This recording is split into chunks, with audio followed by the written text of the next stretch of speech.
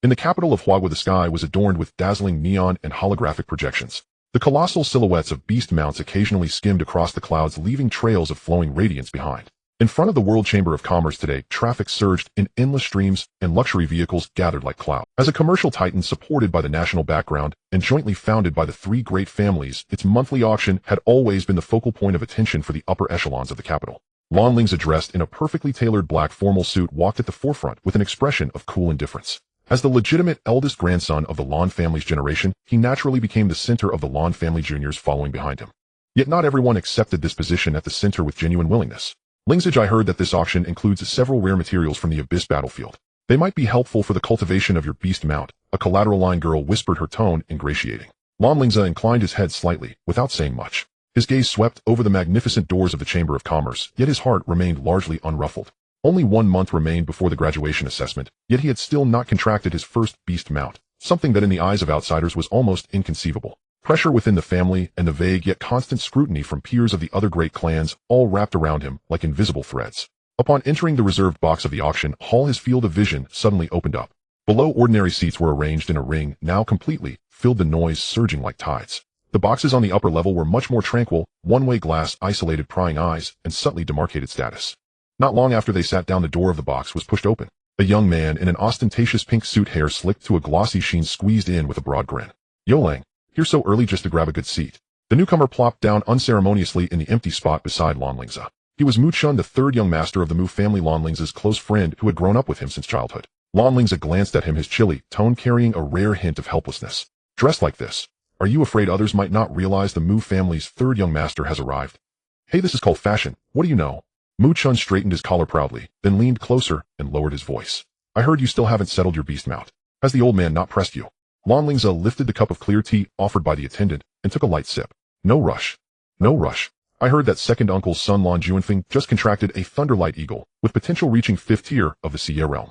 He's been strutting about ever since, practically looking at people down his nose," Mu Chun said, jerking his chin toward a direction behind Lan Lingze. Mu Chun's motion indicated a spot behind Lan Lingze. There, a young man whose features resembled Lan Lingze's to some extent, yet whose brows held a trace of unruliness, was staring coldly in their direction.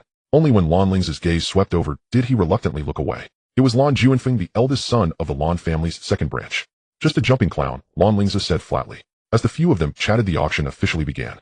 The elegantly dressed host walked onto the stage. After a brief opening speech, she directly invited the first item. When the first lot was set upon a velvet-lined tray and carefully carried out by two graceful young women, the entire auction hall first fell into an eerie silence, then erupted in suppressed whispers. It was strikingly an egg about the size of a human head, its entire surface a dull gray-black, covered in twisted, desiccated patterns that seemed to have lost all vitality. It lay there quietly, devoid of any energy fluctuation, as lifeless as a lump of stone.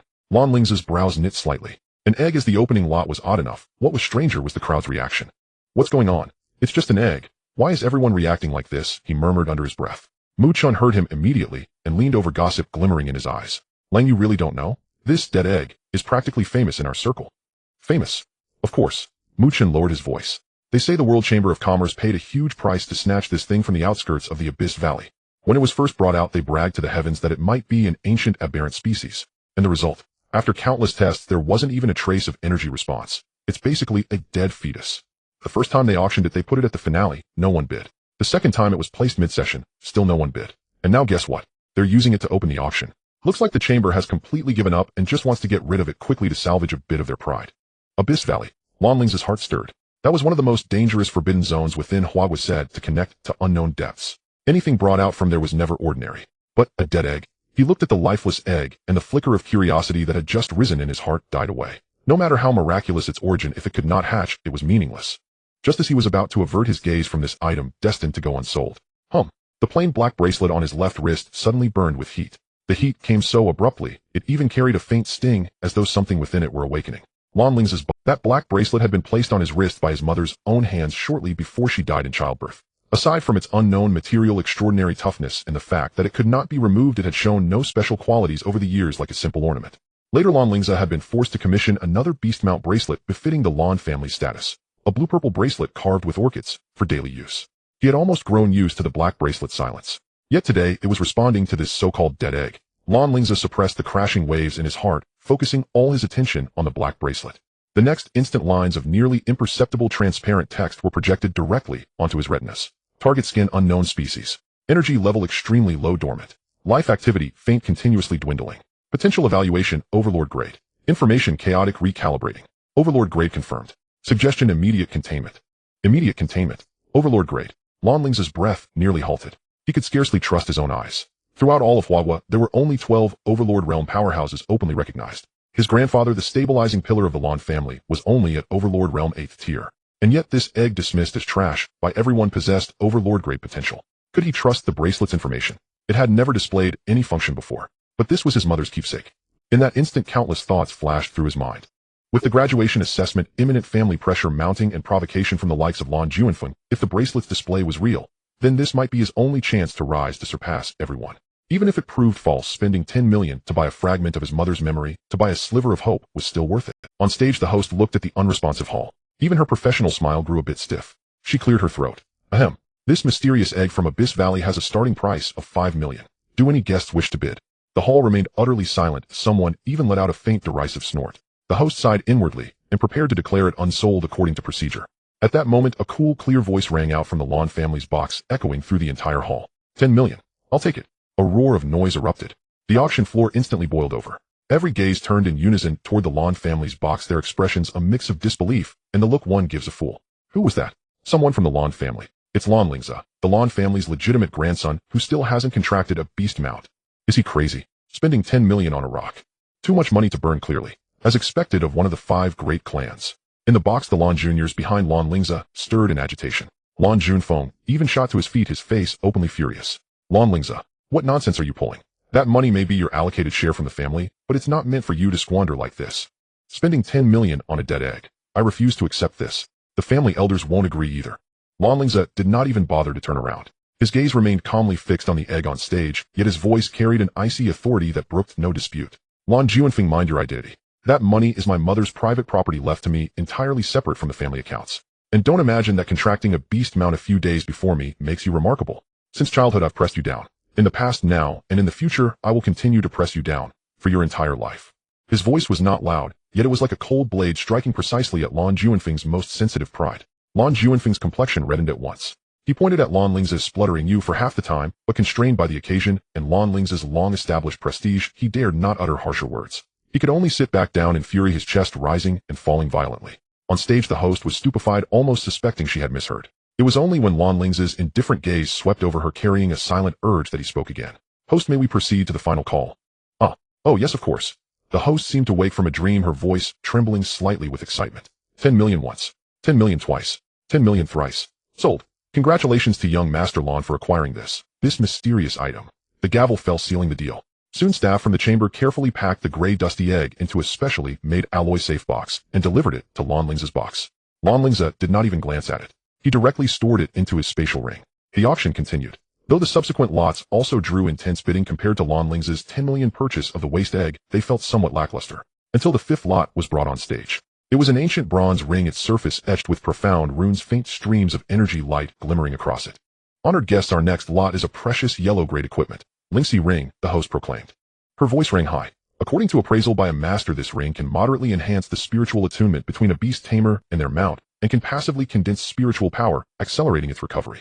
Whether naturally formed or forged by a respected spirit smith, the rarity of yellow-grade equipment speaks for itself. Starting price, 50 million. Each increment may not be less than 1 million. Her words had barely fallen when bids rose one after another. 55 million, 60 million, 70 million. Equipment was ranked Ling Yellow Xian Earth Heaven Emperor. For most beast tamers, yellow-grade equipment was already a longed-for treasure whose worth exceeded mere monetary value. Lan Lingze's gaze sharpened slightly. Enhancing spiritual attunement and hastening recovery of mental power. This was precisely what he needed now, whether for the impending graduation assessment or for incubating that egg. The calm he had displayed earlier was largely because he had not yet encountered an item that truly stirred him and that he urgently required. This time he was determined to obtain it. The price quickly soared to 300 million.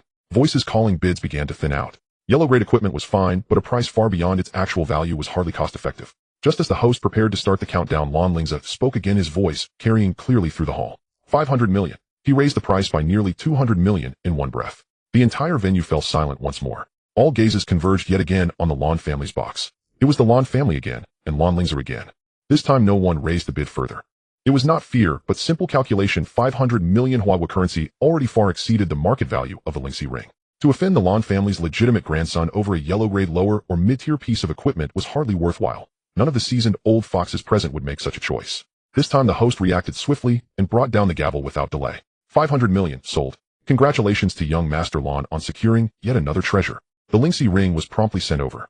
Lan Lingze slipped it onto the index finger of his left hand. A cool breath flowed up along his arm in an instant, reaching his spiritual sea and clearing the turmoil stirred by the bracelet's anomaly and the intense bidding. It indeed worked. He glanced through the list of upcoming lots. Finding nothing else that truly moved him, he rose to leave. Old Shun, he said to Mu Chun, who was still watching the auction with great interest. Keep an eye on the last few finale items for me, and note who ends up taking them.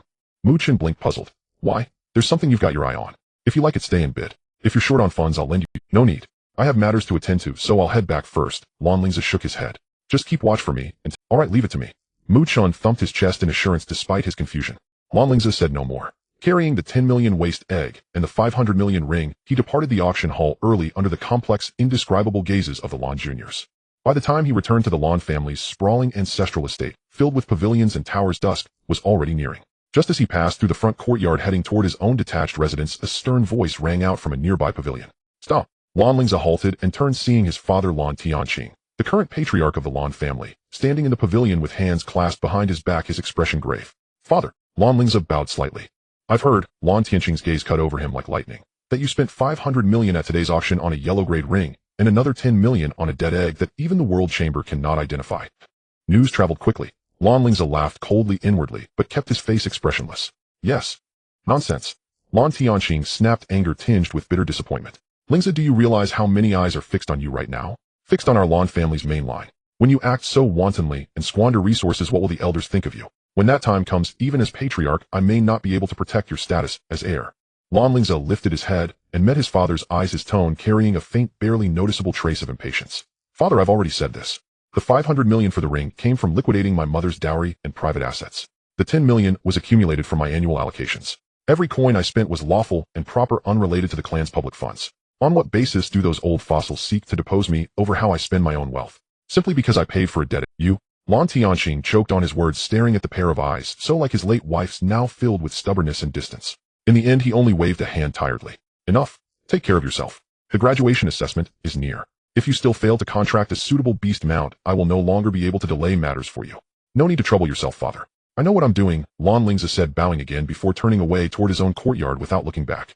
Once back in his room, Lan Lingze set up a soundproof barrier and immediately took the gray-black egg from his spatial ring, placing it on a cushioned table.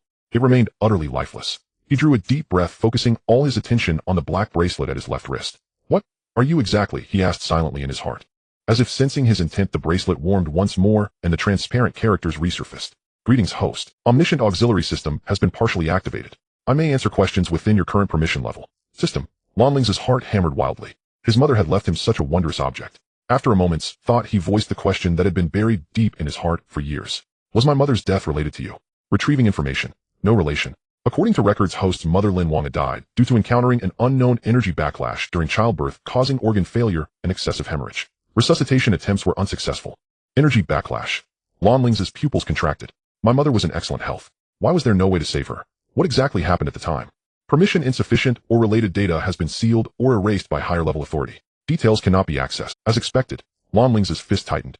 There was indeed hidden truth behind his mother's death. The system knew, but in his current state, he could not yet touch that truth. He forced down the surging emotion and turned his gaze to the egg. Then analyzed this egg in detail. Scanning. Target unknown species, abyssal side. Category magic beast. Condition deep dormancy, life essence draining, urgent energy supplementation required. Potential overlord grade, massive resources needed for full unlocking.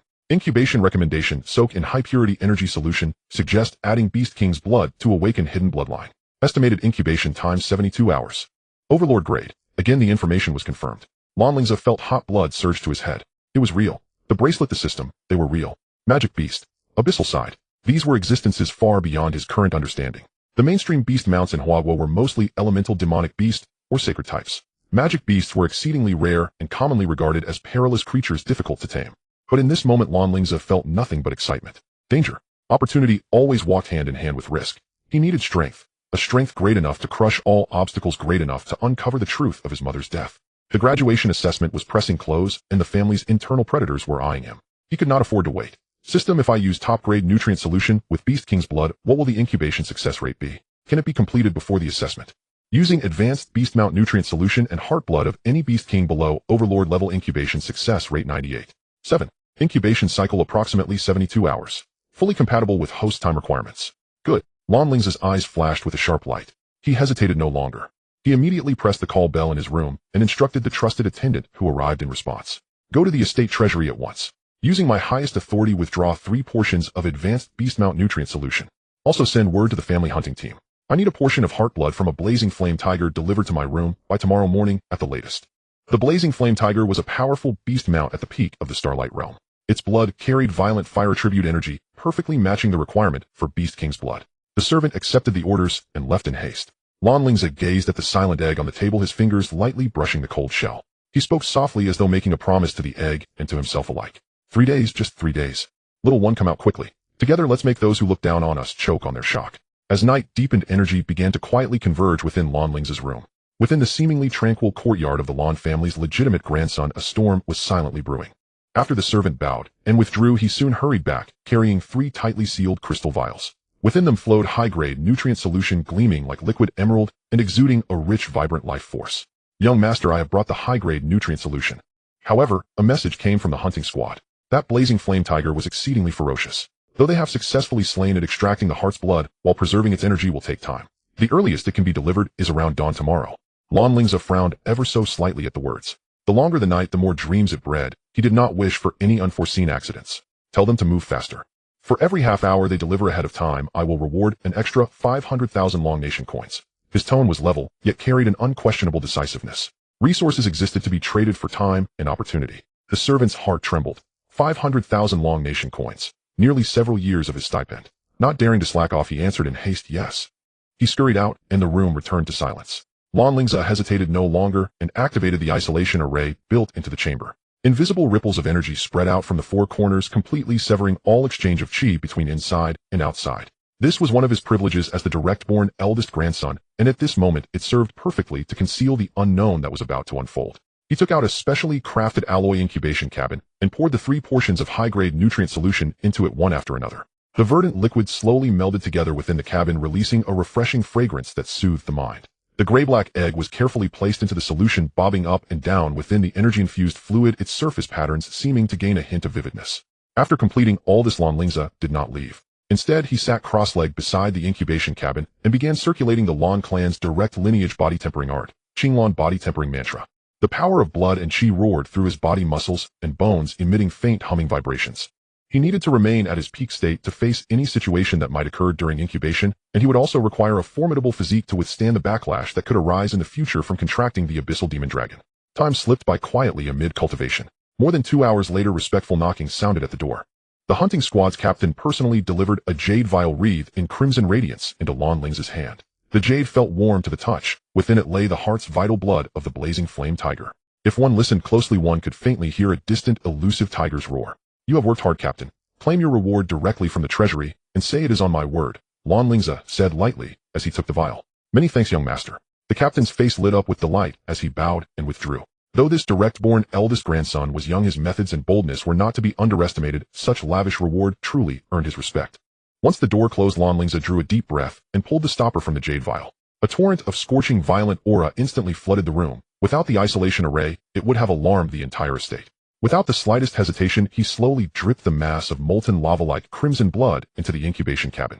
A sharp hiss rang out. The instant the Beast King's blood met the high-grade nutrient solution, it reacted as violently as cold water splashing into boiling oil. The verdant nutrient solution roiled and boiled, crimson and green intertwining to form a bizarre hue brimming with raw vitality. The egg that had been dormant all this time now seemed to turn into a black hole, madly devouring the surging energy. The gray-black lines on the shell grew brighter at a speed visible to the naked eye, like dark red blood vessels throbbing beneath the surface. Faint low heartbeats emerged, as if echoing from primordial chaos. Thump, thump, thump. Lan Lingze held his breath, watching with total concentration.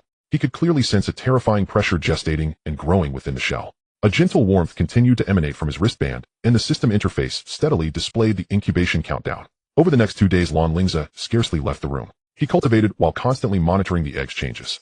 The dark red lines upon the shell grew ever brighter, the heartbeat stronger and more forceful. From time to time, an exceedingly faint aura of destruction and majesty leaked out, making even Lan Lingze feel a tremor of unease.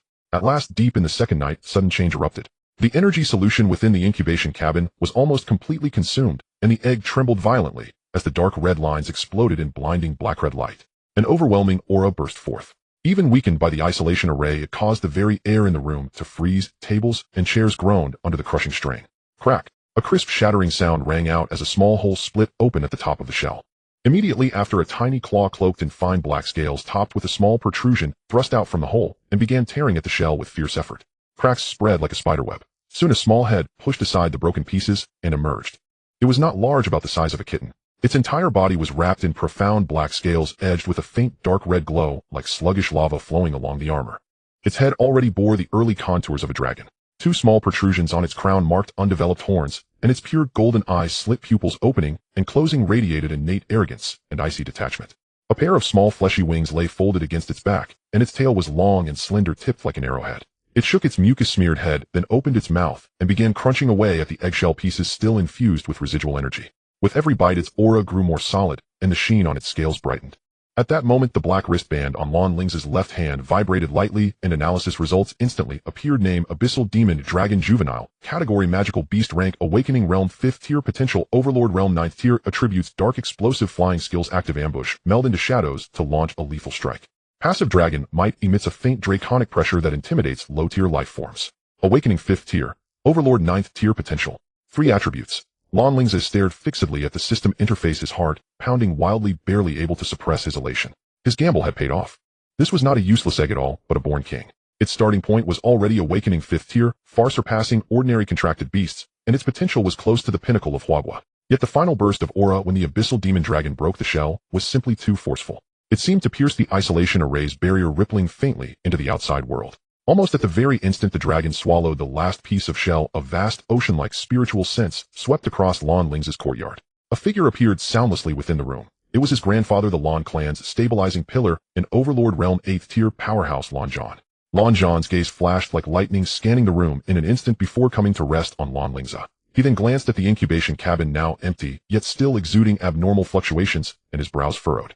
With concern and a hint of gravity in his tone, he asked, "Xiaozhe, just now, that surge of energy here, did you suffer chi deviation?"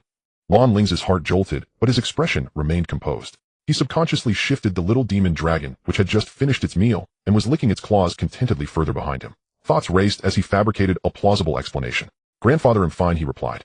"I was merely trying to use Beast King blood to assist the Qinglan body tempering mantra in tempering my body. The energy impact was somewhat fierce, and I failed to restrain it for a moment, disturbing you." "Nonsense," Lan Zhan snapped, yet much of the doubt in his eyes faded. Using Beast King blood for body tempering was indeed dangerous, but not without precedent. The explanation was acceptable. He sensed the lingering heat and faint elusive darkness within the room, and assumed it was merely the savage power of Beast King blood combined with his grandson's cultivation anomaly. Sighing, he admonished earnestly, "Cultivation must proceed step by step. You cannot rush. If anything arises, you must tell me. Do not try to bear it alone.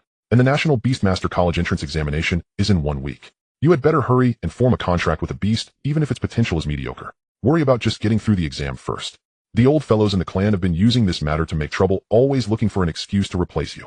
Grandfather, rest assured, I will go to the Beast Garden to contract immediately," Lan Lingze answered respectfully. Go." Lan Zhan gave his grandson a deep look, then vanished once more without a sound.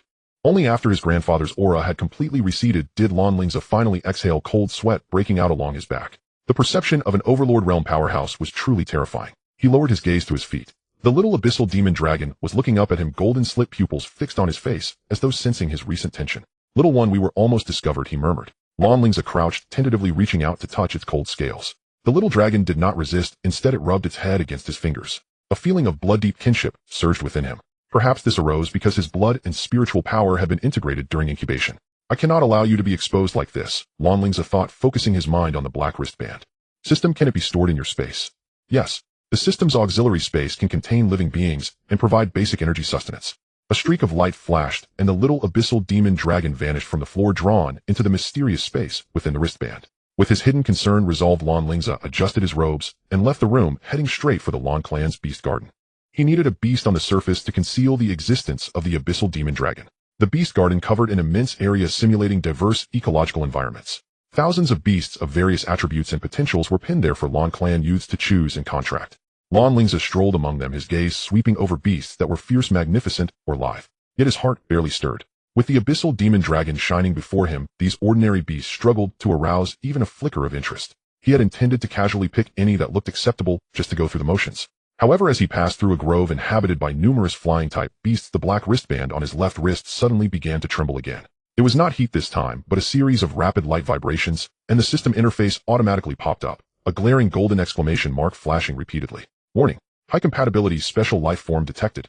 Target Xian Crow category demon beast rank awakening realm 1st tier potential awakening realm 9th tier attribute lunar status malnourished ostracized hidden information possesses multiple special evolution routes. Actual potential upper limit overlord level. Xian Crow. Following the system's indication, Lan Lingze looked over to see a solitary crow perched on the branches of a withered tree. Its size was slightly smaller than its peers, feathers not pure black, but edged with a barely noticeable matte silver luster. Its eyes were somewhat dull, and amid the surrounding birds with brilliant plumage and proud bearing it appeared particularly downtrodden. System, I did say I would pick something at random, but you didn't have to choose such a universally acknowledged failure, did you? Lan Lingze could not help inwardly complaining. In the beast garden, Xian crows were almost at the very bottom. Low potential, weak combat capacity, and aside from an ill-omened reputation that everyone despised, virtually worthless. The system answered at once. Host, the Xian crow possesses an extremely rare lunar attribute, and its bloodline hides multiple unknown evolution factors. According to database analysis, its true potential far exceeds what appears on the surface. If the correct evolution path is found, it can reach Overlord level. Recommendation: take it in. Overlord level.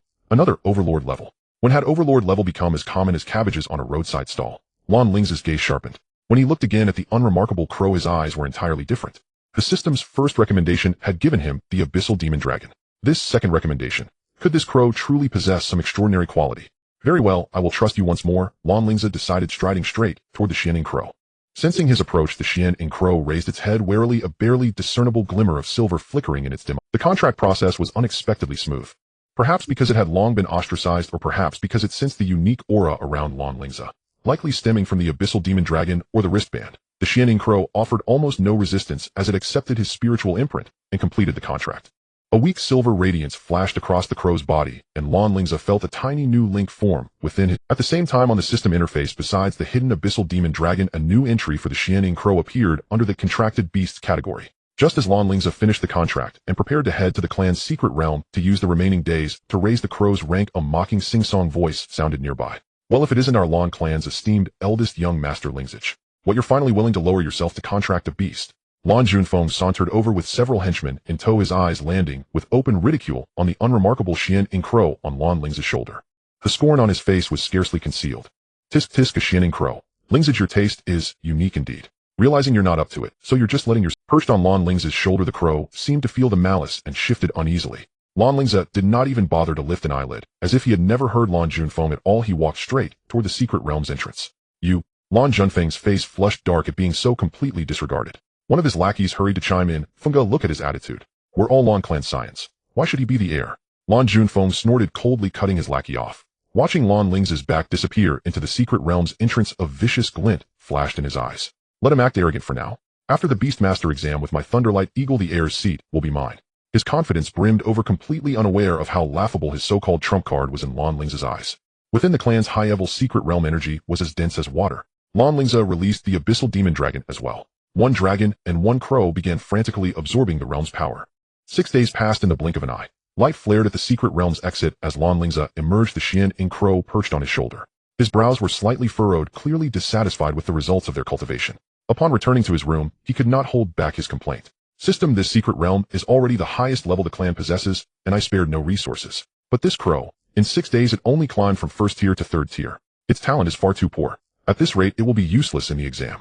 Merging is a double-edged sword. It can make you stronger in a short time, but it will also make you overlook the beast's own abilities. Huan Yu is the Moonlight Divine Crow. Its talents are illusion and speed, not simply a booster for you. An optimal evolution plan has been deduced based on its bloodline characteristics. Evolution target: illusory Moon Crow. Required materials: Moon Sacred Fruit X, 1 Moon Wolf Blood X, 10 vials. Potential after evolution: Sunlit Realm. Lan Lingze's spirit stirred. This was already the tier of high-end combat strength acknowledged openly within Huagua. Does evolution require any preconditions such as rank? He asked. In theory, it should reach awakening 5th tier before its body can withstand the evolution energy. However, if the host urgently requires combat strength, forced evolution at awakening 3rd tier is possible with a success rate of 68.7%, provided it survives the energy backlash. 68.7% success. Worth the risk. Good. I understand. Lan Lingze had a flash of resolve in his eyes. With the exam imminent, he needed immediate combat power. He delayed no further. After settling both beasts, he rose and headed personally toward the clan's treasury.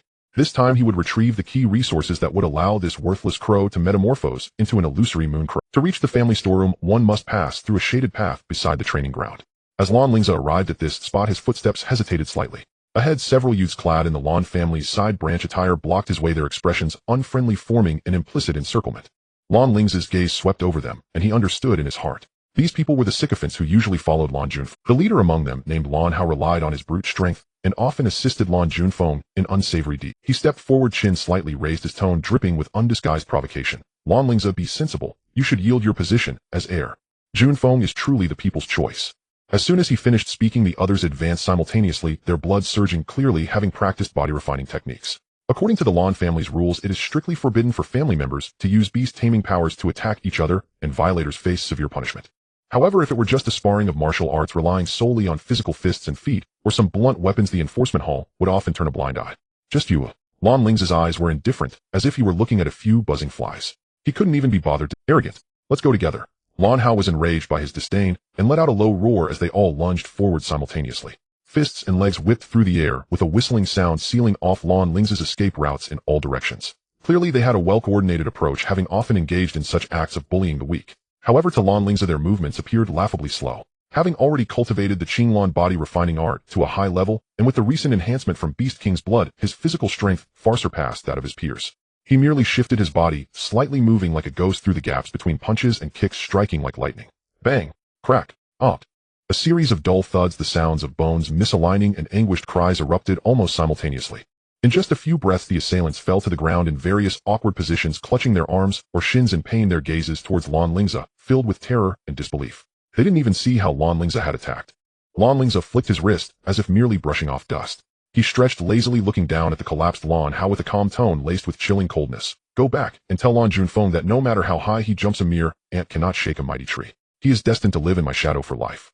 After saying this, he ignored the moaning individuals on the ground and walked steadily between them towards the family storeroom. Upon reaching the heavy black iron door of the storeroom, the guard recognized him and bowed respectfully. Lan Lingze presented the purple gold orchid token representing his status as the legitimate grandson, and the guard dared not obstruct him, respectfully opening the door. The interior of the storeroom was vast, categorically storing various resources, a dazzling array exuding energy and brilliance. Lan Lingze had a clear target, heading directly towards the area where spiritual fruits and beast materials were kept. With the privileges of his token, he successfully retrieved a moon-sacred fruit sealed within a cold jade box emitting a soft lunar glow, as well as 10 vials of refined moon wolf blood. No one dared to question or obstruct him during the entire process. Returning to his small courtyard, he activated the isolation array once more. Lan Lingze took out the evolution materials and began to prepare the evolution liquid under the precise guidance of the system. The moon-sacred fruit was crushed into a juice that emitted a cool glow mixed with the moon wolf blood in a specific ratio, and several neutral solvents to stabilize the energy were added, ultimately forming a shimmering liquid resplendent like a starry night sky. Are you ready? Lan Lingze looked at the still somewhat weak, shining crow on his shoulder. The crow tilted its head, and a flicker of determination seemed to pass through its golden eyes. Placing it into the specially designed incubator, the evolution liquid instantly submerged it. Initially, it seemed quite comfortable, but soon the immense lunar energy contained within the liquid began to surge into its frail body. Ha! A piercing scream erupted from within the chamber. The crow's body convulsed violently, blood beads seeping from the base of its feathers, staining the liquid beneath it a light red. It seemed to be enduring indescribable agony, its small body twisting under the impact of the energy. Lan Lingze stood outside the chamber expressionless, but his tightly clenched fists turned slightly pale. He understood that this was a necessary process. Whether it would be rebirth through nirvana or being burst apart by the energy, this moment was crucial. He looked at the little creature struggling in pain inside the chamber, unsure if he was speaking to it or to himself, his voice deep and clear. Endure. If you don't want to be regarded as useless for life, then hold on. This is your only chance to turn things around. Push through and you will soar to great heights. Let those who once looked down on you and bullied you see how powerful you will become in the future. Let the entire beast-taming world remember your name. His words seemed to carry some strange power. Inside the incubator, the shining crow, once blurred by extreme pain, suddenly erupted with an unyielding fierceness in its golden eyes. It no longer shrieked in agony, but grit its beak tightly despite not having teeth, enduring, allowing the raging energy to wash over and transform every inch of its flesh and feathers. Its entire body glowed with an increasing silver radiance, stretching and morphing in the light. Minutes passed like 8 as the light within the chamber gradually converged and stabilized. A clear and long cry echoed, piercing through the isolation array and soaring into the sky. Call. The incubator's lid was pushed open by a gentle, yet firm force. A figure gracefully flew out, landing on the table in front of Lan Lingze. At this moment, it had completely transformed. Its size had increased significantly, and its streamlined body appeared elegant and vigorous. Its feathers were no longer a dull black, but had turned into a deep, dark color that seemed to absorb light, with a layer of dreamy moonlight flowing along the edges of its wings and the tips of its tail feathers. Its eyes had become pure silver, filled with a vibrant wisdom. It gently shook its feathers, the moonlight swirling a sight. The system on Lan Lingze's wrist immediately provided an analysis result. Name: Illusory Moon, Crow type, Spirit Beast level, Awakening stage, level 5, Potential Daylight stage, level 9, Attributes, Lunar Illusion skills, Active Illusionary Clone, consumes mental power to create a clone identical in form, level, appearance, and skills to the original. The clone can independently use skills including Illusionary Clone, but lasts a maximum of 2 minutes. Cooldown time 5 minutes. Status: healthy, emerging intelligence. Spirit Beast. Lan Lingze's eyes burst with delight. The emergence of intelligence meant its future growth would be limitless, allowing for deeper communication and cooperation with him. Looking again at the skill Illusionary Clone, Lan Lingze carefully savored the skill description, his eyes flashing with brilliance. The clone can use skills, including its own. Doesn't that mean that theoretically, as long as the mental power is sufficient, it can create a clone of the clone in a short time, forming a temporary Crow-C tactic? Although the clone lasts only 2 minutes, if used well, whether for confusion, encirclement, or reconnaissance, it would be a divine skill. Lan Lingze grew more satisfied with each passing moment. What a wonderful treasure. Truly a great treasure. He looked at the now reborn spirit beast before him, growing fonder by the moment. Since it had gained intelligence, it deserved a name. You were born from moonlight and master the intricacies of illusion. From now on, you shall be called Illusory Moon. How does that sound? Lan Lingze said softly. Caught. The Illusory Moon Crow rubbed its head against Lan Lingze's finger affectionately, its silver eyes expressing approval and joy. It was fond of this name. A sincere smile appeared on Lan Lingze's face. The abyssal dragon lurked in the depths, while the Illusory Moon Crow soared in the sky, one bright, one dark. His path of beast taming had already unfolded. In the following days, Lan Lingze both familiarized himself with the cooperation with Illusory Moon and continued his training, occasionally letting the abyssal dragon out for fresh air, feeding it resources from the system space. Time flew quickly amid the intense preparations, and the National Beast Taming Examination finally arrived. The examination venue was set at the largest competitive square in the capital, packed with people. Young beast tamers from all provinces gathered here, the atmosphere both heated and tense. When Lan Lingze's figure appeared in the designated area of the Lan family, it immediately attracted countless gazes. Some were curious, some were scrutinizing, but more were unabashed doubts and schadenfreude. Who didn't know that this genius of the Lan family only contracted a beast just before the examination, and it was said to be a completely unpromising Xianing crow? Look, is that Lan Lingze? I heard he contracted a crow. Is that true?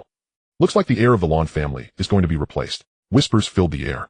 At that moment, a figure in a flashy silver battlesuit squeezed through the crowd, grinning as he approached. It was Muchun. Young Master Lan. Finally found you. Muchun clapped Lan Lingze's shoulder vigorously, raising his eyebrows. The moment I saw those guys looking at you with envy and hatred, I felt so pleased. He lowered his voice, speaking mysteriously. A few days ago, your grandfather came to my house to reminisce with my old man, who I overheard them talking, saying you hit it deep, having contracted an extraordinary beast. When the exam starts later, are you going to show it to your buddies?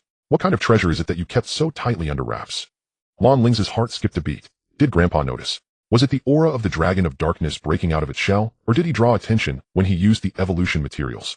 However, judging by Muchun's attitude, Grandpa seemed not to have exposed it, but rather, was he building hype for him? He maintained a calm facade, saying lightly, nothing special, you'll know when the time comes. Muchun wanted to ask more when a middle-aged man in military uniform, showing the insignia of a general, walked to the microphone on the high platform. He stood tall like a pine, his gaze sharp like an eagle, naturally emanating a blood-soaked aura, causing the noisy square to quiet down rapidly.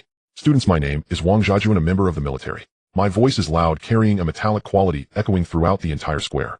This time our military will be fully attentive during the examination, selecting outstanding talents for direct recruitment. Of course, you can also choose to enter a higher beast taming academy for further studies and serve the military and the country. He scanned the young faces below, his tone growing more serious. I hope you all achieve excellent results, and more so that you do so with genuine talent and skills and do not harbor any ulterior motives. I know that many of you come from prominent families, but remember, this time your opponents are the geniuses from all over the nation. I hope our province's top scholar can rank in the top 5 nationally. As his words fell before the crowd could react, the entire competitive square suddenly lit up with countless complex runes. Intense spatial fluctuations enveloped all the examinees. Buzz! A dazzling light flashed, and thousands of examinees in the square instantly vanished, collectively transported to the examination site, a vast secret realm. The examination rules were simple: hunt the magical beasts within the secret realm to earn points. The magical beasts ranged from awakening stage to transcendent stage level 2. At the same time, candidates were allowed to challenge each other. Defeating an opponent would earn half of their points. Ultimately, the one with the highest points would be crowned the provincial champion. Outside the secret realm, in a massive circular observation hall, high-level representatives from the education sector, military officials, and observers from various families gathered together. Countless large screens hung on the walls, displaying real-time footage from various areas of the secret realm and a constantly updating points leaderboard. Lan Lingze was transported into a dense primordial jungle. The illusory moon crow on his shoulder curiously surveyed its surroundings. It's begun, illusory moon. Oh, let's see what you're capable of. Lan Lingze focused his thoughts. Caught. The illusory moon crow let out a clear cry, its silver eyes shimmering as its form instantly morphed into a shadow darting out. Its speed was incredibly fast and silent. The lunar energy granted it exceptional stealth and affinity for shadows. Soon it locked onto a group of third-level awakening Fangyao boars gnawing on fungi. Illusory clone, Lan Lingze commanded. As the illusory moon crow flew, it suddenly flickered, and beside it appeared an identical clone. The two illusory moon crows, like twin brothers, opened their beaks, simultaneously unleashing several blades of condensed moonlight. Whoosh, whoosh, whoosh. The moon blades accurately struck their targets. Despite the Fangyao boars having tough hides, they were instantly torn open by the sharp blades, emitting wretched screams. The main body and the clone coordinated seamlessly, using speed and illusions to disrupt, and in just a short while they killed all the boars. Points secured. Lan Lingze didn't even need to strike personally. He merely stood by as the illusory moon crow triumphantly chirped, continuing the search for the next target. Its efficiency was remarkable. Although the clone created by illusory clone existed for a short time, it was more than sufficient for ambush and disruption. The main Bodis Moonblade attack was also quite impressive. Lan Lingze occasionally took action himself, using his formidable physique to deal with nearby magical beasts. Points began to increase steadily and rapidly. In the observation hall, people soon noticed the abnormality on the point. This Lan Lingze is racking up points quickly. It's only been less than half an hour, and he's already over 500 points. Did he hunt only third-level awakening magical beasts? Is he from the Lan family? Didn't he say? Someone began but hesitated. I remember this kid is top-notch in both academics and practical courses, but his beast-taming talent seemed to have never awakened. Stop guessing, you just watch how he does it, a military representative said sternly. Soon the main screen switched to the area where Lan Lingze was located. In the footage, Lan Lingze moved like lightning, effortlessly taking down low-level magical beasts with a punch or kick, his actions clean and full of power. More often it was a completely dark crow flowing with moonlight, hunting with agility. Its form was dynamic, attacks cunning, and it could even create illusions, dazzling the onlookers. Is that Enchanting Crow? Someone exclaimed in surprise. No way. Enchanting Crow can't possess such power and skills. It clearly evolved. Look at that form and energy nature. Could it have evolved towards the Moonlight Crow? But the Moonlight Crow doesn't have such strong illusion capabilities. He hardly relied on his beast. His physical strength is utterly ridiculous. Does the Lan family's Qinglan body refining art really have such prowess? It seems that old man Lan Zhan has poured a lot of resources into his grandson.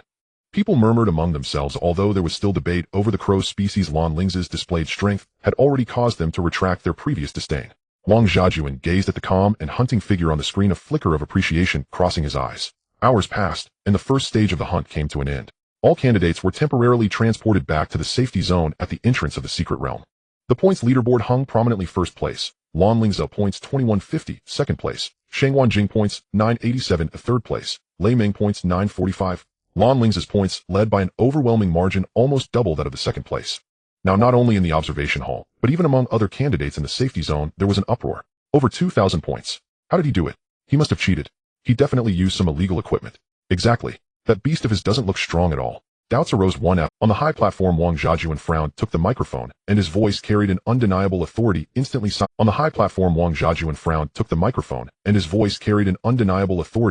silencing all the noise. Silence. His gaze swept like cold lightning over the audience below. I will say it once more, the secret realm is jointly supervised by the military and the education department. There is absolutely no possibility of cheating. All of Lan Lingze's points are earned by his own strength, and that of his beast in hunting magical beasts. The process is clear and traceable. He looked at those still showing signs of disbelief, snorting coldly. What? Do you flowers raised in a greenhouse dislike others being stronger than you? Since you are unconvinced, the rules for the second stage of battles remain unchanged. You can personally take the stage and challenge him. Whoever can defeat him will earn half of his current points. As soon as these words fell, the crowd fell silent for a moment, then countless gazes ignited with fervor. Half the points, that's over 1,000 points. Enough to propel anyone to the top instantly. Many people's eyes refocused on Lan Lingze, but this time it was no longer doubt, but filled with eager combat intent. In their view, Lan Lingze's high points were largely due to his powerful physique and cunning hunting methods. True beast-taming battles were about the strength of the beasts and the beast-tamer's command. How powerful could that seemingly evolved crow be? Lan Lingze felt the burning gazes around him. His expression remained calm, gently stroking the feathers of the illusory moon crow on his shoulder. The silver eyes of the illusory moon crow flickered with a hint of anthropomorphized coldness and pride. Half an hour of rest quickly passed. The second stage, the beast battle, officially began. A massive battle arena rose up with opponents decided by draw. Although the earlier battles were quite fierce, they did not attract. Everyone's thoughts were focused on the appearance of that figure. Finally, the host's voice echoed through the loudspeaker. Fourth match, Lan Lingze versus Shangwan Jing. The crowd erupted instantly. Shangwan Jing, the scion of the Shangwan family, one of the 5 great families in the capital. His strength was renowned among the younger generation, and he was one of the strong contenders for this provincial championship. No one expected that Lan Lingze would encounter such a formidable opponent in the very first battle. Shangwan Jing, dressed in splendid attire with a handsome face carrying the unique aloofness and pride of a scion, stepped onto the platform. Beside him was an extraordinarily magnificent beast, its entire body covered in green scales with a single horn on its head, 4 hooves swirling with wind. It was a rare beast with potential reaching the 8th level of the Stream Moon realm, Wind Spirit Steed. The Wind Spirit Steed whinnied loudly, the wind swirling beneath its hooves, its eyes spirited and proud. Lan Lingze also ascended the stage, the illusory moon crow perched quietly, its dark feathers flowing with moonlight under the lights, appearing understated and mysterious compared to the magnificent Wind Spirit Steed.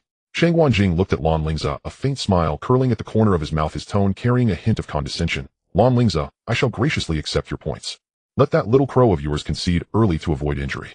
On the platform, the atmosphere instantly became tense. All eyes were fixed here, waiting for the start of this fierce battle. They all wanted to see whether this dark horse who had achieved first place in the first stage with absolute advantage was truly skilled or just a facade. On the arena, Shangwan Jing's words still hung in the air, laced with the habitual superiority of a scion. Yet Lan Lingze's retort came like a sudden, bursting afterimage. He had no patience for empty words. The Qinglan body tempering technique surged to its zenith, qi and blood roared like rivers. He drove through his feet, and the bluestone platform cracked beneath him. His figure shot forward like an arrow loosed from a bow, straight at Shangwan Jing. Shangwan's pupils contracted. He had not expected Lan Lingze to abandon convention and engage in close-quarters combat between beastmasters. In haste, he hurriedly activated his family's body refinement method to block. But Lan Lingze's flesh had been tempered by Beast King blood. No pampered heir such as him could compare. Thud, crack, boom. Fists, palms, and knees interwove. The impacts sounded like muted drums. Lan Lingze's assault was like a tempest, swift, precise, and merciless. Each blow carried terrifying force, churning Shangwan Jing's qi and blood, numbing his arms, and driving him stumbling backward in utter disarray. Within a handful of moves, Shangwan's defense was completely torn open, his chest glaringly exposed. Lan Lingze landed an unadorned straight punch that drove hard into his torso. A wet spurt. Shangwan Jing's throat went sour. He spat a mouthful of blood and was launched backward like a kite, with a severed string slamming against the arena rim, his face drained of color. The crowd erupted. No one had expected a physical duel between beastmasters to resolve so swiftly, nor that Shangwan Jing would be utterly overwhelmed. Shangwan Jing struggled to his feet, wiped blood from the corner of his mouth, eyes alight with shame and ferocity. He fixed his glare on Lan Lingze, his voice warped by anger. Lan Lingze, I admit your physique is formidable, but on the battlefield it is the beasts that count. I will gladly accept your points. Foamling's swift gale pierce. The magnificent Foamling steed neighed, wind eddies spiraling from its hooves as it became a streak of azure light. Its single horn flashed coldly as it tore through the air toward Lan Lingze. Its speed was lightning quick. Huanyue, Lan Lingze said calmly. The Huanyue crow on his shoulder uttered a clear call, spread its wings, and transformed into a shadow to intercept. Shangwan Jing, despite the blocked flow of his qi, forced a sneer. Lan Lingze, your crow is only awakened to the 5th tier. My Foamling is already at the 7th tier. Attribute counters. In the face of absolute power disparity, those are jokes. You can still concede. Yet before his words fell, the arena changed in an instant. Like illusion, yet not illusion. At Lan Lingze's mental command, the Huanyue crow in flight flickered, and an identical Huanyue crow materialized beside it. But that was not all. The moment the first clone appeared, the original and the clone simultaneously unleashed another skill, their cries echoing. Caw-caw. 2 cries, and the arena instantly held 4 Huanyue crows. Then 4 became 8, 8 became 16. In less than half a minute, no fewer than 16 Huanyue crows filled the platform, each shrouded in dark plumage streaming with lunar radiance and eyes gleaming silver. They beat their wings and cried out with crystalline calls, encircling the lightning-fast Foamling steed. Real and false blurred together, leaving eyes bewildered. What skill is this? Duplication. The Moonlight Crow's cloning should not be this exaggerated. Awakened to 5th tier, and the Shinning Crow can evolve to such a degree, to possess such an unbelievable skill. So the outside rumors were false. That talk about being unable to contract beasts, that meme about contracting a useless crow. This was plainly a smokescreen from the Lan family stage to stun everyone today. The spectator stands exploded with excitement. All who witnessed it were incredulous. Doubts about Lan Lingze's strength vanished like mist, replaced by awe and reverence for the Lan family's unfathomable depth. They fancied themselves privy to the truth. On the arena, Shangwan Jing was utterly dumbfounded. He stared at the 16 nearly indistinguishable Huanyue crows, his mind empty. This was far beyond his comprehension. Foamling, attack. Find the true one. Shangwan Jing shouted anxiously. Yet the Foamling was already mired in grave trouble. Though swift, the 16 Huanyue crows clung like a malign growth, using their copies to harry, collide with, and even physically block its charge. Blades of moonlight slashed in from all directions. Each strike alone could not grievously wound it, but in number they rent its scales and left it in pain. It surged left and right, yet felt trapped in quicksand, unable to break Wan Yu's encirclement, let alone reach the Seeing this, Shangwan Jing gritted his teeth and resolved to personally leap in and pry a gap open for Fengling. The instant he moved, a cold figure like a specter blocked his path. Lan Lingze regarded him with detached eyes, as if looking at a corpse. You want to compare with me? Come then, I'm standing right. He paused and his tone turned glacial, cutting to the bone. If you persist in foolishness, I will cripple you now. Shangwan Jing froze, cowed by the cold, killing intent radiating from him. His steps stalled, neither forward nor backward, his face drained of color. Lan Lingze waited a few seconds. Seeing the other's hesitation, the last trace of patience in his eyes vanished. It seems you have chosen the latter. Before the words finished, he moved again, swifter than before. A sickening snap and a harrowing scream sounded almost together. He gave Shangwan no time to react. Like a tiger pouncing, he closed the distance, clapped an iron hand over Shangwan's mouth, so he could not even cry surrender, and seized the other arm, bending it back without mercy. The arm fractured. Stop, Lan Lingze. This is murder. Shangwan Jing cannot resist. A representative of the Shangwan family leapt to his feet on the spectators' platform, eyes almost popping as he shouted in protest. Beside him, the Lan family representative sipped his tea slowly and replied with icy composure, Brother Shangwan, you are mistaken. Our master Lingze showed restraint, otherwise that blow would have been to the head, not the chest. Moreover, the rules state that unless the beast is defeated, the beastmaster speaks defeat with his own mouth or falls from the stage, the match is not over. Look, the Fengling is still fighting, is it not? His worthy nephew has not fallen, so how can this be murder? You? The Shangwan representative trembled with, at that moment, another more dreadful muffled howl, choked by a hand, rose from the arena, accompanied by the sound of a final snap. All eyes turned. Lan Lingze, expressionless, had lifted his foot and stomped down hard on Shangwan Jing's lower leg. The bone twisted grotesquely under his boot. The Shangwan representative felt his heart seize. He knew that if this continued, Shangwan Jing, even if he survived, would be utterly ruined. He could no longer hesitate. On behalf of Shangwan Jing, I concede. We surrender, he bellowed with all his strength toward the host. Those words carried clearly across the arena. The host immediately proclaimed aloud, Shangwan Jing concedes. The victor Lan Lingze. At that, Lan released his hand from Shangwan's mouth, and as if discarding refuse, flung the nearly unconscious youth onto the platform. He towered over the dazed Shangwan, and in a voice calm, yet audible to every ear, said, I do not know the true strength of your contracted beast, but I know your body is fragile. Go back and properly train your family's body tempering methods. We of the Lan family will see that your wounds are healed. If you remain unsatisfied and wish to challenge me, you are welcome anytime. With that, he spared Shangwan a final glance and walked off the arena with composure. Medical staff rushed up and carried Shangwan. The spectators' stands fell into a stunned silence. Everyone was cowed by Lan Lingze's ruthless, resolute actions, their looks toward him filled with fear and apprehension. Those candidates who had still harbored hopes for 1,000+ points were disabused in an instant. Break an arm, snap a leg. Lan Lingze was an ill omen, a calamity to be avoided. To seek points by provoking him would likely end worse than Shangwan Jing's fate. In subsequent matches, any examinee drawn to fight Lan Lingze, without exception, chose immediate surrender, not daring to mount the stage. Lan Lingze advanced without shedding blood, effortlessly moving forward. At the close of the second stage, he stood atop the leaderboard with indisputable advantage, his total score unassailable, crowned provincial champion of the Jiangdong Beastmaster examinations. When the exams concluded and the grand award ceremony ended, Lan Lingze was invited into the host's VIP chamber. Quietly, a contest over his future began to unfold. First to speak was the military representative Wang Zhanjuan, who fixed Lan Lingze with an intent gaze and said bluntly, Lan Lingze, I admire both your strength and your temperament. I hope you will join our Northern Army Division. We can provide you with a top-grade cultivation method, grant you the right to exchange for a geo-level piece of equipment, and immediately bestow upon you the rank of second lieutenant. Before he finished, the representative from Jingdu University interrupted with a smile, General Wang, does the Lan family lack such things? If young Master Lingze requires it, the clan's repositories are entirely open to him. Lingze joined Jingdu University. We will assign senior professors for unknown instruction, exhaust our resources to cultivate you, and use every institutional power to help that peculiar crow of yours advance to higher forms. We possess the nation's most comprehensive beast evolution research system. Representatives from other top universities then voiced their offers, in turn each more generous than the last. Resources, renowned mentors, access to special secret realms, dazzling the eye. Lan Lingze listened in silence, his face as still as placid water. The proposals were indeed alluring, yet he already harbored his own calculations as the others continued to speak. After a brief pause, he raised his head and calmly scanned the crowd, slowly speaking, his voice clearly reaching everyone's ears. I will join the military. And university, I will also join. The crowd was momentarily taken aback. He continued, of course I will first complete my studies at the university before officially serving in the military. As for the university, he turned his gaze to one of the representatives. I choose Magic City University. What? Magic City University? How could it be Magic City? The representatives from other universities were astonished. Even the representative from Kyoto University furrowed his brow. Although Magic City University also boasts top-tier comprehensive strength, it is generally considered slightly inferior to Kyoto University in the field of beast research. The representative from Magic City University, Teacher Li, who had previously guided Lan Lingze, was first taken aback in disbelief, then a wave of joy flooded his face, nearly causing him to leap with excitement. He suppressed his excitement, but could not help casting a somewhat proud glance at the other representatives who were looking at him with Great. Classmate Lan Lingze, you have made the most astute choice. Teacher Li hurried forward, speaking enthusiastically. Welcome to Magic City University. Rest assured the school will not betray your trust. Lan Lingze nodded slightly, then said to Teacher Li, if possible, I hope to go to school as soon as possible. Right now would be fine. Right now? Of course. Teacher Li was more than willing. Lan Lingze then turned to the old butler of the Lan family who had been quietly standing in the corner. Uncle Zhao, please go back and tell grandfather that I am going to Magic City University first. After the first semester ends I will return home. The old butler Uncle Zhao bowed respectfully. Yes, young master. I will definitely deliver the message. Please take care of yourself. With everything arranged, Lan Lingze no longer lingered following Teacher Li from Magic City University, and they took a special aircraft leaving the college entrance examination venue for the bustling city by the East Sea.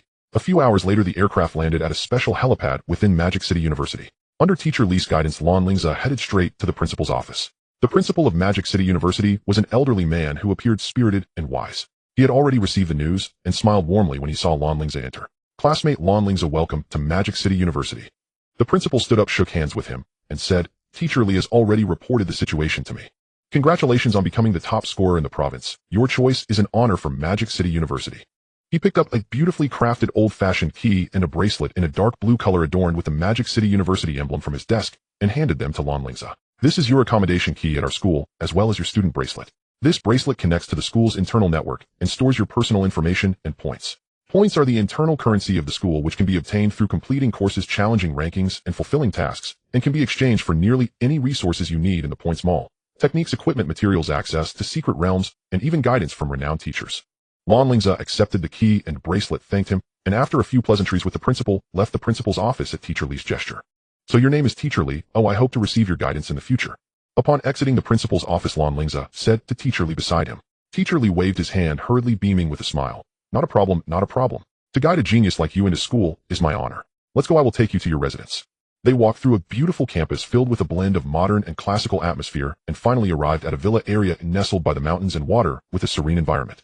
Each villa here was uniquely designed, spaced far apart from one another, ensuring absolute privacy. Lan Lingze's residence was a standalone villa marked as 1. Though it was only 3 stories tall, it was exquisitely designed, covering a large area and featuring a small courtyard and training ground. Teacher Li introduced, Lan Lingze, this is Villa No. 1. The villas numbered 2 and 3 around you are currently vacant, and the 4th villa is occupied by a senior sister who is 2 years ahead of you. If you have any academic or living issues, you can try asking her for advice. He paused for a moment before continuing. Your bracelet has an initial balance of 10,000 points. Be sure to use them. Points can be exchanged for resources in the mall within the bracelet and can also be earned by sparring with other students and completing various tasks assigned by the school. Other precautions are detailed in the freshman guide in your bracelet. After explaining the basic matters, Teacher Li took his leave. There is a detailed map in the bracelet. Remember to go to classroom 201 in teaching building No. 3 at 8 o'clock tomorrow morning for class. So, I wish you a pleasant evening.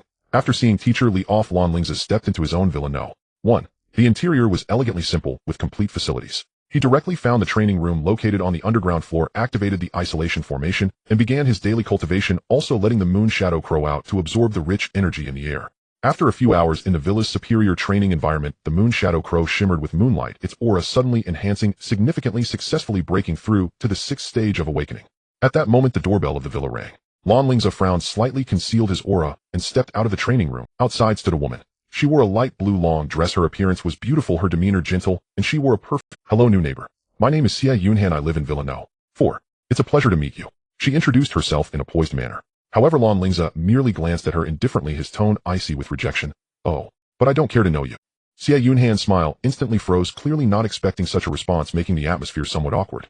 She cleared her throat, quickly adjusting her expression, and added with a hint of softness. It's quite cold in Magic City at night. Are you really going to make a girl stand outside for so long? Won't you invite me in for a seat? Lan Lingze disliked such overly familiar enthusiasm, but recalling what Teacher Li mentioned about her being a senior, he thought it might be helpful in the future, so he stepped aside. Come in. Xie Yunhan seemed to breathe a sigh of relief as she walked into the living room, naturally sitting on the sofa, looking around with a hint of astonishment. I didn't expect that a freshman who just entered this year would be directly assigned to Villa No. 1. That's quite impressive. Lan Lingze took a can of cola from the fridge and handed it to her, casually asking, is there something special about Villa No? Of course it's special. Xie Yunhan replied as she accepted the cola, explaining, "This villa area has a total of 50 villas corresponding to 50 rankings. The higher the ranking, the greater the strength and points, and it also means enjoying a better training environment and preferential school. However, Magic City University is filled with hidden talents. Many strong individuals often train outside or serve in the military and rarely return to campus. Thus, the villa rankings have not changed significantly in nearly 2 years. Those who can reside in the top 10 are all prominent figures, and as for the top 3, historically very few have been able to move in directly, let alone you, who has been directly airlifted to the first place upon enrollment." Lan Lingze pondered, "From what you said, does that mean you're currently the strongest among the students here?" Xie Yunhan quickly waved her hand and smiled. "I wouldn't dare to say that. The school is quite deep with numerous strong individuals, both openly and in secret, many of whom don't care about such hollow titles. I'm just lucky to be frequently in school, allowing me to stay in Villa No. 4. She paused as if just remembering and asked, "I've talked so much, but I haven't asked for your name yet." "Lan Lingze, a member of the Lan family from Kyoto. I look forward to your guidance in the future." Lan Lingze stated his name. Upon hearing the words Kyoto Lan family, a flicker of unnoticeable surprise flashed in Xie Yunhan's eyes, then she stood up, her smile still gentle. "So it's you, Lan Jr. It's getting late, though I won't disturb you any longer. Farewell." After saying this, she turned and left, her pace seemingly quicker than when she arrived. Lan Lingze watched her departing figure, feeling puzzled, but not delving deeper. He closed the door and continued with his cultivation. The next morning, Lan Lingze followed the map in his bracelet to teaching building No. 3. Classroom 201 was spacious and bright. When he arrived, the teacher had yet to show up, and only a few new students were sitting inside. He found a seat by the window and closed his eyes to rest. Before long, a voice sounded beside him. "Hello, classmate. My name is Yi Qingyu, a member of the Yi family from Magic City. Are you also a freshman this year?" Lan Lingze opened his eyes and looked at the newcomer. He was a sunny-looking young man with clear eyes and a friendly smile. He nodded and retorted, "At this time, if not a freshman, who else could sit here? The official enrollment ceremony is still 2 months away. We are all admitted in advance." Yi Qingyu was momentarily taken aback by this remark, a hint of embarrassment flashing across his face, but he didn't get angry. He chuckled, scratching his nose. "I was being foolish. What do you go by? What's your ranking in the college entrance examination?" Lan Lingze saw that his attitude was good, so he replied, "Lan Lingze, a member of the Lan family from Kyoto. As for my ranking, I'm not quite sure." Though his voice was not loud, the name, Lan Lingze, and the identity of being from the Kyoto Lan family, instantly drew the attention of other new students in the classroom, with surprised, curious, and scrutinizing gazes cast his way. Yi Qingyu's eyes widened in surprise as he exclaimed, "So you're the one who placed 4th in the college entrance examination? I've heard of you. I only ranked 10th, but I'm far behind you." 10th in the college entrance examination. Lan Lingze raised an eyebrow slightly. It seemed there were several strong individuals after him. This Magic City University was indeed interesting. The air in the classroom still hummed with the subtle tension of freshmen sizing each other up, when teacher Li Ning re-entered, his footsteps steady as he ascended the podium and swept his gaze across 8 youthful faces, each distinct, each radiant with untapped potential. "Classmates, allow me to formally introduce myself. I am Li Ning, a 5th-rank beast tamer from the Xie realm. For the coming period, I shall guide your foundational training." His voice was calm, yet inherently commanding. "I trust each of you has earned your place here as an elite among your peers. Before formal instruction begins, take this time to acquaint yourselves with one another. Shortly we will proceed to Training Hall No. 3. 23 elite freshmen, including you 8 who arrived early, have been assembled across several classes." Having delivered these concise instructions, teacher Li Ning departed once more, leaving the 8 students immersed in their own private thoughts. After a brief silence, the classroom's atmosphere stirred back to life. A Sharpie boy sidled up to Yi Qingyu and whispered, "Young Master Yi, you're always well informed. What's the purpose of summoning us all to the training hall?" Yi Qingyu clearly relished the attention. With a faint smile, his eyes instinctively flickered toward Lan Lingze seated by the window in silent repose. Then raising his voice, he declared, "If I'm not mistaken, we 23 are to be merged into a special cohort." He paused, as if steeling himself, then strode directly before Lan Lingze. Amid gasps of astonishment, he said, "Brother Lingze, would you accept the position of class leader?" His words ignited murmurs of dissent. Class leader? Just like that? On what grounds? Yi Qingyu remained unfazed, his gaze fixed unwaveringly upon Lan Lingze. Lan Lingze opened his eyes slowly. No emotion stirred within them, as he countered, "Why me? You just said it yourself, we're merely being assembled into a single class." Yi Qingyu's smile never wavered as he replied with crystalline logic, "Merging into one class demands a leader. Of these 23, we are unquestionably the university's future priority. Resources will flow abundantly our way. The title of class leader may appear burdensome, but in truth it is power, privilege, and leverage. You'll need capable hands to manage daily affairs and mediate relationships, while he glanced meaningfully at the other 6, require a leader strong enough to secure our interests and propel us further than any of us could alone. I believe you possess both the strength and the resolve." Hearing this analysis, and recalling Lan Lingze's terrifying prowess and ruthless efficiency during the national exam, their initial resistance quietly subsided. Though their family lineages were no doubt distinguished before titans such as the Lan and Yi clans, their voices carried little weight. Lan Lingze's fingers tapped lightly upon the desk as he weighed the matter swiftly. The title might seem ceremonial, but it would spare him countless complications, streamline resource consolidation, and serve as a shield against unwarranted intrusions. Within this microcosm of academia, securing a strategic vantage point was never unwise. He rose, neither towering nor imposing, yet radiating an aura of profound stillness and unshakable gravity, silencing the room instantly. Very well, I accept. His gaze met Yi Qingyu's. From now on you shall serve as deputy leader. A flicker of triumph lit Yi Qingyu's eyes. Lan Lingze continued, given your extensive intelligence network, tell me among the remaining 15 who warrants what is their strength? Before Yi Qingyu could reply, the classroom door swung open once more. Teacher Li Ning stood framed in the doorway. Everyone, assemble outside. We depart for training hall no. 3. At the command, the 8 rose without hesitation and followed Teacher Li Ning out of the academic building. En route to the hall, Yi Qingyu quickened his pace to walk beside Lan Lingze, lowering his voice to divulge the intelligence he'd withheld earlier. Among the remaining 15, one stands above all others. Wang Tong of the Shanghai Wang clan, ranked second nationally in the exam. His tamed beast, the Flame Demon Lion, has attained 8th awakening rank, peerless in offense and defense, a true all-rounder. Defeat him outright, and no one else will dare question your authority. And the top-ranked candidate. Where did she go? Jiangnan University. Rumor says she's a young woman. Her tamed beast also 8th awakening rank. In their final duel, she prevailed only through relentless attrition. Yi Qingyu added. Lan Lingze nodded slightly. This year's cohort was indeed extraordinary. Not merely himself, but others too bore rare destinies. That realization kindled his anticipation for next year's National Collegiate Beast Taming Exchange Tournament. As they conversed, the group arrived at Training Hall No. 3. An immense indoor arena stretched before them. Its floor lined with specialized energy-absorbing material. Tiered spectator stands rising around its periphery. Already gathered inside were 15 other freshmen clustered in small watchful groups. At Teacher Li Ning's signal, Lan Lingze's group joined the others, forming a single discipline line. Then a middle-aged man strode onto the central podium. His posture ramrod straight, his uniform crisp, and military shoulder insignia, denoting a senior officer's rank. His face was chiseled, his eyes sharp as an eagle's gaze. Merely standing there, he exuded an aura of ironclad severity and battlefield lethality, silencing the murmuring freshmen instantly. Attention! His voice boomed, metallic resonant, reaching every ear with crystalline clarity. I am Zhao Di, representative of the Southern Military Command, Senior Colonel. Effective today, you 23 constitute this year's special training cohort at Shanghai University, and I am your chief instructor for the next 2 months. His gaze, incisive and unrelenting, swept over each young face, appraising, pressing. I know you are prodigies, proud, ambitious, self-assured. But here even dragons must coil, even tigers must crouch. This cohort obeys only one voice. Shortly you'll engage in live combat. Whosoever remains standing shall lead you. Understood, understood. A ragged but thunderous chorus erupted from below. Good. A near-savage grin curled Zhao Di's lips. Then, let the contest begin. Go on. Give it everything you've got, you reckless ones. Let me see what you're truly made of. The moment his words fell, the hall crackled with palpable tension. Instinctively, the freshmen grouped into provisional clusters. Eyes locked, wary, neither side willing to strike first, locked in a fragile electric stalemate. Then a figure stepped forward, tall, handsome, brows arched with unapologetic confidence and pride. It was Wang. This leadership role belongs to me. Surely none of you object. His gaze swept the assembly, tone laced with absolute certainty. Whether measured by status in Shanghai, or by personal strength, I believe no one here can rival me. His presence was formidable, coupled with the Wang clan's prestige and his national runner-up ranking. No one dared speak against him, at least not yet. Just as his dominance seemed assured, hold on. Yi Qingyu's voice cut through the hush. I object, and so does our leader. Wang Tong turned, eyebrows lifting in genuine surprise. Brother Yi, your leader, is there someone in your class more exceptional than you?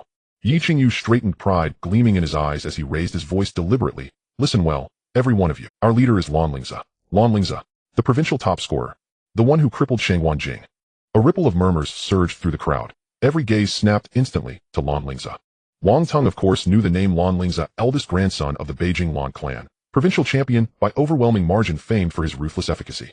Raised since childhood as heir apparent, he understood the Lan clan's influence. Now he looked at Lan Lingze, forcing a smile. Ah, brother Lan. Long admired. Since you wish to contend, shall we settle this fairly? Winner leads, agreed. Lan Lingze stepped forward, halting a few paces from Wang Tong, his voice flat and unruffled. Agreed. Also, I am no brother of yours. We've never met, and I have no intention of doing so in future. This remark wasn't personal. It stemmed from the instant he laid eyes on Wang Tong. A faint glacial chill pulsed from the black band on his wrist, while his system interface flashed a fleeting, nearly imperceptible warning. Target's fortune destabilized. Early demise likely. Unknown risk association. Maintain distance advised. Though Lan Lingze seldom relied blindly on system judgments, he adhered to the principle of simplicity. Why invite complication when avoidance sufficed? Wang Tong's smile froze anew. A flash of indignation flared deep in his eyes, swiftly suppressed. Then let skill decide the matter. By all means. The crowd dispersed rapidly, clearing a vast central arena. Without preamble, both moved simultaneously. Their forms blurred, Fists and feet collided with explosive force. Wang Tung clearly mastered an advanced body cultivation art. His ki-blood surged, sinews and bones forged like tempered steel, blows heavy and domineering. Yet Lan Lingze's azure orchid body refinement, manual embodied fluidity and surgical precision, evading crushing strikes by mere breath, counterattacks striking like venomous serpents, swift, lethal, unerring. Thud, thud, thud. Within seconds, dozens of exchanges echoed, gales of kinetic force whipping outward, neither gaining ground, neither yielding an inch. They clashed fists once more, recoiling arms tingling with numbness. Lan Lingze, your physical resilience exceeds expectation. Wang Tung's fighting spirit burned fiercer, now the last trace of condescension extinguished. Likewise, Lan Lingze replied, tone unchanged. Warm-up concluded. Wang Tung roared, spiritual energy surging around him. Emerge flame demon lion. A deafening lion's bellow shook the hall, revealing a colossal beast before him, bullseyed, armored in crimson scales, mane blazing like living fire, claws gouging the floor as waves of searing heat rolled forth, an unmistakable eighth awakening aura of overwhelming might.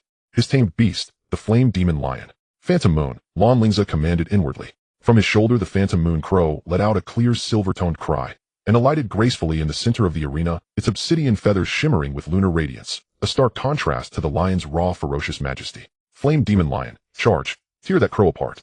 Wang Tung launched the assault. Lan Lingze wasted no time. He unleashed his decisive technique, Phantom Moon, activate illusory reality. Split into two copies to flank me, all remaining phantoms. Engage and bind the flame demon lion at full capacity. Caught. Silver light blazed from the crow's pupils, wings beating once. 3 identical phantom moon crows materialized in an instant. 2 hovered loyally, one left, one right, flanking Lan Lingze like silent sentinels, while the third, the original, led a cascade of proliferating illusions surging toward the lion like a tide of midnight shadow. 1 becomes 2, 2 become 4, 4 become 8. Within less than a minute, over 32 phantom moon crows filled the arena's heart, dense, countless, swirling in perfect formation. Their cries harmonized into a single dissonant chorus, wings beating like storm winds, as they encircled the lion threefold, unleashing crescent-shaped blades of moonlight like torrential rain. What is this technique? Illusions? How can it generate so many at once? What breed is this crow? Moonlight crows certainly lack such ability. Not only were the freshmen stunned, teachers seated in the stands, including Li Ning, exchanged startled glances. Chief Zhao, did you catch that? That illusion technique? A bespectacled scholarly teacher turned to Zhao Di, voice trembling with disbelief. Zhao Di's gaze remained razor-sharp, fixed on the battlefield. These are no mere phantoms. Each possesses tangible offensive force. Fragile, yes, but quantity compensates for all. Remarkable, lad. Another fiery-tempered teacher slammed his thigh. Damn it. I claim him first. No one else touches him. His tactical acumen, his beast's rarity. Why should you claim him, old firehead? First come, first serve. Exactly. Such talent must choose his own path. Teachers began debating fiercely over Lan Lingze's future. On the field, Wang Tung's expression darkened drastically. Watching his mighty flame demon lion swallowed by swarms of crows, spitting futile flames, slashing wildly, yet mired helplessly, its speed utterly nullified, he felt a surge of impotence and irrational frustration. Damn it. Another attrition battle. Why does everyone insist on this? He cursed inwardly, memories of his humiliating loss to the Bi-Clan girl in the finals flooding back. Exhaustion, inevitability, shame. Before he could recalibrate, Lan Lingze struck, launching forward like a hunting leopard, aiming straight for Wang Tung himself. 2 crow phantoms flanked him like wingmen, cutting off all escape routes. Wang Tung's pulse spiked. He braced for close quarters combat, confident he could hold his own. Yet as he registered the 2 crow phantoms, poised predatory, ready to disrupt or detonate, he felt a sudden icy dread rise from his core. His spiritual energy drained rapidly. The flame demon lion was fully entangled. No rescue possible, and with Lan Lingze's true form plus 2 phantoms, it was 3 against 1. He might endure briefly, but defeat was inevitable and undignified. In that lightning flash moment, Wang Tung chose. Just as Lan Lingze's fist neared his face, he abruptly retreated a step, raised both hands, and shouted, cease. I yield. Silence crashed down, absolute stunned. Even Lan Lingze, having halted mid-strike, stood motionless, perplexed. Your spiritual reserves remain ample, and your lion retains full combat capability. Wang Tung offered a wry, disarmingly candid smile. I despise endless attrition battles. They feel hollow, frustrating. When you bond a stronger primary beast, let's fight properly then. That by girl left me scarred. After all, I lost only to you. To anyone else. Not a chance. His gaze swept the other freshmen, sharp warning. Meeting his stare, they lowered their eyes, or looked away. If Wang Tung himself conceded, who dared challenge this monster? At that moment, Chief Instructor Zhao Di leapt down from the stands, landing squarely in the center of the arena, his voice booming across the hall. I declare. Lan Lingze, leader of the special training cohort. Wang Tung, deputy leader. Any objections? Sir. Lan Lingze raised his hand. Speak. I request you also serve as deputy leader. Administrative duties are numerous. Another capable hand improves efficiency. Lan Lingze stated calmly. Zhao Di glanced at Wang Tung, who shrugged indifferently. Granted. Yi Qingyu, deputy leader. Zhao Di scanned the assembly again. Any further objections? Hey. Not a whisper disturbed the silence. Yi Qingyu looked at Lan Lingze, gratitude and exhilaration blazing in his eyes. He knew beyond doubt he had bet correctly, and secured himself to a pillar of unparalleled strength. Since no objections remain, this special training cohort is officially established. Zhao Di's voice rang with iron resolve. Dismissed. Return, rest, and prepare ample provisions and gear. At dawn tomorrow, 0600 hours, report here precisely. I will lead you to the back mountain for trial. The phrase back mountain trial sent a collective shiver through every freshman. Shanghai University's back mountain, euphemistically named, was more accurately known as the demon's thoroughfare bordering the perilous wilderness zone. No greenhouse simulation, but raw visceral combat and blood-soaked initiation. After instructor Zhao Di announced the dismissal, the members of the special training class dispersed, carrying both anticipation and a hint of unease about tomorrow's training in the back mountain. Lan Lingze went straight back to Villa No. 1. As he reached the door, he spotted a familiar figure leaning against the wall wearing a smug and arrogant smile. The person was dressed in a stylish casual outfit with meticulously groomed hair. Upon seeing Lan Lingze, he grinned broadly, revealing a set of white teeth. Yo, you brat. I never expected you to come to Moda University. I just returned from training outside yesterday and heard that Villa No. 1 was taken over by someone. Upon inquiry, lo and behold, it turned out to be you. As he spoke, he walked forward and casually placed a hand on Lan Lingze's shoulder, giving it a hearty pat. Lan Lingze looked at this so-called cousin. Lin Yun, his mother, was Lan Lingze's mother's younger sister, hence, he took his mother's surname, and sighed helplessly, "Cousin, I just want some peace and quiet. There are too many people watching me in Kyoto. Coming to Modu, at least fewer people know me." Lin Yun was a third-year student at Moda University, gifted and somewhat of a notable figure in school, though his personality was a bit too carefree. "Peace and quiet. You think living in Villa No. 1 will give you that?" Lin Yun scoffed, peering into the villa. "Aren't you going to invite me in to show off your champion's residence?" Knowing he couldn't send Lin Yun away, Lan Lingze opened the door and let him in. Lin Yun unceremoniously plopped down on the soft sofa in the living room, casually grabbed the remote, and turned on the huge wall-mounted TV, flipping through channels. Lan Lingze took a can of ice-cold cola from the fridge and tossed it to him, then tied on an apron and walked towards the open kitchen. "Cousin, how much do you know about the back mountain? Tomorrow we need to go there for training, and I'm not sure what to prepare." Lin Yun took a big swig of cola, sighed comfortably, and crossed his legs, saying, "The back mountain. That place is no joke. You should prepare some means to protect yourself. Don't think that having a teacher with you means you're invincible. In past training sessions, something went wrong nearly every time." "Oh, will the teacher lead us into particularly dangerous areas?" Lan Lingze continued to chop vegetables with precision. "Not exactly. There are mainly 2 scenarios." Lin Yun shook the cola can. "First, you new students are young and brash. There are always a few arrogant fools who refuse to listen and insist on venturing into danger zones thinking they are chosen ones. The result? There have been cases in the past where they died for nothing. The second scenario is even more troublesome.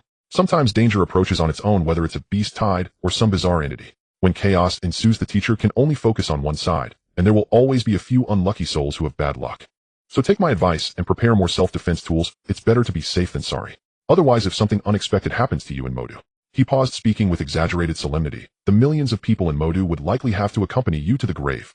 At this moment, Lan Lingze had already finished cooking 3 delicious-looking dishes and brought them to the dining table, urging Lin Yun. Sitting at the table, Lan Lingze was still curious about Lin Yun's earlier words. "Why would millions die if something happened to me? That's a bit exaggerated, isn't it?" "Exaggerated." Lin Yun stuffed a piece of food into his mouth and spoke unclearly. "Tish, do you really not know, or are you pretending not to know? That old man treats you like a precious jewel more than he values his own life. If something were to happen to you, do you think Moda University would still exist?" In a fit of rage, that old man would send over his top-tier beast to launch a devastating attack. Forget about Moda University, half of Moda City would turn to ruins. Saying it would affect millions is an understatement. He smacked his lips and added, "By the way, kid, your cooking is really quite—" Lan Lingze remained silent. He knew his grandfather cared for him, but he didn't expect it to be to such an almost crazy extent. Feeling somewhat heavy-hearted, he took a few bites of rice and said with a serious expression, "After dinner, why don't you come with me to the school's point store? I want to get a few more life-saving pieces of equipment. The ones my grandfather gave me, I just feel are not enough." "A few?" Lin Yun raised an eyebrow. 2 pieces of heavenly level replicas, 10 pieces of earthly level gear, and 1 imperial level. Also a replica. Lan Lingze replied honestly. Cough, cough, cough. Lin Yun nearly choked on his food, his eyes widening. "Are you kidding me? With an imperial level replica, what do you have to fear? Do you know how precious imperial level replicas are? They can withstand a strike from a sovereign level being at critical moments." Lan Lingze sighed. After all, they are replicas, and their energy is limited. Moreover, they can only be used once. The situation in the back mountain is unclear. It's better to prepare more. Lin Yun pondered for a moment, then nodded. "That's true. Replicas are ultimately external items. All right, I'll go with you." Half an hour later, the two were ready to head out. Just as they stepped out of Villa No. 1, they happened to see the door of Villa No. 4 open, and Xie Yunhan walked out. She saw Lan Lingze and Lin Yun beside him, obviously taken aback. Then, seeming a bit flustered, she greeted them softly before quickly turning back into the villa and closing the door. So you two have met already." Lin Yun stroked his chin, a playful smile appearing on his face. What do you think of her? Lan Lingze replied expressionlessly. I've met her once, she's fine, but we're not familiar. Hey, I thought you knew her better. Lin Yun nudged Lan Lingze with his elbow, lowering his voice with a teasing tone. Know what? Lan Lingze had a bad premonition. Lin Yun chuckled. She's your fiancée, the kind that's arranged since childhood. Originally, it was an agreement made by your father's generation, but after your father and mother were married for 5 years without any movement, they somehow got hold of a kind of spirit medicine leading to your birth. But this marriage contract has not been loosened by the old man, and has been passed down. She's a few years older than you, so she might be a bit embarrassed, haha. Upon hearing this, Lan Lingze's brows furrowed tightly, and his expression darkened. He detested being trapped by such arranged fate and complex interpersonal relationships. He stopped responding, and quickened his pace, wanting to leave this topic as soon as possible. Lin Yun shrugged behind him, and quickly caught up. Before long, the two arrived at the point store within the school. It was vast, and resembled a large shopping center filled with a dazzling array of resources. Lan Lingze had a clear goal, heading directly towards the equipment and potion sections. He calculated carefully, using his freshly acquired 100 points to exchange for 9 pieces of yellow-level equipment with different effects, focusing on defense, stealth, and speed, as well as 10 bottles of recovery potions to quickly restore spiritual power. Although the quality wasn't high, they were practical enough to handle most emergencies. The next morning at 6 o'clock, just as dawn broke, all 23 members of the special training class gathered punctually at Training Hall No. 3, with no one being late. Chief Instructor Zhao Di stood on the podium like a towering figure, his gaze sweeping over the youthful and proud faces. Very well. At least in terms of time awareness, you all qualify. His voice remained loud. This training in the back mountain lasts for 1 month. During this time, my word is law. Absolute obedience, do you understand? Understood. Everyone responded in unison. Remember, Zhao Di's tone suddenly turned severe. Once you leave this base, everything relies on yourselves. If anyone disobeys orders and acts on their own, resulting in injury or death, I Zhao Di will not come to your rescue. Keep your wits about you. Do you understand? Understood. The voices were even louder, laced with a hint of solemnity. Set off. Zhao Di waved his hand and led the way out of the training hall. The others followed closely behind, boarding a dedicated transport vehicle that jostled them along the way to a militarized base located on the edge of the back mountain. The walls here soared high, watchtowers stood tall, and the air was permeated with a faint smell of blood and a chilling air. Just as they lined up in the square of the base and had not yet caught their breath, Zhao Di's orders came cracking down like a whip. Everyone, immediately go to the equipment area and collect 50 kilograms of gear. After putting it on properly, set out from the main gate of the base to the marked point 25 kilometers ahead, retrieve the token, and return to the base. That's 1 lap. Today's morning task is 100 laps. If you don't finish running, you're not allowed to eat. Now move. With a sharp whistle from Zhao Di, everyone dared not slack off and rush toward the equipment area. Heavy specialized weighted vests and leg bindings were quickly donned, making each person feel as if they were carrying a small mountain, and movement became exceptionally difficult. But no one dared to complain, gritting their teeth as they began this brutal physical training. A 25-kilometer cross-country meant a round trip of 50 kilometers, or 100 laps. That was 5,000 kilometers. This was an impossible task, but no one dared to question it. Lan Lingze and Wang Tung had the strongest physical fitness, adjusting their breathing and pace as they surged ahead, leaving the others far behind. As noon approached under the blazing sun, Lan Lingze and Wang Tung completed their 100th lap, almost simultaneously handing the token to Zhao Di. Both were drenched in sweat, breathing heavily, yet their gazes remained sharp. Zhao Di glanced at the time, then at Lan Lingze, his eyes flashing with a barely perceptible cold glint as he expressionlessly spoke. Lan Lingze, you will add 50 more laps. Now immediately go run. Lan Lingze frowned and looked up at Zhao Di. Instructor, why? Zhao Di's expression darkened as he barked. Obey the order. Here there is no why. If you don't want to run, get out of the special training class immediately. A surge of anger welled up in Lan Lingze's heart, but he took a deep breath and forced it down. He knew this was not the time to confront directly. He shot Zhao Di a deep look, said nothing, turned, and once again bore the weight of 50 kilograms as he burst out of the base's main gate. More than 2 hours later, around 2 o'clock in the afternoon, Lan Lingze finally dragged his nearly falling apart body to complete the additional 50 laps. He felt as if he had been pulled out of water, his complexion pale and his steps unsteady. And lunchtime had long passed. The cafeteria was completely empty. Lingze, over here. Yi Qingyu's voice rang out. He and Wang Tung approached Yi Qingyu, holding several high-energy compressed snacks and a bottle of water. Quick, eat something to replenish your strength. Lan Lingze didn't hesitate, taking the snacks and water and wolfing them down. He remembered this act of kindness during the afternoon training was still brutal. Zhao Di led everyone to a waterfall near the base. The rushing water crashed down from dozens of meters high cliffs, creating a deafening roar and a misty spray. Below the waterfall, dozens of smooth, uneven plum blossom stakes stood tall. Today's afternoon training project. In the weighted state, walk across the plum blossom stakes while being blasted by the waterfall. Requirements: maintain a steady posture and do not fall. Those who successfully complete 1 round can rest. Those who fail continue until you succeed. Otherwise you won't have dinner tonight. Zhao Di's voice carried over the sound of the waterfall. What kind of training is this? We are beast tamers, not acrobats. We've been in weighted gear since this morning and haven't been allowed to take it off. Instantly some couldn't help but complain in low voices. Shut up. Zhao Di barked, his gaze slicing through everyone like a blade. When you're on the battlefield, will the enemy reason? Will a harsh environment show mercy just because you're weak? Without a strong body and the ability to maintain balance and composure in extreme conditions, no matter how strong your beast is, you'll just be a living target. If you can't endure, you can leave right now. The special training class doesn't need cowards. Everyone was left speechless. Lan Lingze remained silent, shedding excess gear and keeping only the weight, taking a deep breath as he leaped onto the first. The cold waterfall crashed down on his head and shoulders like a heavy hammer, the immense force making him stagger and nearly he barely steadied himself, wanting to jump to the next stake, but found his vision blurred by the water curtain and his footing extremely slippery, with the force constantly trying to push him off. After several attempts, he failed and fell ungracefully into the pool below. With Lan Lingze taking the lead, the others had no choice but to grit their teeth and try one by one. The result was inevitably the same. Everyone failed. The training ground was filled with the sound of splashes and heavy breathing all afternoon. Until night fell, not a single person managed to successfully walk across the plum blossom stakes under the waterfall. In the end, no one was able to have dinner, only nibbling on their dry rations with cold water, each feeling dejected and exhausted. The next day, the brutal physical and balance training continued. The third day, still the same. The fourth day, still the same. Day after day of extreme strain felt endless. Until the seventh day, changes began to quietly occur. Continuous high-intensity training, though painful, greatly tempered everyone's will and physique. Having made up his mind to act alone, Lan Lingze simply bid farewell to Wang Teng, Yi Qingyu, and the others, choosing a direction and swiftly disappearing into the dense forest of the back mountain. He unfolded the map distributed by Zhao Di and carefully discerned his position. The outer areas marked on the map generally had monster levels around the awakening realm, which posed little threat to him. His goal was clear: to hunt monsters, accumulate points, and simultaneously use the battles here to quickly elevate the level of his Phantom Moon Crow. Less than a few miles ahead, a low, mournful howl of wolves reached his ears. Lan Lingze concealed his presence and quietly approached, discovering a pack of about 15 or 16 wild wolves. The system instantly scanned and reported back. Most were ordinary wild wolves at the first and second stages of awakening, but one particularly robust alpha wolf had reached the third stage of awakening. Just right for a warm-up and to give the Phantom Moon some practice, Lan Lingze thought, and with a flick of his mind, the Phantom Moon Crow on his shoulder transformed into a shadow and darted out.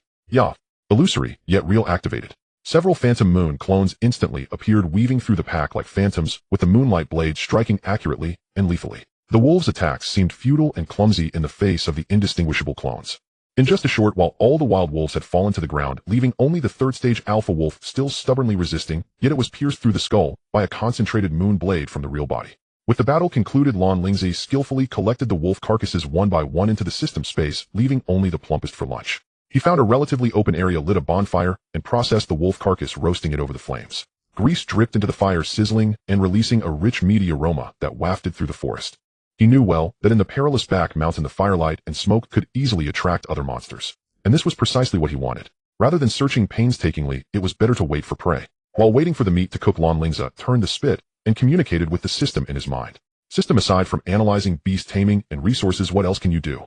Host. The core functions of this system include providing the optimal evolution route for beast taming, as well as detecting and identifying various rare materials and mineral resources. Additional functions include basic storage space, real-time map, marking requires exploration to unlock, and limited environmental analysis and danger warnings. Sounds like an all-around butler. Lan Lingze tore off a piece of the roasted wolf leg, blew on it, took a big bite himself, then carefully tore off half and placed it in front of the eagerly waiting Phantom Moon Crow. The Phantom Moon Crow chirped happily and began to peck at the food. Looking at the black ring on his hand, Lan Lingze suddenly had an idea and almost instinctively cut a small piece of roasted meat, placing it next to the ring, muttering to himself with a smile, "You've worked hard too, even though I know you can't eat it." He paused and asked a lingering question that had been on his mind for a long time. "System, given my current situation, will I be able to contract a large number of beasts without bottlenecks in the future?" This time the system did not respond immediately. Just when Lan Lingze thought the system would not answer, he heard rustling sounds from deep within the distant forest, growing increasingly dense, with slight tremors felt on the ground. Instead of being startled, Lan Lingze felt a surge of excitement, his eyes gleaming with anticipation. They're coming. He quickly got up, devouring the remaining roasted meat, fully concentrating his spirit. Surrounding the thickets, pairs of eyes shone either scarlet or emerald, with low growls and roars echoing back and forth. The monsters, drawn by the aroma of roasted meat and the firelight, far exceeded his expectations, numbering nearly 100. Their types were diverse, with levels ranging from the first stage of awakening to the first and second stages of extraordinary. Perfect, he'll take them all at once. Lan Lingze felt no fear, instead his fighting spirit soared. With a thought, the black ring on his left hand flickered with a faint light. Roar! A dragon's roar, seemingly from the depths of the abyss, suddenly erupted. A dark shadow shot up into the sky from the ring, growing larger with the wind, instantly transforming into a fearsome demon dragon, over 5 meters long, covered in deep black scales, with twin wings sprouting from its back and vertical golden pupils. It was the abyssal demon dragon. As soon as the abyssal demon dragon appeared, the aura of a top predator mixed with its innate passive ability dragon might swept across like a storm. The monsters at the first and second stages of awakening instantly felt as if an invisible mountain pressed down on them, their limbs going limp as they prostrated on the ground, unable to even whimper, their eyes filled with sheer terror. Even a few of the extraordinary beasts showed obvious hesitation, greatly suppressed. Kill. Lan Lingze. The abyssal demon dragon roared as it charged into the pack, its claws tearing, its tail sweeping, and dark breath spewing forth, leaving a trail of blood and flesh in its wake. Meanwhile, the phantom moon crow led its clones like ghostly assassins, targeting those monsters stunned and slowed by the dragon, might accurately reaping their lives with the moon blades. Lan Lingze himself was not idle. He activated the Qinglan body refining technique, striking with thunderous fists to eliminate some of the straggling monsters attempting to sneak attack. This was a one-sided slaughter. An hour later, the clearing was littered with corpses, and the rich smell of blood rose into the sky. Nearly 100 monsters had not a single survivor. Lan Lingze let out a long breath, though he was somewhat exhausted, his eyes gleaming. He stored all the monster corpses, including those who were frightened into submission by the dragon might, and killed without resistance, into the system space. These were all points and resources. This place is not suitable for staying long, and the smell of blood is too strong, Lan Lingze thought to himself. He glanced at the still burning bonfire and did not extinguish it. Let it be, but might attract some more guests. He checked his direction following the map's guidance, and quickly headed towards the next designated hunting area. Along the way, the system finally responded in his mind, replying to the host's previous question: it is not possible to contract beasts without bottlenecks indefinitely. The quantity and quality of contracts depend on the beastmaster's soul strength, spiritual power, and physical capacity. The Black Ring possesses special containment capabilities, but is limited to beasts at the awakening realm or unhatched beasts, and must meet hidden conditions such as high potential, high compatibility, or special rarity, as determined by the system. Not all beasts can be contained. Host, please abandon the unrealistic idea of forming an army alone. Under the current universe rules, only those with naturally extraordinary souls or specially modified individuals can break through the conventional contract limits. Lan Lingze was enlightened and sighed in relief. So that's how it is. It's reasonable to have restrictions. If one could contract indefinitely, then this cheat would be too outrageous. Indeed, there's no such thing as a free lunch in this world. He continued on, but as he walked, his brows gradually furrowed. The surroundings seemed somewhat off. The demonic energy in the air was gradually intensifying, and the trees became taller and denser, emanating a sense of primal wilderness. He stopped, took out the map again for a careful comparison, his brows furrowing tighter. According to the map, he should still be in a relatively safe outer area, but the actual feeling was as if he was approaching the inner circle. The map is wrong. Lan Lingze instantly realized a surge of anger rising in his heart. Zhao Di, you old bastard. How dare you tamper with the map? He immediately felt a warning in his heart, planning to retreat along the same path. However, it was already too late. A woo! With a wild wolf howl filled with ferocity, 8 gray figures suddenly sprang from the surrounding thickets. They were larger than the previous wild wolves, with bared fangs and fierce eyes, known for their speed and endurance. What further darkened Lan Lingze's heart was that among them too were particularly robust, their auras clearly reaching the 7th stage of awakening. 8 pairs of wolf eyes locked onto Lan Lingze, encircling him and slowly closing in. I've been targeted. Lan Lingze instantly understood that this was no chance encounter. These prairie wolves had a clear target. They were coming for him. When had he been marked? Was it the previous firelight and the smell of blood? Or, before he could think further, the leading 7th-stage prairie wolf let out a howling battle cry, and the 8 vicious wolves pounced simultaneously. Run! Lan Lingze decisively shouted without a moment's hesitation, turning and accelerating to his utmost speed, dashing towards the dense forest on the side.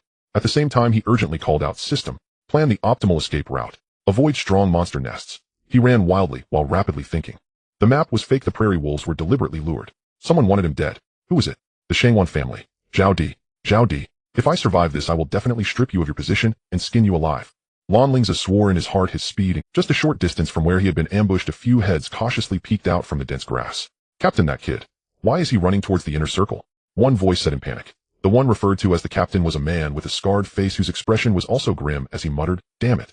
You idiot. The evacuation route marked on the map is reversed. I only told you to control the wolf pack, to harass him, to exhaust his stamina and resources, not to drive him to his death. Is the inner circle somewhere you can casually enter? Then, what do we do now? Chase. Try to force him out. He'll go report to Zhao Go. You stay here. As soon as you see him come out, signal immediately. Remember, don't enter the inner circle and get yourself killed." After the scar-faced captain finished speaking, he swiftly darted towards the stronghold. The remaining few exchanged glances, steeling themselves as they cautiously pursued Lan Lingze's disappearing figure. Meanwhile, Lan Lingze had completely stepped into the inner circle of the back mountain. As soon as he entered, an overwhelming pressure, several times heavier than the outer areas, surged over him like a tide, filling the air with a disturbing and powerful demonic energy. The trees here blocked out the sun, the light dim, and the occasional roars of beasts carried terrifying strength. Lan Lingze felt his breathing halt, his chest tightening, and his movements became sluggish. Without hesitation, he activated a piece of Earth-grade defensive equipment, a faint layer of energy shield emerging just enough to withstand this pervasive sense of oppression, allowing him to catch his breath. This cursed place. Lan Lingze's expression grew serious. He knew he was in trouble. This is a serious problem. The inner circle is rumored to be inhabited by extraordinary beasts, and there may even be formidable overlords of the sunlight realm. He attempted to retreat along the route planned by the system, but the complex terrain of the inner circle and the dense distribution of the beasts made it impossible to completely avoid them. Within just a minute he was attacked by two extraordinary 9th-tier beasts. One was a rhinoceros covered in bony armor, and the other was a gigantic python as thick as a water barrel. Each emanated a despairing aura. Lan Lingze had already used up most of his life-saving methods. 2 pieces of heavenly-grade imitation equipment were instantly overloaded and destroyed, and 5 or 6 Earth-grade items also exploded. Only through a desperate fight with the abyssal dragon and the illusionary interference of the illusory moon crow was he able to narrowly turn the tables on the 2 beasts. He himself suffered significant internal injuries with blood oozing from the corner of his mouth. System, is this route really correct? If I go any further it will surely be a dead end. Lan Lingze coughed up blood, urgently calling out in his heart. Recalibrating path. A special energy cave detected 300 meters ahead. With energy fluctuations isolated from the outside world, there may be a glimmer of hope. The system responded swiftly. In a desperate situation, not even a sliver of hope could be forsaken. Gritting his teeth, Lan Lingze dashed toward the direction indicated by the system. Soon a cave hidden behind vines on the cliff appeared before him. Without hesitation he dove in. Upon entering the cave, the suffocating pressure of the inner circle miraculously vanished. Inside the cave it was dry and spacious, with some glowing ores embedded in the rock walls providing illumination. Lan Lingze sighed in relief, leaning against the rock wall as he slowly sat down to tend to his injuries, his mind filled with uncertainty. This cave seems extraordinary. He cautiously explored further inside, and not long after an ancient voice filled with immense authority suddenly resonated in his mind. Young man, why do you carry such pure abyssal energy? Lan Lingze's heart trembled as he turned toward the voice, only to see a vague, energy-congealed phantom floating in the depths of the cave. Its specific form was indistinct, but its terrifying aura felt like an abyssal prison. Taking a deep breath, he forced himself to calm down and respectfully bowed toward the phantom, replying to the predecessor, one of my summoned beasts possesses abyssal bloodline. Oh, the voice carried a hint of amusement. You are not afraid of me. Lan Lingze raised his head, his gaze steady. If you wish to kill me, you could have easily done so when I entered the cave. Why retract your pressure and engage me in conversation? Though my strength is lacking, I still understand this simple logic. I presume you are the respected elder of the sunlight realm overseeing this area. Ha ha ha. The phantom let out a low, resonant laugh, shaking the entire cave slightly. What a bold and meticulous young man. Indeed, as that person said, arrogant, yet possessing the capital to be arrogant. Very well, I am the Heavenly Horn Ant, one of the overlords of this place. Heavenly Horn Ant. Lan Lingze was tremendously shocked. This was a legendary top-tier beast renowned for its strength and the innate talent of breaking 10,000 laws that ignores most energy defenses. Predecessor Heavenly Horn Ant, may I ask why you sought out this junior? Lan Lingze suppressed the turmoil in his heart and respectfully inquired. The phantom of the Heavenly Horn Ant swayed slightly. At the deepest part of the cave, there is a small time-space secret realm where the flow of time differs from the outside. 3 months in the secret realm equals only 1 day outside. You can enter and cultivate, and when you break through to the extraordinary realm you may come out.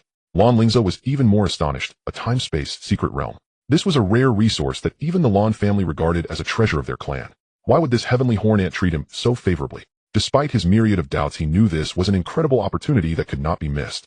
He bowed deeply. Thank you for your assistance, predecessor. After saying this, he followed the Heavenly Horn Ant's guidance and walked toward the depths of the cave. There indeed lay an unremarkable energy vortex. He stepped inside, and in an instant his figure vanished. In the secret realm, time was unknown. The energy here was so rich that it almost turned tangible, infused with a unique primal aura that greatly benefited body refinement.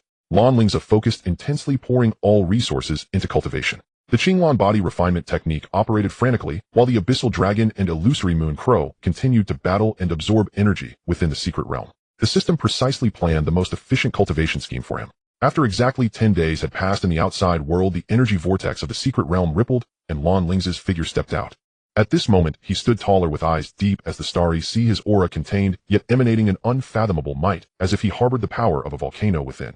His cultivation had remarkably broken through to the 4th tier of the extraordinary realm. The abyssal dragon followed closely, its size having grown to 7 meters, its scales shimmering more brightly now at the 3rd tier of the extraordinary realm. The illusory moon crow, though progressing more slowly, had also reached the peak of the awakening 9th tier, just a step away from the extraordinary realm.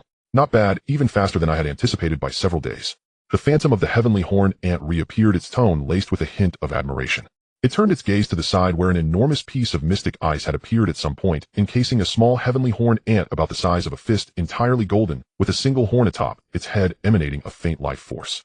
Young man, now that you have broken through to the extraordinary realm, your soul strength has greatly increased, enabling you to contract a third summoned beast. The voice of the heavenly horned ant carried a subtle weight. This is my only offspring. Due to past tribulations, its life source has been damaged and has been sealed in this mystic ice to slow its life force's decay. Take it with you. With your abyssal energy and unique methods, you may nurture its source. When it grows to the Creek Moon realm, bring it back to receive my complete inheritance. Lan Lingze looked at the small heavenly horned ant in the mystic ice, his heart shaken. He finally understood why the heavenly horned ant was helping him. This was a trust. Without any hesitation, he nodded earnestly.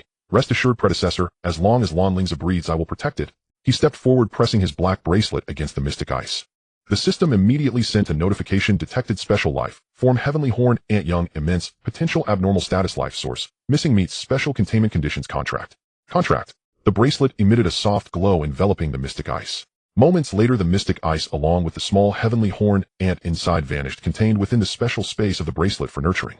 The system interface updated accordingly. Name: heavenly horned ant, young, type beast, level extraordinary, second tier, potential Creek Moon realm inheritance, not received attributes, earth explosive skills, breaking 10,000 laws, innate ability, ignores most energy defenses, status, life source, missing, slowly nurturing. Looking at this information, Lan Lingze felt a surge of ambition. 3 summoned beasts: abyssal dragon, illusory moon crow, and heavenly horned ant, each with boundless potential. He himself had also stepped into the extraordinary realm, resulting in a tremendous change in strength. I will forever remember your great kindness, predecessor. May I ask why you trust me so much? Lan Lingze bowed once more. The phantom of the heavenly horned ant slowly dissipated, leaving behind a profoundly meaningful remark echoing in the cave: to be entrusted by others, to be loyal in their affairs. Go now, young man, the troubles outside need to be settled. Lan Lingze's gaze sharpened, no longer asking further questions. He deeply bowed toward the direction of the dissipating phantom, then turned and strode out of the cave. Returning to the inner circle, the oppressive force still lingered, but for the now 4th year Lan Lingze, it was no longer he discerned the direction, his figure like lightning racing toward the outer stronghold. The beasts he encountered along the way felt the overwhelming aura that blended abyssal moonlight and primal energy, as well as the faint dragon's might radiating from him, and they all fled in terror, none daring to obstruct him. In less than half an hour, the outline of the stronghold was already in sight. The suppressed fury that had built up in Lan Lingze's heart over the past 10 days could no longer be contained, erupting like a volcano. He accelerated, abruptly charging into the stronghold's square like a cannonball, shaking the surroundings. Zhao Di, you dog, get out here. His immense roar immediately startled everyone within the stronghold. Some students and station personnel who were resting rushed out, staring in astonishment at Lan Lingze, who appeared as if he had gone mad, yet emanated a fierce aura that made their hearts tremble. Someone recognized him and whispered, "It's Lan Lingze. Is he also back to rest? His aura, so strong. Is he breaking through to the extraordinary?" Instructor Zhao. It seems Instructor Zhao left hastily a few days ago, saying he was going to report an emergency situation to the principal. Lan Lingze's gaze swept across the crowd like a blade, and he coldly asked again, "Where is Zhao Di? Where is that old bastard?" A bold student timidly replied, Lan class leader Instructor Zhao. He left the stronghold 10 days ago, went to find the principal, and hasn't returned since. Find the principal? Lan Lingze's eyes glimmered with cold light. Is he trying to report me first, or planning to escape early? His heart was resolute with murderous intent. This training session still had several days left. He could not wait that long. He needed to find Zhao Di now and settle this score. As for the special training class, he could just have his grandfather send someone else to take over. With this thought, he immediately connected to the encrypted communication channel through the student bracelet and directly contacted Uncle Zhao, the steward of the Lan family in Kyoto. The communication was almost instantly connected, and a calm, yet concerned voice from Uncle Zhao came through. "Young master, is your training on the back mountain going smoothly?" Lan Lingze's tone was icy, laced with undeniable murderous intent. "Uncle Zhao, I was ambushed by someone. It was Zhao Di, the dog of the Shangwan family. You must mobilize people to come to Magic City University as quickly as possible. I want to dismiss him from his position and kill him. Remember, bring plenty of people. I want to leave no room for error." Uncle Zhao on the other end of the line was clearly shaken by the news, and his tone turned cold. "What? How dare someone lay hands on you, young master? Are you all right? Please hold on for 10 minutes. I will immediately gather the dark guards and inform the master. Someone will definitely arrive at Magic City University to assist you within 10 minutes. Good. I will wait." Lan Lingze cut off the communication, took a deep breath to suppress the surging blood, and cast his gaze toward the direction of Magic City University like a leopard about to pounce. "Zhao Di, Shangwan family, it is time to settle our accounts." In the tranquil garden of the Lan family's ancestral residence in Beijing, elder butler Zhao Yunlan, affectionately called Uncle Zhao, set down his communication device after speaking with Lan Lingze. The perpetual deference etched upon his face vanished in an instant, replaced by an icy glacial severity. His stride was swift yet unwavering as he traversed the winding corridors and entered the rear courtyard. There stood Lan Zhan, the unshakable pillar of the Lan family, holding a pair of silver shears, meticulously pruning a rare orchid whose form defied convention.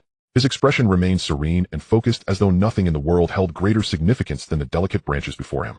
Master. Elder Zhao bowed deeply, his voice low and resonant, yet edged with barely concealed urgency. Young Master Lan Lingze was ambushed and hunted down during his cultivation trial in the rear mountains, nearly slain.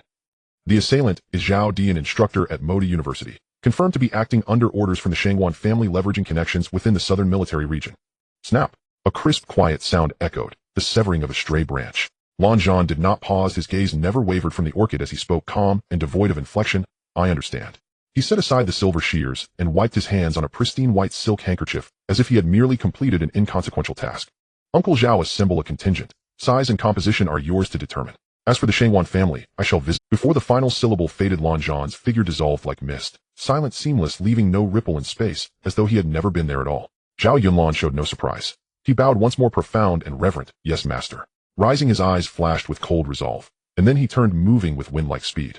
Within moments, over 100 Lan family shadow guards, clad in uniform black battle attire, their chi refined and potent, each at least at the Shiyu realm, gathered without a whisper.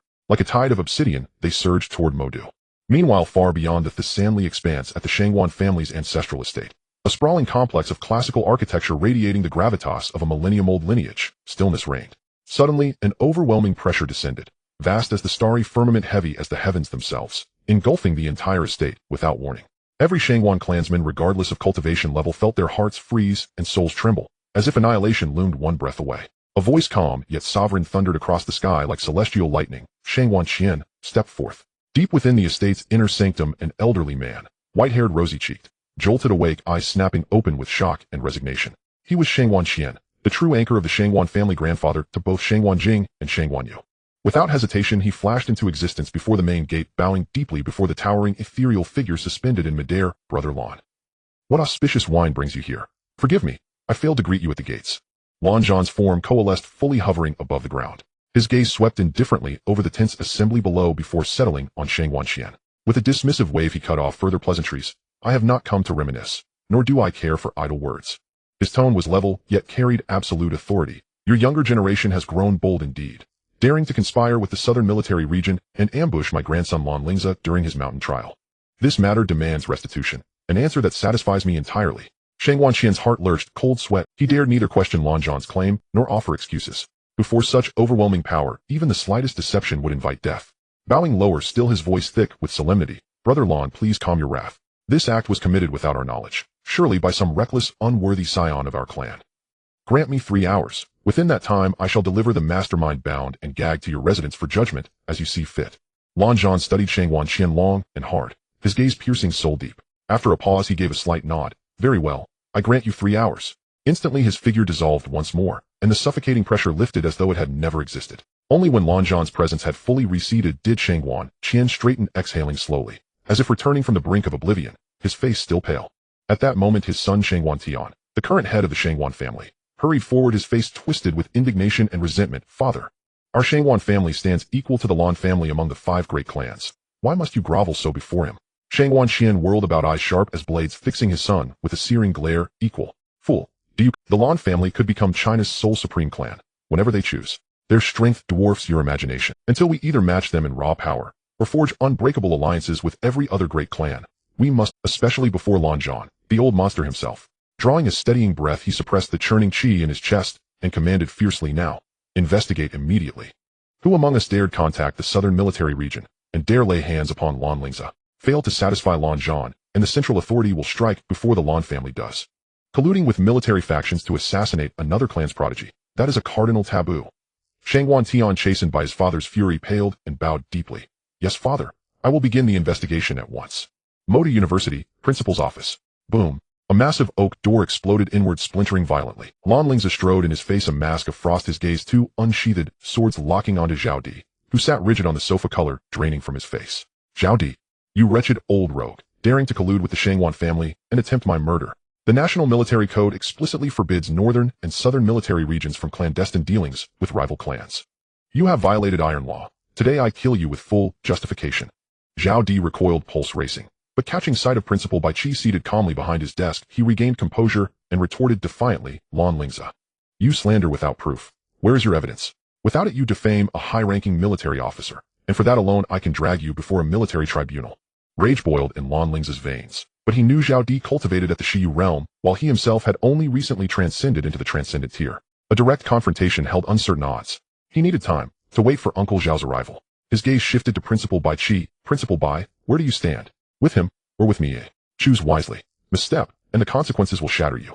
Bai Qi leaned back in his broad chair, fingers steepled over his abdomen, a condescending smile playing on his lips. Mr. Lan Lingze, you're young, passionate, but this isn't Beijing. Here in Modu, even dragons coil low and tigers lie still. Speak without proof, and you speak recklessly. Lan Lingze laughed, not in mirth but in biting glacial irony. Excellent.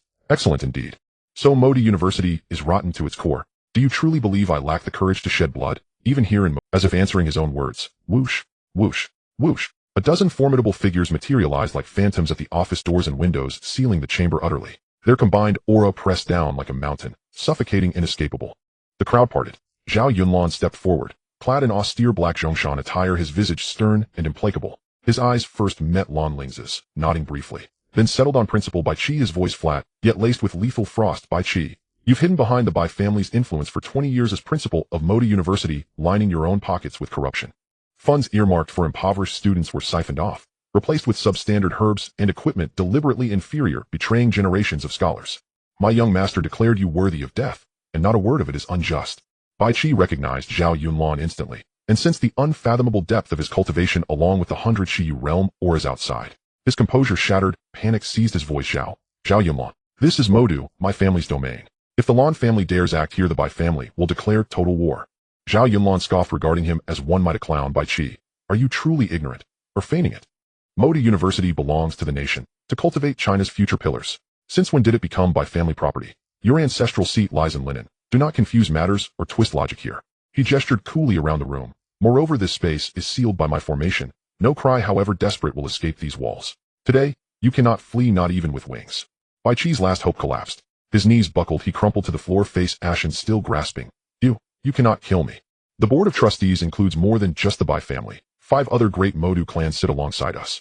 Harm me, and you provoke 6 families at once. Humph. Even at death's door you scheme to drag others down with you. Zhao Yunlan refused to waste another word. Then, urgent footsteps echoed. 6 dignitaries, elegantly dressed, bearing noble bearing, entered accompanied by a middle-aged general in Southern Military Region uniform. They were the 6 trustee representatives and the Southern Military Region's delegate. Bai Qi and Zhao Di lunged forward like drowning men. Director Wang, Director Li, Director Yi, please intervene on our behalf. General Liu, the Lan family intends murder here, of a military officer and the university principal. You cannot stand idly by. Wang family's representative, a haughty middle-aged man, stepped forward, addressing Zhao Yunlan sternly. Zhao Yunlan, this is Modu. Even if Bai Qi and Zhao Di heired, the Lan family has no right to usurp justice and hold private tribunals. He never finished. Zhao Yunlan's eyes flashed. Then he vanished, reappearing before the man in an instant. A slender, seemingly frail hand shot out like iron, shattering his hasty defenses and clamping around his throat, slamming his skull against the wall with brutal force. Crack, plaster spiderwebbed, stone chips scattered. It seems the Wang family has grown too comfortable, now craving chaos. Zhao Yunlan's voice was colder than void. In the next heartbeat, before stunned eyes, he tightened his grip. Pop!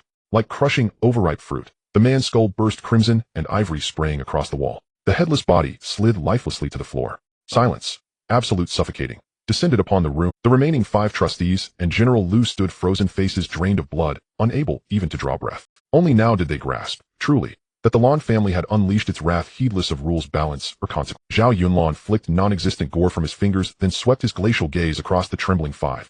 Yili Lu Wu, and you Bai family representative, return and tell your elders to reflect deeply. Also convey my message to the Wang family. They must decide how to make amends to the Lan family. I, Zhao Yunlan, will remain here for several days, awaiting your deliberations. When ready, send emissaries to negotiate. He paused, then waved dismissively as if shooing flies. Now leave. The 5 representatives fled. No threats uttered, no dignity preserved, scrambling out of that airless blood-chilled. General Liu drew a slow breath, suppressing terror, then snapped a crisp salute. Senior Officer Zhao. Greetings. I have confirmed Zhao Di's violation of military discipline. His collusion with external clans was purely personal. The Southern Military Region bears no responsibility whatsoever. He is surrendered wholly to the Lan family's judgment. No interference from us. And I swear henceforth the Southern Military Region shall maintain no private dealings with any Northern clan. Respectfully I take my leave. Another salute, and he departed swiftly, flanked by his officers desperate to distance himself. In an instant, all support vanished. Bai Qi and Zhao Di collapsed where they stood, faces blank with utter despair. Zhao Yunlan turned to Lan Lingze, bowing respectfully. Young master, how shall these 2 be dealt with? Lan Lingze's gaze was detached, regarding them as mere refuse. He waved casually, "Kill them. They offend the eye." Then added quietly, "Uncle Zhao, your people need not return to Beijing yet. Thoroughly cleanse Modu University, from top to bottom. Investigate all, execute all who warrant it." "Yes, young master." Zhao Yunlan bowed again, accepting command. Without pause, he thrust 2 fingers forward. 2 razor-sharp qi beams pierced the air and struck Bai Qi and Zhao Di squarely between the brows. Their bodies jerked once. Eyes dimmed, life extinguished instantly. Over the next month, Modu University endured a storm of unprecedented ferocity. Over 100 Lan family shadow guards, each at least Shiyu realm, operated with surgical precision, purging corruption based on verified evidence. Faculty and staff guilty of graft bribery or collusion with outside forces were exposed and punished without mercy. Blood stained the campus, for a time, but clarity followed in its wake. At Zhao Yunlan's word, scores of exemplary educators and administrators were transferred directly from the Ministry of Education, swiftly assuming key roles and ensuring institutional continuity. As for the elite training squad who joined Lan Lingze in the rear mountain trials, he rewarded them, generously allocating resources commensurate with their individual merit. Yi Qingyu and Wang Teng were urgently recalled by their respective clans. 1 month later, representatives from Modu's 6 great families, excluding the Wang family temporarily sidelined, convened once more at Modu University. By then, Lan Lingze, backed by Zhao Yunlan, had assumed the de facto role of acting principal. Though nominal, the titles signaled the Lan family's unchallenged dominion over Modu. Inside the conference chamber, tension hung thick. Yi family's representative spoke first, postured deeply humble. "Young Master Lan, we acknowledge our clan's lax oversight, permitting subsidiaries and individuals to collude with Bai Qi and pilfer university assets. Here is our jointly drafted restitution list. Please review it at your leisure." He paused, glancing at the youths standing behind him. "Additionally, we humbly request a favor." He gestured and the 6 representatives stepped aside, revealing their heirs. Yi Qingyu of the Yi family, Wang Teng of the Wang family. Clearly a concession, a Lu Ming of the Lu family. A sharp-eyed youth, a Li Jing of the Li family. A cool, aloof young woman, a Wu Fan of the Wu family. A seemingly guileless yet keen-eyed young man, I and Bai Yu of the Bai family. A beautiful girl, her expression tinged with nervous anticipation. Lan Lingze surveyed them, cold amusement flickering within. Apprenticeship was merely a euphemism for hostages, tokens of submission and sincerity. Yet he understood well, and such great clans' heirs were expendable. Should conflict arise, these pawns would be discarded without hesitation, replaced by new ones. Their value as guarantees was limited. Still, his foothold in Modu remained precarious. He required stability, and local influence was indispensable. Superficial acceptance served him better, for now. A faint, courteous, yet distant, smile touched his lips as he nodded. The patriarchs have shown remarkable goodwill. Given such sincerity, let them remain. Modu University welcomes exceptional students. The 5 representatives exhaled in relief, profusely thanked him, and withdrew hastily, leaving their heirs behind. Only the Bai family representative lingered, held back by Lan Lingze's gaze. The chamber emptied, leaving only Lan Lingze, Zhao Yunlan, the Bai representative, and Bai Yu.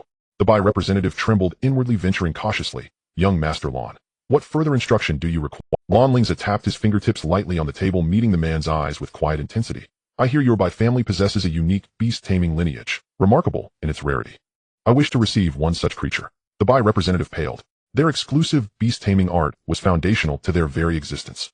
Yet refusal was unthinkable. He swallowed hard. "Might I ask, which specific lineage you seek?" A subtle knowing curve lifted Lan Lingze's lips. "Naturally, the Tongming spirit fox. The branch said to carry a faint ancient bloodline trace of the Bai Zhe itself, long kept secret by your house." Lan Lingze's words were like a massive stone thrown into a calm lake, stirring up tumultuous waves in the heart of the Bai family's representative. His face instantly turned pale, cold sweat beaded on his forehead, and his lips trembled as he stammered, attempting to explain. "Lan, young master, this Tongming spirit fox is the foundation of my Bai family's legacy for hundreds of years. Its bloodline is thin and reproduction is extremely difficult. Not to mention you are not of the Bai family, even many core descendants of the clan's branches might not be qualified to form a contract with one in their lifetime. This truly puts me in a very difficult position." Lan Lingze stood up, slowly walked to the Bai family's representative, his expression unreadable, and gently patted his shoulder. That seemingly casual gesture carried a weight that made the representative tremble. "Difficult position." Lan Lingze's tone was calm, but carried an undeniable meaning. "You need not worry about that. Shortly I will personally accompany you to the Bai family's main residence. You only need to convey my request and our conversation at this moment to Old Master Bai exactly as it is." He paused, turning his gaze to Bai Yu, who stood to the side appearing somewhat uneasy, and instructed, "You wait outside for now. Oh, I have some matters to discuss with Bai Yu." The Bai family representative felt as if he had received a great pardon, quickly bowed, and replied, "Yes, I understand. I will wait outside immediately." After saying this, he almost fled the room, carefully closing the door behind him. Only Lan Lingze and Bai Yu remained in the room. The atmosphere became somewhat stagnant. Lan Lingze walked over to the coffee table, reseated himself, took out the tea set, and began to brew tea, slowly, his movements elegant and composed. The fragrant aroma of tea slightly dispelled the tension. He pushed a cup of clear tea in front of Bayu, indicating for her to sit down. Bayu sat down anxiously, holding the slightly warm teacup, her fingertips turning pale from the force. There's no need to be nervous. Lan Lingze took a sip of tea, his seemingly casual gaze landing on Bayu, and asked, do you know by sure? Bayu quickly nodded, her voice trembling slightly. I know her, young master Lan. She is my sister, my half-sister. Oh. A glint of understanding flashed in Lan Lingze's eyes as he continued to ask, I heard she ranked first in this year's National College entrance examination. Her talent is extraordinary. Your Bai family's main residence is in Linen, and she was admitted to Jiangnan University with special consideration, making waves everywhere. Given this, why is it you, the heir, sent to me, and not her? This question was like a sharp sword, piercing right to the core. Bayu was so frightened that she trembled, almost spilling the tea. She knelt down with a thud, her voice choked with tears. Young master. I don't know. The family's decision is beyond my influence. Please see reason. Lan Lingze looked at the kneeling Bayu, who appeared weak and helpless, his eyes passing over a complex emotion. He set down his teacup, stood up, helped her to her feet, and softened his tone slightly, carrying a chilling calmness. Get up, it's all right. What I need is not a partner with high talent or a complex background, but rather an obedient pawn. He emphasized the word pawn, looking deeply at Bayu, a pawn who understands the time and circumstance, knows who can provide her future, and is sufficiently loyal. Do you understand what I mean? Bayu's delicate body trembled slightly as she raised her head to meet Lan Lingze's gaze, which seemed to see through everything. In those eyes she saw indifference, control, but also a hint of opportunity. An opportunity to break free from her sister's shadow and truly establish herself within the family. She nodded vigorously, her gaze gradually firming. Young Master Lan Bayu understands. From today on, Bayu will follow young Master Lan's lead. Lan Lingze's lips curled into a faint arc. Very well. Now let's discuss in detail how you should act within the Bai family. For nearly an hour thereafter, the room was filled only with Lan Lingze's deep and clear instructions and Bayu's occasional responses. A transaction concerning loyalty, power, and future was quietly concluded within this seemingly calm conversation. Soon after, Lan Lingze took Bayu and the apprehensive Bai family representative aboard a private flying vehicle heading towards the Bai family's main residence in Linen. The Bai family's main residence, located by the picturesque West Lake, is a vast garden-style architectural complex showcasing the elegance and depth of a Jiangnan aristocratic family, with its pavilions, towers, and flowing brooks. The flying vehicle landed on the Bai family's private landing pad. The Bai family representative immediately went to inform the family head, while Lan Lingze, accompanied by Bayu, was led to the grand and magnificent reception hall to wait. As Lan Lingze leisurely sipped the fragrant tea served by the maid examining the hall's antique decor, two figures emerged from the side corridor. One of them was Bai Shiyun, whose photo he had seen in inner school materials. She wore a light blue long dress, her beauty striking and her demeanor as frigid as a plum blossom under the moonlight, with an air of undeniable pride and confidence. Walking alongside her was a young man dressed in a white brocade robe with a jade pendant hanging at his waist. He was handsome and refined, yet his eyes concealed a lingering gloom and arrogance. Lan Lingze's gaze lingered on the young man for a moment. Then he turned his head to Bayu and whispered, I know Bai Shiyun, but who is that man beside her? Bayu followed his gaze and replied softly, young Master Lan, that is Wang Yun of the Lingye Wang family, courtesy name Jingshi. Oh, he even has a courtesy name. Lan Lingze couldn't help but chuckle lightly, his tone laced with a hint of mockery. What era is this still indulging in courtesy names? One might think he crawled out of some ancient tomb. Lingye Wang family. I haven't heard of such a top family in Huagua. His taunt was not deliberately whispered low, and it clearly reached Bai Shiyun and Wang Yun's ears not far away. Bai Shiyun furrowed her brow, her cool gaze sweeping over. Wang Yun's expression darkened instantly. Having borne the glory of his family since childhood, he despised anyone who belittled the name of the Lingye Wang family despite its decline. He stepped forward, his gaze sharp as he looked at Lan Lingze, questioning, who are you to dare speak so arrogantly and insult my Lingye Wang family? Lan Lingze, however, didn't even bother to lift his eyelids, seemingly ignoring his question, simply gesturing to Bayu. Seeing Lan Lingze disregard Wang Yun, Bayu felt reassured and continued to explain in a low voice, young master, you may know. The Lingye Wang family 15 years ago had a reputation and depth that could indeed rival the top families in Kyoto, even surpassing them slightly. And this Wang Yun is now the only heir of the Lingye Wang family. Only heir? Lan Lingze was genuinely curious this time. For such a long-standing family with branches and leaves, there should be many candidates for the heir. How could there be only one left? Bayu's voice dropped lower, tinged with a hint of lament. Originally, there were many heirs both from the main family and the branches, with numerous outstanding descendants. However, 15 years ago, a dramatic upheaval occurred, and nearly all male heirs of the Wang family, except for Wang Yun, who was still in swaddling clothes at the time, were exterminated by your father. It is said that it was due to a past case involving your mother. The Wang family was branded with the crime of knowing, but not reporting, condoning, and shielding. Thus, your father in his rage. Since then, the branch family members of the Wang family have either been permanently prohibited from forming contracts with spirit beasts or have faced severe repercussions in subsequent purges. And for the main family, apart from preserving Wang Yun from the eldest line, all other branches suffered a tragic fate. A glimmer of shock flashed in Lan Lingze's eyes. Just because of a knowing but not reporting charge, a long-standing family with roots spanning hundreds of years was nearly annihilated overnight, with its direct bloodline almost severed.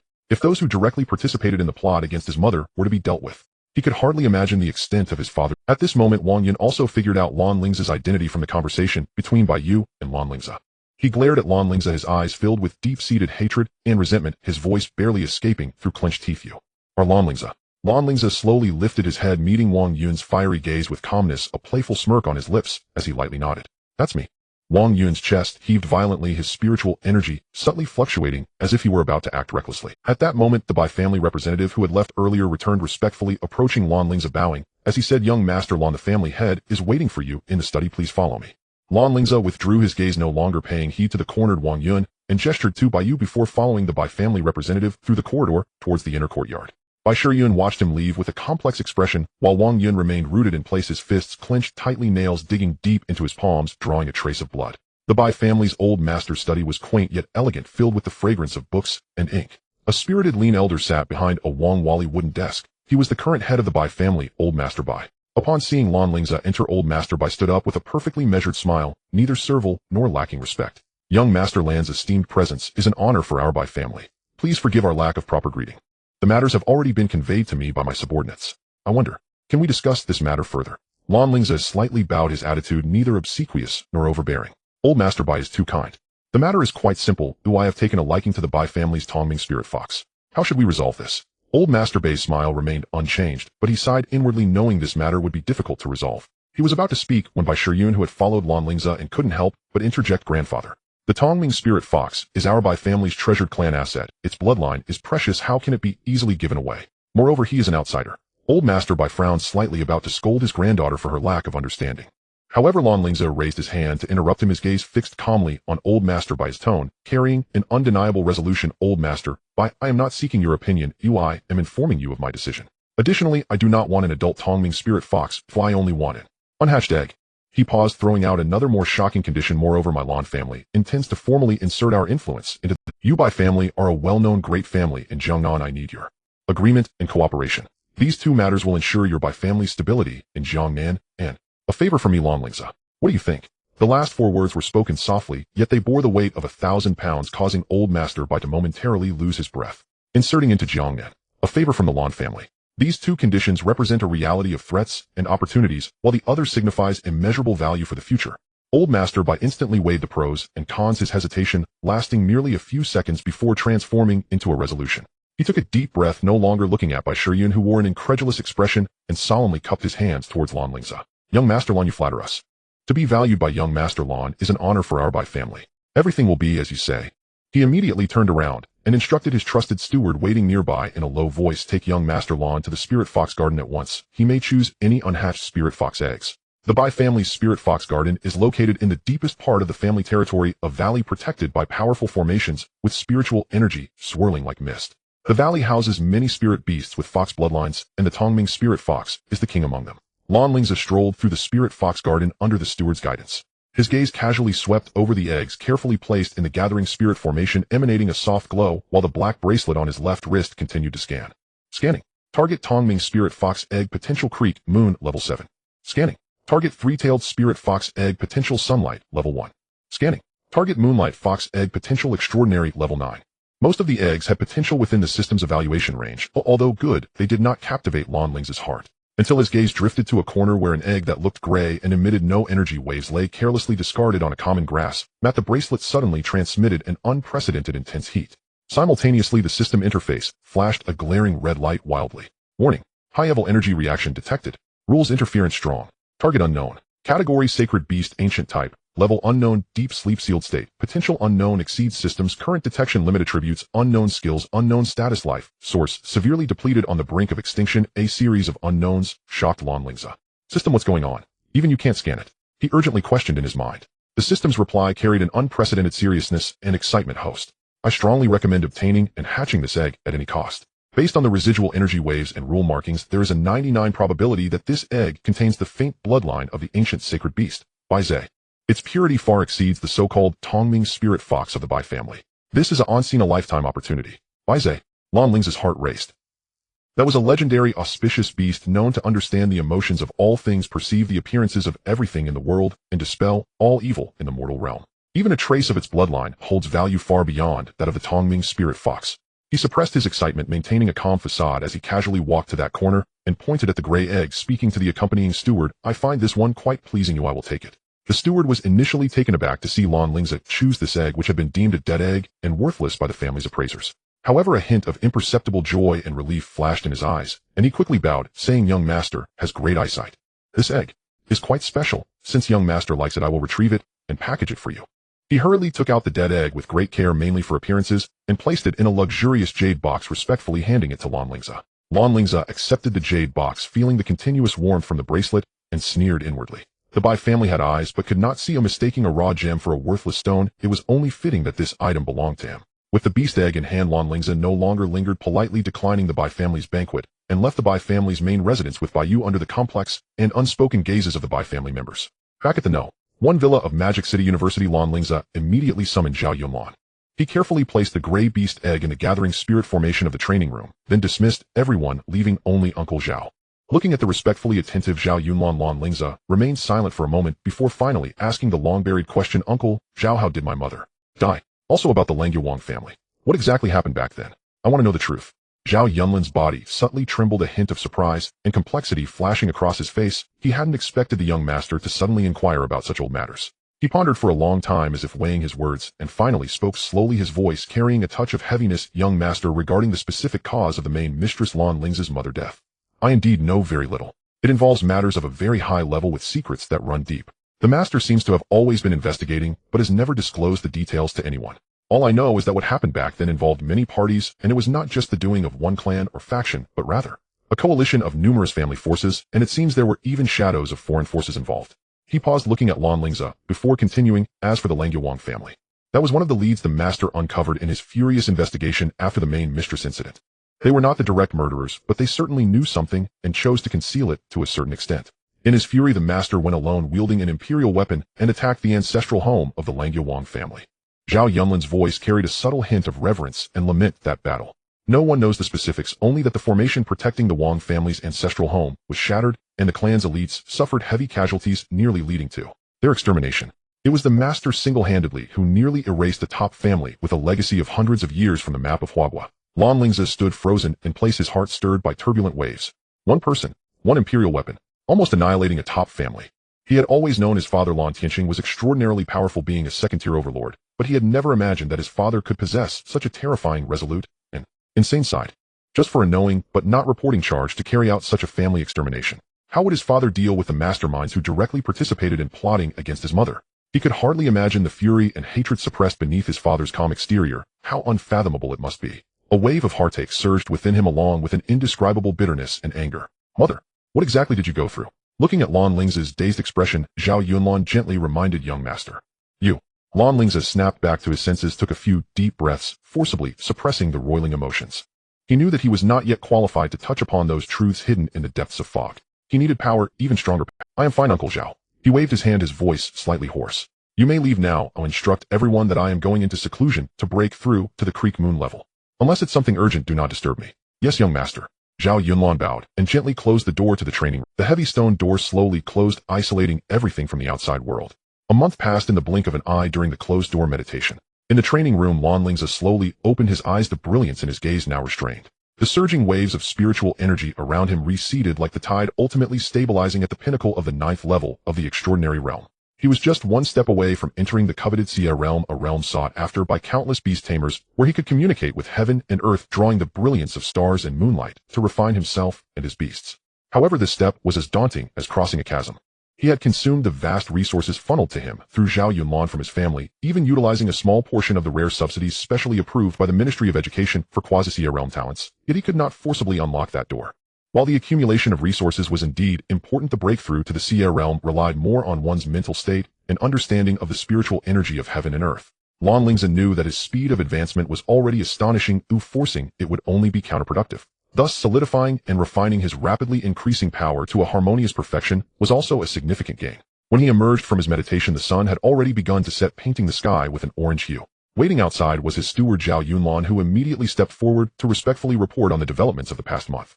Under his iron-fisted reorganization, the internal factions of Magic City University that had relied on the former principal Bai Qi were uprooted and thoroughly cleansed. A group of teachers who were merely occupying positions lacking ability or with poor reputations were also replaced. Now, while Magic City University could not be deemed an absolute pure land, it had at least achieved unprecedented fairness and justice in rules and resource distribution. In Zhao Yunlin's words, it is much cleaner than the polluted academic institutions of the capital. At the same time, Zhao Yunlan informed him that a week ago the new principal appointed by the Ministry of Education had taken office and begun to handle school affairs.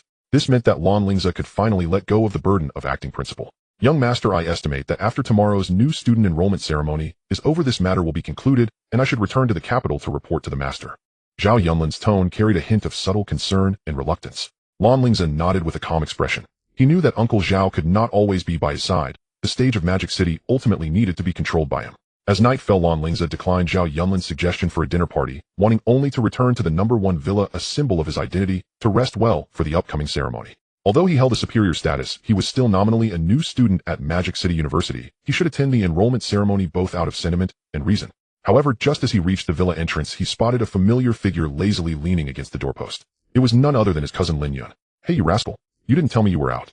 I only found out after asking around. What realm are you at now?" As soon as Lin Yun saw him, he began to shout, filled with complaints, but the joy in his eyes was unmistakable. Lan Lingze could only shake his head helplessly, using his fingerprint and spiritual energy to unlock the villa door, as he replied nonchalantly, "Why should I tell you when I come out? You should be able to tell what realm mimic, can't you?" He was already accustomed to his cousin's familiarity. Lin Yun, undeterred, followed him inside, sprawling on the soft sofa, and casually grabbing a can of chilled cola from the smart fridge, letting out a satisfied sigh. Uncle Zhao will probably wait until the enrollment ceremony is over before heading back. After that, if anything comes up, you'll need to discuss it with me. After what happened last time on the back mountain, the old man has become a bit fearful. He worries that something might really happen to you in Magic City. He rambled on, taking a big gulp of cola. Then, as if realizing something, he carefully sensed the profound and heavy spiritual energy fluctuations emanating from Lan Lingze. Nearly choking in surprise, he sat up straight, eyes wide. "What the heck? What kind of talent do you have? It hasn't been more than 3 months since you contracted your beast right. How are you already at the 9th level of the extraordinary realm? Is there any justice in this?" Lan Lingze tied on an apron and walked toward the open kitchen, skillfully beginning to prepare a simple dinner. For beast tamers at their level, the desire for food was not a necessity, but it served more as a ritual of life, allowing him a brief escape from the intense training. "It's all right," he said without turning back, his tone casual. "After all, I have so many resources from my family supporting me. If I still couldn't reach the extraordinary realm, wouldn't I just be a pig?" Lin Yun's mouth twitched at his words as he sat down at the dining table, watching Lan Lingze serve up fragrant and visually appealing dishes. He picked up his chopsticks and complained, "If you keep acting all high and mighty, I'm really going to want to hit you like I did when we were kids. Before you were born, the old man treated me like his own grandson. You're using so many resources from the family now, but I also had my share back then, yet I couldn't reach the 9th level of the extraordinary realm in just 3 months. You're just a freak." He took a few bites of rice, seemingly recalling something, put down his bowl and chopsticks, and his expression turned slightly serious. "I heard you went to the Bai family." Lan Lingze sat down, picked up his bowl and chopsticks, and continued without stopping, just raising his eyes slightly. "Yo, what's up?" Lin Yun frowned, his face showing confusion and a hint of worry. "It's nothing major. I'm just curious why you went to the Bai family. If you truly want to have your own power, you could establish roots in the capital or deepen your presence in Magic City. Why venture all the way to Jiangnan? Even if you go to Jiangnan, the forces there are tangled, and the Bai family is not the best choice. Just look at this college entrance examination. If it weren't for Wang Tung's lack of endurance in prolonged battles, who knows who would have come out on top. The most crucial point is that the Bai family and the Langyawang clan have had a century-long tradition of marriage, their relationship as solid as iron. By forcefully inserting yourself into the Bai family at this time, aren't you blatantly telling the Wang clan that your head is hanging over Jiangnan, waiting for them to claim it?" Lan Lingze listened quietly, and when Lin Yun finished speaking, he finally put down his bowl and chopsticks, his gaze sharp as he looked at Lin Yun, asking back, "Cousin, do you know why my mother died?" This question came abruptly, and the atmosphere suddenly froze. Lin Yun's expression stiffened, his eyes flickering as he lowered his head, quietly picking up his bowl and chopsticks to eat, no longer speaking. Seeing his cousin's demeanor, an unnamed anger rose in Lan Lingze's heart, and his voice turned colder. "Cousin, you are my cousin, not one of those side family members. You are the cousin of Lan Lingze alone. I want to know why my mother died. That shouldn't be wrong, right? At first I thought it was some major family secret, something deeply hidden, but now I realize it seems I am the only one kept in the dark." His voice carried suppressed anger and a hint of barely detectable grievance. Lin Yun's hand holding the chopsticks paused for a moment. He raised his head to look at Lan Lingze's eyes, which resembled his aunt's, filled with determination and inquiry. He sighed inwardly, feeling somewhat moved yet burdened. Finally, as if making up his mind, he solemnly set down his bowl and chopsticks. "Do you know what my Lin family relied on to rise to power?" Lin Yun did not answer directly, but instead asked. Lan Lingze was taken aback, uncertain, and replied, "Resources." Lin Yun smiled slightly, his smile carrying a hint of helplessness and self-deprecation. "Yes, that's what we relied on. To put it bluntly, in the eyes of those truly top-tier families, when our Lin family started, we were merely high-end delivery men. If it weren't for your father insisting against all odds, sincerely marrying your mother, our Lin family might have remained just delivery men forever." His tone grew deep. After your mother married into the Lan family, our Lin family truly soared our status, rising. This is akin to ancient times where your mother became the empress, and our maternal family became the influential relatives of the royal. Lin Yun's gaze grew distant as if lost in memories, and your father, a man of deep affection in the vast Lan family, only married your mother and took no other wives or concubines.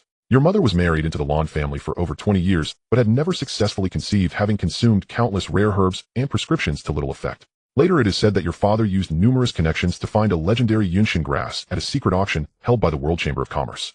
After your mother consumed that grass, her condition gradually improved, and she slowly became pregnant with you. Lin Yun's voice lowered even further. This should have been a tremendous joy for the Lan family, but somehow the news leaked, reaching the ears of all the major families in the capital.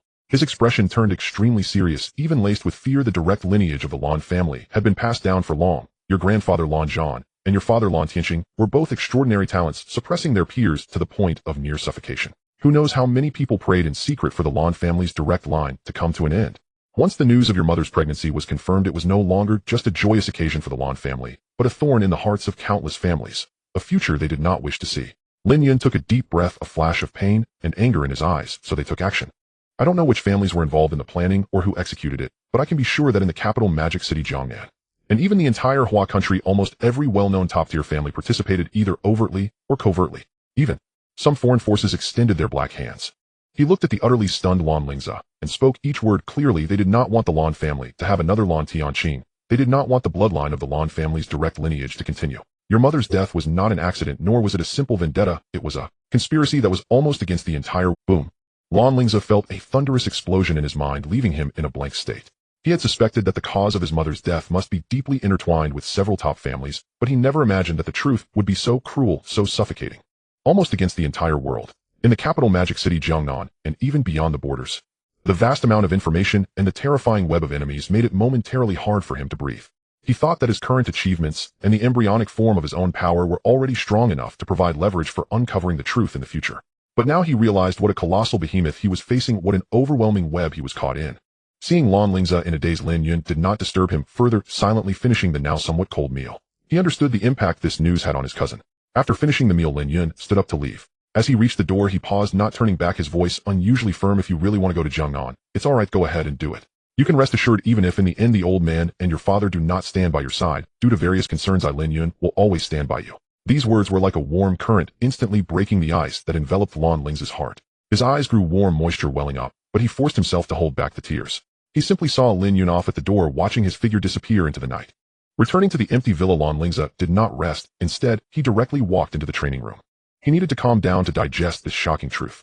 His consciousness sank into a sea of consciousness, and he contacted the mysterious black wristband system. System, when can I hatch this by Zay? He asked, knowing that having stronger power was fundamental to facing future crises. Host, the life essence of the Bai Zai egg has been detected to be extremely weak, and its bloodline is in a deep state of dormancy. The success rate of conventional hatching methods is below 0.01. Unless what? Lan Lingze pressed for an answer. Unless you can refine and purify the Bai Zai bloodline for nourishment, it can significantly enhance the activation probability. Refine the Bai Zai bloodline.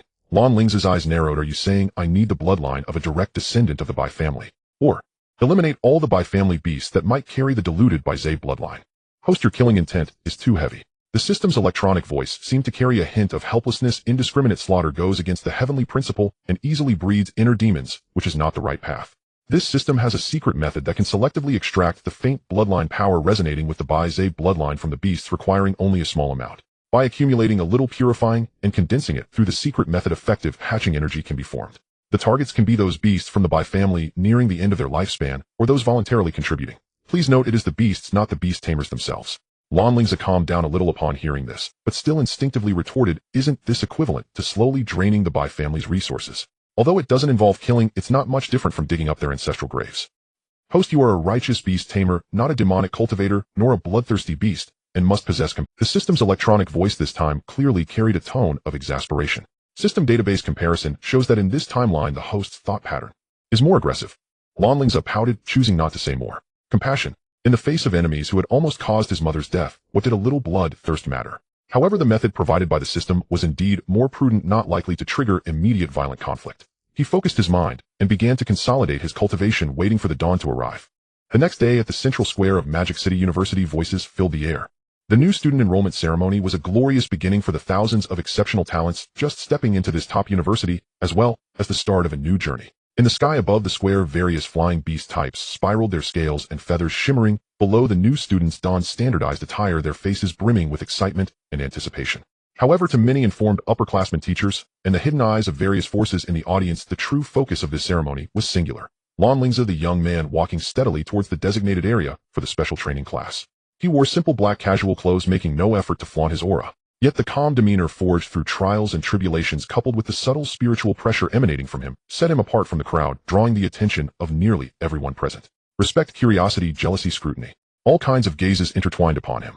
Lan Lingze seemed entirely unaware, calmly seating himself in the front row of the special training class area. Beside him were a few other talents who had either passed the special training class assessment or had impressive backgrounds, including by Shiyun, who had already arrived. Upon seeing Lan Lingze, she nodded slightly, her expression complex.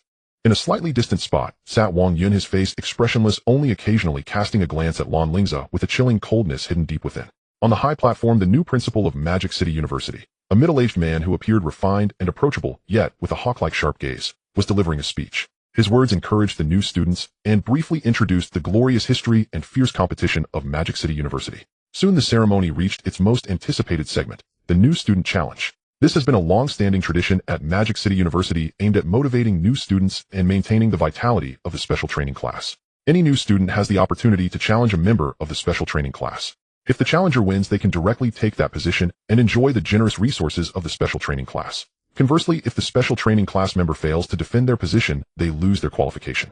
After the host instructor loudly announced the rules, his gaze swept across the special training class area, particularly lingering on Lan Lingze for a moment, before proclaiming, as per tradition, the head of the special training class must first accept the challenge or designated defender.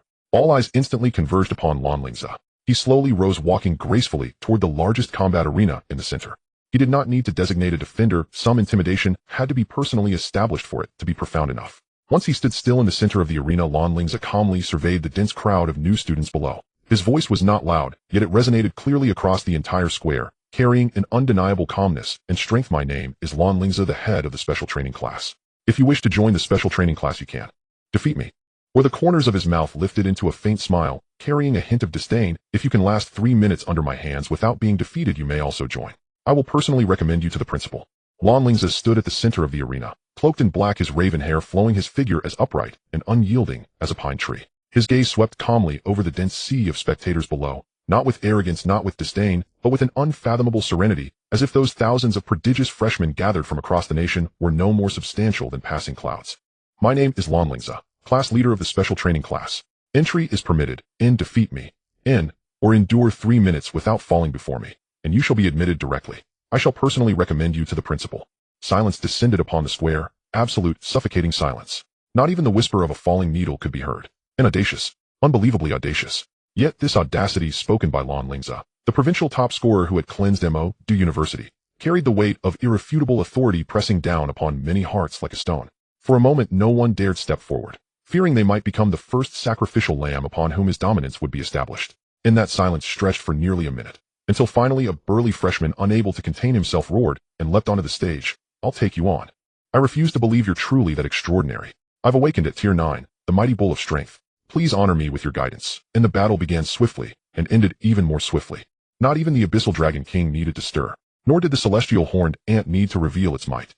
The Moonshadow Crow blurred into a phantom streak, its illusory clones blooming instantly into every corner of the arena. Before the freshman or his mighty bull of strength could grasp what was happening, unseen shadow strikes struck vital points from impossible angles. He let out a stifled groan and tumbled off the stage. Less than 10 seconds had elapsed. Next, Lan Lingze's voice remained unchanged, calm, unwavering. Once the first challenger had stepped forward, others followed, second, third. At first, confident freshmen challenged him singly, later seeing none could last even a minute, some attempted exhausting relay tactics to deplete Lan Lingze's spiritual energy. Yet despair gripped them. No matter how many ascended, Lan Lingze stood unmoved, a mountain rooted in stillness. The Moonshadow Crow's clones seemed infinite, appearing and vanishing without warning, striking with ruthless precision and lethal cunning. Occasionally attacks neared Lan Lingze's true form, only to be shattered outright by his impossibly resilient physical frame, or deflected by an invisible barrier of spiritual force. What kind of spirit beast is this? So overwhelmingly powerful, and, after all these challengers, I swear, I haven't seen Lan Lingze's spiritual energy waver even slightly. Its clones are indistinguishable. I can't tell which is real. In muffled complaints and startled cries rose from of nearly 1,000 freshmen, almost a quarter dared mount the stage. Yet not one so much as brushed the hem of his robe, let alone endured 3 minutes. Lan Lingze stood like an insurmountable peak, cold, silent, immovable, before every freshman shattering their. At that moment a figure of crystalline grace parted the crowd and ascended the stage. And she wore a pristine white gown, her bearing serene and elegant, by Shiyun, the national top scorer. And Lan Lingze regarded her, a flicker of curiosity in his eyes. By Shiyun, if my memory serves, you ought to be enrolled at Jiangnan University. Why abandon your home institution and come to Mo.D. University? Lan Lingze, I strongly object to your entering Jiangnan territory under the Bai family's banner. In her face was frost-laced with palpable fury. The Bai family's affairs do not fall to outsiders like you to dictate. The Bai family answers to no single voice. Not yours, Lan Lingze murmured, shaking his head faintly, amused by her youthful naivety, yet also struck by her breathtaking presumption. And I confess, I'm curious. What gives you the confidence to believe you stand a chance against me, eh? Before the words fully faded, Lan Lingze ceased restraining himself. The overwhelming aura of a Tier 9 transcendent erupted. A crushing wave of spiritual pressure exploded outward from him like a typhoon. A freshman standing nearby gasped their breath, seizing mid-inhale. The crowd erupted. Holy, Tier 9 transcendent. Is he even human? Even some second-year seniors haven't reached that level. Damn it, I only awakened at Tier 8. What am I supposed to fight with? In confirming Lan Lingze's cultivation rank via their wristbands, students stared in stunned disbelief. Bai Shiyun, standing closest, felt the pressure most acutely. Her complexion paled instantly. She had assumed her Tier 3 transcendent strength, bolstered by her spirit beast, the luminous fox, would at least afford her time to maneuver, salvaging some dignity. She had not anticipated such absolute hierarchical annihilation. Trapped between pride and peril, she summoned her spirit beast, a snow-white fox with eyes brimming with keen intelligence. Yet the outcome was inevitable. Layer upon layer of illusion surged forth from the Moonshadow Crow. Though the luminous fox excelled in perception, its insight crumbled beneath the sheer gulf of power and the crushing superiority of tier and essence. Lan Lingze did not shift a single step. With effortless command, he wove the Moonshadow Crow's clones through shifting veils of reality and illusion. 3 swift exchanges, and Bai Shiyun staggered, dazed and disoriented, gently, yet inexorably pushed to the arena's edge by a ripple of shadow energy. 1 minute. Only 1 minute, and the former national top scorer was already broken, utterly defenseless. Lan Lingze strode forward, observing Bai Shiyun's unsteady retreat with icy detachment, then raised his foot, poised to kick her from the stage and end this futile contest. Hold. Na low commanding voice cut through the air. A figure vaulted onto the stage, first steadying Bai Shiyun's faltering form, then guiding her safely down, before turning to face Lan Lingze. It was Wang Yun. His features were handsome, but deep within his eyes smoldered an unrelenting darkness thick with. Lan Lingze looked upon Wang Yun, his impression from the outset deeply unfavorable, and spoke coldly. Wang Yun, why have you abandoned your own university and come here to Mo.D. to court death? His voice, though quiet, carried a glacial chill. My father exterminated your ancestral line, so I shall erase your entire bloodline. Though softly spoken, those words reached the front row freshmen clearly, eliciting sharp intakes of breath, as if Lan Lingze had declared himself beyond reckoning. As if reading their thoughts, Lan Lingze suddenly lifted his head, his gaze sharp as lightning, sweeping across the entire square, his voice rising resonant with unassailable authority. At Mo.D. University, only strength matters. Your fist is strong. Then even if you slay a scion of some noble house, Mo.D. University will merely confine you, not expel you. But should anyone attempt to wield influence as a weapon? His eyes locked once more onto Wang Yun, each word carved like ice. Then they shall learn precisely how the Lan family conducts itself. Those words served both as warning to all freshmen, and as a direct ultimatum to Wang Yun. In Wang Yun's face flushed iron gray, but he uttered no further retort. He knew words held no weight here. Without hesitation, he summoned his spirit beast, a majestic white tiger with golden eyes radiating the fierce, cutting aura of refined metal. With a thunderous roar, it transformed into a streak of gold, hurtling straight toward Lan Lingze. Yet Lan Lingze still did not summon the Abyssal Dragon King. The Moonshadow Crow let out a piercing cry, the air shimmering as countless illusory clones converged, forming a surreal, inescapable encirclement around the white tiger. The clones avoided direct confrontation, instead weaving relentless harassment, deception, and attrition. Golden tiger claws tore through nothing but phantoms, while real blows struck from angles no eye could trace. This tactic was humiliating, like a cat toying with a mouse. Wang Yun's expression darkened further. He felt his spirit beast's mounting rage, and its rapidly ebbing stamina. In the end, worn down by ceaseless illusions, the white tiger let out a mournful cry, its luminance dimming, as it was forcibly recalled into its spirit space. Only then did Lan Lingze approach Wang Yun, whose face had gone ashen, and lean close, whispering in a voice audible only to him, cold, precise, unyielding, your Wang family will never rise again. I do not yet know which colossal coalition orchestrated my mother's murder, but since the Langya Wang clan has been implicated, then your clan is finished. No need for my father's hand. 3 years, that is all I grant myself. 3 years hence, I shall march upon your ancestral estate, and eradicate the Langya Wang clan root and branch. Without waiting for Wang Yun's reply, Lan Lingze drove a brutal kick into his abdomen, sending him hurtling off the stage, tumbling helplessly onto the ground. When Lan Lingze said 3 years, he meant no idle delay. In his heart, the Langyuan clan would vanish, not in 3 years, but next year. After this cascade of battles, especially the searing confrontation with Wang Yun, not a single freshman dared ascend the stage. Just as the presiding instructor prepared to declare the challenge phase concluded, an anomaly erupted. A shrill sonic tear split the sky. Heads turned upward, where a streak of light blazed from the horizon, descending with flawless precision onto the arena. As the radiance subsided, a youth emerged, dressed in opulent robes, his features striking yet shadowed by a subtle malevolence. Lan Lingze frowned faintly. He did not recognize this man, and judging by his aerial descent, his cultivation far surpassed that of any freshman. The youth fixed Lan Lingze with a glare burning with layered intensity, hatred, fear, and grim resolve alike. I challenge you. And who are you? Lan Lingze asked. In Shangguan Yu, the youth bellowed, the very architect of your assassination. My grandfather decreed, either I endure 3 minutes beneath your hand, or you endure 3 minutes beneath mine. Fulfill either condition, and I live. Fail both, and I perish before you. A flash of cold light pierced Lan Lingze's eyes. So, it was Grandfather Lan Zhan's decree. A life offered, Shangguan clan's heir apparent, to appease his wrath and to affirm the Lan family's code. Internal rivalry permitted, but collusion with outsiders employing forbidden assassination methods was treason. Very well. Lan Lingze said nothing more, merely gestured to the referee. Begin. Shangguan Yu wasted no breath. Driven by raw survival instinct, he summoned his spirit beast, the Riftwind Golden Eagle, a magnificent avian predator whose wings shimmered with metallic luster. A formidable flying beast, its cultivation rank unmistakably at Stream Moon Tier 5. And Riftwind, Shangguan Yu roared. The Riftwind Golden Eagle beat its wings, launching dozens of razor-sharp golden wind blades coalescing into a lethal net aimed directly at Lan Lingze. Its power dwarfed anything displayed by earlier freshmen, and Lan Lingze dared not underestimate it. The Moonshadow Crow manifested, fully, wings flaring as shadow and moonlight intertwined. Phantom barrier. Countless clones converged into a wall, meeting the wind blades heated. Crack, crack, crack. Illusions shattered, but the assault was halted. Shadow assault. The Moonshadow Crow dissolved into darkness, reappearing instantly beside the Riftwind Golden Eagle, claws wreathed in corrosive shadow energy, slashing inward. Insignificant trickery. Golden feather guard. Golden light flared across the eagle's plumage, forming a radiant shield that repelled the shadow strike. And hurricane cage. Shangguan Yu shifted tactics. The Riftwind Golden Eagle stirred up a violent vortex, seeking to trap both the Moonshadow Crow and Lan Lingze within its spiraling maw. In moonlight weave. The Moonshadow Crow's form blurred. Riding moonlight currents, it darted with uncanny grace through the hurricane's narrowest gaps, evading disaster by a hair's breadth. In death dive.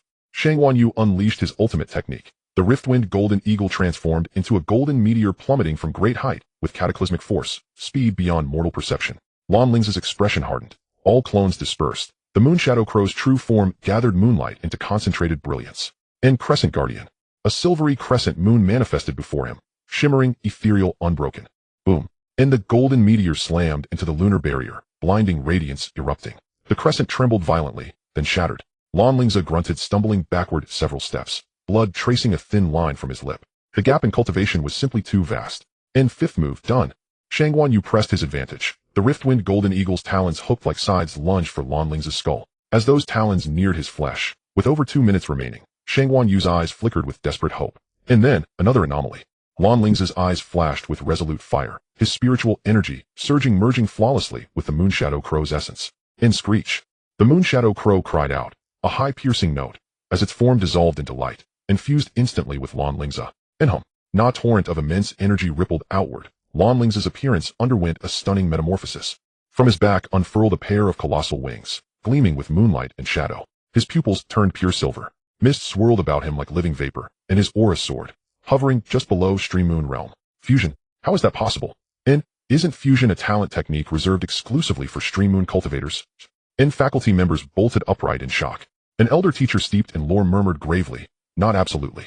If a spirit beast Tamer and their spirit beast achieve perfect soul resonance, perfect mind meld, fusion may be invoked prematurely. Yet, it is nearly impossible. On the arena floor, Shangguan Yu's face contorted in terror. He sensed imminent death. 2 minutes remained, but he doubted he'd survive 20 seconds.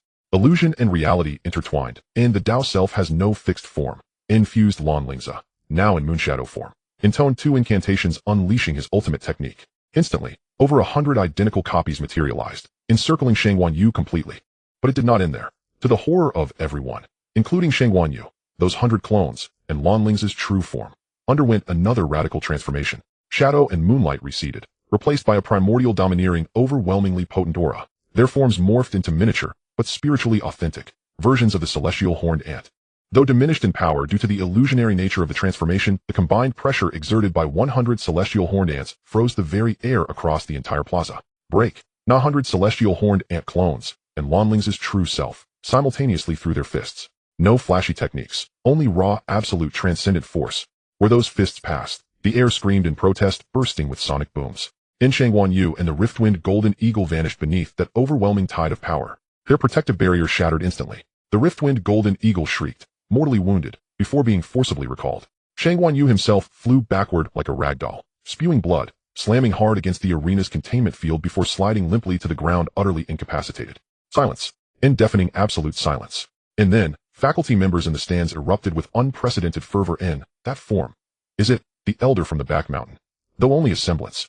This young man can actually manifest him. Granted, his power is but a fraction of the original, but the sheer number of clones compensates. A genius. A peerless genius. This boy belongs to our Gold Academy. In nonsense. You always get first pick. This year is our turn with academies.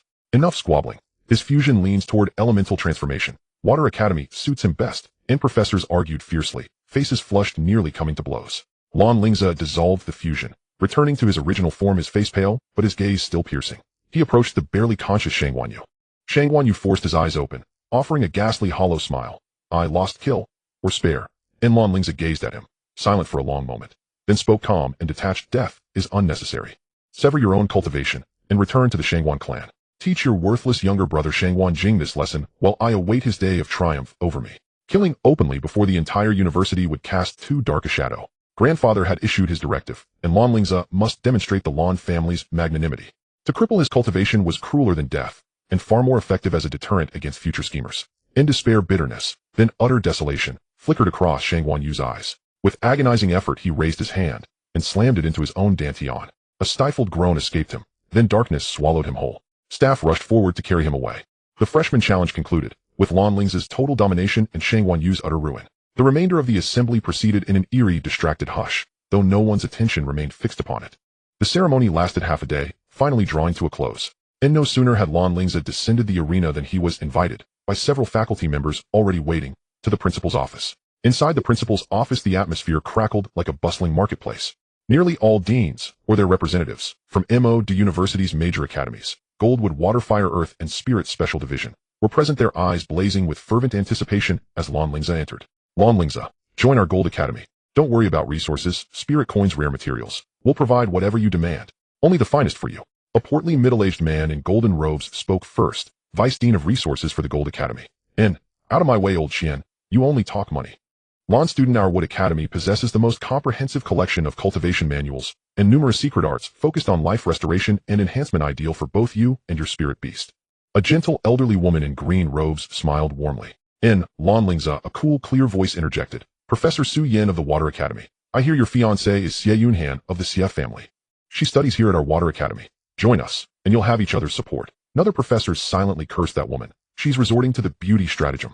Lan Lingze turned his gaze toward the Water Academy professor, and smiled faintly. Professor, if I join Water Academy, will I have access to resources? To cultivation manuals? Yes. Wealth status companionship manuals. Whatever you require, Water Academy delivers, she replied eagerly. We embrace inclusivity. Though our manual repository isn't as specialized as Wood Academy's, it remains vast, encompassing unique water element sealment and even illusion-based arts, perfectly suited to your Moonshadow Crow. Hearing this, Lan Lingze chuckled softly, a smile tinged with enigmatic depth. Ignoring the eager stares of other Academy representatives, he addressed the Water Academy professor directly. Very well. I accept Water Academy. He paused, then added, my condition is full reading access to all Water Academy cultivation manuals, and not selected texts, all of them. The professor blinked, then agreed, instantly granted. Given your talent and potential, you've earned that privilege. On behalf of Water Academy, I welcome you. Other faculty members sighed in disappointment, but knowing they'd lost, withdrew reluctantly, already plotting how to borrow him later for cross-academy exchange. Lan Lingze's choice was deliberate. Resources posed no constraint. His own means and the Lan family's backing were sufficient. Mastery demanded breadth. Water Academy's illusion arts would synergize perfectly with both him and the Moonshadow Crow. As for Xie Yunhan, perhaps a convenient pretext, but nothing more. Ni's path had never been confined to a single MO. University was merely a waypoint on his journey, and Water Academy the most fitting chamber within that waypoint. The night was as dark as ink, enveloping Magic City University in a serene silence. The streetlights in Villa area One emitted a gentle glow, illuminating the figure of Lan Lingze as he returned alone, saying goodbye to the overly enthusiastic faculty members. Though it did not consume much physical energy, the sharpness and solicitation in their words left him feeling slightly fatigued. At this moment, he only wanted to return to this temporary refuge and sort out his plans for the future. However, in the distance, he spotted a graceful figure standing at the villa's entrance.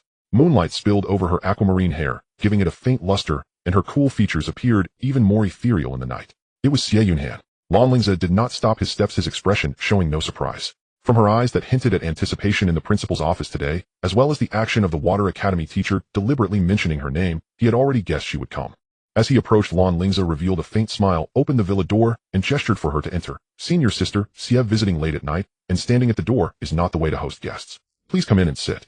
Xie Yunhan seemed taken aback by his direct and natural invitation, pausing slightly, her cool gaze glancing at him, and she softly replied with an following him into the villa. The interior of the villa was elegantly and modernly decorated, filled with abundant spiritual energy, far surpassing ordinary dormitories. Lan Lingze motioned for her to take a seat on the living room sofa, while he walked towards the open kitchen, retrieving ingredients from the preservation array, and saying, Senior sister, please sit for a moment, I'll prepare some food. I assume you haven't had dinner yet. Xie Yunhan sat a bit awkwardly on the sofa, holding the cup of warm water that Lan Lingze had handed her, sipping it in small gulps, the warmth seeming to dispel some of her inner unease.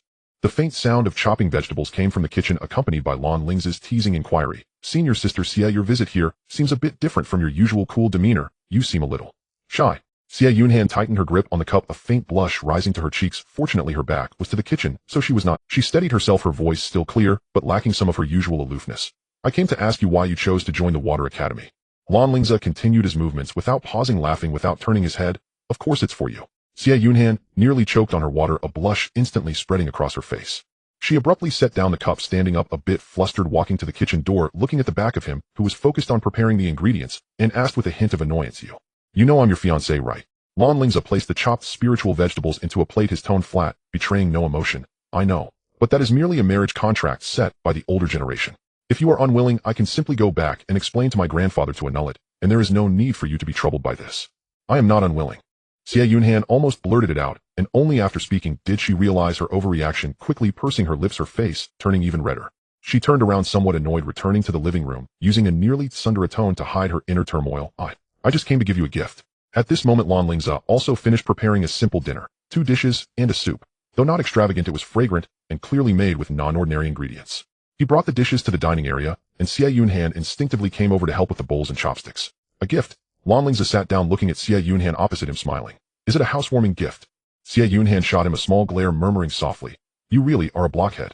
She placed a quaint-looking jade box from her storage ring in front of Lan Lingze, and said, This gift is from my grandfather to you. Originally, it meant to celebrate your admission to university. But since you chose not to attend Capital University, and instead enrolled in Magic City University, this gift came to me for delivery. Later, I didn't know how to face you, so this gift has been delayed a bit. Her voice grew quieter, carrying a hint of barely perceptible apology and shyness. Lan Lingze picked up the jade box, feeling its smooth warmth. He focused his thoughts and scanned the internal space of the box. The next moment, even with his composure, a trace of surprise flickered in his eyes. The space inside the jade box was not large, but neatly arranged. Within were dozens of jade slips, emitting various spiritual fluctuations ranging from low to high, showcasing illusion arts of all levels. Moreover, beside them lay a large crystal jar filled with a dark red liquid thick as mercury, radiating a powerful aura of vitality and wildness. Blood of the Beast King. And judging by its weight, there was a whole jar. This gift was anything but light. Especially those illusion arts and the blood of the Beast King, which seemed tailor-made for him, and the Moon Mirage Crow and Skyhorn Ant. He raised his head to look at Xie Yunhan, who was lowering her head, nervously nibbling on her food, and slowly spoke, The Xie family. And you just accepted the family's arrangements like this? Xie Yunhan paused, setting down her chopsticks, gently, sighing, her tone filled with a hint of helplessness, yet seemingly resigned. There's no way around it. Though the Xie family is also a prominent family compared to the Lan family, it still falls short. Originally, according to my grandfather, I was to be betrothed to the direct line of the Lan family as a child bride, but I didn't expect. She shot a glance at Lan Lingze, her expression harboring some indescribable emotion. You are actually 4 years younger than me. She seemed unwilling to delve further into that topic and instead praised the food. By the way, your cooking is really good, filled with spiritual energy, and tastes better than those made at big hotels outside. Lan Lingze's expression softened at her words. Looking at her half jokingly and half seriously, he said, If you like it, I can cook for you every day from now on. Xie Yunhan coughed again, truly choking this time, her cheeks flushing, waving her hands repeatedly, No need. If I want to eat, I will tell you. There's no need to cook for me every day. She felt her heartbeat racing abnormally and quickly changed the subject. By the way, I came to remind you about something else. The situation at the Water Academy is quite complicated. Her expression grew serious. The students in the academy are rarely from common backgrounds, most are from various prominent families with tangled relationships, and many have marital interests behind them. You're just new here, and coming in this way trying to establish authority probably won't be that easy. Lan Lingze, however, seemed unfazed, confidently asking, how are their realms? Are there any stronger than you in the Water Academy? Xie Yunhan was taken aback by his question, instinctively replying, not really. I'm at the second level of the Day realm, which is considered top tier among the academy students. Why do you ask that? Lan Lingze curled his lips into a meaningful smile, standing up and walking to Xie Yunhan's side, placing a spare villa key on the table in front of her. I won't be staying here tonight, he said casually. You can practice in the cultivation room. The spirit gathering array there is quite a... After saying this, he did not wait for Xie Yunhan to respond, and directly walked towards the door. When he reached the door, he paused, looking back at her with a gaze filled with a confident sense of control. As for establishing authority, my marriage to you itself is the greatest power. With that, Lan Lingze pushed the door open and stepped out, his figure blending into the night. Xie Yunhan stared blankly at the key on the table, then glanced at the direction Lan Lingze had disappeared, her cheeks uncontrollably reddening again. She instinctively touched her flushed face, mumbling softly to herself, what does he mean by this? Giving the villa to me? Could it be that Lan Lingze really likes me a bit? This thought made her heart race, and she quickly shook her head, grabbing the key and almost running towards the cultivation room she had long yearned for, which possessed a top-notch spirit gathering array. Lan Lingze, leaving the villa, did not go far. His destination was the beast-raising center at the school. The center was brightly lit at night, with many diligent students there adjusting their partners or attempting evolution. Lan Lingze rented a private training room with the highest specifications. Closing the door and activating the soundproofing and protective arrays, he immediately called out to the system in his mind. System, what resources are needed to allow the Moon Mirage Crow to evolve again? Also, how can I awaken the Skyhorn Ant as soon as possible? Ding. Detecting host's needs. The Moon Mirage Crow currently meets the evolution conditions, and the core resources needed for evolution are Celestial Moon Lotus Sunset Fruit Moon God Essence. Supplemented with advanced energy liquid, it can improve the success rate and quality of evolution. The offspring of the Skyhorn Ant has fallen into a deep sleep due to damage to its life source. It only needs to be soaked in pure blood of the Beast King to gradually awaken and repair some of its source. Lan Lingze's eyes flashed, and without hesitation, he quickly connected to the school's internal resource library through his wristband, purchasing the Celestial Moon Lotus and Sunset Fruit with his remaining points and the spirit coins provided by his family. Moon God Essence is relatively rare, but he had seen it on the family resource list before and had stock. As for the blood of the Beast King, Xie Yunhan had just brought him a whole jar. The resources were quickly delivered through the teleportation array. Lan Lingze nimbly filled 2 specially designed advanced cultivation tanks with energy liquid. In one of them, he carefully crushed the Celestial Moon Lotus and Sunset Fruit, dripping in the Moon God Essence and stirring it evenly. Immediately, an unusual energy fluctuation combining coolness and warmth spread through the cultivation liquid. He gently placed the Moon Mirage Crow into it. In the other cultivation tank, he poured in most of the precious blood of the Beast King, the thick blood radiating a heart-pounding pressure. He carefully immersed the egg containing the Skyhorn Ant offspring, which was still somewhat dim, into the blood of the Beast King. After completing all this, Lan Lingze did not remain idle. He sat cross-legged on the meditation platform next to the cultivation room, took out the ring containing the techniques that Xie Yunhan had sent him, and focused his thoughts on it, starting to comprehend those celestial-level illusion arts. Time could not be wasted, the improvement of strength needed to be comprehensive. A night passed in silence, with only the subtle bubbling of the energy liquid and Lan Lingze's even breathing. When the first ray of sunlight the next morning shone through the special window of the cultivation room, both cultivation tanks simultaneously showed signs of change. In the tank containing the Moon Mirage Crow, the cool moonlight and warm sunset brilliance intertwined and erupted, illuminating the entire room in a dreamlike glow. An even clearer, more divine-sounding cry rang out as a figure bathed in light soared upwards, its body more elongated and graceful than before, with feathers displaying mysterious patterns of moon white and dark gold, a crescent moon mark glowing brilliantly on its forehead, exuding a calming aura of moonlight. In the other tank, the blood of the Beast King boiled and rolled, a wild, domineering, and unstoppable aura exploding. The dullness on the surface of the beast egg vanished completely, becoming crystal clear, revealing a small, but terrifyingly powerful figure stretching inside. With a crisp crack, the eggshell shattered, and a pitch-black transparent horned ant emerged, exuding a sense of power, as if it could carry mountains. It greedily absorbed the remaining blood of the Beast King, its body rapidly solidifying and growing. Ding. Evolution completed. Target: Moonlight Divine Crow. Category: Spiritual Beast. Level: Extraordinary. 6th stage. Potential: Overlord. 9th stage. New passive skill: Moon God Aura. In moonlight environments, all attributes are increased by 40%, and mental recovery speed is significantly enhanced, almost never exhausting. Ding. Skyhorn Ant offspring has awakened. Target: Skyhorn Ant. Category: Fierce Beast. Level: Extraordinary. 5th stage. Potential: Stream Moon. 9th stage. Due to damage to the source, potential limit temporarily locked. Needs subsequent opportunity to unlock. Feeling the powerful forces feedback from both contracted beasts, as well as the breakthrough he achieved due to their nurturing into the Stream Moon 1st stage, Lan Lingze's eyes sparkled with excitement. Power. This is the power of strength. The Moon Mirage Crow evolved into the Moonlight Divine Crow, greatly increasing its power and gaining the divine skill known as the Moon God Aura. The Skyhorn Ant awakened, and even though its potential was temporarily limited, its fierce beast nature and power characteristics were enough to become a trump card. And he himself had finally stepped into the Starry Realm. Now I have enough capital to be arrogant in Magic City University in the Water Academy. Lan Lingze clenched his fists, feeling the surging Starry Realm's spiritual energy. Within him, a cold smile curling at the corners of his mouth. He stored away the two contracted beasts, tidied up the cultivation room, and with steady and confident steps walked towards the Water Academy. The Water Academy was located beside a spiritual lake with buildings predominantly in blue and white, looking fresh and elegant. However, as Lan Lingze just reached the entrance, before he could even admire the scenery, an unpleasant voice rang out. "Hey, kid, stop." A young man dressed in luxurious clothing with an arrogant expression was blocking Lan Lingze's path, clutching a flamboyantly dressed female student.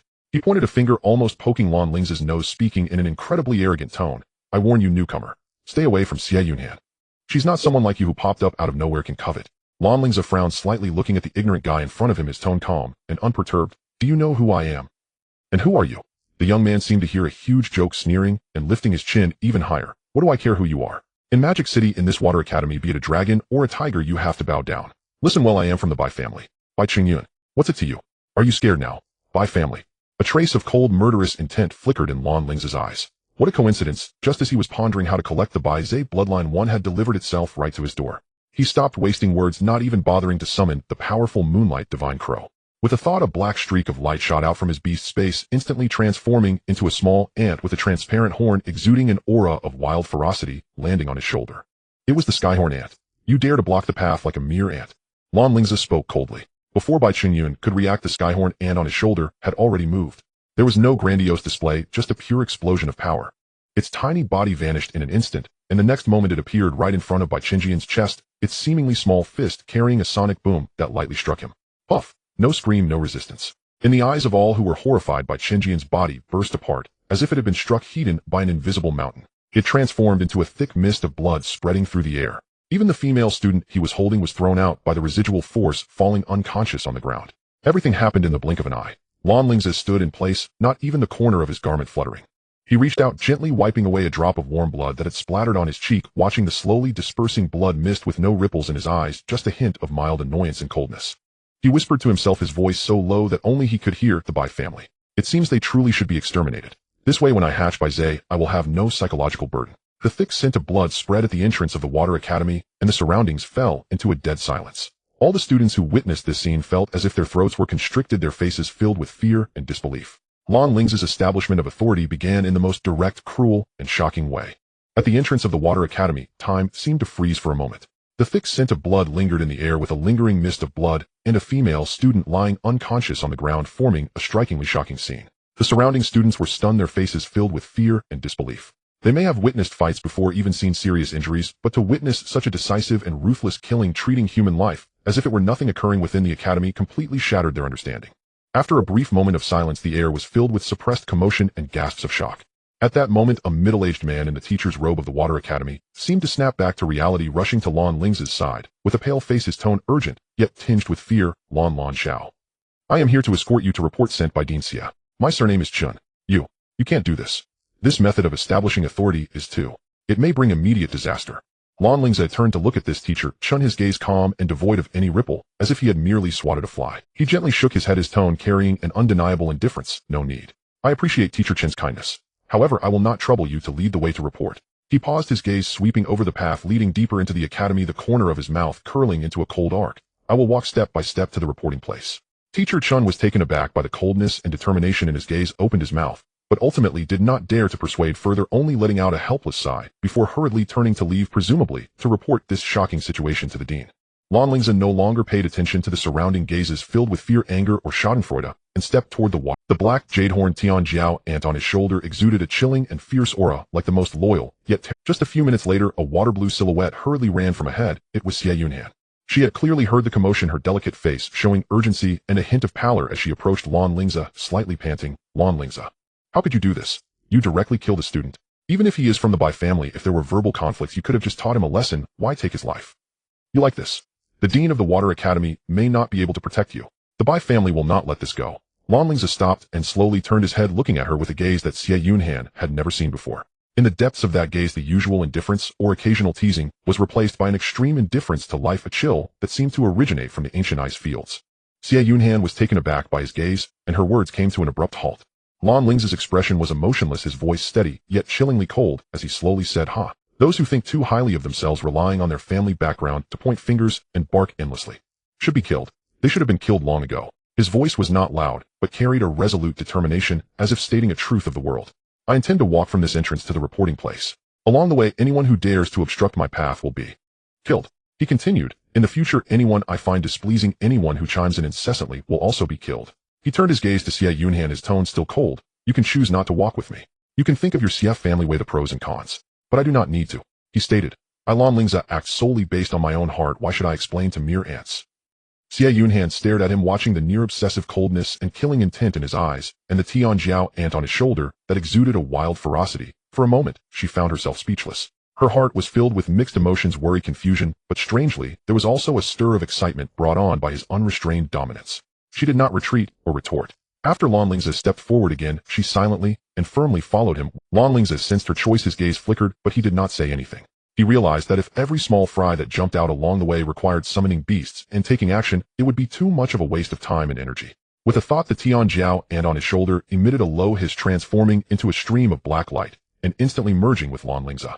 Buzz. A forceful, domineering aura that shattered countless laws erupted violently from within Lan Lingze. His figure seemed to slightly swell, dark patterns subtly flowing beneath his skin, his pupils turning into pure black, with only a sharp light in the center. His fingernails became sharp, coated with a faint metallic sheen, emanating a suffocating sense of oppression. Tianjiao. This form was filled with even more power and aggression than the previous fusion with the illusion moon crow. From the entrance of the Water Academy to the registration place, the straight distance was only about 2 kilometers. But Lan Lingze took a full 2 hours. This 2 kilometers turned into a path paved with blood, a road forged with lives to establish his authority. Along the way, countless students who relied on their family backgrounds, or wanted to speak up for Bai Qingyun, or simply could not tolerate Lan Lingze's arrogant attitude, jumped out to obstruct him, shouting, "Lan Lingze, you are too outrageous. Stop right there. You think you can leave after injuring someone? I am from the XX family. Let's go together, show him some color." However, their furious roars, their family backgrounds, their threats, all stopped abruptly when they entered within 10 meters of. In the fused state, Lan Lingze gave no one the chance to say anything, nor did he care to hear which family they came from. His movements were simple, direct, and violently extreme. Punch, palm, finger, even a casual bump or lean. There were no dazzling spirit techniques, only the purest, most extreme explosion of power. Each strike was accompanied by the cracking sound of bones, the dull sound of flesh bursting, and brief, yet piercing screams. Blood flowers blossomed continuously along the path, severed limbs occasionally flying up, the thick scent of blood, nearly solidifying, transforming this originally elegant area of the Water Academy into a slaughterhouse. Xie Yunhan followed behind him, her face pale, suppressing her discomfort, yet her eyes grew increasingly bright. She watched the figure striding forward amidst the blood and rain, observing how he trampled upon the so-called rules and unspoken rules in the most barbaric manner, and some long-constrained feeling within her seemed to quietly stir. When Lan Lingze finally arrived at the registration place of the Water Academy, at the front of the elegant water-blue Grand Hall, he was already soaked in the blood of his enemies. His black clothing turned dark red, and thick blood dripped from the edges of his clothes. He appeared as if he had just emerged from a blood pool, exuding an aura that sent shivers down one's soul. He dismissed the fusion with the Tianjiao ant and returned to his original form, yet that overwhelming killing intent had not dissipated. He looked at the Water Academy dean, who had rushed over, standing at the door with an extremely grave expression, a dignified woman whose demeanor resembled that of Xie Yunhan. Surely, she was Xie Yunhan's aunt. Lan Lingze ignored his bloodstained appearance and performed a standard and respectful disciple's salute to the dean, his movements calm, as if the slaughter he had just conducted had nothing to do with him. He raised his head, his gaze clear and resolute, his voice resonating throughout the silent registration area. "Dean Xie. Student Lan Lingze here to report. I believe the professor who accepted me has informed you." Lan Lingze's tone softened, yet still carried an undeniable weight. "I, Lan Lingze, come here solely to review the cultivation methods in the Water Academy's library to enhance my knowledge and improve my strength. As for other matters..." Before he could finish, the heavy door of the registration area was suddenly kicked open from the outside. A young student dressed in by family attire with a mournful expression, yet eyes glimmering with vengeful light, rushed in and knelt before Dean Xie, crying and shouting, "Dean, you must seek justice for the students. This Lan Lingze, he is insane. Just now he randomly slaughtered my by-family disciple Bai Qingyun. Although my by-family disciples may have been a bit unruly in the past, their words may have been a bit harsh, but he bore no ill intentions. He just wanted to befriend Lan classmate. Who would have thought? Who would have thought this Lan Lingze would be so ruthless and directly take his life? I implore the dean to severely punish the murderer and give my by-family justice." His cries were loud, clearly intended for everyone outside to hear. Immediately after, as if receiving a signal, a group of people surged in from outside, all indignant, pointing fingers and accusing Dean. I, a disciple of the Jiang and Wu family, was also harmed by him. I, a branch disciple of the Lang Yuan family, was just passing through and fell victim to his treachery. And I from the Moda Lu family. I from the Wu family. In an instant, the atmosphere in the registration area was charged with anger, all directed at Lan Lingze. Lan Lingze looked at this group of clowns, not angry, but laughing, yet that smile was chilling to the bone. He turned around, facing the growing crowd of onlookers at the door and the victims inside the hall, gritting his teeth, saying each word clearly, very well. In the past 2 hours I have lost count of which family's disciples I have killed. Who else? Feel free to step forward and accuse me like this, by senior. His words carried a strange allure, like a death knell. Indeed, a few more who relied on their family power or harbored thought. A student stepped forward, joining the ranks of accusations. Lan Lingze nodded, the murderous intent in his eyes no longer concealed. Since everyone is here, then let's send you all to reunite. With a thought, the Tianjiao ant transformed into a stream of light, once more merging with him. A terrifying aura of ferocity erupted instantly. Stop! Dean Xie's face changed dramatically as he shouted. But it was already too late. After merging, Lan Lingze moved like a phantom within the registration hall, unfolding a bloody cleansing before the eyes of all right in front of Dean Xie. The sound of wind from punches howled and bones cracked. Those students who had stepped forward to accuse barely had time to scream before being reduced to blood mist under absolute power, ground into paste. Moments later, the hall was left with an overwhelming stench of blood, and scattered remnants of flesh splattered everywhere. The loudest of the victims had all disappeared. Lan Lingze released his merge, drenched in blood, like a demon. He looked at the pale-faced, trembling students outside the hall, his voice like ice striking, echoing in all directions. Fellow seniors and sisters, I, Lan Lingze, am new here and unaware of the past rules of the Water Institute. But from today onwards, I hope you all will abide by the rules of Lan Lingze. Pointing at the filth on the ground, he coldly said, like these few clearly seniors, yet their realms are lower than that of a new student, even worse than many ordinary newcomers. Such waste remaining in the Water Institute only occupies resources and tarnishes the academy. I have heard that most disciples of the Water Institute are from intermarriages with few common students. Today I establish the first rule. For the next month, all students of the Water Institute, regardless of their background, must at least elevate one minor realm. Those who succeed, I, Lan Lingze, will personally grant you the cultivation resources you desire. The quality will certainly be higher than what the academy provides. Those who fail, a flash of cold light flickered in his eyes, can go to the academic affairs office, abandon their cultivation, and then get out of the Water Institute. His voice suddenly rose, carrying unparalleled arrogance. Don't think that just because you have some family connections with 2, or even more backing you, you can be untouchable. Let me tell you, even if all your families band together to weave a so-called net of heaven and earth, in front of the Lan family you are nothing but a rabble easily crushed. Now he swept his gaze like a knife over everyone. Get out. Go back and cultivate. Those students felt as if they had received a pardon, scrambling to escape, fearing that a moment's delay would lead to the same fate as those within the hall. Only then did Lan Lingze turn, respectfully bowing to the complex-faced Dean Xie before saying no more and heading straight towards the direction of the Water Institute's library. After Lan Lingze left, Dean Xie rubbed his forehead and looked at Xie Yuhan beside him, earnestly saying, Yuhan, it's not that your aunt is criticizing you. This Lan Lingze, his talent is indeed monstrous, but his temperament is too arrogant and domineering, with a heavy killing intent, completely disregarding rules. His actions will surely bring about a great disaster, and it's hard to see him last long. Why don't you consider withdrawing from this engagement? Your aunt can find you a more stable, noble family heir. Xie Yuhan, however, gazed in the direction Lan Lingze had left, her beautiful eyes shining with excitement. Just now, Lan Lingze's domineering declaration, his spirit of disregarding all shackles and forcefully establishing rules, made her feel her blood rushing.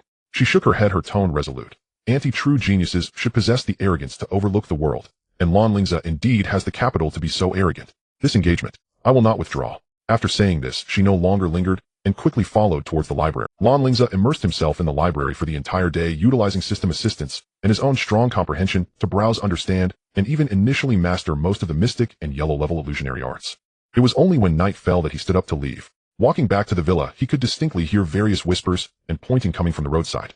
Look, that's Lan Lingze. He just reported today and has already killed so many seniors. My goodness, he's simply, with such heavy killing intent, he can't be some fierce beast that transformed and mixed in right. Hurry, he's looking this way.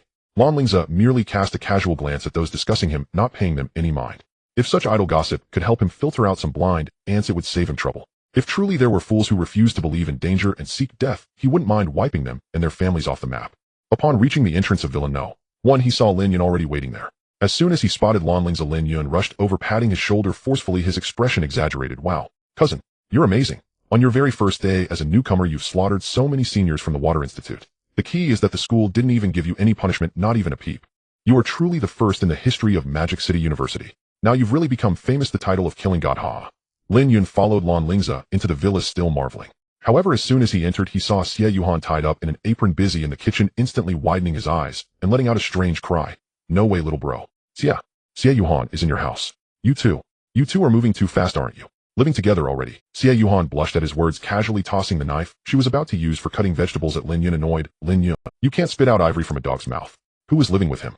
I'm just borrowing the cultivation room here to practice. The flying knife was caught by Lin Yun with a grin. He wore an expression that said, you know what I mean, sitting at the dining table rubbing his hands with anticipation. No matter what, thanks to my cousin today, I Lin Yun have the fortune to taste the dishes made by our Magic City University flower. Lan Lingze shook his head helplessly and walked into the kitchen, putting on another apron to help prepare the ingredients. While skillfully chopping the spiritual vegetables, he asked, cousin, you specifically came here today. It can't just be for a free meal, right? What's the matter? Lin Yun suddenly slapped his forehead. Oh, how could I forget? I was so shocked by your achievements. Saying this, he took out a beautifully crafted invitation from his storage ring and placed it on the table. Tomorrow evening, the Tianxiao Chamber of Commerce will hold a large auction at the Magic City branch. It is said that a portion of the proceeds will be used to aid the refugees affected by the beast tide in the southwestern border. And this auction specifically invited you to attend. Invited me specifically? Lan Lingze continued chopping with no pause, raising an eyebrow. What about the other families? Do they know about this? Of course they do. Lin Yun took a bite of a spiritual fruit from the table. This auction is of a very high standard, inviting all the prominent families in Magic City. I also heard that the Jiang families by family from Jiangnan will send someone. You killed so many of their people today, so they may not dare to act against you openly on the Tianxiao Chamber of Commerce's territory, but secretly they might set traps or even poison you to ruin your cultivation. Lan Lingze poured the chopped vegetables into the pot, making a sizzling sound, his tone carrying a hint of playfulness and confidence. Tomorrow, perhaps many will die. He paused. A glint of coldness flashed in his eyes. The Tianxiao Chamber of Commerce is co-managed by the government and 3 major families, one of which is my Lan family. However, within the Lan family, there are probably many who wish for my demise. If they collude with outsiders to poison me at the auction, I might truly fall into their trap. Suddenly, he turned his head to look at Xie Yuhan, who was stirring vegetables nearby, and softened his tone. Sister Xie, may I invite you to attend the auction with me tomorrow? Xie Yuhan paused at his words, turning her head to look at him, a playful smile curling at the corners of her lips as she half-joked, oh, is Lan Jr. inviting me on a date? Lan Lingze looked into her bright eyes and nodded lightly, admitting candidly, sort of. Lin Yun, witnessing the subtle atmosphere between the two, suddenly found the spiritual fruit in his mouth unappetizing, letting out a groan as he buried his head, pretending to focus on eating, wanting to avoid the dog abuse scene. After dinner, Lan Lingze stood up, preparing to head to the library again to read techniques, leaving the cultivation room to Xie Yuhan. Lin Yun followed him out. Walking along the quiet campus path at night, Lan Lingze suddenly asked, cousin, how much money do you currently have available to you? Lin Yun was taken aback for a moment and thought for a while before saying, my personal savings plus some liquidity from the industries the old man manages. It's quite a bit. Why? Are you eyeing something good for tomorrow? Is the old man's resources not enough for you? Lan Lingze raised his hand, glancing at the storage ring that Xie Yuhan had given him, a gentle light flashing in his eyes. Sister Xie gave me a hefty present, so out of courtesy, I need to return the favor. At tomorrow's auction, if there's anything suitable for her or something she might like, I want to bid for it and give it to her. He gazed towards the brightly lit library in the distance, his tone carrying a calm determination. Perhaps I'll even have to light a heavenly lamp for this. Light a heavenly lamp. Lin Yun stumbled at his words, nearly falling, his face instantly revealing an expression of extreme pain and disbelief, as if a herd of exotic beasts was pounding through his heart, lamenting that his cousin was not only ruthless to enemies, but also so harsh on his own wallet. Lighting a heavenly lamp is the most extravagant way to bid at the Tianxiao Chamber of Commerce auction, meaning one is determined to win a particular item, ignoring all price increases until no one else bids. How much money would that burn through? Lin Yun looked at Lan Lingze, who seemed to take for granted the act of burning money with the sky lantern, and even appeared to harbor a hint of anticipation. He opened his mouth, but ultimately transformed all his complaints into a powerless sigh, his face reflecting a sense of disillusionment that read, as long as you're happy. His cousin's actions were becoming increasingly incomprehensible. At times, he was as decisive and ruthless as a demon god, while at other times, he could lavishly spend billions, or perhaps even more, just to elicit a smile from a beautiful woman. Ignoring Lin Yun's rich inner turmoil and distorted expression, Lan Lingze continued, without pausing, heading straight towards the brightly lit library in the night. He went directly to the second floor, found a secluded corner, and began to peruse the earth-level illusionary arts jade slips that he had yet to study. With the system's assistance, his comprehension speed was extraordinarily fast, as countless arcane runes and techniques for utilizing spiritual power flowed into his mind like a trickling stream. However, just as he was immersed in the ocean of knowledge, faint footsteps and deliberately hushed conversations came from the first floor. In the quiet of the night, his spiritual perception at the Shiyu realm captured every detail with startling clarity. Is it safe to talk here? A slightly anxious voice asked. Don't worry, the library's formation shuts down at night. Who besides a few cultivation maniacs would come here to study at this hour? The safest places are often the most dangerous, you know, another voice responded with a hint of smugness. Tomorrow, are you really confident you can eliminate Lan Lingze? Eliminate? Huh. Killing someone right in the territory of the World Merchants Association. That's impossible. But ruining his reputation, forcing him to leave the capital in disgrace, is definitely doable. Then came the sound of a glass bottle slightly shaking. Did you see this? This is a concoction specifically formulated within the Lan family, colorless and tasteless, mixed into spiritual tea. The person who consumes it will feel a surge of heat and unbearable itching. Within 3 hours their blood will boil, and most importantly, their mind will become hazy, desires hard to suppress. You're giving him this kind of drug.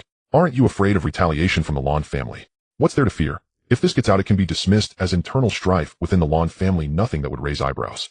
Besides, this isn't poison, let's call it a stimulant for fun. As long as he is under the influence and gets entangled with that side girl arranged by the Bai family in public. How can that young lady from the Xie family endure? The Xie family will definitely turn against Lan Lingze. At that time, without the support of the Xie family and infamous in the capital, let's see how long he can remain arrogant. The two men exchanged low, sinister laughs, casually took a few jade slips as a cover, and quickly left the library.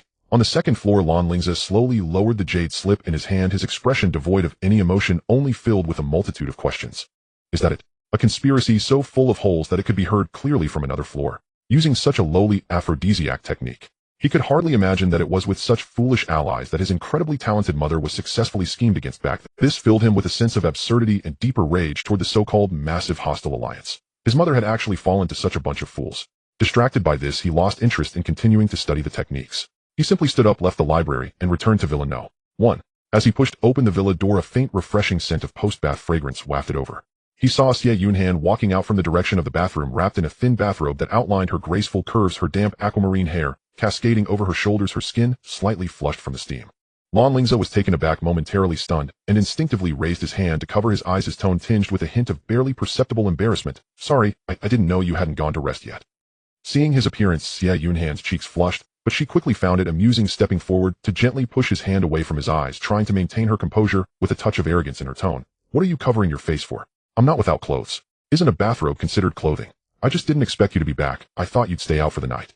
Lan Lingze peeked through his fingers and confirmed that she was indeed wrapped tightly, finally letting out a sigh of relief. He lowered his hand and sat down on the living room sofa, exhaling deeply, as if he had just gone through a great battle. He rubbed his brow and spoke to Xie Yunhan. Tomorrow night's auction might not be peaceful. Some people are already itching to plot against me. His eyes glinted coldly. I plan to take advantage of this opportunity to eliminate them. Xie Yunhan paused in her actions, drying her hair with a towel, and looked at him with confusion. Then why did you come back? She further questioned, and why did you specifically tell me about this? She sensed that tonight's Lan Lingze seemed a bit strange, as if he had a heightened need to express himself compared to usual. However, Lan Lingze did not explain further. He simply stood up and said, rest early, before heading straight back to his bedroom, closing the door and beginning to meditate and adjust his state. Xie Yunhan gazed at the tightly shut door, blinked, and did not inquire further. She turned off the living room lights and walked into the top-notch cultivation room she had been longing for. The next morning, Lan Lingze woke up early and prepared a delicate spiritual breakfast, placing it on the table. He called out to Xie Yunhan, who was coming out of the cultivation room. I've made some breakfast, see if it suits your taste. He added, I'll head to the academy to report first. Xie Yunhan nodded in agreement, looking at the beautifully fragrant breakfast on the table, a hint of warmth flickering in her eyes. On the way to the academy, he could still hear gossip about his heroic deeds from the previous day, with people pointing and Lan Lingze didn't mind at all. Instead, he felt somewhat relieved. At least these cowards who only dared to talk wouldn't come to seek their doom in front of him, which saved him a lot of trouble. After completing his routine report at the Water Academy, he spent most of his time again in the library until he encountered someone when he went to the academy cafeteria at noon. It was a senior dressed extravagantly with a demeanor that appeared cultured and refined, yet followed by a group of younger subordinates. He walked straight toward Lan Lingze. Lan Lingze's expression hardened, immediately preparing for defense as the Tianjiao ant stirred in the beast's space. However, the senior approached him without hostility. Instead, he slightly bowed, wearing a well-measured expression of apology. Junior Lan Lingze, I've heard much about you. I am Dan Xingsheng. Yesterday, a few of my unruly brothers offended you, and I have severely punished them. I apologize on their behalf. His demeanor was sincere and his tone gentle. If it were anyone else, they might have been deceived by his noble style. But Lan Lingze merely looked at him indifferently, saying nothing. Dan Xingsheng straightened up, then shifted the topic, still smiling, but with a hint of sharpness in his gaze. However, Junior, while my subordinates may have done wrong, it is not for outsiders to discipline them, nor should they resort to such deadly measures. I hope Junior can provide me with a reasonable explanation. Sure enough, the weasel was wishing the chicken a happy new year. Lan Lingze snickered inwardly just as he was about to act. A figure rushed in. Dan Xingsheng, you hypocrite. Not this act again. Stay away from my cousin. Lin Yun yelled, pointing at Dan Xingsheng's nose. What? Are you itching for trouble again? Want to feel my fist once more? Dan Xingsheng's expression stiffened at the sight of Lin Yun, the facade of gentleness instantly cracking, a glimmer of apprehension flashing in his eyes. He forced a chuckle, no longer looking at Lin Yun, but instead addressing Lan Lingze. I heard Junior will also be attending the World Merchants Association's auction tonight. Lan Lingze's fingers tapped rhythmically on the table as he raised his head with a detached gaze. What's it to you? Are you trying to threaten me into not going? Seeing Lin Yun ready to fight, Dan Qingsheng didn't dare linger any longer, backing away as he spoke. Junior, take care. With that, he hurriedly left with his entourage. Pa, what a piece of work. Lin Yun spat at Dan Qingsheng's retreating figure, then turned to Lan Lingze with concern. Cousin, are you alright? Did that hypocrite do anything to you? Lan Lingze shook his head, then asked, who is that? He looks a bit familiar, but I can't quite recall. Lin Yun looked at Dan Qingsheng's disappearing figure with extreme disdain. That guy? He's Dan Qingsheng, the heir of the Dan family, one of the 3 major clans in the World Merchants Association. A complete hypocrite, always trying to follow the path of ancient emperors, winning people's hearts, but unfortunately lacking strength, relying entirely on pills and family resources to elevate his status. You probably saw him a few times at family banquets when you were younger, but it's best not to remember such a clown. Lan Lingze tried to recall, but indeed had no impression. As Lin Yun said, just a clown, laughable, but not worth remembering. After this brief interlude, Lan Lingze again immersed himself in the library, not returning to the villa until evening. He changed into a well-tailored black suit, his demeanor now less casual and more composed and regal. As he stepped out of his room, he was momentarily dazzled by Xie Yunhan, who was also elegantly dressed in an aquamarine evening gown. Shall we go? Lan Lingze extended his hand. Just then Lin Yun's voice came from the doorway. Wait. Take me with you. Lin Yun, dressed in formal attire, leaned against the door frame, his expression serious. I've had a bad feeling all afternoon, or it feels like something will happen tonight. I want to go with you at least for some backup. Lan Lingze shrugged, somewhat speechless. If something really happens with Xie Xuejia's 2nd level strength, she can handle most troubles. You probably won't be needed. Lin Yun pulled Lan Lingze aside, lowered his voice, and said seriously, kid, let me give you some advice. I can see Xie Yunhan treats you well, I've noticed it. But she is ultimately from the Xie family, not the Lan family. You are just a marriage alliance. Even if you really marry in the future, her primary consideration might not be your interests. There are some dirty tricks within the Lan family that she shouldn't get involved in, and you can't let her know too much. Lan Lingze's gaze flickered as he glanced at Lin Yun, falling into silence for a moment before nodding. He approached Xie Yunhan and naturally said, Xie Xuejia, my cousin, also wants to go to the auction to see the world. Is it all right for him to join us? Xie Yunhan looked at Lin Yun and then at Lan Lingze, smiling slightly. Of course, it's fine. The 3 then set out together for the World Merchants Association's auction in the capital. At the entrance of the auction house, luxury cars were gathered and celebrities mingled. After Lan Lingze presented his invitation, the attendant respectfully guided him to box No. 1. This arrangement immediately drew the attention of all the forces present. A multitude of glances, some filled with suspicion, some with jealousy, and others carrying hidden malice, focused on Lan Lingze.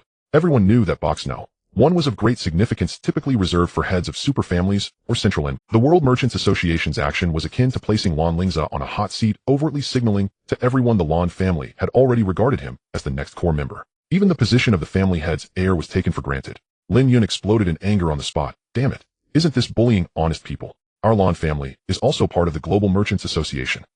Who arranged this? Isn't this just stirring up enmity for my cousin? However, Lan Lingze appeared quite calm as he walked into the luxurious number 1 private room, sat on the soft sofa, picked up the spiritual tea presented by the waiter, took a gentle sip, and leisurely said, what else could it be for? It's just that some people neither want me to have it easy, nor want to take the opportunity to test the Lan family's reaction, eliminating some insiders they find troublesome. He looked at Lin Yun and said, cousin, after this auction ends, you should return to Kyoto. Tell the old man everything that happened. It's time to clean out those termites in the family who are eating from both sides. Lin Yun's expression turned serious as he nodded solemnly. I understand. Half an hour later, the auction officially began. The first item for auction immediately stirred up excitement. It was a heavenly grade treasure, the Ice Soul Cold Light sword. The starting bid was an astonishing 100 million Huagua coins, with each increment not less than 10 million. Lan Lingze turned to his side to look at Xie Yunhan. The starting bid was an astonishing 100 million Huagua coins, with each increment not less than 10 million. Lan Lingze turned to his side to look at Xie Yunhan, and indeed her gaze was drawn to the sword, a hint of affection flashing in her beautiful eyes. What do you think of this sword? Lan Lingze asked. I feel it suits you well. Your beast taming and skills are both ice type. If paired with this sword, you would be hard to beat among those of the same rank. Xie Yunhan looked at him in surprise. You want to buy this for me? You've given me such an expensive gift. Naturally, I need to return the favor. Lan Lingze spoke with a calm tone, raising the bidding card in his hand. Though it's a weapon for my first gift which might not align with the girl's tastes, I don't know exactly what you like. 150 million. He declared a price far exceeding the starting bid. The crowd gasped. The number 1 private room was indeed extravagant. Soon after, bids came in one after another as wealthy individuals and family representatives from various private rooms and scattered seats began to participate. 180 million, 200 million, 250 million. The price soared, rapidly surpassing 500 million within just 2 minutes. Clearly, many wanted to secure this auspicious beginning and test the number 1 private room's limits. Lan Lingze frowned at the annoying bidding. What he desired was absolute control. He was too lazy to waste time with them. He pressed a special golden button in the private room and calmly announced through the amplification array, Number 1 private room, light the lantern. The entire auction hall fell silent in an instant. Light the lantern. It was the Lan family again. The last time the lantern was lit at the Global Merchants Association was by his father Lan Lingze, who burned nearly 100 billion just to make his wife laugh. Now his son had arrived too. However, this silence lasted only a few seconds. Number 2 private room, light the lantern. A provocative voice rang out. Everyone looked over to see Dan Qingsheng. He stood by the floor-to-ceiling windows of the number 2 private room, gazing toward Lan Lingze's direction, wearing a smug and triumphant expression. Lan Lingze, I told you to be careful. Your Lan family is not united while my Dan family is of one mind. I don't believe that the money you can mobilize can surpass my entire Dan family. Lan Lingze was a bit surprised to compete for pride. This Dan Qingsheng actually dared to light the lantern too. Truly foolish. But the words he spoke would never be taken back. Thus 2 golden lanterns, symbolizing determined to win, willing to follow the price, were hung high on the auction stage. Neither side needed to shout prices anymore. They only needed to raise their cards when the auctioneer inquired to indicate they were continuing to follow the price. Raise lower. Raise lower. This financial contest turned into a silent battle of wills. The price skyrocketed with each raised card from the 2. 600 million, 800 million, 1 billion, 1.5 billion. After a dozen minutes, when the price surpassed 2 billion, the door to Dan Qingsheng's private room was pushed open, and an elderly man resembling a steward quickly walked in and whispered something in his ear. Dan Qingsheng's face instantly turned extremely ugly as he slammed the table, growling, "What? It's over. I just bid. How could my father do this?" But no matter how angry he was, the fact remained that the family no longer provided financial support. His personal allowance had long run dry. He reluctantly lowered the card in his hand and said to the auctioneer, his voice dry, "Number 2 private room. Gives up." The auctioneer immediately struck the wooden hammer. 2 billion. Congratulations to the number 1 private room for acquiring the Ice Soul Cold Light sword. Lan Lingze looked towards the number 2 private room, his voice clearly transmitted through the array. "Senior Dan, it seems your Dan family is not as united as you think." Dan Qingsheng's face turned ashen with humiliation and anger as he abruptly swung his sleeve and left the auction hall with his men. After Lan Lingze paid the hefty sum, the cold shimmering Ice Soul Cold Light sword was delivered to the private room. He picked up the sword and directly handed it to Xie Yunhan. "Senior Xie." He looked at her with sincerity in his eyes. "I hope you can always stay here." Xie Yunhan gazed at the unparalleled sword worth 2 billion, then at Lan Lingze's deep eyes. Her heart stirred. She remained silent for a moment, said nothing more, but solemnly received the sword and began to communicate and refine it with her ice-type spiritual energy right there. The auction continued. Soon there was a knock at the private room door, and a waiter pushed in a delicate cart with a pot of steaming fragrant tea brimming with spiritual energy. "Hello, esteemed guest of number 1 private room. This is the Snow Peak spiritual tea, specially gifted to you by the Bai family from number 4 private room, as a sign of respect, congratulating you on acquiring your desired item," the waiter said respectfully. Lan Lingze's eyes subtly turned cold. If it had indeed come. He maintained a composed expression, even revealing a hint of just right surprise and being flattered. "Oh, the Bai family is thoughtful." He picked up the cup of spiritual tea, sniffed it lightly at his nose, and praised, "Good tea." Then, under the watchful eyes of the waiter and those observing from the shadows, he tilted his head and drank the entire cup. Seeing him finish drinking, the waiter's eyes flashed with a hint of delight and relaxation after completing the task, and hurriedly bowed, saying, "I'm glad you liked it. I won't disturb you any longer." After saying that, he quickly pushed the cart out of the private room and gently closed the door. Outside the door, muffled conversations could be faintly heard. "Did he drink it?" "Rest assured I saw it, clearly not a drop left. No matter how clever Lan Lingze is, he wouldn't expect us to mix the good stuff into such precious spiritual tea. Quickly leave and report back." Inside the private room, a cold smile crept across Lan Lingze's lips. About an hour later, Lan Lingze frowned slightly and said to Xie Yunhan, who was refining the sword beside him, "Senior Xie, I suddenly feel a bit unwell, what may be due to the mental exhaustion from the auction just now. I will go to the lounge to recuperate. Leave the bidding card here. If anything you like comes up later, just bid, and he'll settle the bill." Xie Yunhan noticed his face seemed a bit off, obviously acting, but didn't suspect anything, nodding. "You go, be careful." Lan Lingze stood up, giving Lin Yun a knowing glance. Lin Yun understood and immediately followed. The two exited the private room, and the discomfort on Lan Lingze's face vanished, instantly replaced by a chilling, murderous intent. He stretched his muscles, and a series of cracking sounds emanated from his body. "Cousin," Lan Lingze spoke in a low voice, "have you ever killed someone?" Lin Yun, upon hearing this, was not scared at all. Instead, he excitedly licked his lips, a bloodthirsty light flashing in his eyes. "Of course I've killed someone. Do you think I was sent to the Demon City to keep an eye on you by the old man for no reason? It's because 2 years ago I beat that so-called genius Wang Tung's brother to death." Lan Lingze nodded. Earlier, when he picked up the teacup, his fingertips discreetly applied a colorless and odorless tracking powder which stuck to the cup's outer wall. This powder would continuously emit an extremely faint scent that could only be sensed by specific methods. At this moment, he followed that faint scent like a top-notch hunter, locking onto a direction: the number 4 private room. Arriving at the door of the number 4 private room, Lan Lingze wasted no words and kicked it open with force. The heavy door of the private room shattered. He swiftly entered and set up a simple soundproof and sealing formation, completely isolating the private room from the outside. Inside the private room, several youths from the Bai family and their affiliated families who were drinking and making merry while waiting for good news were stunned by this sudden turn of events. Lan Lingze had no interest in hearing their nonsense. With a thought, the moonlight divine crow transformed into flowing light and fused with him. The moonlit fusion. At the same time, Lin Yun summoned his beast, a majestic crimson flame lion, instantly completing the fusion and transforming into a fiery warrior. The slaughter commenced. In the combined state of the two experts, especially with Lan Lingze's unpredictable illusions and formidable power, the privileged youths inside the private room had no power to resist. Illusions flew, claws rend, flames burned. The cries of the victims were isolated by the formation, leaving only the dull sounds of strikes and the cracking of bones echoing within the private room. Half an hour later, the private room fell into complete silence, the air thick with an unshakable stench of blood and littered with debris and remains. At that moment, a communication ring on the wrist of a corpse on the ground lit up, signaling an incoming call. Lan Lingze picked up the ring, cleared his throat, and mimicked the voice of one of the deceased, infused with flattery and urgency. Master, the drug's effect seems to have kicked in. There's movement on Lan Lingze's side. What should we do now? Which private room are you in? A voice from the other end was impatient and tinged with superiority. Fool, you forgot which private room I'm in. You side branches are just commoners who have never seen the world. Listen carefully, in number 10 private room. Quickly handle this beautifully and lure them over. Yes, yes, yes. Don't worry, master. Lan Lingze responded respectfully, and then hung up the communication. He looked at Lin Yun, his eyes filled with palpable killing intent. Lin Yun grinned, revealing his white teeth. Number 10 private room. Let's go, cousin. Tonight, let's thoroughly clean up the trash in the demon city together. The two did not break their fusion state, carrying with them the lingering murderous aura. They pushed open the shattered door of the number 4 private room, like messengers from hell, striding straight toward the direction of the number 10 private room. The golden wooden door of box No. 10 shattered with a thunderous sound under the immense force of Lan Lingze's kick. Wood chips flew everywhere, and the door hinge groaned under the unbearable weight, completely detaching from the frame. Inside the box, several members of the Bai family's direct line, who were anxiously awaiting good news, were terrified out of their wits by this sudden loud bang. When they saw the two figures at the door exuding a murderous aura and surrounded by the lingering stench of blood and energy fluctuations, their faces turned from surprise to boundless fear in an instant. At the forefront was a young man named Bai, his face as pale as paper, his lips trembling. Gathering the last of his courage, he shouted sharply, Lan Lingze, you can't kill us. We are the direct descendants of the Bai family. True direct descendants. Completely different from those useless side branches you killed before. If you dare to harm even a single hair on us, the Bai family will never let you go. You will have no place to stand in Magic City. The Bai family will hunt you down to the ends of the earth. Threats. Lan Lingze despised such tactics the most. His principle had never changed. Any potential threat, regardless of its size, must be ruthlessly crushed in its infancy. Root out the grass, ensuring the roots are eliminated. He did not respond to Bai's bluster, nor did he bother to look at the twisted face of fear. With a movement, he glided through the box like a ghost. Fists flew with precision and ferocity. Bang, bang, bang, bang.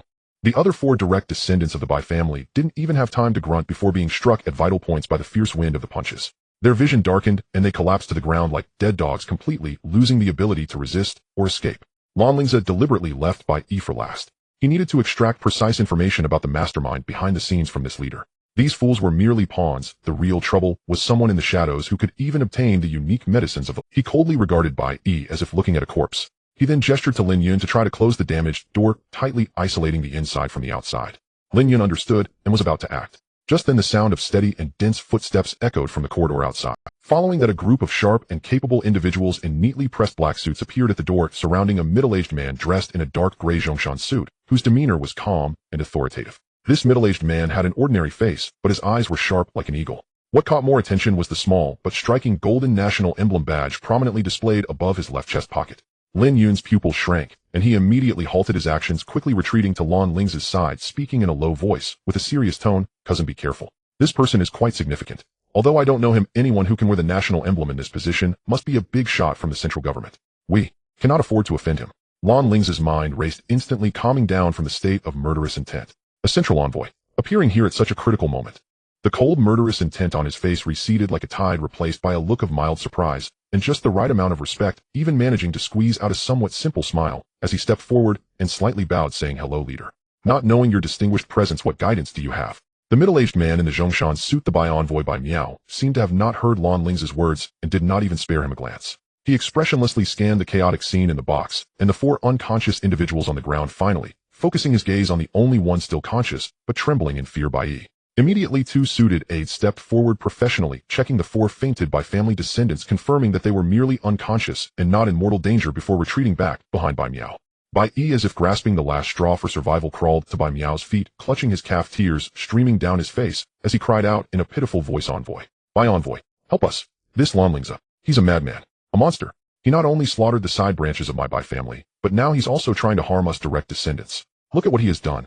I ask the envoy to act on our behalf, severely punishing this wretch. Maintain stability and He exaggeratedly recounted Lan Lingze's crimes, completely portraying himself and the others as innocent victims. After listening to Bai Yi's lament, Bai Miao slowly turned his gaze towards Lan Lingze, his look carrying scrutiny and a commanding authority, his voice flat, yet imbued with undeniable power. "You are Lan Lingze?" "Indeed, I am a student," Lan Lingze replied, neither servile nor overbearing. "I am a central envoy here to mediate the relationships between various forces in Magic City and maintain stability." Bai Miao. Bai Envoy introduced himself, his tone carrying an official air. "You can call me Bai Envoy. Lan Lingze, I do not care what grievances you had with the side branches of the Bai family before, but these individuals before you are direct descendants of the Bai family with an extraordinary status. You cannot touch them." His intent to protect was unhidden. If it were an ordinary student, even a scion of a prestigious family, being warned so directly by a central envoy would have left them trembling in fear, softening and yielding. But Lan Lingze was no ordinary person. Not only was he not intimidated, but countless thoughts also flashed through his mind, immediately seizing the key point in the other party's words. "Bai Envoy also has the surname Bai." Lan Lingze raised his head, his gaze sharp as he met Bai Miao's eyes, his tone carrying a hint of inquiry. Could it be that the envoy has some connection with the Jiangnan Bai family? Bai Miao seemed taken aback by Lan Lingze's direct rebuttal, pausing slightly, but not denying it, nodding calmly. "Indeed, I come from the side branches of the Bai family. So that's how it is." The trace of respect on Lan Lingze's face instantly vanished, replaced by a cold and sharp demeanor that was confrontational. "Then please forgive me for not being able to comply." His voice rose, his words turning sharp. "The central government sent you here to mediate the situation in Magic City, to maintain stability and balance, not to let you use your position for personal gain, favoring your maternal family and letting the Bai family grow arrogant and powerful. If the envoy insists on this, I may have to doubt the impartiality of your visit and whether it contravenes the original intent of the central government." A flicker of barely perceivable surprise passed through Bai Miao's eyes. He hadn't expected that this young scion of the Lan family would possess such boldness and quick wit, not only unafraid of him, but also immediately seizing upon his vulnerable point to counterattack. His expression of authority slightly softened, revealing a seemingly amiable smile, his tone also easing. "He, young man, you have guts. I admire that. You are correct. Although I hail from the Bai family, as a central envoy, I must uphold impartiality and will never do anything to disrupt the balance. I did not come today to favor." He shifted his tone, seemingly looking for a way to step down, while also hinting, "Let's do this, student Lan. Perhaps there was a misunderstanding about today's events. As for these 5 individuals, I will spare them. What resources or money do you need to resolve this matter? Of course, don't ask for too outrageous a price. I, Bai Miao, guarantee with my integrity that I will deliver in full afterwards, absolutely no delay."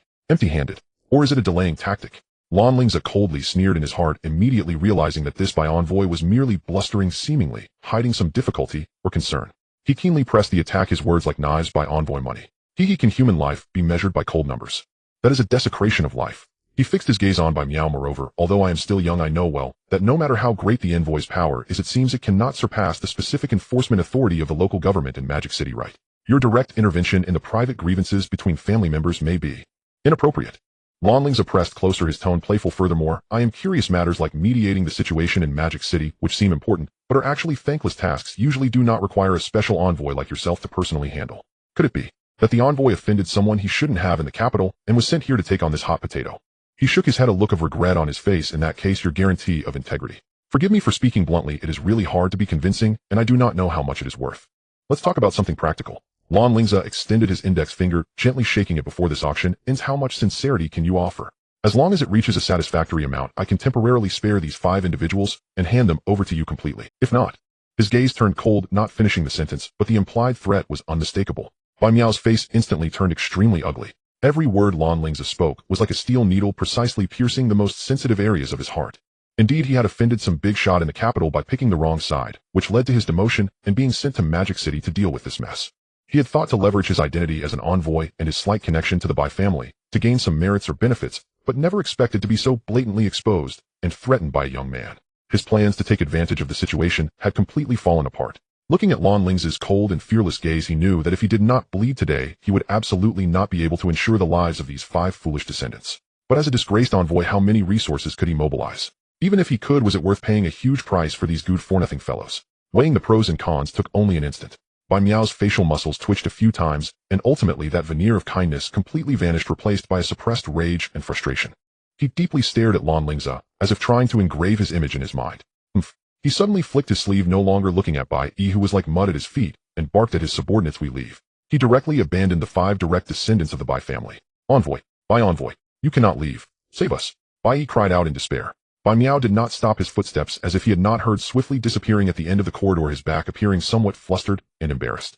Lan Lingze looked at the direction Bai Miao had left, revealing a mocking smile, deliberately raising his voice, and calling out in a concerned tone, safe travels, Bai envoy. Bai envoy, I will not see you off. Bai envoy, be careful on the road.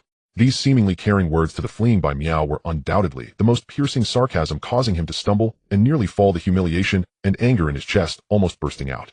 He was originally from the side branches of the Bai family, relying on his own efforts to pass the exam and get established. He had wanted to take this opportunity to shine in front of the family and gain better resources for beast taming, but unexpectedly one wrong step led to total failure. Now he could not even protect a few young descendants, and upon returning to the Bai family, he would surely be looked down upon by the direct line.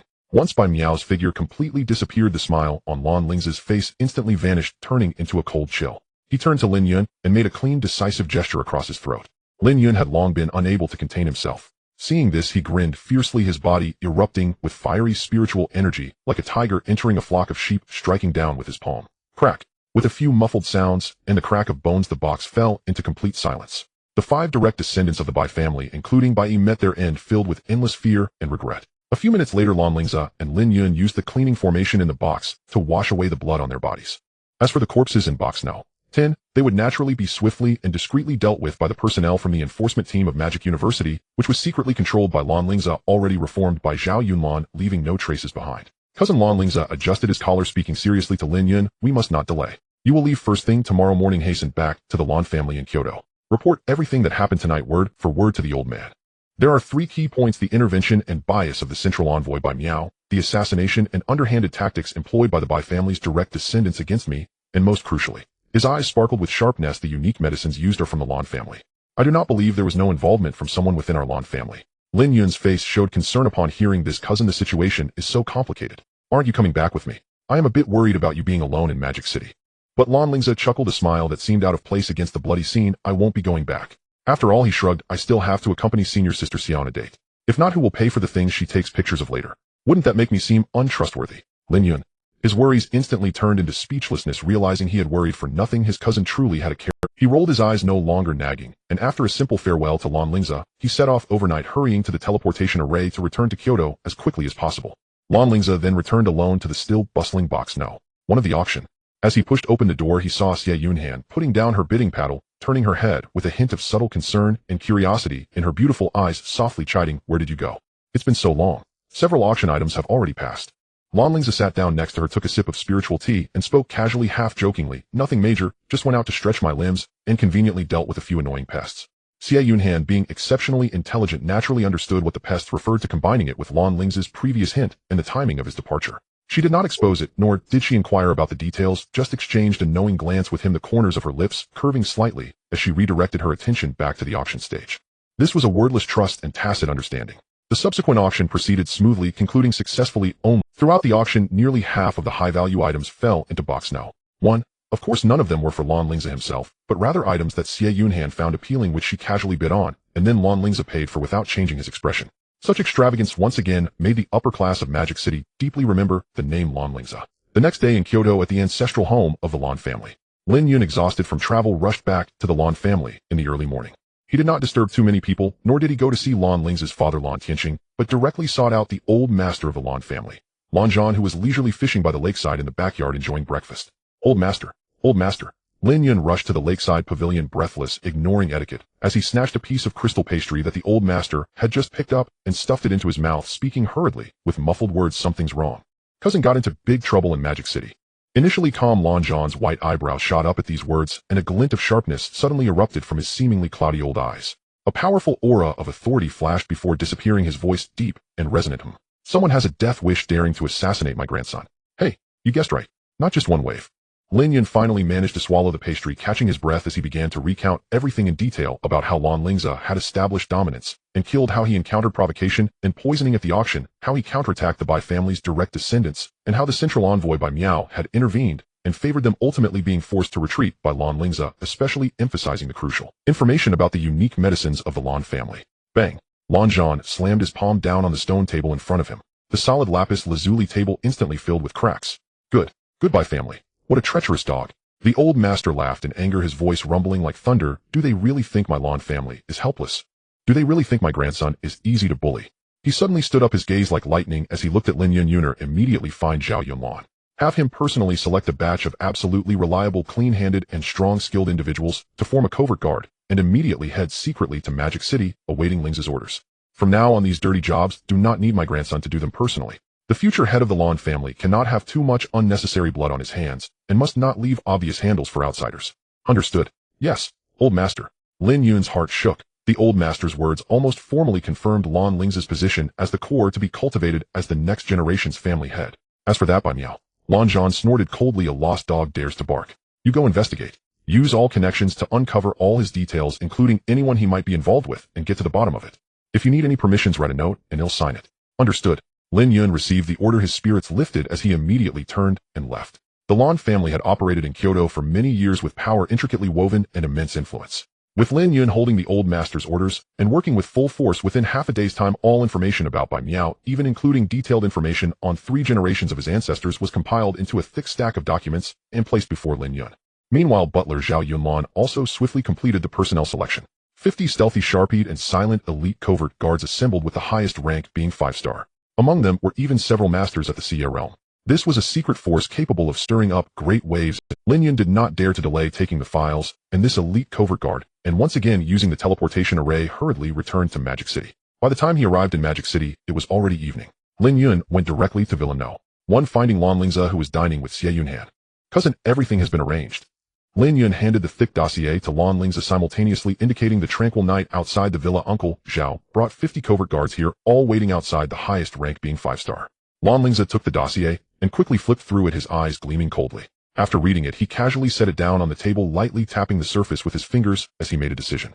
Uncle Zhao, he looked at Zhao Yunlan, who was respectfully standing nearby. Tomorrow, please accompany me to the Jiangnan Bai family. Then he said to Lin Yun, cousin, please ask the academy for a day off for me tomorrow. Lastly, as if remembering something, he asked Zhao Yunlan, by the way, Uncle Zhao, I never asked, what is your current cultivation level? Under the warm lights of the villa, the aroma of dishes wafted through the air. When Lin Yun and Zhao Yunlan walked in, they saw Lan Lingze and Xie Yunhan working seamlessly together in the open kitchen.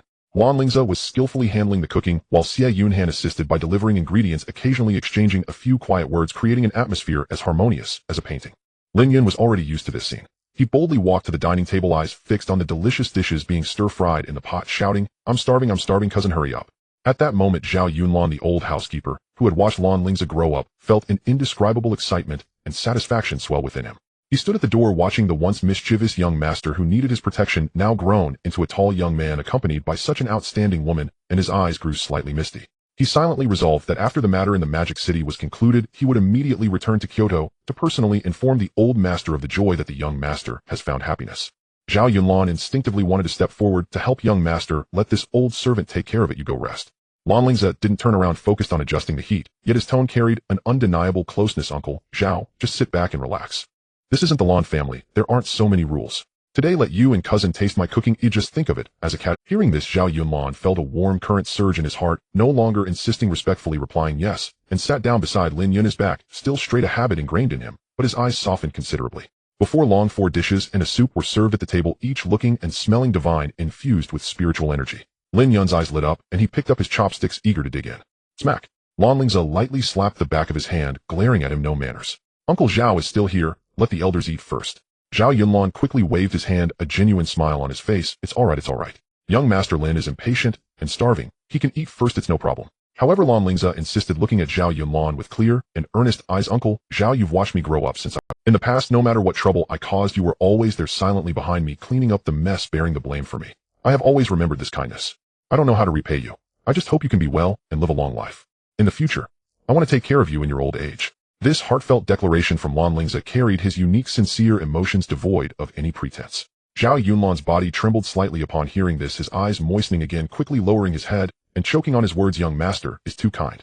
All of this is within the duties of this old servant. Lin Yun, feeling a bit uncomfortable with the somewhat sentimental atmosphere, half-jokingly broke the silence. Come on, no need to get so mushy. How many true overlords are there in the country? With Uncle Zhao's skills, what could happen? If cousin really has this intention, it would be better to put in more effort to find some heavenly spiritual herbs that can help Uncle Zhao break through to the Overlord realm. That would be truly beneficial.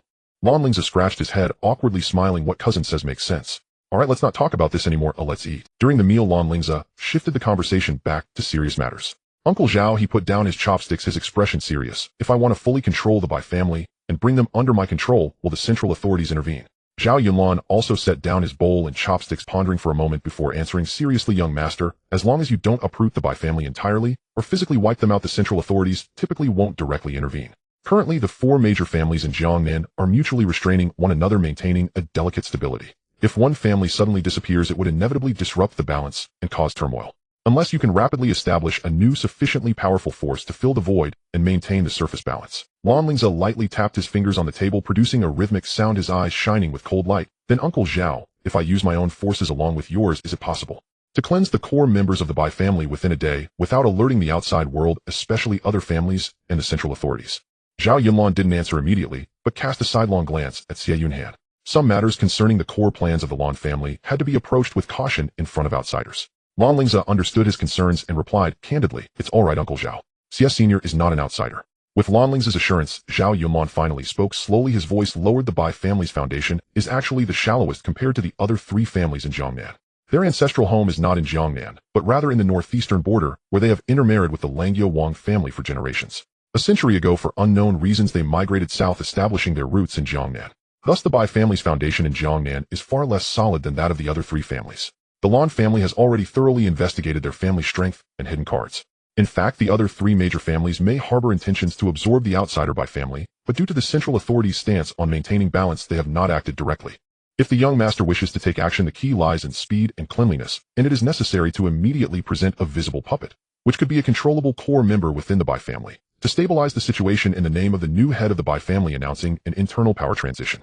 In this way, the shock can be minimized, and the central authorities and other families would find it difficult to find a direct excuse to. Upon hearing this, Lan Lingze's eyes flashed with brilliance as a complete plan formed instantly in his mind. He recalled the chess piece buried within the Bai family, Bai Yu, the seemingly timid girl from the Bai family's collateral line who harbored ambitions deep within. Puppet, Bai Yu. Excellent. A cold smile crept across Lan Lingze's lips. I know what to do now. The next day at 6 in the morning, the sky was just beginning to brighten. Lin Yun and Xie Yunhan set off from Magic City University to handle the leave procedures for Lan Lingze. Meanwhile, Lan Lingze and Zhao Yunlan led 50 elite shadow guards silently, leaving the urban area of Magic City, heading straight for the ancestral home of the Bai family in Jiangnan. The Bai family's ancestral home is located in a secluded suburb of Jiangnan province, nestled against the mountains and beside the water, with a serene environment rarely visited by outsiders. Half an hour later, the team arrived at their destination. Lan Lingze's gaze was stern as he quickly issued orders. 40 of you spread out and hide, seal all exits of the ancestral home. Remember, allow entry, but not exit. Anyone attempting to escape will be killed without mercy. Understood. The 40 shadow guards received their orders, vanishing like phantoms into the surrounding trees and rocks, their presence completely concealed. Lan Lingze, accompanied by another 10 capable individuals, and the inscrutable Zhao Yunlan, walked directly toward the grand entrance of the Bai family ancestral home. There was no need for an announcement. Lan Lingze struck out with his palm, and the heavy wooden door shattered with a loud crash. As wooden splinters flew, the group charged straight in. The guards from the Bai family had yet to react before they were swiftly subdued or eliminated by the shadow guards behind Lan Lingze. The group penetrated the core area of the Bai family, the family's assembly hall, as if entering an unguarded realm. At this moment, the assembly hall was brightly lit, with the old master of the Bai family, Bai Fan, seated at the head position, flanked by over a dozen core members, including the current family head Bai Fan's son and the envoy Bai Miao, who had fled back yesterday. Lan Lingze's sudden intrusion rendered the entire hall silent. All the high-ranking members of the Bai family were filled. Lan Lingze's sudden intrusion rendered the entire hall silent. All the high-ranking members of the Bai family were filled with shock and anger, their gazes focusing intensely on him. Lan Lingze ignored the glares that seemed to want to devour him, his gaze landing directly on Bai Fan at the head. His tone is calm, as if he were greeting someone casually. Old Master Bai, after some consideration, how have you reflected on the conditions I previously stated regarding assisting me in entering Jiangnan under the Bai family's name? Bai Fan's face turned ashen, his dragon head staff slamming heavily onto the ground, producing a dull thud, his voice trembling with anger. Lan Lingze, you've gone too far. I was indeed considering it, but yesterday in Magic City, you slaughtered my Bai family members repeatedly, not even sparing my direct bloodline. This matter I absolutely disagree. The Bai family and you are bound to a life-and-death struggle. Lan Lingze's gaze swept past Bai Miao, who was sitting next to Bai Fan, her expression evasive, and he sneered in his heart. As expected, this useless person leaked information. Otherwise, even the Bai family's intelligence network couldn't possibly learn the details of Magic City within a day. He was too lazy to engage in pretenses, his voice suddenly turning cold. Disagree. How? You have no say in this. In Jiangnan, I can enter as I wish without needing your Bai family's consent. Before his words had even faded, he swung his hand fiercely. Attack. Zhao Yunlan, already poised for action, moved in response. With a low commanding roar of a Qilin, a dazzling golden light erupted from within him. In an instant he fused with his innate beast, the Overlord-level potential skyward Qilin. Transformed, Zhao Yunlan's stature grew taller, enveloped in a layer of light golden Qilin scales, with jade-like horns sprouting from his head, exuding an aura of auspiciousness laced with fierce killing intent. He resembled a descending god of war, directly locking onto the strongest presences Bai Fan and the current head of the Bai family. Zhao Yunlan, you dare! The Bai family head was both shocked and furious, hastily summoning his beast to fight back. However, the gap was too great. Zhao Yunlan didn't even need to use flashy skills. With merely simple punches and palms, he unleashed terrifying power that could shatter mountains and crack the earth. Qilin heaven-piercing punch. The golden fist shadow streaked like a meteor, instantly tearing through the Bai family head's defenses, delivering a heavy blow to his chest. Puff! The current head of the Bai family couldn't even withstand a single attack. His protective spiritual light shattered his chest, caved in, blood mixed with fragments of his internal organs erupted out, and his body flew back like a broken sack, crashing into the wall, dying on the spot. My son. Bai Fan watched helplessly as his son was brutally killed, letting out a heart-wrenching wail, his eyes instantly filled with bloodshot fury, acting like a madman. Zhao Yunlan, you killed my son. I will fight you to the death. Today you shall not leave the Bai family alive. His entire being erupted with the furious spiritual energy of the peak of the sunlight realm, his white hair standing on end, resembling an enraged lion, as he summoned an ancient long sword, merging sword and spirit into a fierce domineering blade of light aimed directly at Zhao Yunlan. Compete with me. Bai Fan, do you even qualify?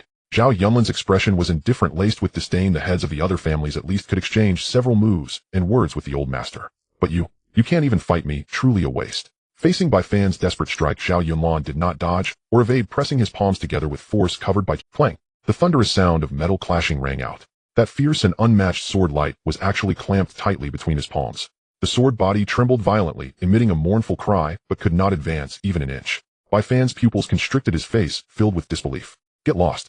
Zhao Yunlan exerted force in his palms. A wave of overwhelming strength surged forth. Crack! The exquisite ancient sword shattered in two. Bai Fan was struck hard, his palms splitting open, blood pouring out, his entire being shaken back, his chi and blood churning, and he couldn't help but spit out a mouthful of reverse blood. Zhao Yunlan, not letting up, moved like a shadow, delivering a swift and sharp Qilin step, his right leg striking out like a steel whip, creating a sonic boom as it landed violently on Bai Fan's dantian. Puff! The sound of a balloon popping echoed as the surging spiritual energy around Bai Fan instantly dissipated his body like a kite, with a broken string crashing through several sandalwood chairs, collapsing to the ground, his face turning pale, his breath rapidly fading.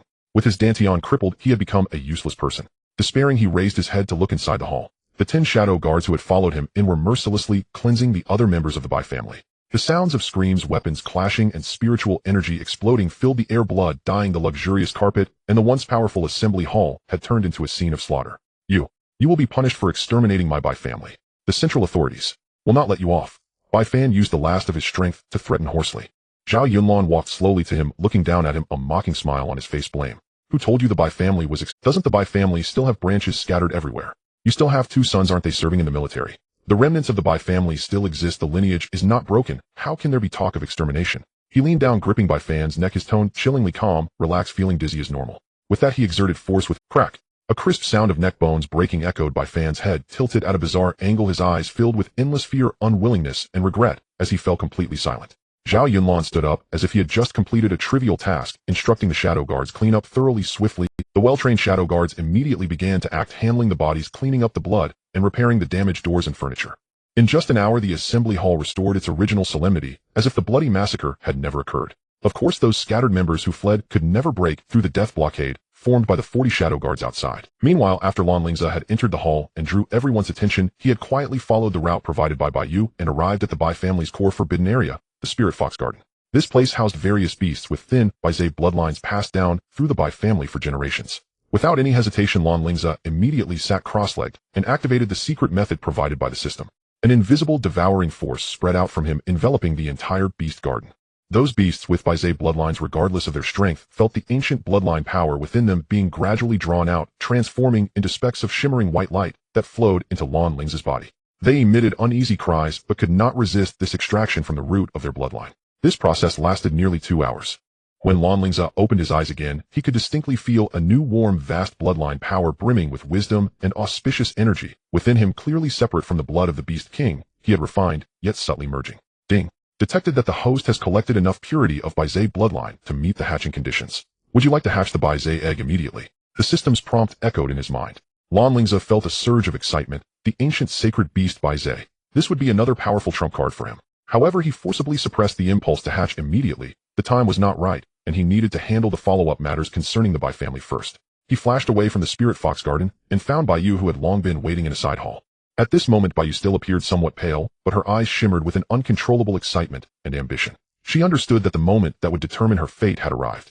The core members of the Bai family have been completely cleared. Lan Lingze stated directly, his tone leaving no room for doubt. From now on, you are the new head of the Bai family.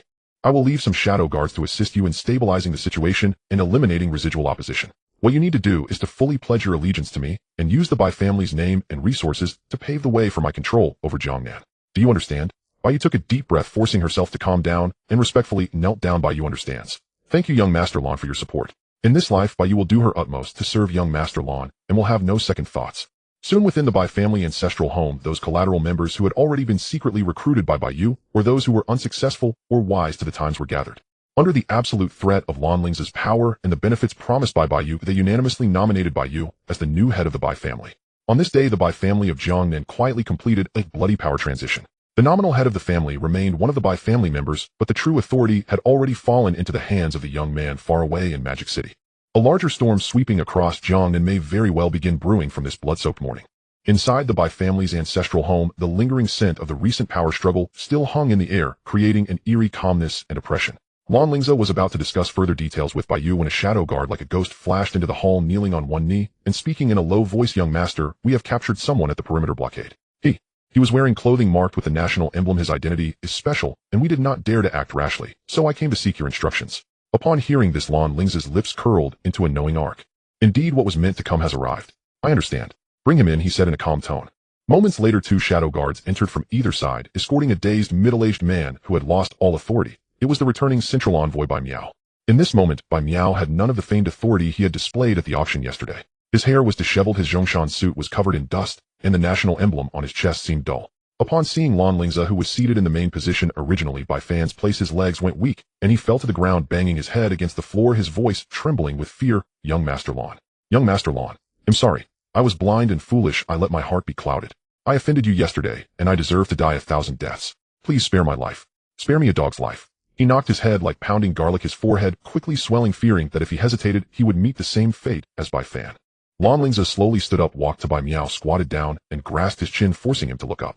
Looking at the face filled with fear and flattery, a glimmer of disgust flashed in Lan Lingze's eyes. Special envoy, Bai, what do you mean by this? Lan Lingze asked with a hint of amusement. When did I say I would kill you?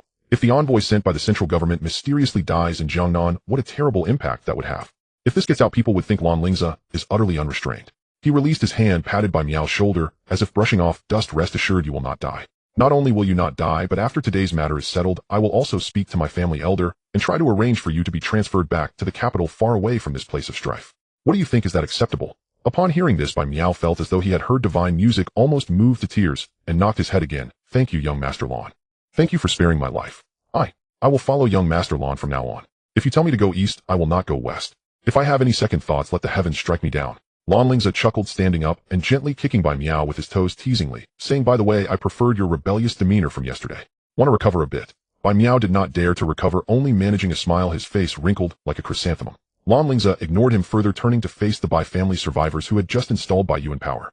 Most of these individuals were marginalized branches or those who had not succeeded, and at this moment, they looked at Lan Lingze with complex expressions filled with fear, awe, and a hint of hope brought about by the change in power. Lan Lingze's gaze swept over everyone, his voice clear as it resonated throughout the hall. I know that many of you in the Bai family have suffered oppression and humiliation from the direct line, due to your backgrounds or other reasons, possessing ambition, yet lacking the means to express it. But Lan Lingze's voice suddenly rose, carrying a captivating power. From today onward, opportunities have arrived. As long as you are loyal and work for me, showcasing your value, I, Lan Lingze, will never treat my own people poorly. Resources, skills, status, whatever you desire I can provide. Even assisting you in breaking through your shackles and stepping into the realm of dominance that countless people dream of is not impossible. The realm of dominance. These 4 words sounded like thunder exploding in the hall. Everyone's eyes lit up, their previous fears replaced by overwhelming fervor. For those struggling at the bottom, the realm of dominance was an unattainable legend. Long live young Master Lan. We swear loyalty to young Master Lan. Who knows who shouted first, but soon everyone excitedly knelt down, erupting in a chant like a tsunami of vows. In this moment, Lan Lingze had initially subdued this batch of new blood from the Bai family with absolute strength and irresistible benefits. Lan Lingze nodded in satisfaction, then whispered a few instructions to Bai Yu, ensuring she could initially control the situation, leaving some shadow guards to assist her in suppressing possible dissent before bringing Zhao Yunlan and the remaining shadow guards to leave the Bai family ancestral home, hastening toward the other three great families of Jiangnan. On the way, Zhao Yunlan asked with some confusion, "Young master, are you planning to bring all four great families of Jiang? First we will negotiate, probe their intentions and backgrounds." Lan Lingze's gaze turned to the rapidly passing scenery outside the car window, his eyes deep. "If they are sensible and willing to cooperate, we can naturally coexist peacefully and even achieve mutual benefits. If they are stubborn or secretly engage in some small actions." A cold light flickered in his eyes. "Then I will have no choice but to adopt some strong measures to ensure that no uncontrolled noises arise in Jiangnan." Their first stop is the Su family. The Su family's ancestral home is located by a vast lake, its architectural style delicate and exquisite. After reporting, the guards of the Su family had clearly received the news, rushing to report in a flurry. In just a few minutes, the current head of the Su family, Su Xian, personally came out with a group of family elites, all smiles, and a demeanor almost overly flattering.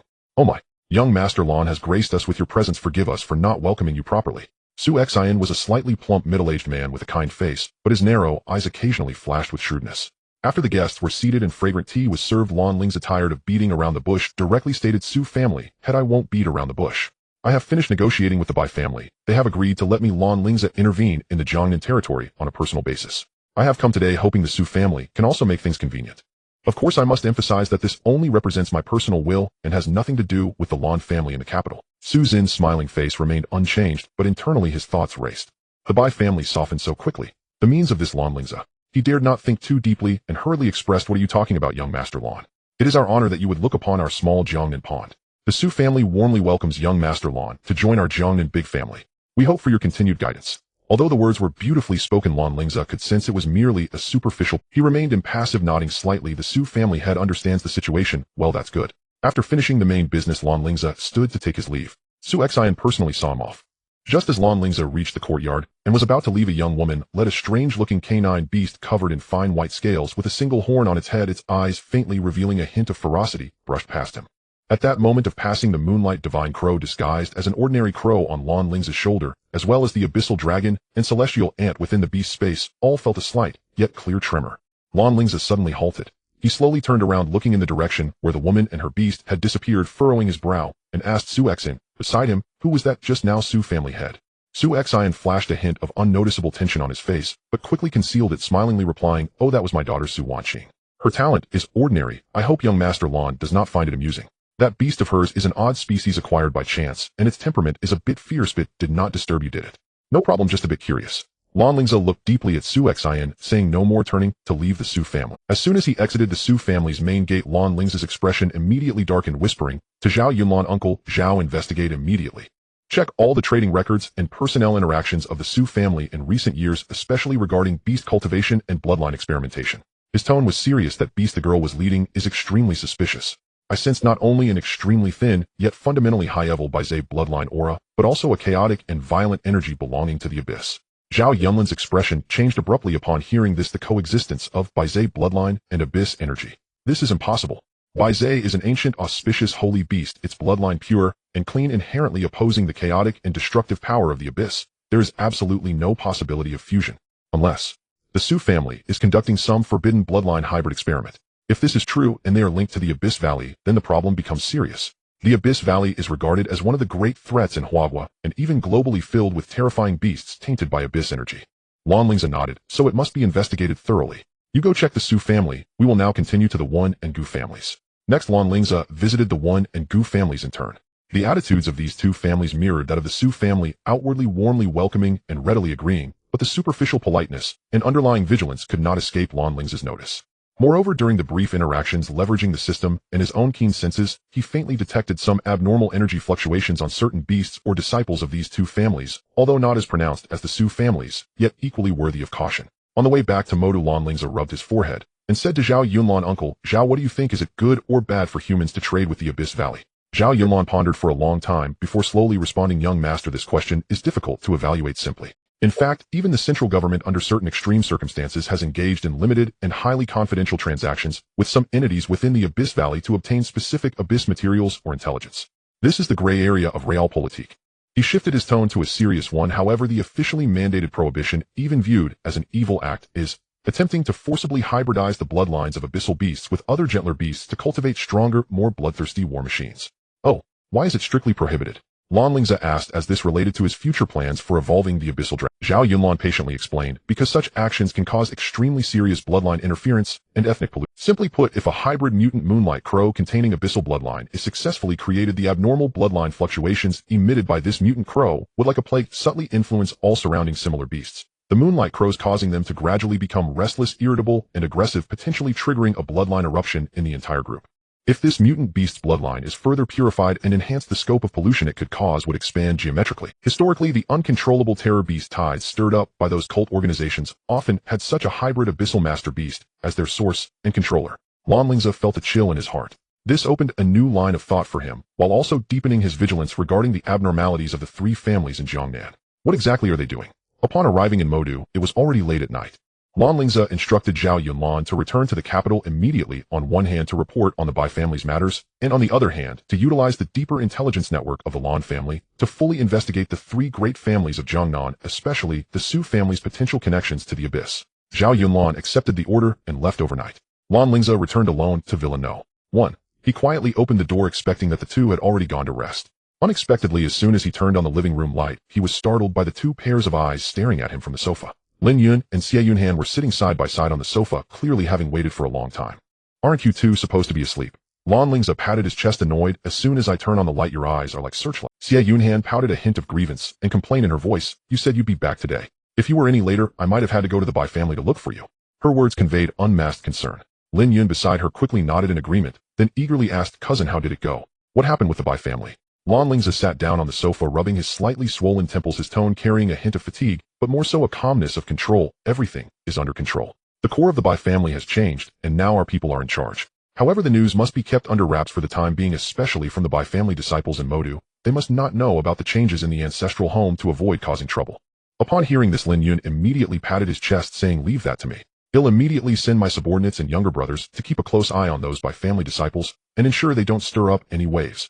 After saying this, he hurriedly left, leaving the space for Lan Lingze and Xie Yunhan. Only the two remained in the living room, creating a somewhat awkward atmosphere. Lan Lingze cleared his throat and quickly changed the subject. I'm going to take a shower. I have some odor on me. It's unpleasant. Xie Yunhan looked at his slightly awkward demeanor, a hint of amusement flashing in her eyes, gently nodding him go ahead. The next day, Lan Lingze went to report to the academy. Along the way, he could still hear various gossip about him, but he had long since become immune, turning a deaf ear and letting those cowards chatter behind his back. He had already been enrolled for several days, but today was the first day he officially entered his class for lessons. When he walked into the classroom, the previously noisy room instantly fell silent, all eyes focused on him, filled with curiosity, awe, and a hint of barely concealed malice. Whispers arose like mosquitoes buzzing. Look, that's Lan Lingze, the ruthless one. No way, bro. How did he reach such a high level? He must be at the Stream Moon realm, right? What else could it be? A child without a mother is like a weed. He must have used some forbidden means to obtain that power, perhaps trading his own kin. Ha ha, makes sense. Those who kill their kin have hard lives. These words were spoken in low tones, but with Lan Lingze's Stream Moon realm spiritual perception, he heard them all clearly. Especially the slandering remarks about his mother ignited the fury within him. His eyes turned cold, and without even looking back, he casually picked up 2 pieces of chalk from the podium and flicked them with his fingertips. Whoosh, whoosh. The 2 pieces of chalk shot forward like bullets, accompanied by piercing whistling sounds, accurately striking the 2 boys who had just spoken the most maliciously. Ow! 2 screams almost simultaneously rang out. The chalk pierced through the wrist of their right hands, leaving bloody holes. Their bones were clearly broken. The 2 clutched their wrists, their faces pale with pain, cold sweat pouring down, staring in terror at Lan Lingze, no longer daring to make a sound. The entire classroom was silent, and a pin drop could be heard. The teacher standing at the podium opened his mouth, but ultimately dared not say anything, merely wiping the cold sweat from his forehead. Lan student, why don't you introduce yourself? The teacher forced a smile. Lan Lingze walked up to the podium expressionlessly, his gaze like a cold blade sweeping over the silent crowd. Introduce myself. He scoffed. I think everyone here should have heard about what kind of person I am. So I will reiterate my rules once again. On my first day at Modu University, I set a rule: within a month, everyone must at least raise 1 level. You all are my classmates. He paused, his tone growing even colder, thus my expectations for you will be even higher. Should anyone fail to meet this requirement. He did not finish, but his cold eyes had already conveyed everything. For those who defied him among his classmates, the consequences would not merely be self-damage to their cultivation. After all, Lan Lingze added with a chilling calmness, no one wants to die, right? Everyone was intimidated by his unabashed killing intent, lowering their heads, not daring to breathe, fearing to attract the attention of this killing god. After establishing his authority, Lan Lingze returned to his seat. The following days at the academy, at least on the surface, became no one dared to openly provoke or discuss him, The classroom was filled only with the teacher's lecturing voice and the rustling of pens on paper. However, this tranquility lasted only until the morning. As soon as the bell rang for lunch break, Lin Yun found Lan Lingze looking as though he had been burned by fire hurriedly. Cousin, not good. Something has happened. Lin Yun ran out of breath, his face filled with indignation and a hint of excitement at watching a show. Lan Lingze frowned, still calm. What's wrong, cousin? Am I being so arrogant in Modu that someone dares to come looking for trouble? It's not someone from Modu. Lin Yun gasped. It's someone from the capital. A kid with the surname Dongfang. His family background is considerable. They say he spent a fortune and used countless connections to just finish his transfer paperwork and directly enrolled in our Modu University water school. Let him transfer. What does that have to do with me? Lan Lingze replied impatiently. Oh, my foolish cousin. Lin Yun slapped his thigh. He's after Xie Yunhan. This kid has been crazily pursuing Xie Yunhan in the capital and unexpectedly tracked her to Modu. I just saw him blocking the door of Xie Yunhan's classroom with a huge bunch of tacky spiritual energy roses. Your fiancé might get taken away. Upon hearing this, Lan Lingze's impatience instantly turned into a chill. He rubbed his forehead, feeling a surge of unnamed anger. Every day there are so many annoying matters. There are always clueless flies coming to seek death. His face was written with the words "not happy," and the low pressure emanating from him seemed to drop the surrounding temperature by several degrees. Let's go, Lan Lingze said coldly to Lin Yun. Take me to see which fool dares to try to dig at my wall. After listening to Lin Yun's exaggerated description, an unnameable fury ignited within Lan Lingze. Having just weathered a storm of blood and chaos in Jiangnan, he needed peace, yet he turned around to hear that someone dared to brazenly undermine him right under his nose at Magic City University. Was it someone who pursued him all the way from the capital? Truly reckless. A layer of frost enveloped his face, and without a word he stood up and strode towards the classroom where Xie Yunhan was. Seeing this, Lin Yun hurriedly followed, looking eager to stir up trouble. Xie Yunhan's classroom was surrounded by a crowd of onlookers bustling with excitement. However, when someone with sharp eyes spotted Lan Lingze, whose face was as cold as water and exuded an aura that warned others to keep their distance, approaching the crowd fell silent like the Red Sea parted by Moses instinctively, creating a wide path. All eyes were filled with reverence, curiosity, and a hint of excitement at the unfolding drama. At the end of the path, Lan Lingze saw the so-called rival in love. In the center of the crowd stood a slightly slender young man dressed in a stylishly fitted suit, hair meticulously styled, holding a large bouquet of shimmering flame roses and speaking to Xie Yunhan, who was blocked at the classroom door with some cringe-worthy cheesy lines. Sister Yunan, do you know? Ever since I saw you in the capital, my entire world has lost its color. You are my only light. This bouquet of flame roses is like my heart for you, hot and eternal. The young man's voice was deliberately lowered, but one could still detect a faint, crisp tone. Lan Lingze frowned, his stomach churning. He couldn't be bothered with words. His body moved like a ghost, closing the distance in an instant. Without warning, he struck. A swift, fierce chop aimed directly at the opponent's neck. The speed was so fast it stirred up a gust of wind. The young man was clearly unprepared for someone to dare to attack directly and at such speed. She reacted incredibly quickly. Sensing the danger, she instinctively loosened her grip on the bouquet, leaned back sharply, and raised her left arm to barely block Lan Lingze's chop. Bang! A muffled sound echoed as their arms collided, sending the young man staggering back 2 steps, a flash of shock and anger crossing her face. She steadied herself and looked at the suddenly appearing Lan Lingze, her bright eyes first filled with astonishment, then ignited with combativeness, her voice tinged with offended anger. You are Lan Lingze, the one Sister Yunhan wishes to marry. You call him husband too. Lan Lingze's anger flared up, especially when he heard her affectionately address Xie Yunhan as Sister Yunhan, which annoyed him inexplicably. He had never called her that. Still calling her Sister Yunhan. I have never called her so affectionately. Before his words finished, he moved again, launching a heavy side kick sweeping towards her waist like a steel whip. The power behind this kick was enough to shatter boulders. The young man, Dongfang Huaishu, narrowed her pupils, sensing the power of the kick, dared not take it, heat in her palms glowing a crimson spiritual light as she rapidly drew circles in front of her, forming a rotating wall of flames. Fire spin barrier. Boom. The kick met the shield, flames erupted and spiritual energy surged. Although Dongfang Huaishu blocked the kick, the immense force still sent her reeling back several steps, her arm going numb, and she was alarmed. This guy has incredible strength. Lan Lingze, stop. Xie Yunhan finally reacted, rushing forward to intercept them. She first shot a reproachful glance at Lan Lingze, then turned to Dongfang Huaishu with a tone of helplessness. Huaishu, stop making trouble. Lan Lingze, you don't need to stoop to her level, let's go. Seeing Xie Yunhan trying to pull Lan Lingze away, Dongfang Huaishu grew anxious, disregarding the numbness in her arm. Her thoughts racing, a red light burst forth from her body, transforming into a fox with fur as red as fire, bright eyes, and a tail fluffy as flames. Her spirit beast, the fiery spirit fox. Lan, stop right there. Dongfang Huaishu pointed at Lan Lingze, furious. Anything I Dongfang Huaishu set my sights on cannot be taken away by anyone. Today, without a clear victor, you cannot leave. Lan Lingze fiercely shook off Xie Yunhan's hand, his gaze cold as he looked at Dongfang Huaishu. If you want to fight, then let's fight. I'm not afraid of you. Xie Yunhan held her forehead, looking helpless as she said to Dongfang Huaishu, Huaishu, you can't win against him. Don't go. Also, I chose to marry him willingly, not under family pressure. You should give up on that idea. However, at that moment Lan Lingze was thoroughly enraged by her words about setting sights on something, and her persistent attitude, and coupled with Xie Yunhan's word willingly, he inadvertently blurted out a somewhat childish threat. Fine. He'll fight you. Let's go to the Academy's arena. If you lose, get lost. If you win. He paused, seemingly unsure of the conditions for winning, and simply added, then also get lost. This unreasonable demand left everyone around stunned. Dongfang Huaishu found this bizarre condition amusing, but in her anger she responded without thinking. All right. The arena it is. Who's afraid of whom? The two immediately ceased further talk, and surrounded by a crowd of students eager for the drama headed straight for the Academy's. Lin Yun had already arrived at the arena first, and not knowing where he got a table stood on it, shouting loudly, bets are open. Pick a side. One side is the genius of the Dongfang family from the capital with the fiery spirit fox, unstoppable. The other is our magic city's killing god Lan Lingze, whose strength is well known. The odds for betting on Dongfang Huaishu are 5 to 1. The odds for betting on Lan Lingze are 1.1 to 1. Although most onlookers felt Lan Lingze would undoubtedly win a small portion, especially those aware of the Dongfang family's reputation and the significance of Dongfang Huaishu transferring at this time, placed their bets on her with a mindset of taking a gamble. On the arena, Lan Lingze couldn't be bothered to waste words nor to hear the referee announce the rules. He directly summoned the Skyhorn and, instantly completing the fusion, a fierce and domineering aura erupted, black patterns covering his skin, exuding overwhelming power.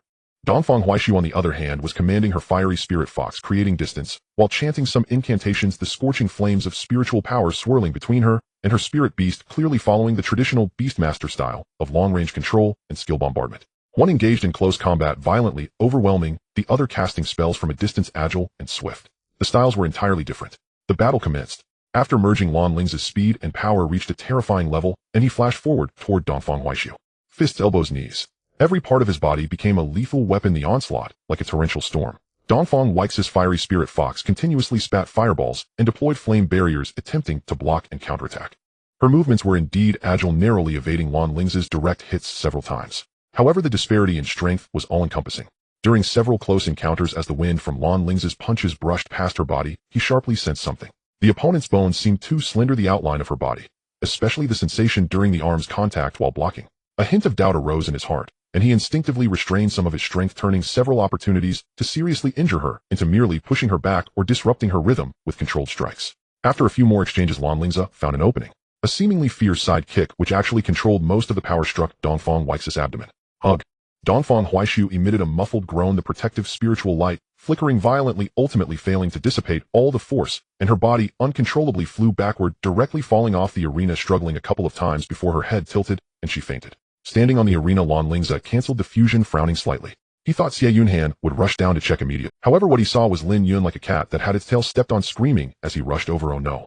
My dear aunt, please don't have any mishaps. If you have any accidents, those madmen from the Dongfang family will definitely skin me alive. Lin Yun hurriedly checked and found she was merely unconscious, letting out a slight sigh of relief, then carefully, even timidly, picked up Dongfang Huaishu and dashed towards the Academy's infirmary at a speed faster than his usual escape. Lan Lingze watched this, seeing his mind filled with questions. Wasn't this reaction a bit excessive? He exchanged glances with Xie Yunhan, who followed and quickly hurried after. In the Academy's infirmary, Lin Yun's loud cries shattered the tranquility. Doctor, come see. What are you shouting for? A serious-looking female doctor in a white coat walked over, frowning as she scolded, patients need quiet. If you keep shouting, I'll have to ask you to leave. She took Dongfang Huaishu and placed her on the treatment bed, skillfully beginning her examination. After a moment, she straightened up, pushed her glasses, and spoke flatly. Nothing serious, just excessive consumption of spiritual energy, combined with an abdominal impact leading to temporary fainting. There are multiple soft tissue bruises and contusions. It's advised to rest for a while and avoid intense training or combat in the near future. At this moment, Lan Lingze and Xie Yunhan arrived at the infirmary door just in time to hear the doctor's diagnosis. Lan Lingze walked in, looking at the pale-faced Dongfang Huaishu on the sickbed, then glanced at Lin Yun, who looked terrified, unable to help, but asked, cousin, what on earth happened? It's just a kid. Why are you reacting so strongly? Lin Yun pulled Lan Lingze aside, lowering his voice, his face filled with unprecedented seriousness and a hint of guilt. My foolish cousin, you've caused trouble. This Dongfang Huaishu, she is not just a kid, she is a girl. The only little princess of the Dongfang family in this generation. Do you know the Dongfang family? They are truly ironclad from top to bottom, old to young. They treat her like their precious jewel.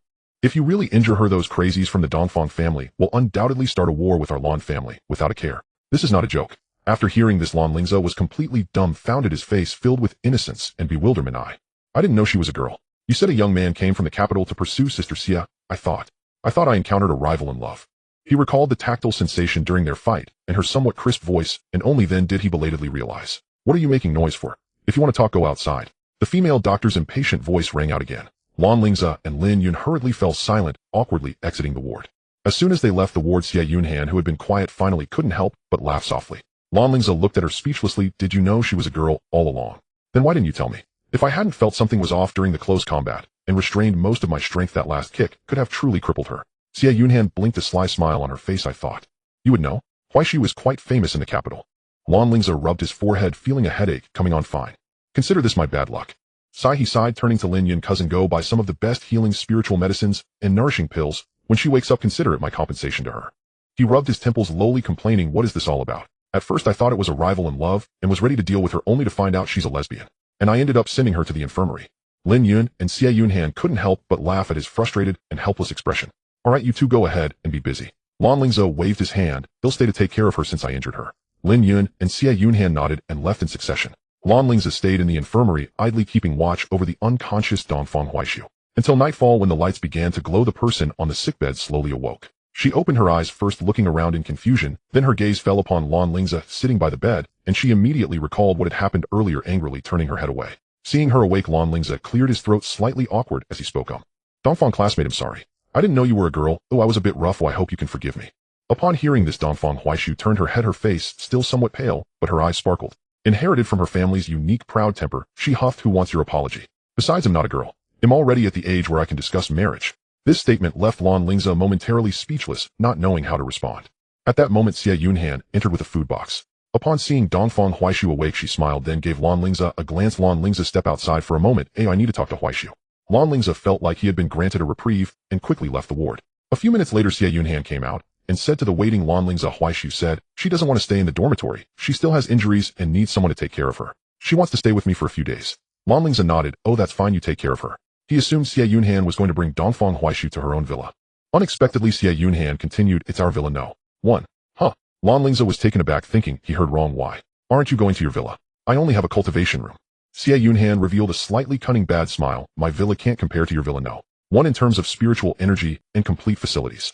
I need to take care of her while also cultivating. It's hard to split my focus. Bringing her to villa, no. 1 allows me to conveniently care for her while not hindering my cultivation. Isn't that perfect? Lan Lingze furrowed his brows, instinctively resisting. That's not very convenient, right? Alone, man.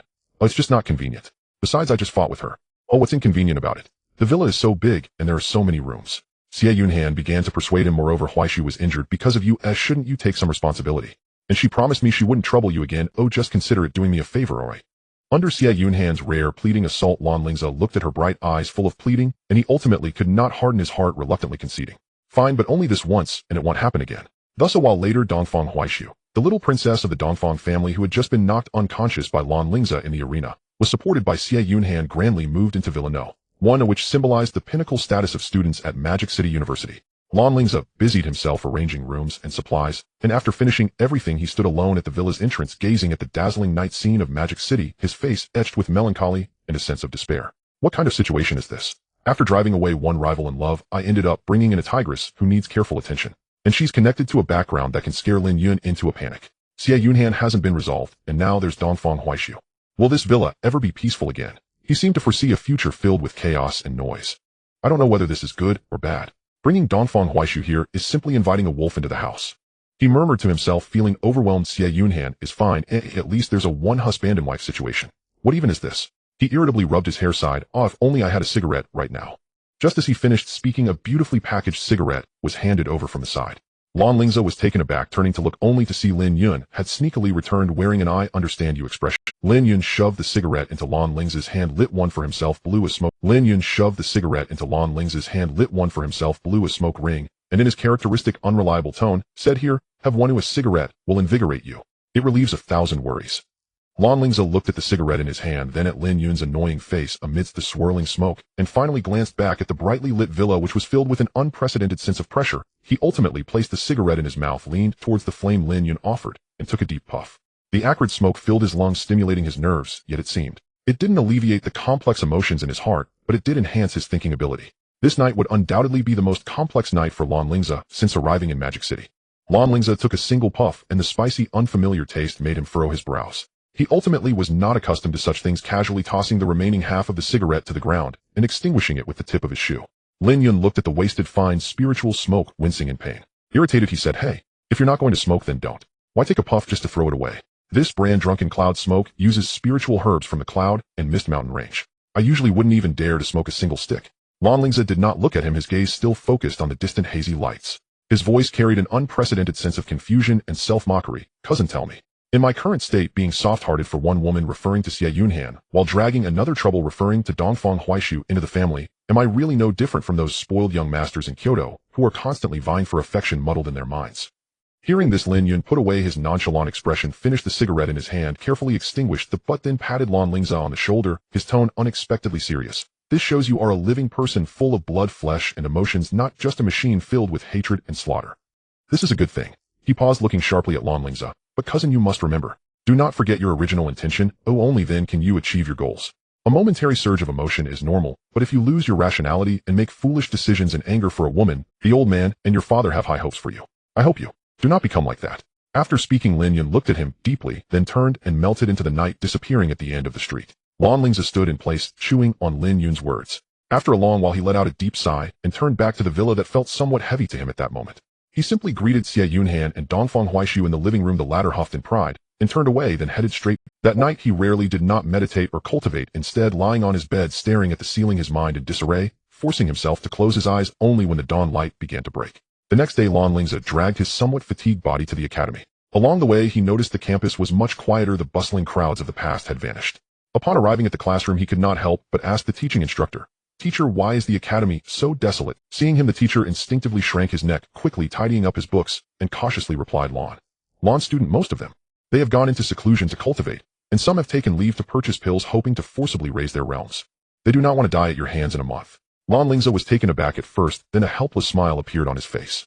The rules he had set unexpectedly caused the entire academy to be filled with apprehension, which could be considered partially effective. He shook his head, no longer thinking about it, turned and went to the library, continuing to immerse himself in the vast array of martial arts classics. In this month, he needed to settle down to digest the power gained from his rapid advancements and to temporarily distance himself from those disturbances. Time flew by. A month passed quietly in the calm, at least on the surface, of cultivation and study.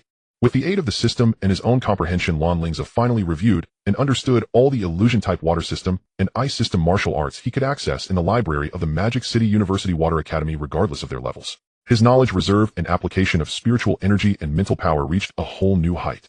At the beginning of the month, the first rays of sunlight illuminated the earth. Lan Lingze stood on the terrace of Villa No. 1A, overlooking the gradually awakening campus. His eyes regained their usual sharpness and coldness. "Come here." A shadow silently appeared behind him, kneeling on one knee. "Young master, go investigate the cultivation level improvements of all enrolled students in the academy over the past month. For those who have not improved," Lan Lingze's voice was indifferent without a hint of fluctuation, "handle it according to the rules I initially set. Abolish their cultivation and expel them from the academy." "Understood." The shadow acknowledged and instantly disappeared. Half a day later, the shadow returned to report, "Young master, the preliminary investigation is complete. Among the enrolled personnel, about 70% experienced some level of improvement. However, there are still about 30 individuals who left the academy half a month ago, neither entering seclusion nor purchasing pills, but instead enjoying themselves at the Magic City building." The shadow paused, adding, "My subordinates delved deeper and discovered that this group, fearing your authority, yet unwilling to cultivate, diligently banded together with some young masters from other academies in Magic City, gathering at the Magic City building, seemingly intending to disregard your orders, young master." Lan Lingze listened quietly, his face betraying no expression, yet the pressure around him grew increasingly oppressive. He slowly inhaled deeply, then exhaled slowly, as if trying to suppress a surging emotion within his chest. "It seems," he murmured softly, his voice betraying no joy or anger, but carrying a chilling undertone, "I have been too quiet this past month without killing. They have already forgotten the weight of my words, Lan Lingze. They already think I have no ability to challenge them, right?" He turned to the shadow and ordered, "Go notify my cousin Lin Yun, tell him I will be waiting for him at the entrance of the Magic City building." "Understood." Half an hour later, at the entrance of the Magic City building, a luxurious structure integrating shopping, dining, and entertainment, Lin Yun rushed over, panting, just in time to see Lan Lingze preparing to step inside. "Wait, cousin." Lin Yun hurriedly blocked him, his face serious. "Are you crazy? Do you know where this place is, eh? This is a landmark built under the leadership of the Magic City government, with nominal shareholders encompassing all prominent families in Magic City. Killing someone here is akin to slapping the faces of all the families in front of everyone. This is challenging the rules of the entire upper class of Magic City." Lan Lingze turned his head to look at Lin Yun. His gaze was somewhat peculiar, filled with a suppressed madness and obsession, even curling into a strange smile. "Cousin, you are mistaken. After the reform and opening up, the government has already severed ties with local families in name. Even if there are connections, they dare not put it on display. I intend to step on the faces of all families in Magic City to establish my authority." His voice gradually rose, carrying an undeniable dominance. The Magic City government will never offend my Kyoto Lan family, Xia family, and the little princess of the Dongfang family currently residing in my villa, all for the sake of these so-called families. This time, if I do not shatter their hopes thoroughly and let them feel pain to the bone, they will forever think that my words, Lan Lingze, can be disregarded. My authority can be challenged in such a ridiculous manner. After saying this, he disregarded Lin Yun's anxious advice and resolutely stepped into the resplendent Magic City building. Upon entering the building, Lan Lingze immediately ordered the shadow guards following him seal off all exits of the building, allow entry, but no exit. Understood. Dozens of shadow guards spread out like shadows, swiftly controlling various critical points within the building.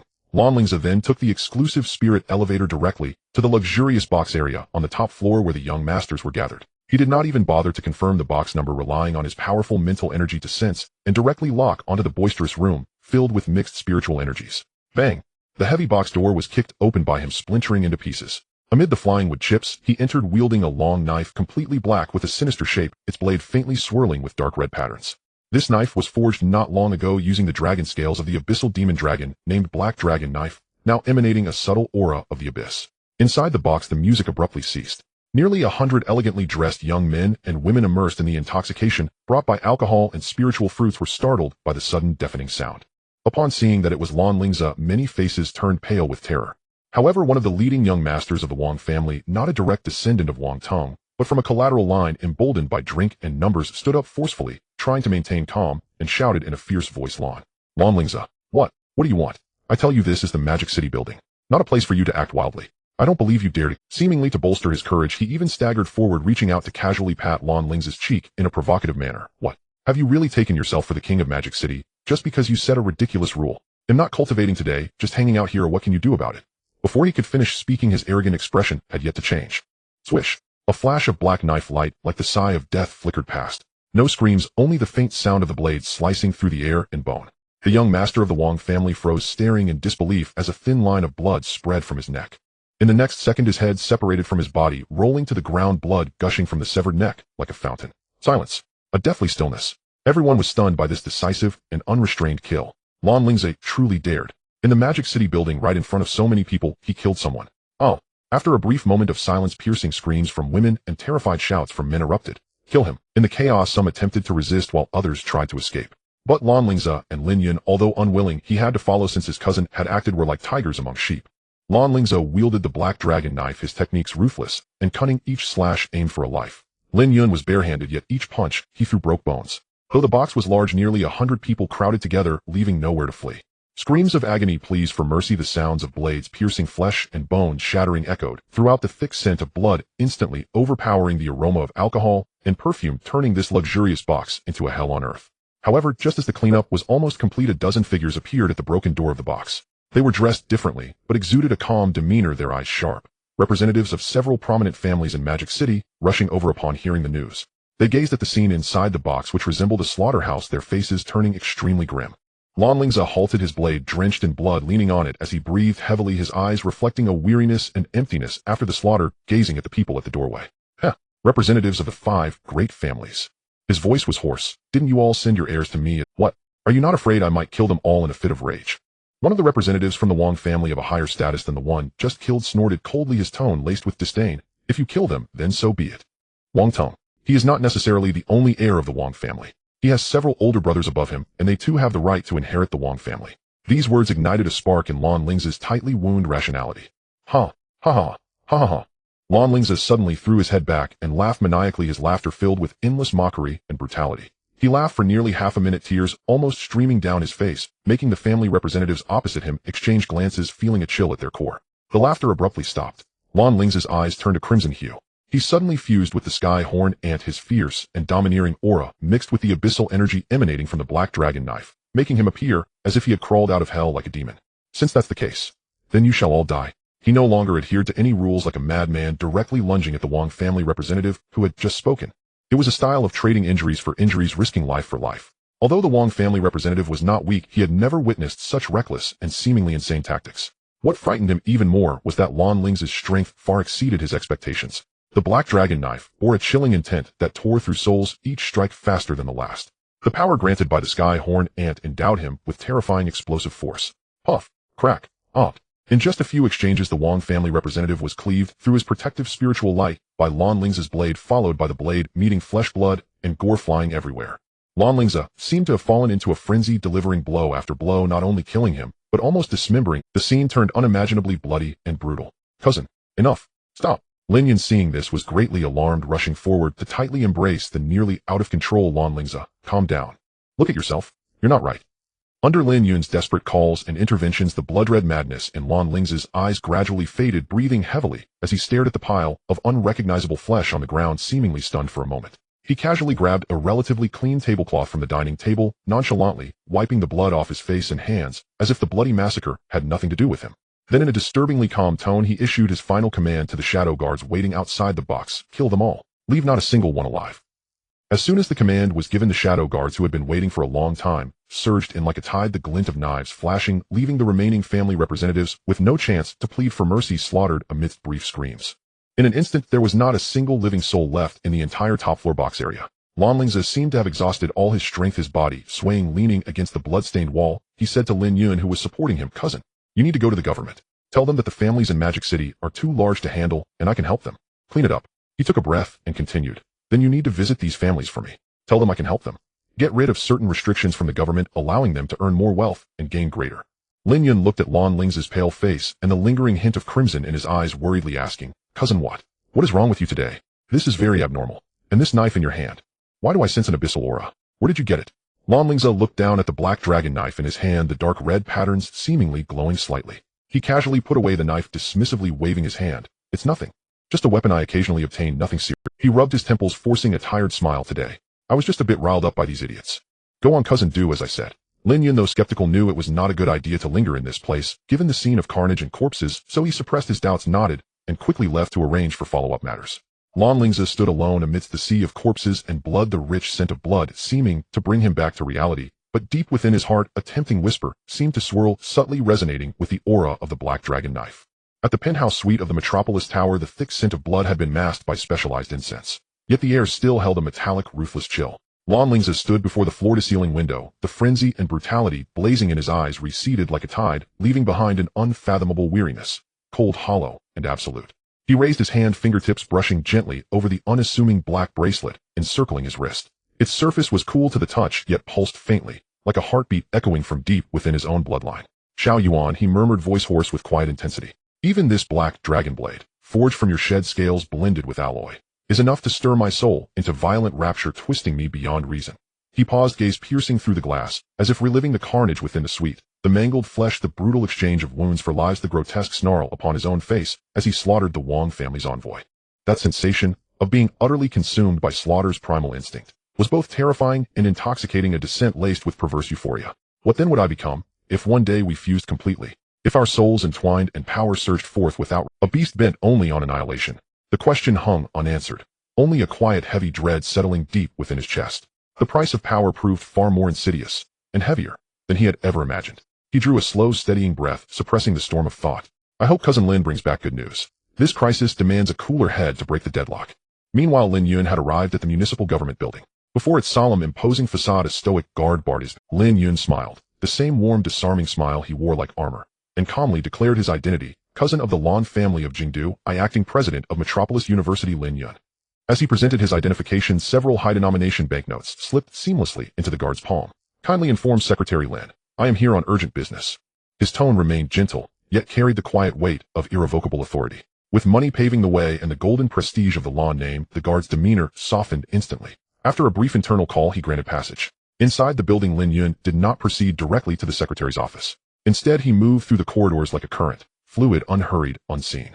He nodded politely to every official he passed, clerks, secretaries alike, and each time a discreet token of appreciation found its way into their hands. He knew well, within this nexus of power, even the most inconspicuous figure could tip the scales when the moment demanded. Lin Yun held no official post in Metropolis. His influence rested solely on the Lan family's mantle and his own wealth tools he wielded to pry open doors otherwise sealed tight. 10 minutes later, after careful navigation and strategic goodwill, Lin Yun stood before the door to Secretary Lin Guodong's office. He smoothed his lapels and knocked. "Enter." Lin Yun stepped inside, only to find the office occupied by more than just the secretary. A middle-aged man sat on the sofa, clad in immaculate military uniform, epaulets gleaming with rank, a man whose very presence commanded silence. He sipped tea beside Secretary Lin, calm and composed, His complexion was ruddy, his gaze hawk-sharp, an aura of iron-willed authority clung to him, the unmistakable bearing of one who had risen through decades of command. This was Lu Jiangwo, political commissar of the Southern Military Region. Lin Yun's pulse flickered, but his smile never wavered as he bowed respectfully. Secretary Lin, Commissar Lu, my apologies for the intrusion. Lin Guodong lifted his eyes, voice flat. Lin Yun, did Lan Lingze send you? He did, Lin Yun replied, bowing slightly. My cousin wishes to cooperate with the government to stabilize Metropolis. He is both willing and capable of helping the government cleanse unruly clan factions and restore order to this city. Lin Guodong lifted his teacup, blew lightly across its surface, and set it down without drinking. Cooperation. Lin Yun, why should I trust Lan Lingze's character? I've heard of what happened at the Metropolis Tower. Brutal, lawless, unrestrained. He lacks even the courtesy to appear before me in person, sending you instead, speaking empty promises, expecting me to believe one man can subdue the 5 great clans whose roots run deeper than bedrock. That is absurd. Lin Yun opened his mouth to reply, then fell silent. The rebuke was justified. Lingze's display of force had been too extreme, too raw, to earn official trust. Lin Guodong took a measured sip of tea, set the cup down, and spoke again. Calm yet edged with sovereign finality. Tell him to return when he has truly reflected, and when he comes himself bearing genuine sincerity.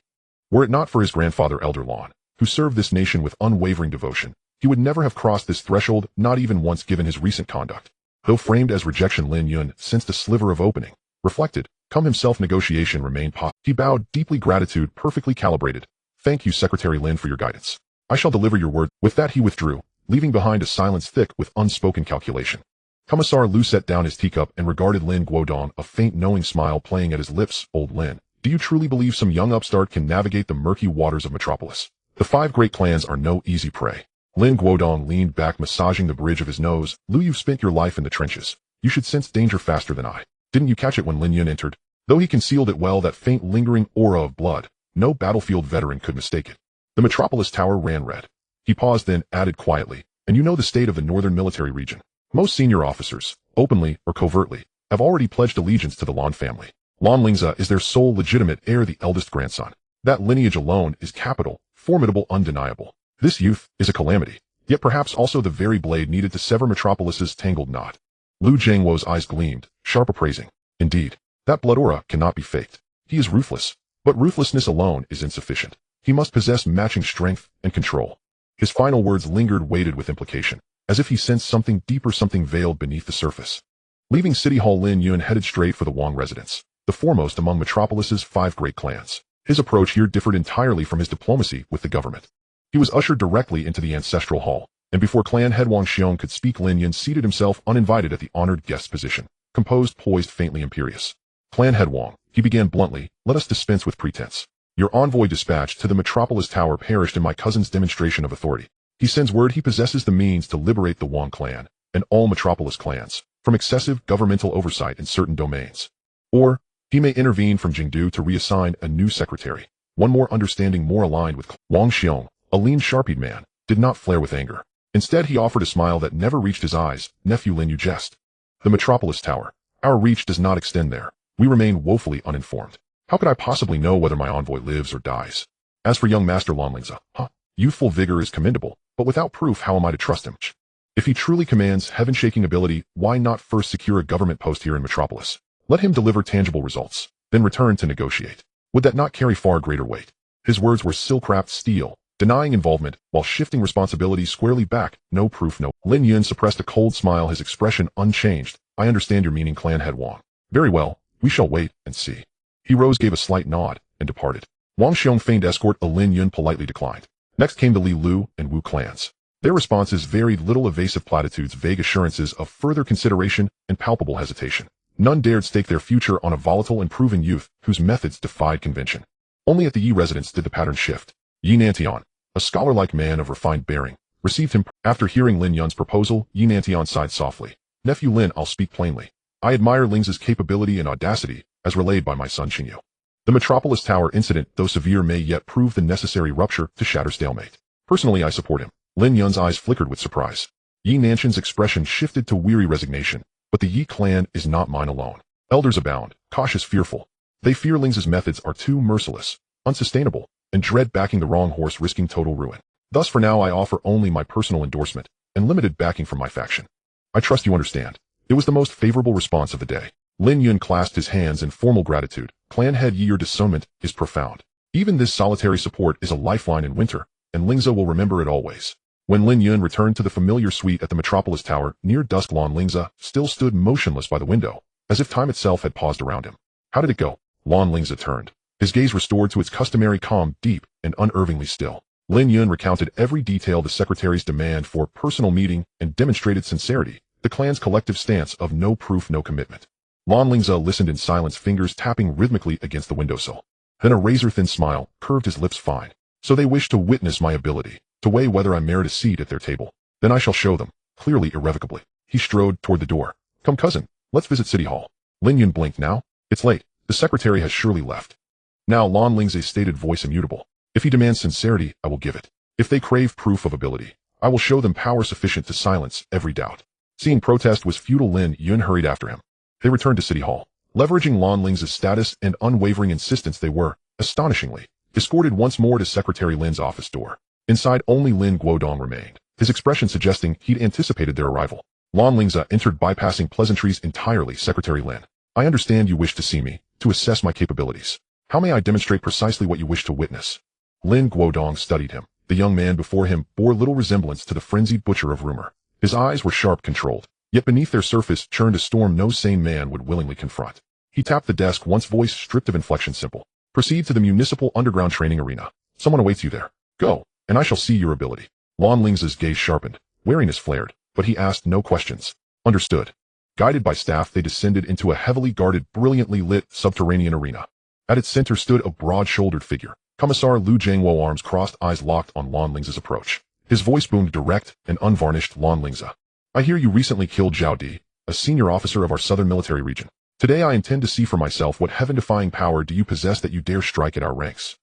Lan Lingze's pupils contracted, so this was reckoning. He braced instantly. Spiritual energy surged through his meridians like wildfire. Forgive me.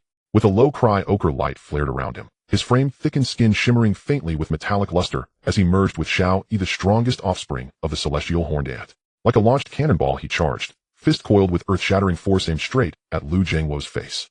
Lu Jiangwo snorted.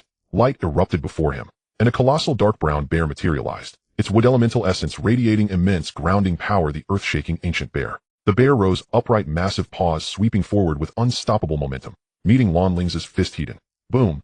The impact detonated outward in a shockwave of displaced air. Lan Lingze felt a titanic, relentless force surge up his arm, numbing his limbs, churning his chi, forcing him back 3 staggering steps before he regained his footing. The ancient bear merely swayed, its massive feet cracking the reinforced floor beneath it. Strength is adequate, Lu Jiangwo observed coolly, but technique is crude. Your mastery remains superficial. The commissar's assessment hung in the air, incisive, unflinching, and absolute. The controlled giant bear lunged again. Lan Lingze gritted his teeth, relying on the formidable physique and strength granted by the Tianjiao ant to parry, but after several impacts he was utterly outmatched, unable to breach Handy Guxiang's defenses. The Tianjiao ant's descendant life essence was damaged, many inherited abilities could not be manifested. Thus after fusion Lan Lingze had raw power, but lacked effective offensive techniques. Try someone else. That display is not enough, Commissioner Lu said, his voice laced with derision. Lan Lingze's gaze sharpened, the ochre radiance about him faded, replaced by a hazy moonlit glow that made his form ethereal and indistinct. He switched his fusion partner, Huan Yue, like an illusion yet not. His figure flickered like a phantom, leaving behind a trail of afterimages as his speed surged, attempting to skirt around Handy Guxiang and strike Commissioner Lu from behind. Speed is decent, and the illusion is interesting, Commissioner Lu admitted, eyes glinting briefly, then shook his head. Pity the power is too weak. It cannot break the defense, however swift it is futile. Handy Guxiang roared in anger, a green radiance rippling around it, as countless tenacious vines erupted from the earth, weaving a net. Though they could not fully ensnare Lan Lingze's true body, they severely restricted his mobility. After several strikes, Lan Lingze's assaults on Handy Guxiang felt like mere scratches, incapable of inflicting real harm. Commissioner Lu raised his voice deliberately, the contempt in his tone. Unhin Lan brat. You mastered the art of fusing with different bonded beasts while still at the Fanqing realm, truly a prodigy. But if this is all you've got, I advise you not to go looking for trouble outside, and don't recklessly kill officers. Go home to your Jingdu Lan family, and enjoy being the eldest young master. One bonded beast has brute force, but no skills, the other has some technique and speed yet lacks strength. All show and no substance useless. He finished, and the controlled Handy Guxiang ceased its assault, seeming to lose interest, turning to leave. Wait! A deep repressed growl sounded from behind. Lan Lingze dropped to one knee, panting, sweat soaking his. He slowly lifted his head. The eyes that had regained clarity were now suffused with a spreading, coalescing crimson light. Since you want to see a bonded beast with strength, skills, and speed. His voice rasped with a strange friction, as if grit lay within his throat. I will show you. As the final word fell, a terrifying, oppressive darkness brimming with destructive intent burst from Lan Lingze, like a dam giving way. A roar rose within his soul, like a dragon's cry from the 9 nether hells. A profound shadowed light enveloped him completely. Scales the size of infant palms, their edges glimmering with dark gold patterns, tore through his garments and rapidly cloaked his body. His frame swelled slightly, his fingernails sharpened to black points, and small nodia-formed horn-like projections rose on his brow, forming the faint silhouettes of twin dragon horns. An inky abyssal aura burned around him like black flame, roiling and surging. Clutched in that tide, the ominous black dragon blade manifested in his hand of its own accord, humming with ill portent. The blade's vibration harmonized with the abyssal aura about Lan Lingze, producing a murderous atmosphere that pierced the sky. Lin Yun in the stands went pale, crying out, "Lingze, do not." But it was already too late. Having completed fusion with the Xinyuan Malong, Xiao Yuan, Lan Lingze snapped his head up. His eyes had become cold, emotionless vertical dragon pupils in all-consuming crimson. He locked onto Lu Jiangwo with deadly focus and uttered an inhuman low growl. Then his form vanished from sight. In the next instant, he was behind Lu Jiangwo. The black dragon blade tore the air, screaming a keening wail and carrying corrosive darkness, and descended in a merciless strike. At the moment Lan Lingze transformed, Lu Jiangwo's heart jolted. He felt a terrifying oppression emanating from the very layer of life itself. He dared not hold back. Resolute, he willed Handy Guxiong forward. The beast roared and interposed itself, while Lu Jiangwo unleashed a powerful surge of spiritual energy. The black dragon blade struck Handy Guxiong's wood-based shield with a thunderous impact. The shield shattered, yet the blade's momentum remained undiminished. A scorched bone-deep gash cleaved the giant bear's thick pelt, and the dark energy ate into the wound like a fest. Lu Jiangwo's pupils constricted. This power, this speed, this destructive force. He was a different man altogether. Fusion, he barked without hesitation and merged with Handy Guxiong in a flash of light. A fused form emerged, armored in timber-like plating, hulking like a diminutive giant. Its strength and defense swelled anew. Boom. The fused Commissioner Lu threw a punch with mountain-shattering force, hurling the charging Lan Lingze away. He slammed heavily into the arena's protective curtain, producing a dull, reverberating thud. Yet what chilled Lu Jiangwo was that the figure he had sent flying almost at the instant of impact contorted in an utterly unnatural manner and rose again to his feet. Scales on his body had fractured, and a dark red ichor seeped forth, but he seemed oblivious. Those crimson dragon eyes remained fixed on Lu Jiangwo. No anger, no pain. Only the pure, bestial desire to kill. He made no sound. No scream, no roar. Only transformed into a streak of black lightning, and lunged. 1 strike, 2 strikes, 3. No matter how many times he was felled or how grievously he was struck, the abyss-cloaked figure would rise instantly and attack again like a tireless, death-defying killing machine. His assaults grew increasingly feral and disordered, yet carried with them an all-consuming suicidal ferocity. Lu Jiangwo fought with mounting dread. He was now certain that Lan Lingze's reason had been devoured by something more primal and savage. This cannot continue. Seizing an opening, he ghosted behind Lan Lingze and channeled all his strength into a single handchop, precisely striking the nape of his neck. The handchop, laden with tremendous spiritual force and shockwave, finally pierced the hard layer of draconic scale. Lan Lingze's body stiffened. The dark aura receded like a tide. The draconic scale illusions dispersed. The crimson in his eyes faded. His original gaze returned, and he slumped unconscious. Lu Jiangwo defused and stared at the fallen Lan Lingze with knitted brows and a grave expression. He looked up to the bleachers at Lin Yun, whose face had gone white, and shouted, "Lin boy, what are you standing there for? Bring this kid down and let him rest. When he wakes, send him straight to Secretary Lin's office." Lin Yun seemed to wake from a dream and hurriedly leapt down from the stands, carefully supporting the unconscious Lan Lingze. He felt the chaotic yet potent darkness still lingering within him and could not help but be filled with worry and fear. The next day before dawn, Lan Lingze stirred slowly on a cot in a resting room. A sharp ache at the base of his neck made him groan softly. Fragments of memory returned. He recalled the uncontrollable frenzy in the arena. "You're awake." Lin Yun, who had been standing watch, stepped forward anxiously. "How do you feel?"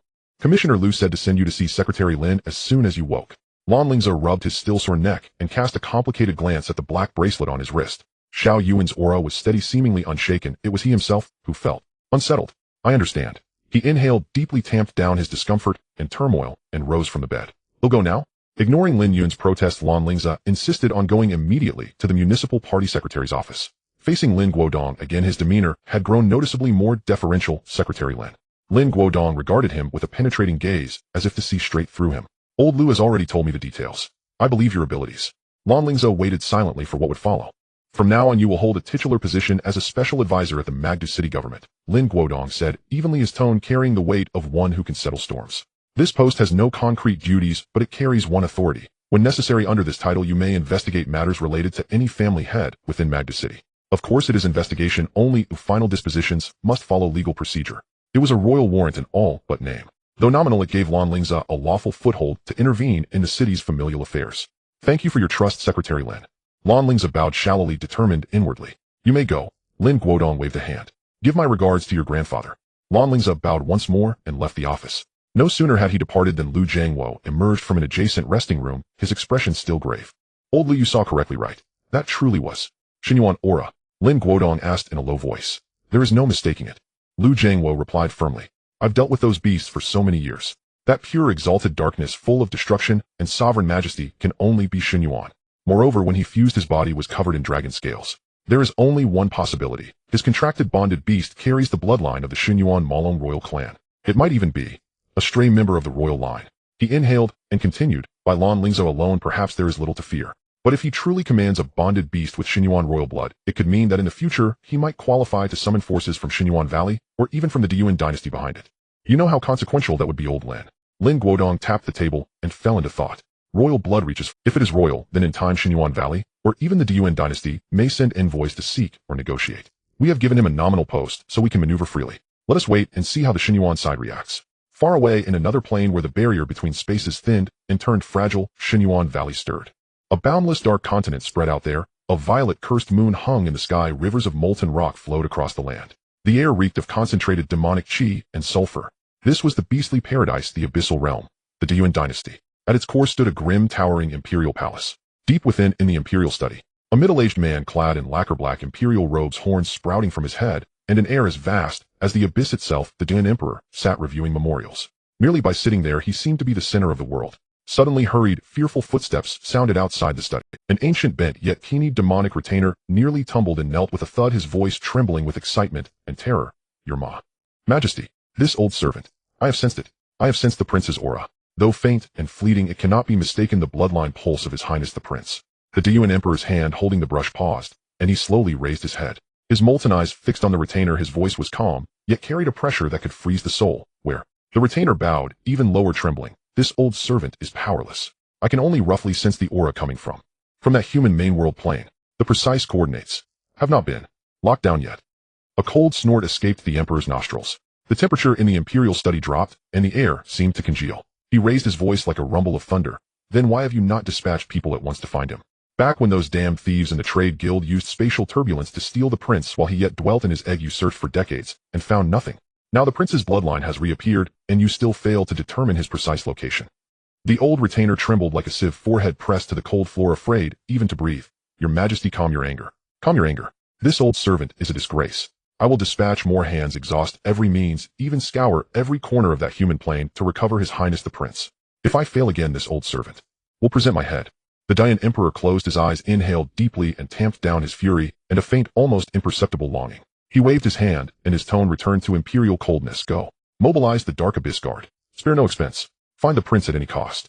Yes. Yes. Thank you, Your Majesty. The retainer, as if pardoned, kowtowed several times before trembling and almost crawling out of the study. Alone in the empty study, the Diyuan Emperor rose and walked to the window, staring into the eternal darkness of the stars, his gaze seeming to pierce the endless barriers between planes. My son, where have you wandered? Do you know how painfully I have sought you? A low sigh echoed softly through the magnificent silent hall.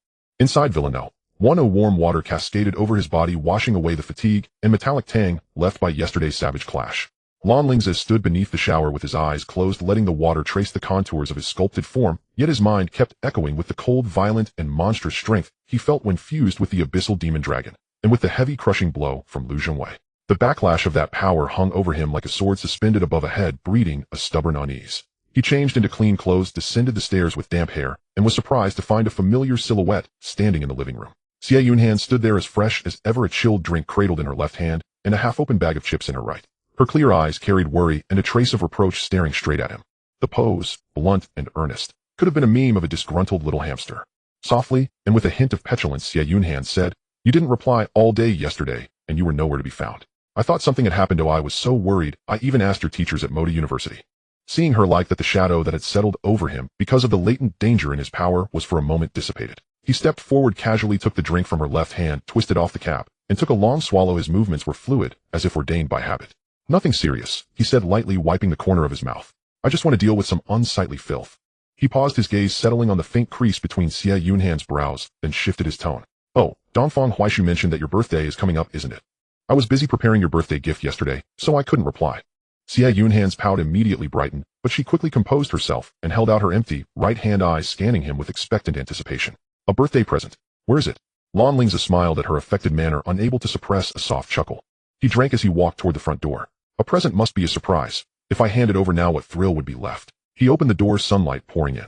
They'll give it to you when it's ready. I have to attend to some business first. Before the words had fully left his mouth, he was already hurrying out, leaving Xie Yunhan standing there watching his retreating figure, glancing at her empty left hand and the chips in her right. She pursed her lips with a helpless, sweet expression and murmured, so mysterious. Then Lan Lingze left Villa No. 1 and headed straight for the faculty canteen of Moda University. Sure enough, by the window, he found Lin Yun devouring several buns and a bowl of porridge. Cousin, stop eating and come with me to see those family heads, Lan Lingze said bluntly as he took his place.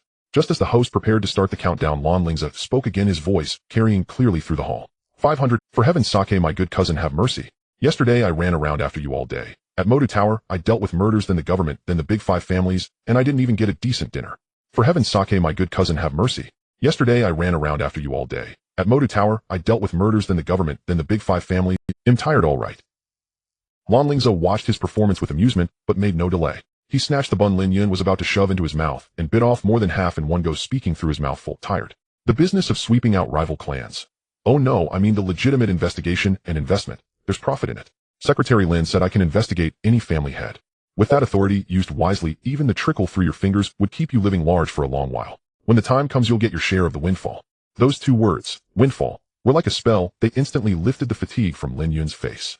His eyes brightened as if had been injected with adrenaline. He sprang to his feet and, abandoning the half-eaten bun, grabbed Lan Lingze's arm and pulled him toward the door. Let's go. You're right, cousin. Business is what matters. Breakfast can wait. We mustn't miss this chance to fatten up the coffers and, promote Modus economy. Seeing his cousin's sudden change in mood, Lan Lingze smiled faintly, stuffed the remaining half of the bun into his mouth, and allowed himself to be hauled out of the canteen.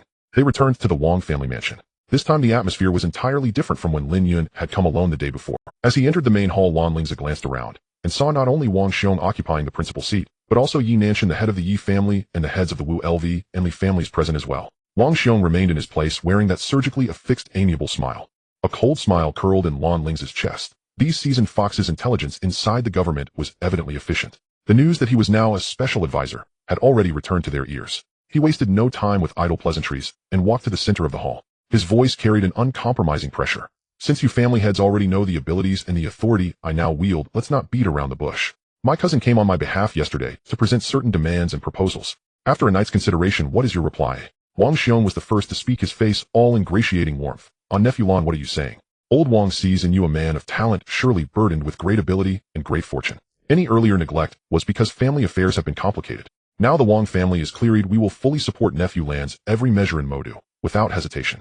Had anyone else said it, the performance might have deceived. Lan Lingze, however, snorted and cut him off, his tone imperious and icy. Patriarch Wang, and all of you present, I have been in Modu for some time. Whether you deal with me directly or hear reports from your underlings, you should know my character. I despise wasting time and detest false courtesies. He swept his gaze across the room like a blade of chill that made the family heads' hearts skip a beat. Secretary Lin had a long talk with me yesterday. Lan Lingze then offered, unleashing a heavy bomb. Half truth, half seduction. The government will soon designate a tract of land along Modu's coast to establish a brand new coastal economic special zone. This will be the new engine for Modu and for the entire Huadong region's development. Huge policy preferences, a massive influx of capital, limitless commercial opportunities. He paused to let the greed and sharpness that lit their eyes settle, then his tone turned severe. However, building such a zone requires astronomical investment. If your 5 great families cannot produce the true hard cash to demonstrate your sincerity, then I am sorry, but you will have no place at that vast table. Modu does not lack families eager for a share. His words thundered through the hearts of the family heads. Their informants had not relayed the core of this plan. Had Lan Lingze intercepted the news, or was this a higher-level secret? For a stretch of seconds their faces mixed suspicion, greed, and calculation. After a few minutes of charged silence, Wang Xiong could not remain composed and tested the waters. If this is for Modus development, then investment is a duty. The Wang family is willing to put forward 5 billion to show our loyalty and support for the special zone's construction. He added under his breath, rubbing his fingers together in a private gesture. But, nephew Lan, how will profits be calculated at? Other family heads quickly echoed their willingness to invest, but their core concern focused squarely on how spoils would be divided. Lan Lingze watched their faces, all's hungry to take advantage yet afraid to lose out, and smiled with a hint of scorn. Profit? No problem. Very simple. He extended his fingers and tapped off the ratios one by one. Wang family, 9 to 1. 9 for me, 1 for you. Li family, the same, 9 to 1. LV family, a little better, 8 to 2. Wu family, 9 to 1. Finally, he looked at Yi Nantian. As for the Yi family, in light of your patriarch's supportive stance yesterday, well, do 3 to 7-3 for me, 7 for you. The moment the distribution plan was declared, the entire hall fell into a stunned absolute silence. With a thunderous smack, Wang Xiong slammed his hand on the table and rose to his feet, the practiced smile wiped clean from his face, replaced by an unbridled fury. Lan Lingze, this is not cooperation, it's naked extortion. Such harsh terms treat us like fattened sheep. If you proceed like this, how many other families will invest in your special zone in good faith? Lan Lingze met his fury with an unimpressed, condescending pity. Patriarch Wang, you called me nephew so warmly when you wanted gain. Now that the returns seem insufficient, you scream names and throw a tantrum. Your face turns faster than a page. Is that the Wang family's sincerity? His tone chilled like a winter gale. Let me remind you, Wang Xiong, since you did not place your bets on me from the start. Wavered, hesitated, even covertly obstructed. Then I, Lan Lingze, will not place my trust in you. If you refuse to invest, there will be others with money ready to come to me. If necessary, I will slash special zone taxes to the bone and invite families from Su Province and Ja Province to share the pie. See if I cannot do it. Wang Xiong trembled with fury and spiritual energy flickering within him as if ready to strike. But Lan Lingze's next words poured a bucket of cold water on that bravado. What? Patriarch Wang, are you intending to go to war with the Lan family? He stepped forward. Young as he was, the murderous aura born of bloodshed and the abyssal pressure that clung to him made even the seasoned Wang Xiong's heart recoil. And don't forget my current position. I'm a government special advisor vested with investigatory authority to act first and report later. I can, on grounds of endangering Moda's safety or impeding economic development, open an immediate investigation into the Wang family. I do not believe the Wang family, after rooting itself in Modu for so many years, sits completely clean without a speck of filth. Each word struck at the heart. Lan family power hinted at, and the government's sword brandished. Wang Xiong's face drained of color, his body swayed, and he finally slumped back into his chair, defeated. He stared at Lan Lingze as if he could devour him, but all the anger and resentment collapsed into a trembling long exhale. Fine. The single word was squeezed out between his teeth with the weight of 1,000 burdens. As you say, nephew, 9 to 1. Shortly, I will order 500 billion sent to the city government's designated account. With the Wang family bowed, the other family heads turned pale and dared not voice a single objection. The Wu LV and Li family heads hurried to pledge their investment funds. Yi Nantian inwardly rejoiced. His decision the previous day had indeed secured maximal advantage for himself and his family. With his objective achieved, Lan Lingze did not linger. He snorted and, taking Lin Yun's arm, turned to leave, leaving the hall full of complicated expressions. Walking from the Wang estate toward the government building, Lin Yun finally could not hold back his question. Cousin, I was there the whole time yesterday. Didn't Secretary Lin tell you about the plan to create an economic special zone? You're not planning on getting something for nothing, are you? If they later see no construction and unite to strike back, the trouble could be enormous. Lan Lingze strode calmly, his face the picture of absolute control. If there is no economic special zone, then we will go and demand one. I am on my way to demand it right now. What? You can just demand one of those? Lin Yun skidded to a halt, his face full of incredulous question marks, as if witnessing a monster. Lan Lingze paid no heed to his astonishment and continued onward. Back at the municipal government, the guard at the gate, clearly having received fresh instructions, greeted Lan Lingze with even greater deference than before and almost obsequiously opened the doors for him. Lan Lingze gave a casual nod and walked straight to the office of the municipal party secretary. He knocked and found Lin Guodong absorbed in paperwork. Secretary Lin, Lan Lingze cut straight to the point without preamble. I want you to designate that coastal tract south of the eastern port in the eastern district to me. I intend to build it into a new economic special zone, Moda's new model of development. Lin Guodong paused with his pen in hand and frowned. Those existing ports and land parcels along the coast have long been carved up by local families. The land deeds won't revert to the state for decades, sometimes 80 to 100 years. Your idea is unrealistic. Lan Lingze walked to the desk, placed both hands on the surface, and leaned forward slightly, his eyes burning with a near arrogant certainty. Those families will voluntarily hand the land to me. If not, well, create land by filling the sea. People, money, materials. My Lan family will shoulder it all. Secretary, all you need to do is give me a legal document that recognizes this area as a special zone. I promise you soon I will deliver to you and to the state a vigorous, potent economic special zone. Lin Guodong stared into the resolute fire in Lan Lingze's eyes and the subtle aura of Lan family power beneath it. He tapped his fingers lightly on the desk, considering. After a moment of silence, he said nothing but opened a drawer and took out a special document sealed with the red municipal government stamp, yet its contents were blank. He picked up a private seal and casually stamped a small mark in a corner, then pushed the blank document across the desk. I give you the document. The specific content, the exact borders of the special zone, and its policy details. You will fill in yourself. Lin Guodong's tone was level. But time is limited, 3 years. In 3 years I expect this special zone to contribute not less than 300 billion per year in taxes and profit to Moda's government. If not, the document is void and all consequences fall upon you, Lan Lingze, and the Lan family. He waved his hand. Take it and have the relevant departments affix their seals. They will know how to proceed when they see my mark. Lan Lingze felt his heart leap at the sight of that blank instrument, full of infinite possibility. He tamped down his elation, took the document with both hands, and bowed deeply to Lin Guodong. Thank you for your trust, Secretary Lan. Lingze will not fail your trust. Stepping out of the government building with the weighty document in hand, the sky seemed conspicuously bluer to Lan Lingze. He waved the papers at Lin Yun, who was waiting outside, and grinned with a hint of roguish pleasure. Cousin C, there's the special. Lin Yun leaned and staring at the blank document stamped with the crimson seal, his eyes went wide and his mouth gaped as if to swallow an egg. This is really done. Oh my god. Lan Lingze carefully tucked the document away with a self-satisfied smile and a cold chuckle. I don't know why Secretary Lin was so forthcoming this time, but whatever the reason, the special zone exists. Next, I intend to squeeze those old men until they bleed for every ounce of the windfall I promised you. And if I don't ill feel, I have let them off too lightly after the faces they made today. At Lan Lingze's words, Lin Yun could not help but chuckle, picturing mountains of gold and treasure beckoning. All the earlier runaround suddenly seemed worthwhile. He already pictured himself following this cousin rising within Modu and perhaps becoming one of the most prominent tycoons in the whole. Upon returning to Villa No. Lan Lingze did not immediately take action, but rather he indulged himself in a brief rest. He walked onto the open balcony on the second floor where a comfortable lounge chair awaited. He lay down, letting the rare warm winter sun bathe his body, while the cool breeze from the intelligent temperature control system beside him balanced the warmth, creating an oddly pleasant sensation. He closed his eyes as if still feeling the texture of the blank document in his hand. It was no ordinary piece of paper, but a treasured sort of mountain of gold waiting to be mined, and a minefield filled with traps. How to pen this document so that it maximally exploits those cunning old fox families to reap enormous benefits for him and Lin Yun, while ensuring the document itself is rigorous and legal, without leaving any loopholes that could be seized upon and turned against him, required extremely careful consideration. The heads of those families were all shrewd individuals, having navigated the business and political arenas for decades, their experience with schemes far exceeding the meals he had eaten.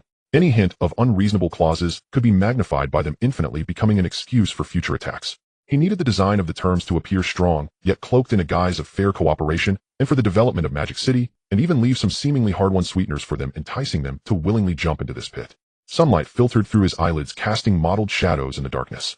Lan Lingze's thoughts raced, clauses and figures, possible reactions, subsequent chain effects. They continually played out, combined, and optimized in his mind.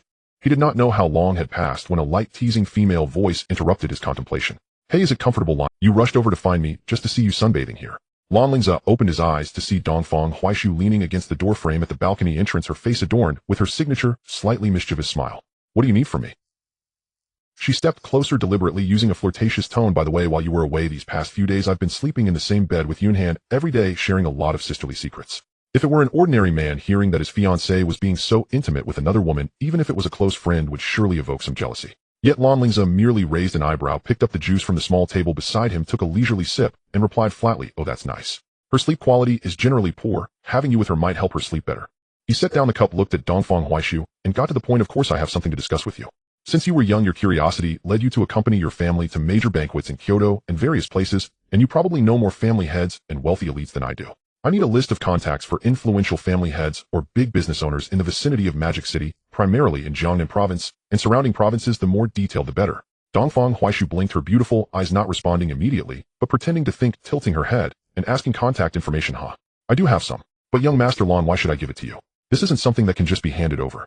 Lan Lingze stood up from the lounge chair, approached her, looking down at her, then extended his hand gently and almost devoid of any flirtation, patting her shoulder, a slight curve appearing at the corner of his mouth. Of course, it's to prepare a Wonio Faken birthday gift for Xie Yunhan. Upon hearing Xie Yunhan's birthday gift, the teasing expression on Dongfang Huaishu's face subdued somewhat. She understood very well that in previous years, although Xie Yunhan's birthday parties were grand and filled with guests, they were essentially more of a business exchange meeting led by the Xie family. In such occasions, Xie Yunhan rarely truly laughed heartily. More often, it was a formulaic smile and social nicety. As a friend, she sincerely hoped Xie Yunhan could experience true joy and surprise on her birthday. After pondering for a moment, her concern for Xie Yunhan eventually took precedence.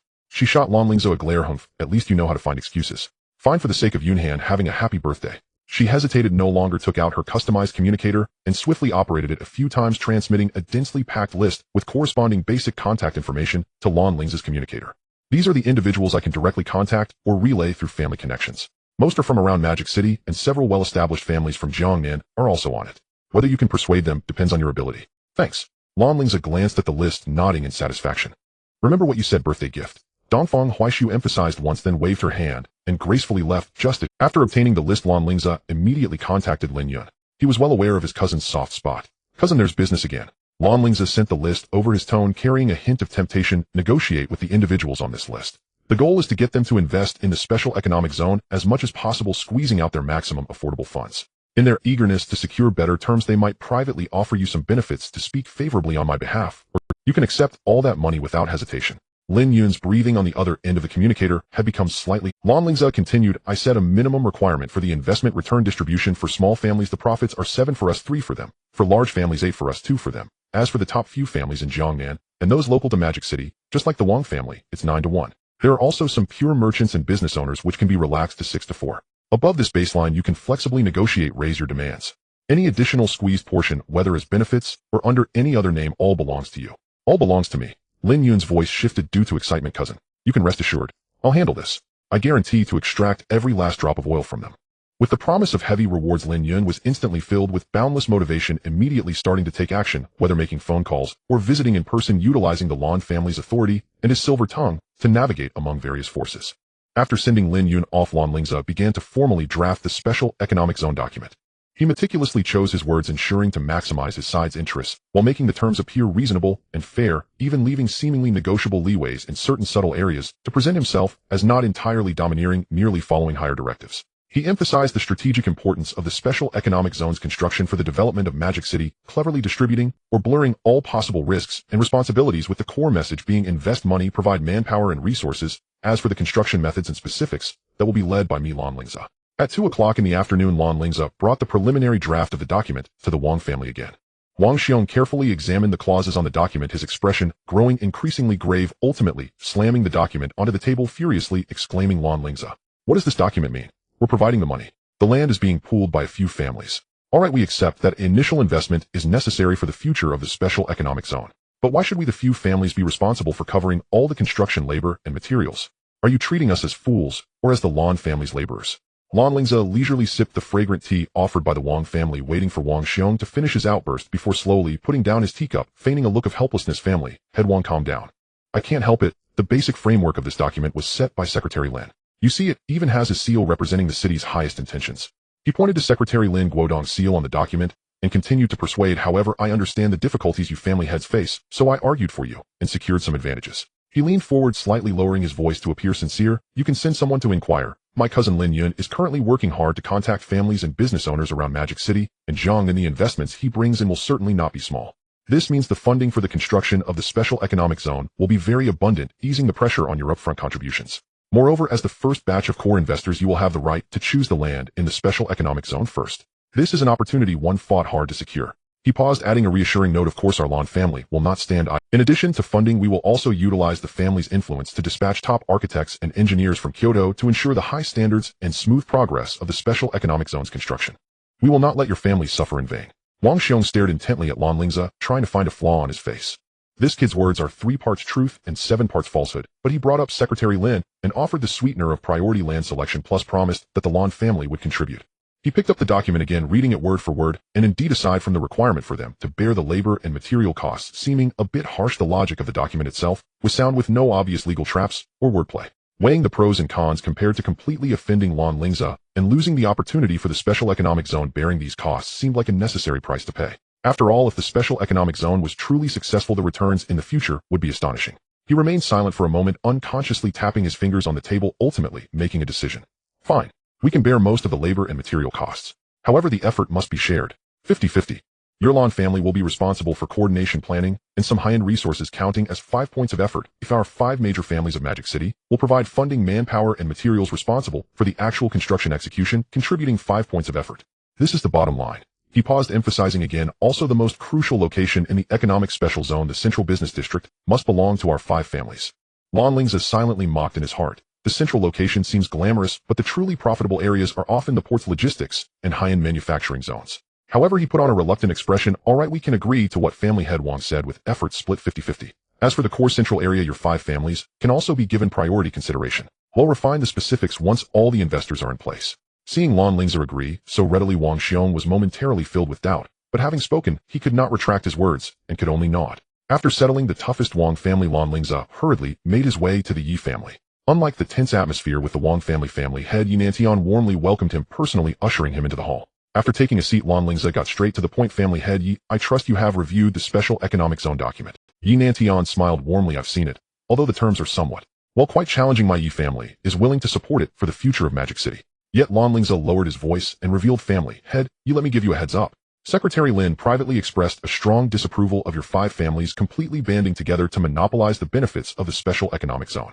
This would not be beneficial for the long-term development of the Special Economic Zone and attracting more capital. Yi Nanshan's eyes sparkled, his smile unchanged that is only natural. Before you arrived, family head Wang had already spoken with me. Our 5 families preliminarily discussed and agreed that we only need the most central commercial area of the Economic Special Zone. The other plots can be left for other families in capital to join later for joint development. Lan Lingze looked at Yi Nanshan, his thoughts racing. He remembered Yi Qingyu, the friend who had supported him when he first entered Magic City University, still low in status. For emotional and rational reasons, he didn't want to put the Yi family, particularly this branch of Yi Nanshan, in too difficult a position.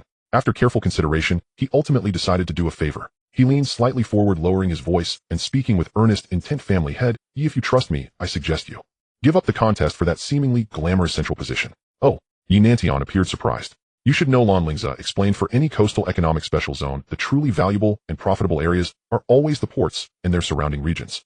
Efficient logistics, import-export, trade, port industries. This is where the gold flows. You may think that such strategic positions are firmly controlled by the government or directly taken over by the Lan family, right? Yi Nantian couldn't help but nod. This was indeed conventional thinking. Lan Lingze smiled slightly and threw out the real bargaining chip. However, Secretary Lin has entrusted me with the authority over the planning and distribution of the special zone's land. He pointed to himself. Therefore, I have decided to reserve the exclusive development and management rights of the future special zone's largest and most core deepwater port and its associated industrial area for your Yi family. Not just for you, family head Yi Nanshan's branch. He looked intently at Yi Nanshan. This means you're placing your bet on me, Lan Lingze, and I'm offering you my return. Of course, you should also thank Brother Qingyu for his support for me back then. After hearing this, Yi Nantian was first taken aback, then his face broke into an uncontrollable joy. A port, that is the golden goose. Its long-term value and profits are incomparable to any commercial center. Lan Lingze truly knows how to show gratitude and possesses remarkable means. He excitedly stood up, even performing a solemn ancient bow to Lan Lingze. Young Master Lan. No, Lingze, I, Yi Nanshan, and my Yi family will remember this favor. Thank you. At this moment, he felt immense gratitude for his earlier decision and was even more determined to follow Lan. After chatting with Yi Nantian for a bit longer and finalizing some details, Lan Lingze left the Yi family with satisfaction. Upon returning to Villa No. 1, he found Lin Yun waiting at the door, his face brimming with suppressed excitement and fatigue. As soon as he entered the living room, Lin Yun collapsed onto the sofa, grabbed a bottle of ice-cold cola, and gulped down a few mouthfuls, then sighed in relief, saying proudly, "It's done. Following your minimum requirements, I squeezed those guys on the list dry. Just the clearly promised investment amount adds up to 680 billion. They all stated they would transfer the money to the government-designated supervisory account as soon as possible. When you start working, just directly apply to the government to utilize these funds." He leaned in closer, curiously asking, "Cousin, with the funds nearly in place, when do you plan to officially start?" Lan Lingze tied on an apron, beginning to prepare dinner, replying, without turning his head, "Tomorrow. I don't like dragging things out. The longer it takes, the more uncertain it becomes, so the quicker the better." As he chopped vegetables, he instructed, "As for all the processes for starting work, bidding, contacting construction teams, coordinating material suppliers, and all those assorted matters, leave them entirely to you. I know nothing about these, and I don't want to deal with those contractors and foremen. You have full authority, I just want to see results." Lin Yun patted his chest. "No problem. Leave it to me. I guarantee to handle it all properly." Just then, as Lan Lingze was about to send a message to call Xie Yunhan back for dinner, the doorbell rang at the villa. He walked over to open the door and was surprised to see the head of the Water Institute standing there along with Xie Yunhan and Dongfang Huaishu. "Director, what brings you here?" Lan Lingze queried, slightly taken aback, then made a joke. "Sorry, I didn't know you were coming. The food." The director smiled, waving his hand. "No worries, Lingze, I'm not here for a meal.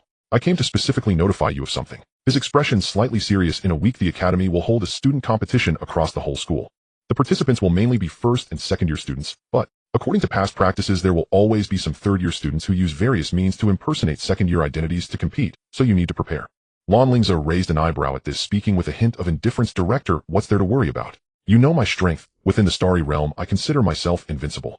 Even if a third year student mixes in, can they really turn the tables?" The director shook his head, warning, "Seriously, Lingze, do not let your guard down.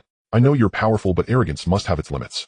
Those third-year students, although pretending to be second-year ones, will at most face some penalties or fines afterward, but you'll end up making a lot of enemies, and you can't be sure that someone won't deliberately call in experts from the third year to target you." Back then, Yunhan was just as confident as you. Although he fortunately didn't encounter any particularly strong third-year students, he ultimately still lost to the joint efforts of several strong enemies through a sea of people tactics. Remember, in Magic City, your status as the legitimate grandson of the Lan family is a protective charm, but it's not omnipotent. Your foundation is still shallow, and if you really suffer a loss under the rules, even if you want to call for help from Kyoto, you will need time to buffer. The director's words acted as a wake-up call, diminishing the bit of arrogance in Lan Lingze's heart. He furrowed his brow slightly, thinking, indeed, it's ultimately because my foundation in Magic City is too shallow that I am perceived as an easy target, restricted in many ways. He composed himself, nodding to the director. Thank you for the reminder, I will be cautious. After chatting casually for a few moments, the director took his leave. At the dinner table, the atmosphere relaxed once more. Taking advantage of Xie Yunhan and Dongfang Weix's inattention, Lan Lingze quietly whispered to Lin Yun, cousin, while you're busy with the construction tomorrow, please swing by the city government to find Secretary Lin or the heads of the relevant departments to request another document. Another one. Lin Yun was taken aback. Yes, Lan Lingze's gaze was sharp this time. I want a document for construction of a green channel or a special handling permit. I hope that all approvals, procedures, material transportation, and personnel scheduling related to the construction of the special economic zone can be expedited without obstacles. My goal is, within a month, the main framework of the special economic zone must be erected. The foundation needs to be laid well, and key buildings must commence construction. Regardless of how much money needs to be spent or how many connections need to be utilized, you coordinate all of that. If any issues arise, I will take responsibility. He took a deep breath, saying, I need to enter seclusion for a while. The academy competition is approaching, and I need to further enhance my strength to tackle the potential challenges. As for the special economic zone, I leave it entirely in your hands. Lin Yun felt the determination and trust in Lan Lingze's words and nodded heavily. Understood. You can rest assured in seclusion. I will handle everything outside. Their whispered conversation seemed to catch Xie Yunhan's attention, and she casually stirred her rice with chopsticks, softly saying, Lan Lingze, if you are indeed preparing a birthday gift for me, you should hurry up a bit. Christmas Day is my birthday, and it's coming soon. Lan Lingze lifted his head to look at her, his gaze deep, the corners of his mouth curling into a meaningful smile, nodding affirmatively. Don't worry, that day, I will definitely give you an unprecedented grandest birthday gift. After arranging all matters, the next morning Lan Lingze officially announced his seclusion. He submitted a leave of absence request to the Dean of the Water Institute in advance, stating that he needed to meditate and stabilize his realm in preparation for the Academy's grand competition. The Dean was well aware of his strength and knew the many matters entwined with this young man. He readily approved the leave, simply reminding him, do not neglect your important tasks. In the underground training room of Villa No. 1, all external noise was isolated. Lan Lingze sat cross-legged with several rare spirit crystals emitting different property fluctuations placed before him. These were resources siphoned from recent investments. The black wristband on his wrist warmed slightly, and the omniscient assistance system quietly operated, aiding him in absorbing energy more efficiently and organizing the chaotic spiritual power within his body. A week passed quickly in focused cultivation. When Lan Lingze opened his eyes again, the brilliance in his gaze was subdued, and his aura was even more solid and profound than before seclusion. The third realm of the Starry Realm was now stabilized. System display, current status. Host Lan Lingze Realm, Starry Realm, Tier 3 Beasts, Abyssal Magic Dragon, Dominant Level Juvenile Stage, Moonlight, Divine Crow, Dominant Level Growth Stage, Skyhorn, and Offspring Creek, Moon Level Potential Juvenile Stage, Slightly Damaged Life Source Techniques, Lan Families, Qing Lan Body Refinement, Art, Abyssal Secret Power, Initially, Fused Special Items, Omniscient Assistance System, Bracelet Form, Black Dragon Blade, Forged from Abyssal Magic Dragon Scales, that's about right. Lan Lingze stood up, stretched his muscles and bones with his joints cracking crisply. He changed into a smart black training suit and pushed open the door of the training room. The sunlight was somewhat glaring. Just as he stepped out of the villa, he saw a staff member of the academy jogging over, panting. Lan Lingze, you finally finished your seclusion. The freshman competition starts this morning. The dean asked me to inform you to go directly to the Central Martial Arts Arena. Your registration has already been taken care of by the dean. Lan Lingze raised an eyebrow, did not ask further, and followed the staff member to the martial arts arena. Inside the arena was bustling with voices, with thousands of teachers and students gathered, creating a lively atmosphere. The freshman competition is an annual grand event at Modi University, not only concerning honor, but directly linked to subsequent resource allocation and the favor of mentors. However, what puzzled Lan Lingze was that his competition process was oddly smooth. In the first round, the opponent conceded. In the second round, he drew a bye. In the third round, the opponent claimed an old injury, flared up, and voluntarily conceded. In the fourth round, he effortlessly made it to the top 8. Standing in the contestant preparation area for the top 8, Lan Lingze looked at his name on the battle chart and could not help but whisper to a familiar staff member beside him, what's going on? I am all set to stretch my muscles. Why is there no challenge at all? I made it to the top 8 inexplicably. The staff member awkwardly smiled, lowering his voice. Lan, this. The dean instructed that you must enter the later stages of the competition smoothly. Moreover, he hesitated, glancing toward a certain direction in the audience. It seems some people do not wish for you to expend too much energy in the early stages. Lan Lingze's gaze sharpened as he followed his hint, only to see a few ordinary-looking students, but 2 among them had shifty eyes whispering to each other. He scoffed coldly in his heart and refrained from questioning further. Meanwhile, in a remote corner of the martial arts arena, several third-year students in uniform were gathered, their expressions grim. Did you sort it out? That kid Lan Lingze is almost getting a bye to become the champion. We spent so much money not to see him walk the red carpet. A student with a scar on his face shouted angrily. A tall and thin student beside him impatiently replied, what are you shouting for? The person I contacted hasn't given a clear answer yet. Damn it, they were quick to take our money. Is the person from Dan Xingsheng reliable? Don't tell me it's just a flashy front. What's the use of saying this now? Why don't you go up and fight him? Me? Have I gone mad? That kid is a disaster. Have you forgotten the affair at Moda Tower? While they were arguing, the thin, tall student's communicator vibrated. He quickly checked it, and joy instantly spread across his face. He replied. He said the first match in the top 8 is him guaranteeing that Lan Lingze will experience unexpected severe injuries, even killed by mistake. Let's prepare the final payment. The scar-faced student also sighed in relief, a glint of ruthlessness flashing in his eyes. Great. I hope that guy's strength matches the money we pooled. The top 8 competition officially began. In the first match, Lan Lingze faced a third-year student from the Water Institute. This person was burly with dark skin and fierce eyes, clearly an upperclassman with rich combat experience. As the two ascended the central arena, the cheers around reached a peak. Lan Lingze was now famous at Moda University, and everyone wanted to see the true combat power of this freshman who stirred the winds and clouds of Modu. Before the referee announced the start, Zhou Mang took 2 steps forward, speaking in a voice only the two could hear, ominously saying, "Kid, you are Lan Lingze. Someone spent a considerable amount of money to ensure that you will never stand again on this stage." Lan Lingze looked at him with indifference, as if gazing at a lifeless object, offering no response. "The match begins," the referee announced loudly, then quickly retreated. Almost as soon as the referee's words fell, Lan Lingze, without any probing or nonsense, he charged at Zhou Mang like an arrow released from its bow. The speed was so swift that it left an afterimage in the air. Zhou Mang's pupils contracted, clearly not anticipating such decisive and rapid action from his opponent. But after all, he was a third-year upperclassman with a quick combat response. He growled, "Rock-armored rhinoceros." A burst of earthy yellow light flashed, instantly covering his skin with a thick rock-like keratin layer, expanding his physique and exuding a heavy sense of pressure. He crossed his arms to block Lan Lingze's lightning-fast punch. Bang! In a muffled sound, the shockwave rolled. Lan Lingze felt as if his fist had struck a small mountain, and the rebound force made his arm tingle slightly. He took the opportunity to retreat, creating distance, secretly thinking Starry Realm Tier 5. Furthermore, he can also merge. The beast he controls is also defensive, the rock-armored rhinoceros. No wonder he dared to take on the task of assassinating me. Zhou Mang blocked the blow and felt slightly reassured, sneering, "Is this the extent of your strength? Looks like the rumors are indeed exaggerated." Before he could finish, his complexion suddenly changed. He saw that as Lan Lingze retreated, a flash of earthy yellow light flickered, and an even heavier, more violent sense of power erupted from him. His figure did not visibly enlarge, but his muscles tightened immediately like steel, and a metallic sheen subtly appeared beneath his skin, radiating a ferocious aura like that of a primordial beast. "Skyhorn, Ant Merge. How about now?" Lan Lingze's voice was cold as he pushed off the ground, causing the specially made hard surface of the arena to crack with fine fissures. He charged again, faster than before, with power that was worlds apart. Zhou Mang was alarmed, fully activating the defense of the rock-armored rhinoceros, his fists gleaming with a rocky luster, countering upward. Boom, boom, boom. In just a few breaths, the two exchanged over 10 punches. Each collision sounded like a drum, causing the eardrums of the students in the audience to ache. Zhou Mang was pushed back step by step. The rock armor covering his arms began to crack, and blood trickled from the corner of his mouth. He was horrified in his heart. What kind of monster is this? Starry Realm Tier 3. This power is even more ferocious than my Tier 5. I concede. Zhou Mang knew he was no match and immediately wanted to shout out his surrender. But Lan Lingze did not give him the chance at all. At the moment the word concede was about to leave his lips, a cold glint flashed in Lan Lingze's eyes, and a punch broke through his wavering defenses and struck hard at his abdomen. Ugh! Zhou Mang's words were interrupted, turning into a painful scream as he curled up like a shrimp. Lan Lingze's assault did not cease. His fists, elbows, and knees. Every part of his body became a weapon, raining down on Zhou Mang like a torrential storm. The rock armor shattered, blood splattered.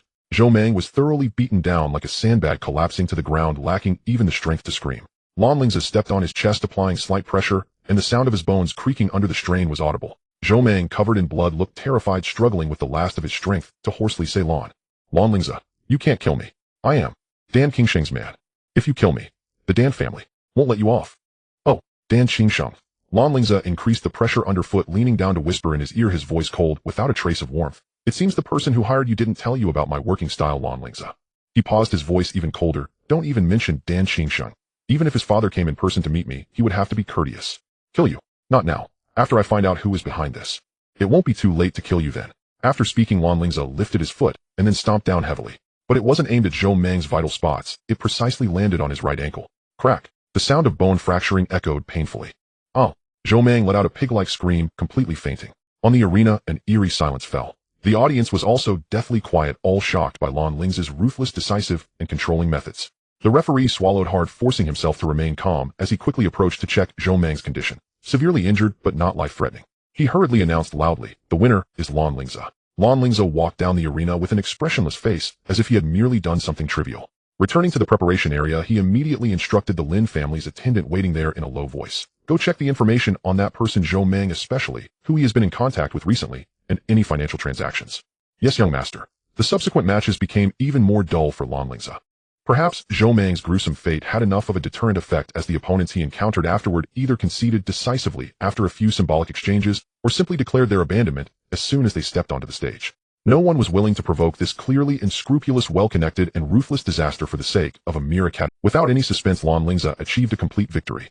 He claimed the championship of this year's freshman competition at Moda University. The award ceremony was simple. The dean personally handed the champion's trophy and a certificate marked with ample resource exchange privileges to Lan Lingze, wearing a complex smile as he patted his shoulder. The younger generation is formidable. However, Lingze, just remember that being too eager can lead to missteps. Sometimes you must pay attention to your methods. Lan Lingze accepted the trophy, nodding slightly. Thank you for your guidance, Dino, I understand. Yet the glint of sharpness in his eyes remained undiminished. Carrying the trophy back to Villa No. One he had not yet entered when the attendant he had sent to investigate was already waiting at the door, bowing to report, young master, we have found out. Zhou Mang, a third-year student from the Water Academy at the 5th level of the Star Boundary. He is indeed a distant relative of the Dan family with ties to Dan Xingsheng. In the past week, his account received 3 transfers from different shell companies totaling 5 million. The funds ultimately point towards a steward from the Bai family branch in Jiangnan. The Bai family. A cold glint flashed in Lan Lingze's eyes. It's them again. Haunting us. He waved his hand. Understood, you may leave. Yes. Opening the villa door, Lan Lingze casually tossed the champion's trophy into the corner of the living room as if it were an insignificant decorative item. He tied on an apron, entered the kitchen, and began preparing dinner. Just as the aroma of the food wafted out Lin Yun, he took off his coat and saw the 4 dishes and 1 soup on the table, jokingly remarking, "Oh, our great champion returns victorious, and this is the celebratory feast. Just these home-cooked dishes. Isn't that a bit too simple? Shouldn't we book a top-notch private room at the Modu building and invite a few? Cough cough, celebrate properly." Lan Lingze placed the last soup on the table, helplessly saying, "Cousin, please don't tease me. I just came out of seclusion and was dragged off to compete. I'm exhausted. By the way, how's the progress on your side with the special zone? I haven't had the chance to ask." Lin Yun sat down, picked up his chopsticks, and said while eating, a hint of pride in his tone, "The special arrangements document you instructed me about, I negotiated with Secretary Lin twice, and he approved it. Hey, the progress is now moving at lightning speed. The construction team is working in shifts, material supply is greenlit throughout, and no department dares to stall. At this rate, I can guarantee that before Xie Yunhan's birthday, the main structure of the first phase of the project will definitely be completed." Lan Lingze's eyes widened in surprise. "So fast? How did you know?" Lin Yun chuckled and shrugged. "With your little thoughts, how could I not guess? You were so anxious to urge the progress before your seclusion and specifically mention Yunhan's birthday. You just want to present this budding economic special zone as a birthday gift to her, right? To be honest, the weight and sentiment of this gift are indeed unique." As soon as he finished speaking, the villa door was opened again, and Xie Yunhan and Dongfang Huaishu walked in side by side, clearly having heard the latter part of Lin Yun's words. Xie Yunhan's cheeks flushed slightly as she glanced at Lan Lingze, but said nothing. Dongfang Huaishu, however, cheerfully leaned over to the table. "What gift? Let me hear." Dinner time, dinner time." Lan Lingze laughed heartily, serving food to everyone. The dining table was suddenly filled with light-hearted laughter. The next day, to eliminate the last hidden dangers, Lan Lingze took action again. He first arrived at the city government, directly seeking Secretary Lin Guodong. "Secretary Lin, I have a small request regarding the economic special zone." Lan Lingze stated directly. "I hope that the land ownership of the economic special zone can be entirely transferred to me, Lan Lingze, or to a company I designate during the construction contract period." Lan Lingze's gaze was calm. "Of course, I guarantee, with the reputation of the Lan family and my personal future, that after the special zone is built and operational, the annual taxes and profit shares paid to the state will not be less than 300 billion, and I will strictly adhere to all laws and regulations." Lin Guodong put down his pen, looked at him deeply, and suddenly smiled. "You young man have quite an ambition. However, wasn't the intent of the document I gave you last time clear enough?" He lifted his teacup and took a slow sip. "I said the matters of the special zone are entrusted to you to handle fully. As long as you can fulfill your promises and bring the expected benefits and development to Modu and the country during the contract period, how to use that land to whom it goes is entirely up to you. Even if there are no government agencies in the special zone, I won't utter a word." He leaned slightly forward, his gaze becoming sharp. "All I want is results. Beautiful results." Lan Lingze felt reassured, a sincere smile appearing on his face. "Thank you for your trust, Secretary Lin. I will not disappoint your expectations." Leaving the city government, Lan Lingze hurried to the Dan family. The Dan family residence is located in the western district of Modu. Although it is not as prominent as the 5 great families, it is still a force to be reckoned with. Upon learning that Lan Lingze had come personally, Dan Xiu, the head of the Dan family, did not dare to be negligent and welcomed him. In the reception room, Lan Lingze did not engage in pleasantries, directly stating his purpose. "Dan family head, you must have heard the recent rumors. I am now fully overseeing the economic special zone, and I do not wish to see any unstable factors, especially little moves from certain families." Dan Xiu immediately broke into a cold sweat. He had heard of Zhou Mang's situation and was aware that his useless son Dan Xingxing might be involved. He quickly smiled and said, "Young Master Lan, please rest assured. I will definitely impose strict discipline on the family members and will not let any termites interfere with the special zone's construction. However, he rubbed his hands tentatively, asking, once the special zone is completed, I wonder if young Master Lan could be a bit lenient on the tax aspect. Lan Lingze looked at him with a half-smile. As long as the Dan family remains clean and wholeheartedly contributes to the development of the special zones, the necessary benefits and policies will naturally not be lacking. He emphasized the words clean and contribute. Dan Xiu understood immediately, nodding repeatedly. Understood. Understood. Young Master Lan, please be assured. After dealing with these trivial matters, Lan Lingze returned to Villa No. 1, once again immersing himself in cultivation. With the freshman competition over, the next important event was the school-wide competition, a stage for confrontation with higher-year students and true geniuses. At the same time, he also needed to await the final results of the special zone's construction. Time passed quietly in focused cultivation and occasional attention to the special zone's progress, a month slipping. When Lan Lingze emerged from seclusion again, the news brought by Lin Yun was exhilarating. The first phase of the economic special zone was basically completed. Lan Lingze personally went to the site located on the eastern coast of Modu. The once barren tidal flats and old port area had completely transformed. Soaring skyscrapers rose from the ground, the glass curtain walls shining brilliantly in the sunlight. Wide and smooth 8-lane roads crisscrossed with traffic flowing like a river. A modern deep-water port began to take shape, with massive gantry cranes standing tall, well-planned industrial parks, bustling commercial streets, and beautifully landscaped recreational squares. A vibrant and modern new city had vividly emerged. Although some finishing touches were still being worked on, the overall framework and grandeur were already astonishing. A grand ribbon-cutting ceremony was held at the central square of the special zone. High-ranking officials from the Modu city government, representatives from various families, investors, and media all gathered together. Lan Lingze, as the chief planner and actual person in charge of the special zone, stood alongside Secretary Lin Guodong, cutting the auspicious red ribbon.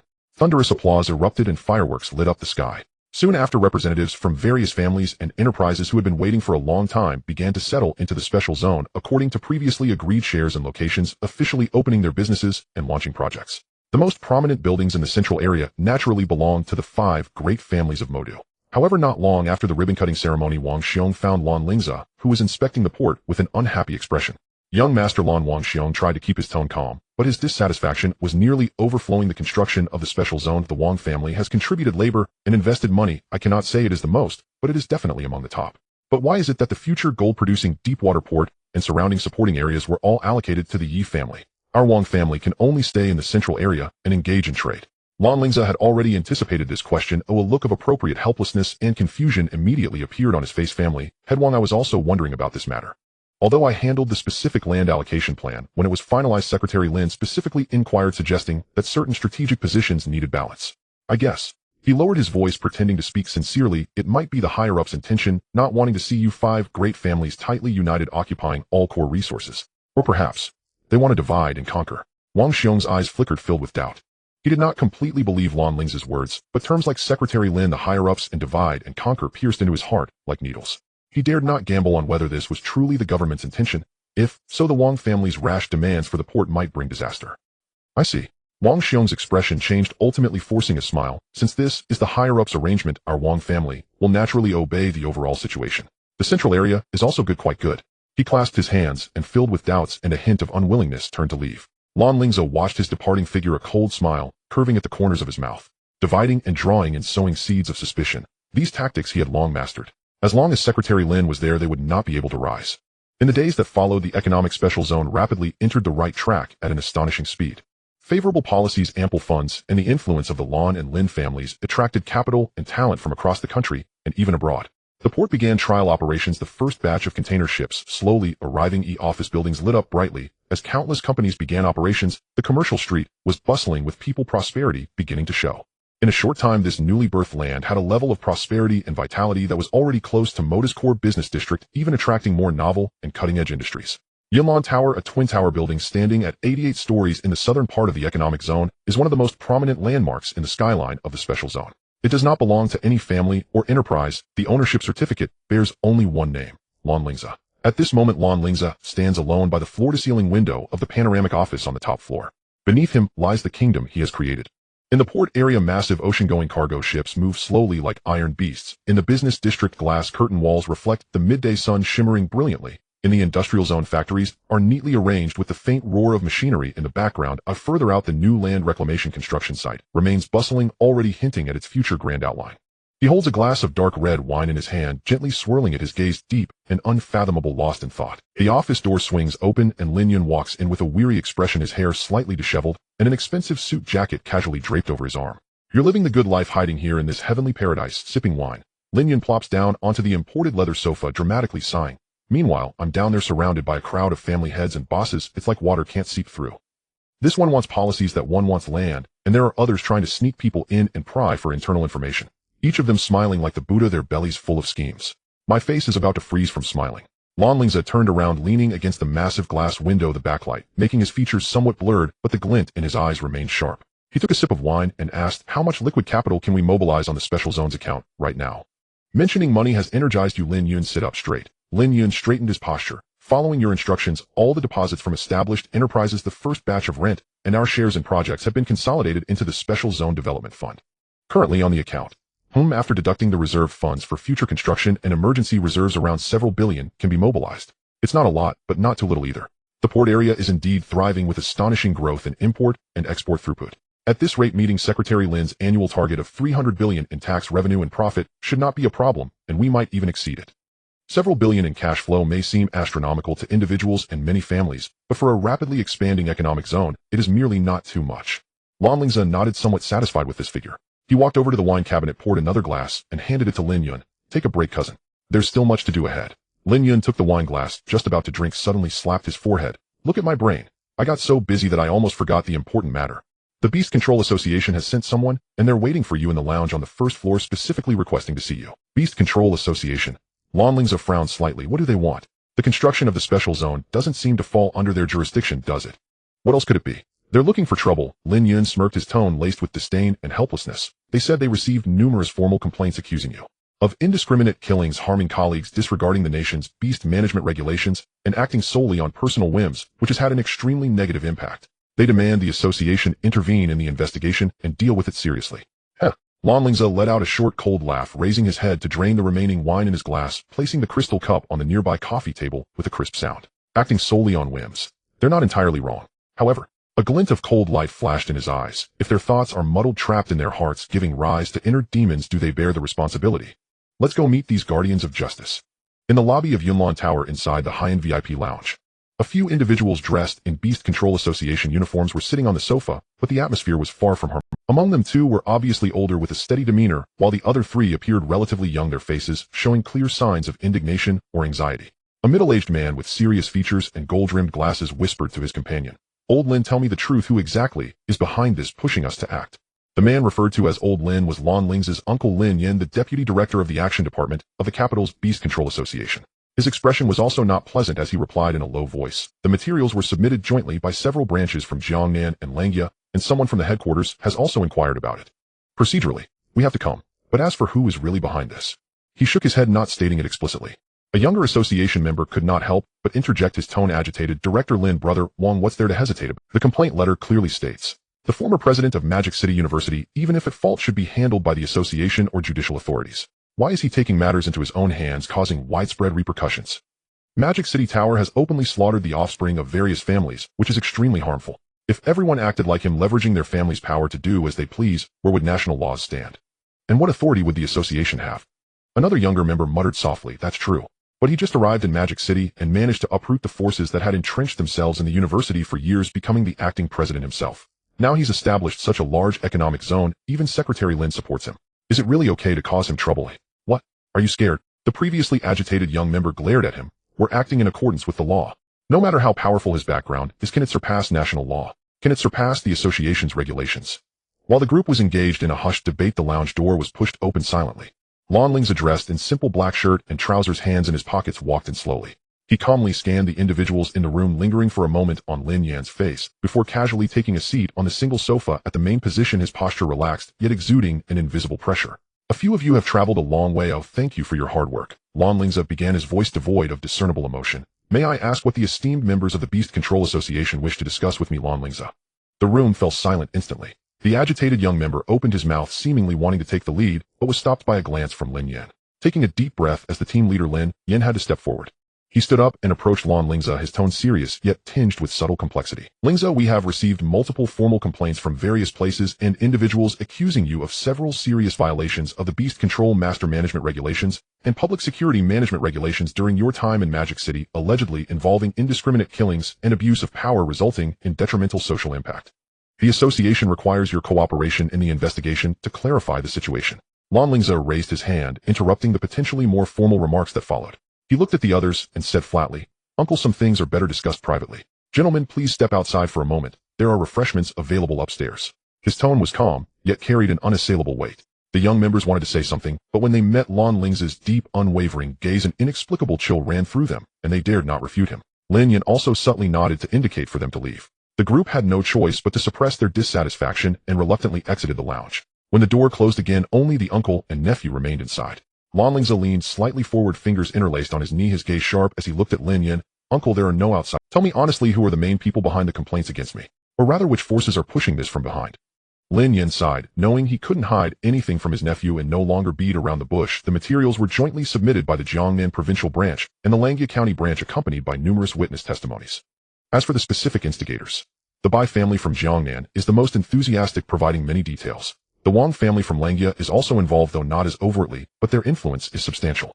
Additionally, there are several smaller families from Jiangnan that are affiliated with them, also raising their voices. There are also some complaint letters with rather vague origins, but they point towards a few families from Neon Country that have invested. Moreover, even the headquarters has received some concerns from within your Lan family. Lan Lingze's eyes flashed with a hint of gloom, and then upon hearing the words Neon Country, his expression shifted to something strange. It was neither anger nor surprise, but a mix of mockery, comprehension, and a kind of near-manic excitement. He chuckled lowly, his shoulders slightly shaking, the laughter growing louder, sounding particularly jarring in the quiet lounge. "Good, very good. They truly regard me, Lan Lingze, highly." He abruptly stopped laughing, his eyes shining with an alarming brightness. "The Bai rats from Jiangnan, the withered bones of Langya, and the short and squat ones across the sea. Even they can't help but jump out. Are they so afraid of me achieving some accomplishments? So eager to suppress me before I've fully established myself?" His tone grew colder, the last few words almost squeezed out between his teeth, laced with a chilling, murderous intent. Lin Yan looked at him in this state, his heart also tightening, and quickly said, "Lingze, calm down. As for the association, I and your grandfather will naturally negotiate. These complaints lack substantial evidence, making them hard to conclude. But your current momentum is too strong, and you indeed need to lay low, need to endure." Lan Lingze interrupted him again, a cold curve forming at the corner of his mouth. "Uncle, some things cannot be endured, nor is it necessary to endure them." He stood up. "All right, Uncle, we've finished discussing official matters. You should go calm those colleagues outside. I will cooperate with the investigation properly." Lin Yan knew he couldn't persuade him, only shaking his head helplessly as he turned to call back the others. The ensuing interrogation was eerily tense. Lan Lingze answered every question, but with a flat tone, downplaying the cleaning up of Magic City University and the establishment of authority at Magic City Tower, as eliminating corrupt elements that obstruct the development of the special zone and striking back at provocations against government authority. The unlawful scion claimed that all actions were in accordance with the temporary authorization regulations under the emergency state of the special zone, subtly pointing fingers at Secretary Lin and the government officials who had supported him. Lin Yan remained silent throughout, occasionally trying to mediate. Ultimately, this investigation had to come to a hasty conclusion. Losing presence and background. Lin Yan remained silent throughout, occasionally trying to mediate. Ultimately, this investigation had to come to a hasty. The association failed to grasp any substantial evidence, instead being met with a resolute response from Lan Lingze, leaving them frustrated as they departed from the Yunlan building. Once the association members were sent off, the calm expression on Lan Lingze's face vanished in an instant, replaced by an icy demeanor. He immediately summoned Lin Yun. Cousin, his voice was frighteningly calm, yet Lin Yun, who knew him well, could sense the overwhelming anger beneath. "Two things, handle them immediately. First, use all the covert connections we have to spread the news in Jiangnan. The Bai family has changed ownership."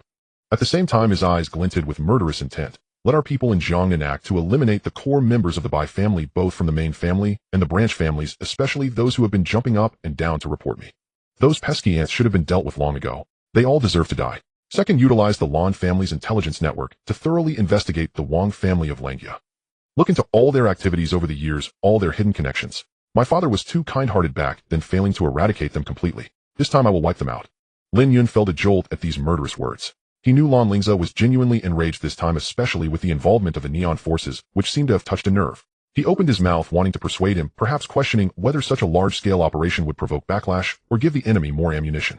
But looking into Lan Lingze's cold, emotionless eyes, all his words were caught in his throat. He understood that the decision was set and no one could change it.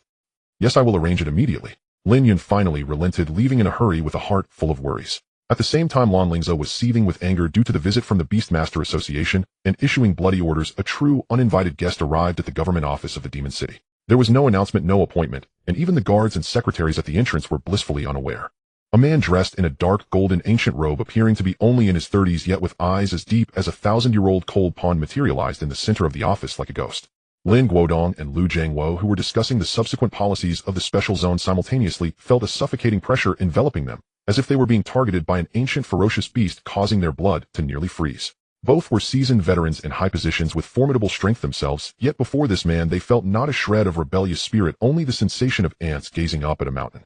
"Who are you?" Lu Jiangwo forcibly summoned his spiritual energy, positioning himself in front of Lin Guodong, demanding in a stern voice, though it trembled involuntarily.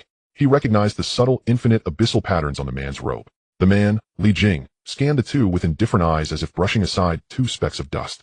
Ignoring Lu Jiangwo's inquiry, his voice was cold, devoid of any emotion, as he directly asked, "Has there been any appearance of magical beasts carrying the pure aura of the abyssal royal family in this area recently? Or are there any human beastmasters with similar auras active?" Lu Jiangwo's heart jolted. Indeed, it was a visitor from the Abyssal Valley. Moreover, judging by his tone, his status was undoubtedly frighteningly high. Suppressing his fear, he spoke in a deep voice, "Li Jing, as one of the national protectors of the Abyssal Dynasty, you have crossed into the human main world without permission from the Two Realms Agreement. Are you trying to incite war?" Li Jing finally turned his gaze formally towards Lu Jiangwo, his expression still cold, but it seemed to lack the initial pure indifference, replaced by a hint of scrutiny. "Little Lu, it's been decades since we last met, and you've grown bolder." His address made Lu Jiangwo's face turn pale. "My presence here naturally represents the will of my emperor. I will ask again, is there or isn't there?" The powerful mental pressure intensified with this question, causing cold sweat to bead on both Lin Guodong and Lu Jiangwo's foreheads, their bones creaking under the strain.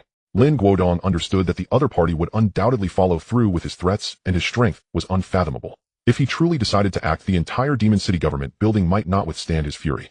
He forced himself to speak, his voice hoarse.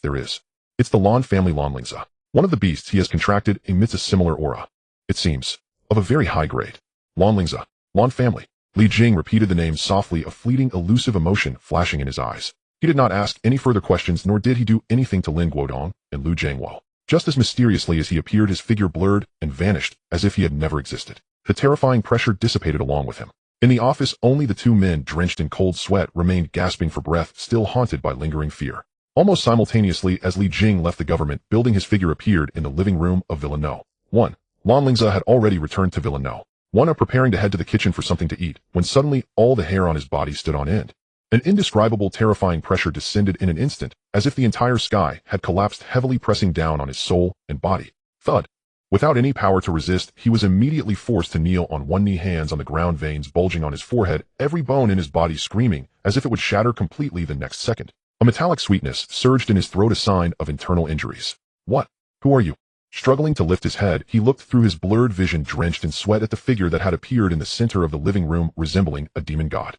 He had never seen the man's face before, but the outfit and terrifying aura from the abyss instantly reminded him of a certain possibility. "I seem to not recognize you." Li Jing completely ignored his question.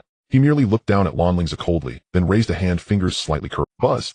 The black bracelet on Lan Lingze's wrist suddenly erupted with an unprecedented dark glow. A roar filled with anger and authority seemed to resonate from the depths of his soul. The presence of Xiaoyuan uncontrollably surged forth, thick, dark power attempting to rush out to protect its master, but before Li Jing's absolute power, it was like a candle flickering in a storm, instantly suppressed back. Li Jing uttered several ancient and obscure syllables, the true abyssal dragon language. He was directly communicating with Xiaoyuan. Lan Lingze could not understand, but he felt the emotions coming from Xiaoyuan. First vigilance and anger, followed by confusion, then some indescribable complex fluctuations, and finally seemingly settling into a state of silent submission. The entire process lasted nearly a quarter of an hour, which felt like a century to Lan Lingze, tormented by the pressure. Finally, Li Jing ceased his communication in dragon language. He retracted his hand, and the terrifying pressure receded like a tide. Lan Lingze immediately collapsed to the floor, gasping for breath, his clothes soaked in cold sweat, his face as pale as paper. In that moment, he truly felt the breath of death, utterly powerless to resist, more despairing than when facing Commissioner Liu. Only then did Li Jing formally fix his gaze upon Lan Lingze. His eyes remained cold, but it seemed to lack the initial pure indifference, adding a hint of scrutiny. "You better protect it well." Li Jing spoke, his voice flat, yet carrying an undeniable weight. "If it suffers even a scratch or is tainted by holy power, even your father Lan Tianqing cannot save you." After speaking, he did not linger, his figure once again fading mysteriously, as if merging into the shadows in the air, disappearing completely, leaving only this cold statement echoing in the empty living room. Lan Lingze lay on the floor, taking a long time to regain some strength. He struggled to sit up, leaning against the sofa, still feeling haunted. That person just now was too strong. Absolutely a terrifying existence at the Dominator level. A visitor from the Abyssal Valley. He mentioned his father. The it he referred to was clearly Xiaoyuan. Protect, scratch, holy power. What do these words mean? Countless questions surged in his mind, but what terrified him more was the sense of helplessness under that absolute power. Lan Lingze was still too weak. At this moment the door of the villa was pushed open and Lin Yun hurried back, exhaustion from completing the tasks written on his face. Lingze, I've already given the orders and news will come soon from Jiangnan and Langya. Halfway through his words he suddenly saw Lan Lingze's pale face, drenched clothing, and the lingering, chilling residual pressure in the living room, instantly alarmed. Lingze, what happened to you? Lan Lingze took a deep breath, forcing himself to calm the turmoil in his blood, his voice still a bit hoarse. It's nothing. Just now a guest came. A guest? Who? Lin Yun looked around warily. Very terrifying person. From the Abyssal Valley. Lan Lingze looked at Lin Yun, his eyes filled with urgency and a hint of barely concealed fear. Cousin, I ask you, does our Lan family, or rather my father, have any special connection with the Abyssal Valley? Do you know of any formidable existence? Lin Yun was taken aback by the question, shaking his head in confusion. Abyssal Valley. That is a human forbidden zone, and the relations between the two realms have always been complex and sensitive. The Lan family is powerful, but I have never heard of any direct connection with the Abyssal Valley. Your father was indeed formidable in his time, dealing with many alien races and secret realms, but as for the Abyssal Valley, I never heard him mention any special ties. What's wrong? Who did you actually meet? You look like this. Seeing that he truly didn't know, Lan Lingze shook his head wearily, closing his eyes. It's nothing. Maybe I overthought it. He supported himself on the sofa, standing up to stretch his still sore body. I'm going to make something to eat. I'm a bit hungry. In the kitchen the flames rose, the spatula clashed against the iron pot, creating a rhythmic sound, and the aroma of food gradually spread. Lan Lingze tied on an apron, skillfully stir-frying the dishes in the pot, and without turning back asked, Cousin, you didn't come just to mooch a meal and report news, did you? Is there something else? On the sofa in the living room, Lin Yun had already treated this place like his own home, lounging without any image, one hand holding chips, and the other a chilled drink, and replied vaguely, What? Can't I come to see my dear cousin if there's nothing going on? However, he deliberately prolonged his tone, sitting up with a sly smile. These days, Xie Yunhan hasn't been at the villa. Don't you care at all about where your fiancée has gone? Lan Lingze's hands did not stop moving as he replied calmly, She has her own matters to attend to. Where she wants to go is her freedom. I can't, nor am I interested in tying her to my side for a lifetime. Just boring. Lin Yun lay back down, somewhat disappointed that his expectations had fallen flat. I thought you would be a bit anxious. Forget it, I won't keep you in suspense. She has returned to Kyoto. The day after tomorrow is her birthday, and the Xie family is hosting a formal birthday banquet. She has to return early to arrange the venue and confirm the process, and she also needs to personally write some invitations. It's quite busy. The day after tomorrow. Lan Lingze turned off the stove, smoothly plating the stir-fried dishes. He walked to the dining room with the plate, placing it on the table that was already set with bowls and chopsticks, and spoke in a still flat tone, I understand.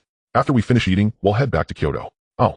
Lin Yun sat up suddenly, almost spilling his drink, so anxious. We haven't even eaten yet, and you've already decided. Besides, can the dean approve leave from the academy? I've already. Lan Lingze turned back to the kitchen to serve soup, his voice coming through. Just now, before you arrived, I communicated with the dean. The special district construction is on track, and the academy's grand competition has also concluded, so it's just the right time to go back and handle some matters.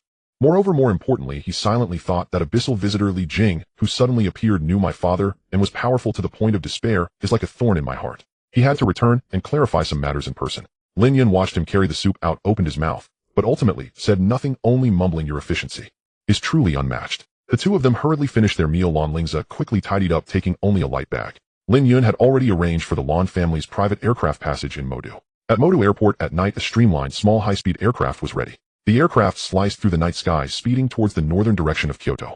Outside the porthole were the rapidly retreating sea of clouds and the twinkling city lights below. Lan Lingze closed his eyes to rest, but his mind kept replaying Li Jing's cold words and terrifying pressure, as well as the possible inside story known by his grandfather and father. When the aircraft landed smoothly on the exclusive runway at Kyoto International Airport, the sky was still a deep ink blue around 4 in the morning, with a biting cold wind. Beside the tarmac, a low-key yet sharply contoured black sedan had long been waiting.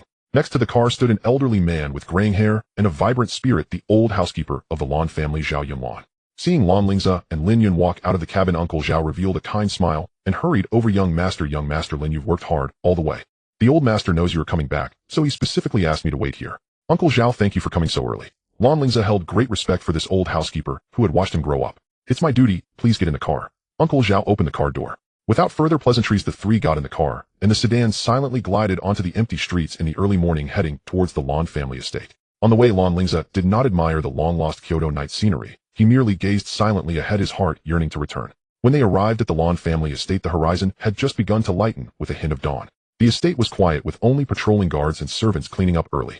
Lan Lingze told Lin Yun to go rest first while he headed straight towards the back of the main residence, the Jingxin studio, where his grandfather Lan Zhan lived. Jingxin studio was a quaint and elegant Chinese courtyard with evergreens planted within, and the air was filled with a faint scent of sandalwood. Lan Lingze gently knocked on the study door. "Come in." A hoarse yet strong voice responded. Lan Lingze pushed the door open and entered. Inside the study, an elderly man dressed in a plain tang suit with completely white hair and beard was sitting behind a Wangwali wood desk reading an ancient text under the light of a desk lamp. It was the current head of the Lan family, Lan Lingze's grandfather, Lan Zhan. "Grandfather." Lan Lingze bowed respectfully. Lan Zhan raised his head, took off his reading glasses, revealing deep eyes that were as profound as the sea, clear and unclouded. He examined his dusty yet sharp-eyed grandson, and a smile appeared on his face. "You're back." The matters in Modu were handled. Quite the commotion, but it opened up the situation. "Thank you for the praise, grandfather." Lan Lingze sat down in a chair at the desk with little formality between the grandfather and grandson. After a brief conversation about the construction of the special district and the academy's grand competition, Lan Zhan suddenly changed the subject, casually asking, "How is the abyssal beast you contracted doing now? Is it still obedient?" Lan Lingze's heart skipped a beat. Did grandfather know? He tried to maintain a calm expression, but the surprise in his eyes still leaked out. "Grandfather, how did you know I contracted an abyssal beast?" He had always thought that aside from the system and himself, only a very few people who had come into contact with abyssal energy, like Commissioner Liu and Li Jing, could vaguely sense it. He didn't expect his grandfather far away in Kyoto to be so clear about it. Lan Zhan picked up a purple clay teapot, poured a cup of hot tea for himself and his grandson, and leisurely said, "When you were hatching it at home and caused that commotion, I sensed a faint, unusual abyssal fluctuation from such a distance. Although it was very weak, that pure and noble dark aura could not escape my notice." He took a sip of tea. "However, at that time I only knew it was an abyssal beast. It was difficult to determine which kind. For this I even mentioned it to that old fellow from the Mu family, saying that you might have gotten a significant abyssal beast." Lan Lingze suddenly realized that Grandpa Mu Muchin's grandfather also knew. He no longer hid it, and truthfully said, "Grandfather, you have keen insight. The abyssal beast I contracted is an abyssal dragon. Currently, it is at the extraordinary 9th level, not far from the starry realm." He paused, observing his grandfather's expression, and added, "Moreover, just yesterday a powerful being who claimed to be Li Jing from the abyss came to find the little dragon. His strength is unfathomable, and he even mentioned my father." Upon hearing the words abyssal dragon, Lan Zhan's hand holding the teacup paused imperceptibly, and a glimmer of understanding flashed in his eyes. However, when he heard the name Li Jing, the wrinkles on his face seemed to relax a bit, but he did not display the surprise or worry Lan Lingze had expected. "The abyssal dragon. That is royal blood." Lan Zhan slowly put down his teacup, stood up, walked to the window, and looked out at the gradually brightening sky. "Li Jing. He has indeed come. Grandfather, isn't the abyssal valley just a dangerous area on the northwest border? Could it be?" He felt a shocking guess arise in his heart. Lan Zhan turned around, signaling Lan Lingze to follow. "Come with me, let's talk as we walk." The two of them exited the study along the corridor towards a quiet pavilion in the back garden. The morning breeze carried a chill, but neither of them seemed to notice. It is well known that the abyssal valley is a forbidden area fraught with danger, often visited by powerful beasts. Lan Zhan's voice resonated calmly, as if recounting an ancient story, but that abyssal valley is actually more like a portal, an unstable entrance connecting our world with another vast dimension. Only through certain specific, rigorously controlled teleportation arrays can one reach the true location of the abyss. Lan Lingze held his breath, focused entirely, as this was a secret he had never encountered. There it is not a wasteland. On the contrary, it hosts a long-established, well-structured, magnificent dynasty, the Great Abyss Dynasty. Lan Zhan's description conjured strange images in Lan Lingze's mind. Its level of civilization and governing structure is said to resemble that of our prosperous Tang dynasty in ancient times, though the composition is entirely different. There are no purely human inhabitants. All citizens are magical beasts, or rather intelligent magical beasts evolved into higher forms. Some retain complete beast forms, some are in half-human, half-beast forms, and even more can completely transform into human forms indistinguishable from ordinary people. And the abyssal dragon you contracted is the most noble royal blood of that dynasty. Royal blood. Although Lan Lingze had long suspected that the little dragon had an extraordinary background, he still felt a shock upon hearing his grandfather confirm it. He recalled Li Jing's respectful yet scrutinizing attitude, along with the phrase, "the will of my emperor." "So, the Li Jing who came to find me yesterday, does he know my father? Are we the Lan family related in any way to the abyssal valley, or rather the Great Abyss Dynasty?" Lan Lingze asked the biggest question in his heart. Lan Zhan sat down in the pavilion, gesturing for his grandson to do the same. He stretched his arms, as if recalling past events, a complex smile appearing on his face. "Related. It's not a deep connection. If I must say, we have dealt with them once." He looked at Lan Lingze's curious eyes, and slowly continued back. "Then to ensure that your mother could successfully conceive you and guarantee your innate talent, a very rare herb only found in the core area of the abyss was needed. Your father, that stubborn fellow, didn't tell anyone and sneaked into the abyssal valley alone. After much effort, he actually found the path to the Great Abyss Dynasty and even infiltrated the royal herb garden." He listened with a heart pounding. His father had been so bold back then. As a result, naturally, he alarmed the powerful guardians. Your father was also proud and powerful back then, and he ended up fighting against the general guarding the herb garden, whose names. Lan Zhan shook his head, seeming somewhat helpless. Of course, he lost. After all, it was in their territory, and that Li Jing was indeed terrifyingly strong. However, your father was quite bold. Instead of fleeing after losing, he instead presented himself as the heir of the Lan family and proposed a trade, offering several treasured items that greatly benefited magical beasts in exchange for that herb. I don't know if Li Jing took a liking to your father or was considering the relationship between the two realms, but he surprisingly agreed. Thus your father returned with injuries, and the herb allowing you to be born smoothly with exceptional talent. So that's how it was. A conflict arising from stealing herbs ultimately turned into a transaction. His father even fought Li Jing. No wonder Li Jing's tone was so special when he mentioned his father. So Li Jing came this time because he sensed the royal aura of the little dragon and came to confirm. Lan Lingze speculated. Most likely, the royal blood scattered outside is no small matter for the Great Abyss dynasty. His personal visit serves to confirm and also to warn and protect. Lan Zhan's gaze was distant. Lingze, you have contracted an abyssal dragon. It is both an opportunity and a tremendous responsibility and risk. The Great Abyss dynasty may not be a united front either. Protect it well and also protect yourself. Before you possess enough strength, do not delve too deeply into that world. Lan Lingze nodded earnestly. I understand, grandfather. He wanted to ask more details such as the specific power distribution of the Great Abyss dynasty and the situation within the royal family, but a slightly hurried sound of footsteps approached. Lin Yun came over, his face filled with excitement and a hint of watching a show. Cousin, you are indeed here. Come on, let's go. Don't chat with the old man anymore. There's a good show to watch today. What happened? Lan Lingze frowned. I don't know who leaked your news of returning to Kyoto. Now many circles in Kyoto are spreading, especially that Lan Junfeng. Hey, he just happens to be holding some advanced celebration banquet on the top floor of the Kyoto building today to celebrate his magical beast that he forced to the starry realm with pills. Hearing that you have returned, half of Kyoto's young rascals, and those who want to curry favor with the Lan family, have rushed to join in the fun. Shall we go take a look? I estimate there are quite a few acquaintances wanting to make contact with you. Lin Yun raised his eyebrows. Lan Junfeng, that cousin who had always looked down on him and relied on the second uncle's favoritism to act arrogantly. He even threw a celebratory banquet. Lan Lingze sneered inwardly. Just right, he could slowly ask grandfather some questions later. After all, the old man was in great health and wouldn't die anytime soon. He even threw a celebratory banquet. Lan Lingze sneered inwardly. Just right, he could slowly ask grandfather some questions. Lan Lingze stood up. Lan Zhan waved his hand, picking up that ancient text again, seemingly indifferent to the struggles of his descendants. Go ahead, be mindful of your limits. You can meet your father later. Lan Lingze and Lin Yun left Jingxin Studio and took a car to the Kyoto building located in the core business district of Kyoto. This 100-story building is one of the top social venues in Kyoto. When they arrived at the top floor banquet hall, it was already ablaze with lights, with shadows of people, soft music flowing, and servers weaving through with trays of drinks. The air was filled with the scents of perfumed drinks and hypocritical pleasantries. Lin Yun, familiar with the surroundings, led Lan Lingze to a reserved private room. As soon as they opened the door, a few people were already seated inside, chatting and laughing. Upon seeing Lan Lingze enter, one tall and robust young man with a bright smile immediately jumped up, arms wide open, rushing towards him. Lan Gu, you have finally returned. I thought you were in that flower-filled world of Modu, unable to tear yourself away, or that you had been killed. The newcomer was Mu Chun, the legitimate grandson of the Mu family and a buddy Lan Lingze had played with since childhood. Lan Lingze pushed him away with a look of disdain, pressing against his chest with his hand. Old Chun, can't you wish me some good? Are you cursing for my death? How could that be? I'm just worried about you. Mu Chun laughed, patting Lan Lingze's shoulder vigorously before pulling him down to sit. Quick, tell me, how was Modu? I heard you made big news. The special district. Impressive. Lan Lingze chatted with Mu Chun and several other familiar friends for a few moments, and the atmosphere was relaxed and harmonious. As time passed, more and more people filled the banquet hall, and the noise grew louder. The servers began to serve dishes, but it seemed that the banquet had not yet officially started. Lan Lingze looked at the time and asked Mu Chun, is this meal going to start? Who is the main character of today's banquet? Why such a grand show? Mu Chun leaned closer, lowering his voice with unabashed disdain. Who else could it be? It's that useless Lan Junfeng. Celebrating his thunder eagle that just broke through to the starry realm with pills. He wants the whole world to know. I don't know what went wrong with him. He insists on making such a big fuss. I guess he wants to show off and see if he can overshadow you. After all, you just returned. Just then a somewhat exaggerated commotion came from the main entrance of the banquet hall. Lan Junfeng, dressed in an expensive custom suit with slicked back hair, entered with a look of satisfaction.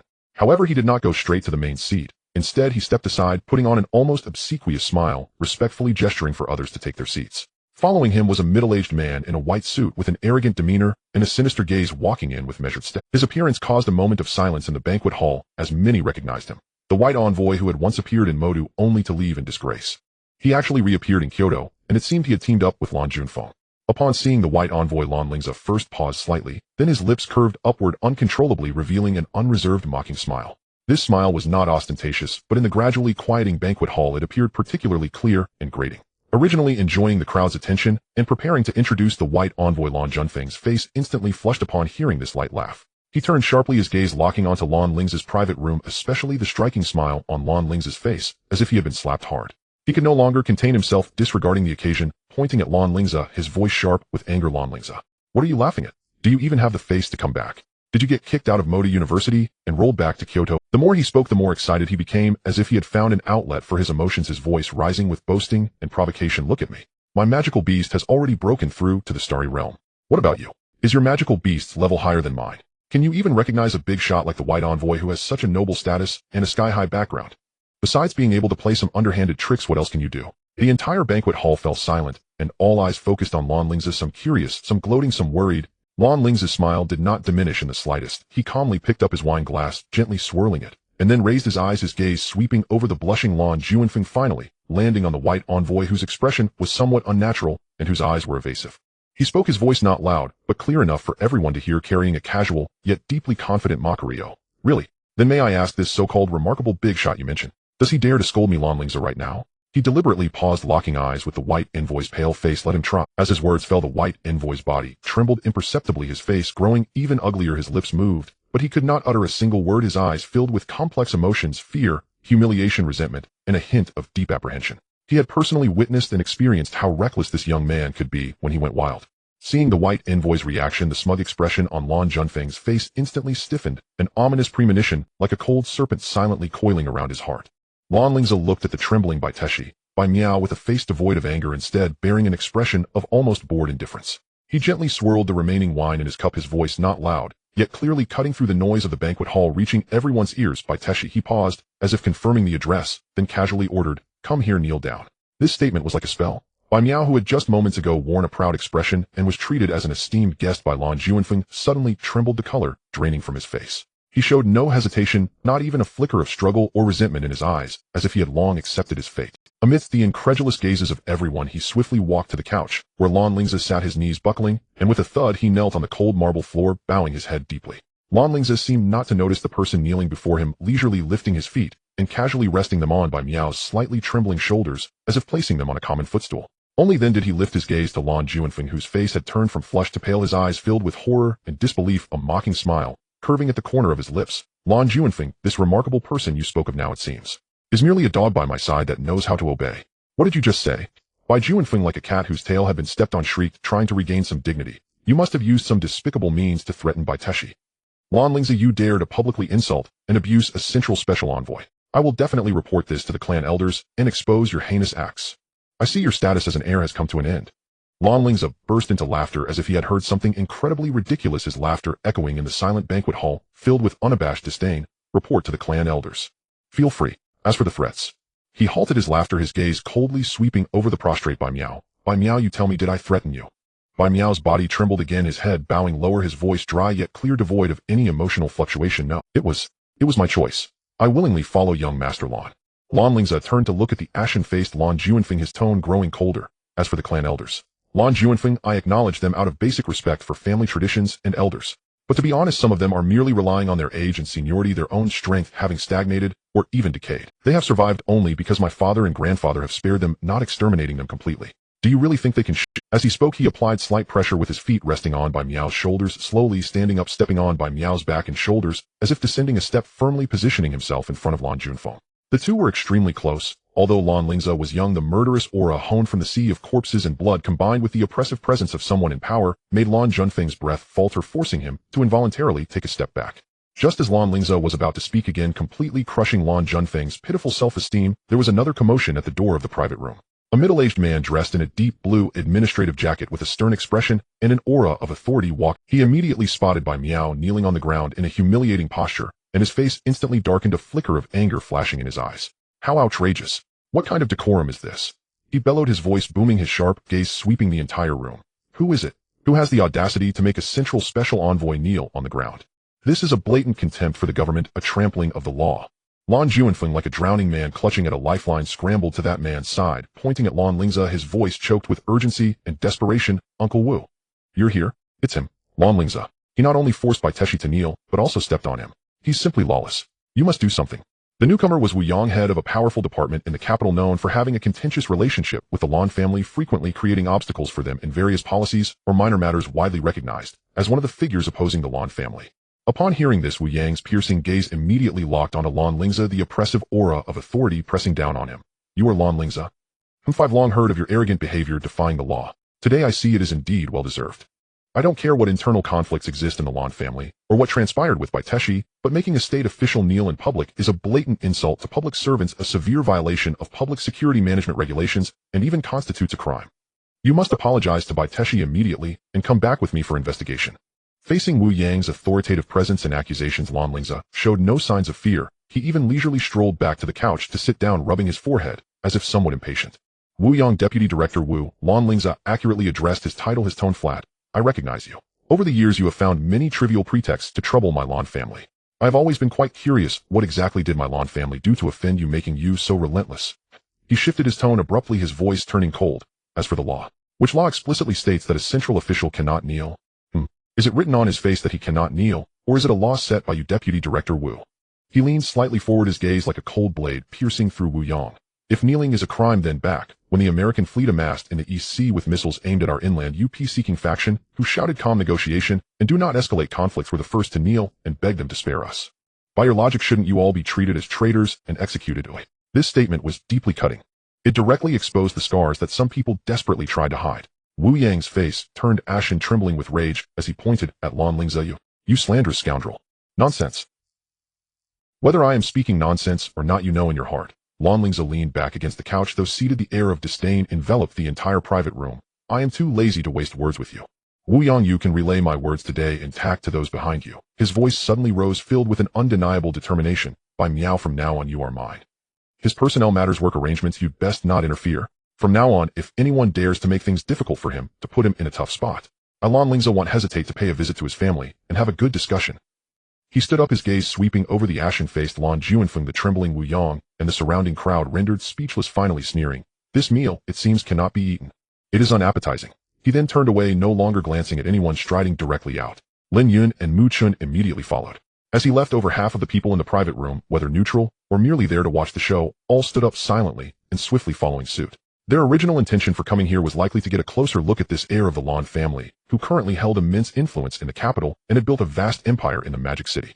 With the protagonist gone, what were they staying behind to witness Lan Juanfeng and Wu Yang's unpleasant expressions for? In the blink of an eye, the once lively and crowded private room became desolate, leaving only Lan Juanfeng, Wu Yang, and a few others completely tied to either Lan Juanfeng or Wu Yang, now looking ashen, unable to leave. Lan Lingze stepped out of the Kyoto building, the cold wind outside invigorating him.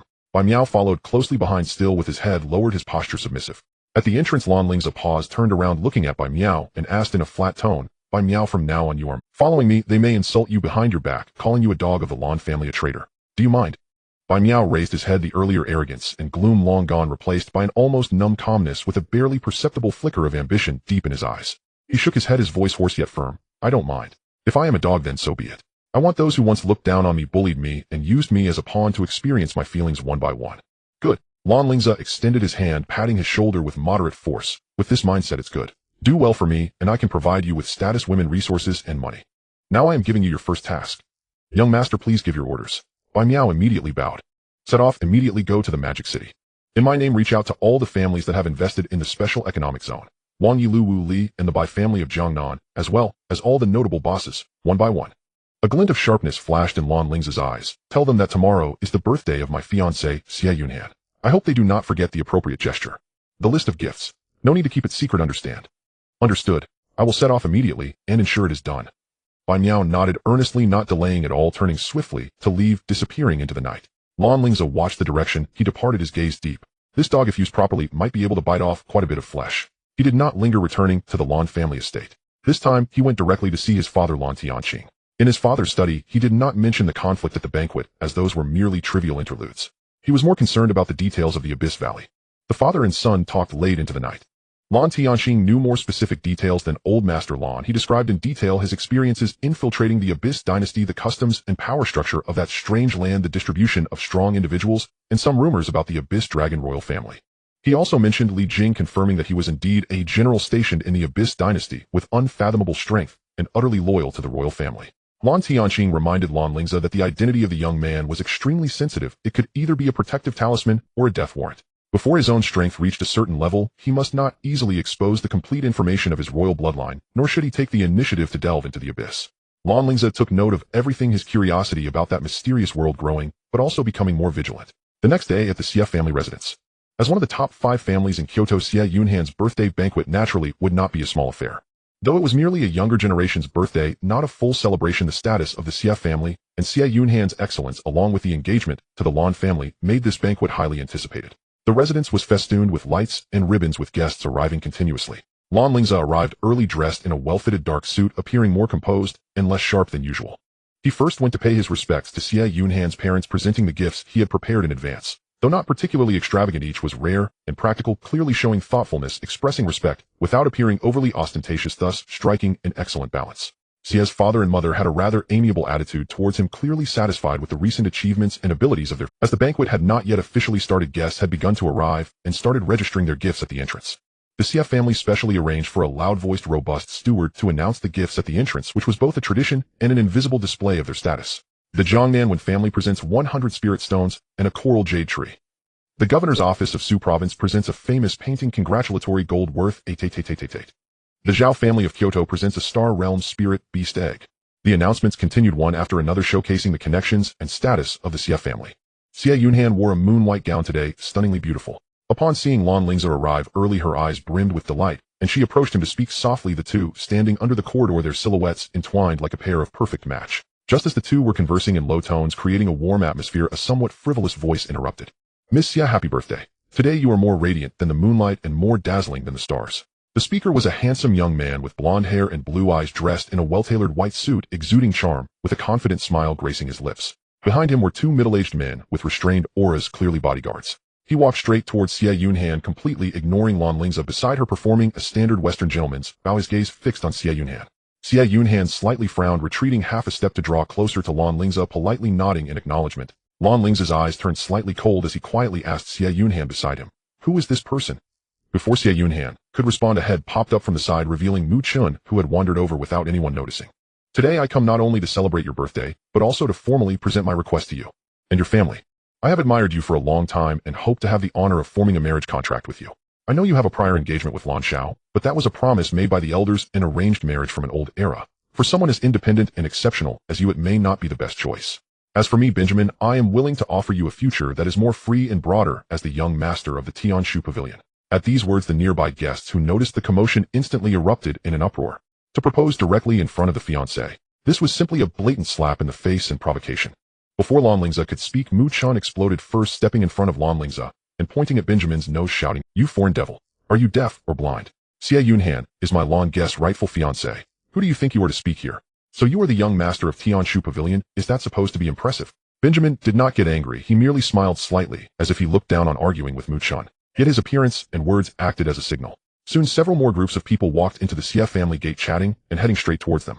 These people were mostly known to Lan Lingze. They were the ones who stood with Lan Junfeng and Wu Yang at the banquet in Kyoto yesterday, or were members of families opposing the Lan family. Mu family, kid, watch your words. Young Master Benjamin is the young master of Tianshu Pavilion, of noble status and limitless prospects. How can you be so casual in your insults? A middle-aged man in a brocade robe said coldly. What about Lan Lingze's engagement? That was merely a childhood promise made by the older generation. How can it be taken seriously? To see if they are a good match, it must depend on strength, background, and future. Lan Lingze, I heard that you were quite impressive yesterday, treating a central dispatch cadre like a dog. Weren't you punished by your father's family law afterward? Another sharp-featured fellow chimed in disdainfully. Lan Xiao, don't blame us for speaking frankly. Young Master Benjamin is extraordinarily gifted, already a strong practitioner at the Radiant Sun realm at such a young age, with the entire resources of Tianshu Pavilion behind him. What about you? I heard you are still stuck in the extraordinary realm. Although the Lan family is strong, it seems not so unified after all.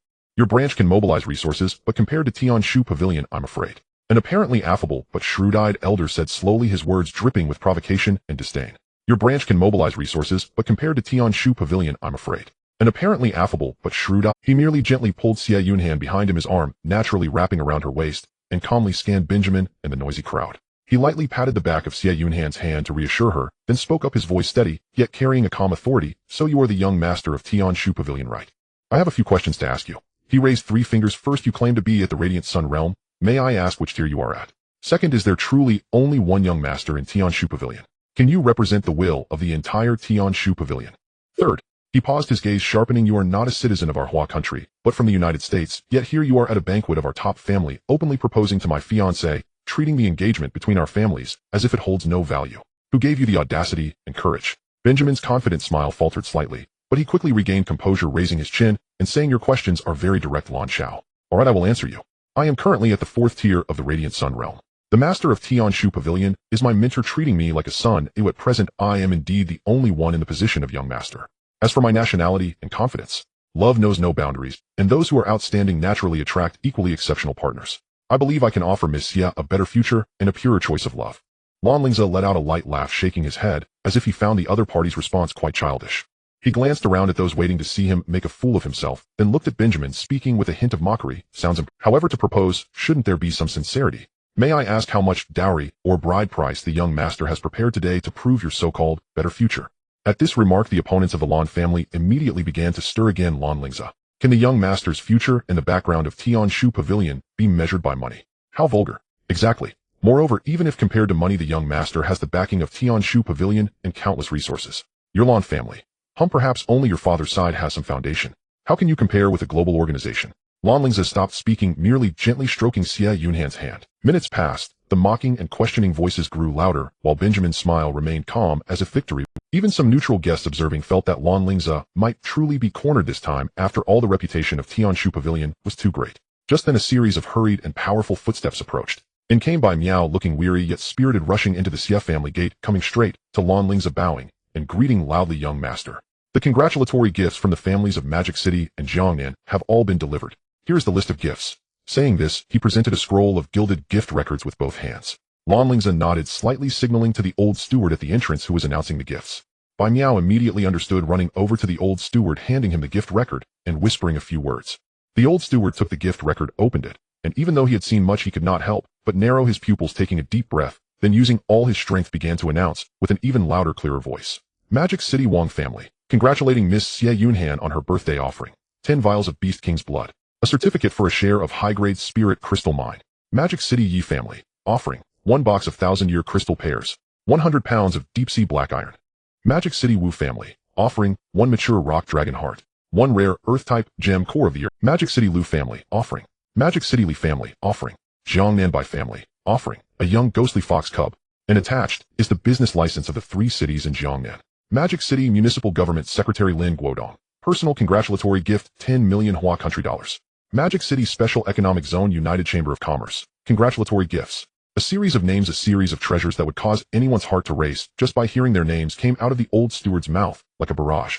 The 5 great families of Magic City, none left out, and even the head of the Magic City Municipal Government personally sent a heavy gift. What kind of birthday gifts are these? This is clearly a declaration of allegiance and display of strength from all parties towards Lan Lingze. The entrance of the entire Xia family was silent. The opponents of the Lan family, who had just been clamoring, were like chickens caught by the neck, their faces turning from red to white, then from white to green, mouths open, but unable to make a sound. Benjamin's calm smile completely froze, his eyes filled with shock and disbelief. Magic City, that power hub far from Kyoto, had actually been managed to such a level by Lan Lingze. The weight of these gifts, any single item would be enough to be a family heirloom or top trading commodity, yet now they were piled up on Xia Yunhan's birthday gift list as if they were worthless. The announcement paused temporarily, not because it was over, but because the list was too long and the old steward needed to. Only then did Lan Lingze leisurely look at Benjamin, spreading his hands, his tone still calm. Young master, you see this? If you can present something heavier than this, or even just an equivalent sincerity, then I might consider allowing you to get a little closer to Yunhan and say a few words. Benjamin's expression turned extremely grim. The resources of Tianshu Pavilion were vast, but as a young master he was not the pavilion master, and the wealth and resources he could mobilize were also limited.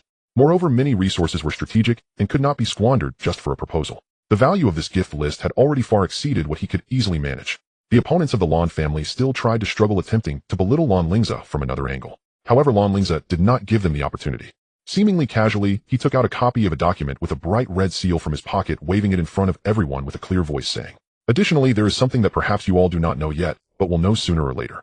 The Magic City Special Economic Zone was fully planned, promoted, and established by me, Lan Lingze. Secretary Lin Guodong personally approved the document, granting me high autonomy in the zone, except for the fixed taxes paid to the state and the Magic City municipal government each year, as well as the dividends distributed to each investing family according to agreements. All other profits during the development period of the Special Economic Zone are at my disposal." He paused, looking gently at Xia Yunhan, who had tears in her eyes, then turned to Xia's parents and all the guests, speaking loudly. "Today, taking advantage of Yunhan's birthday, I ask you all to witness I Lan Lingze announce. Starting today, I will give 40 of all net profits belonging to me from the Magic City Special Economic Zone as a permanent birthday gift to Miss Xie Yunhan, and also as my heartfelt assurance to my future wife.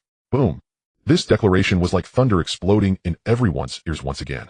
40% of the special zone's net profits. What an astronomical figure would that be? Moreover, it is not a one-off gift, but rather a continuous and growing permanent income with the development of the special zone. The weight and intention of this birthday gift could no longer be measured by money.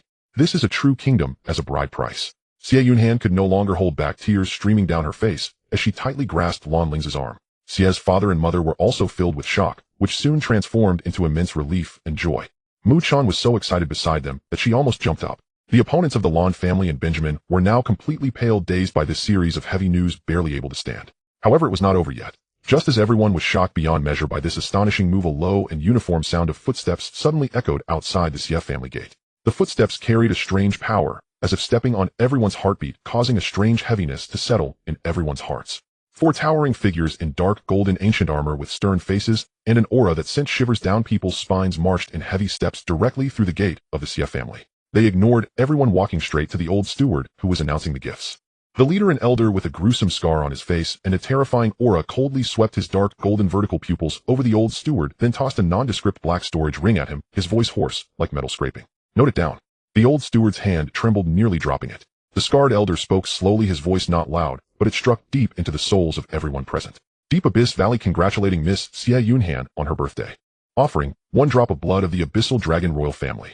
1 complete heart of the Abyssal Dragon. 1 full set of armor forged from the reverse scales of the Abyssal Dragon. 1 skull of the Abyssal Dragon. 1 piece of fresh heart meat from the Abyssal Dragon preserved. This is a birthday gift personally instructed by Our Majesty to be given to Miss Xie. Silence. Absolute silence. If the gift list from the families of Magic City was a mountain of gold and silver, and Lan Lingze's 40 profits were a kingdom as a bride price, then the list presented by the Deep Abyss Valley at this moment had already surpassed what most people present could comprehend. Blood of the Abyssal Dragon. Heart. Reverse scale armor. Skull. Heart meat. And they were all from the royal family. What kind of gifts are these? These are clearly divine objects that only appear in legends.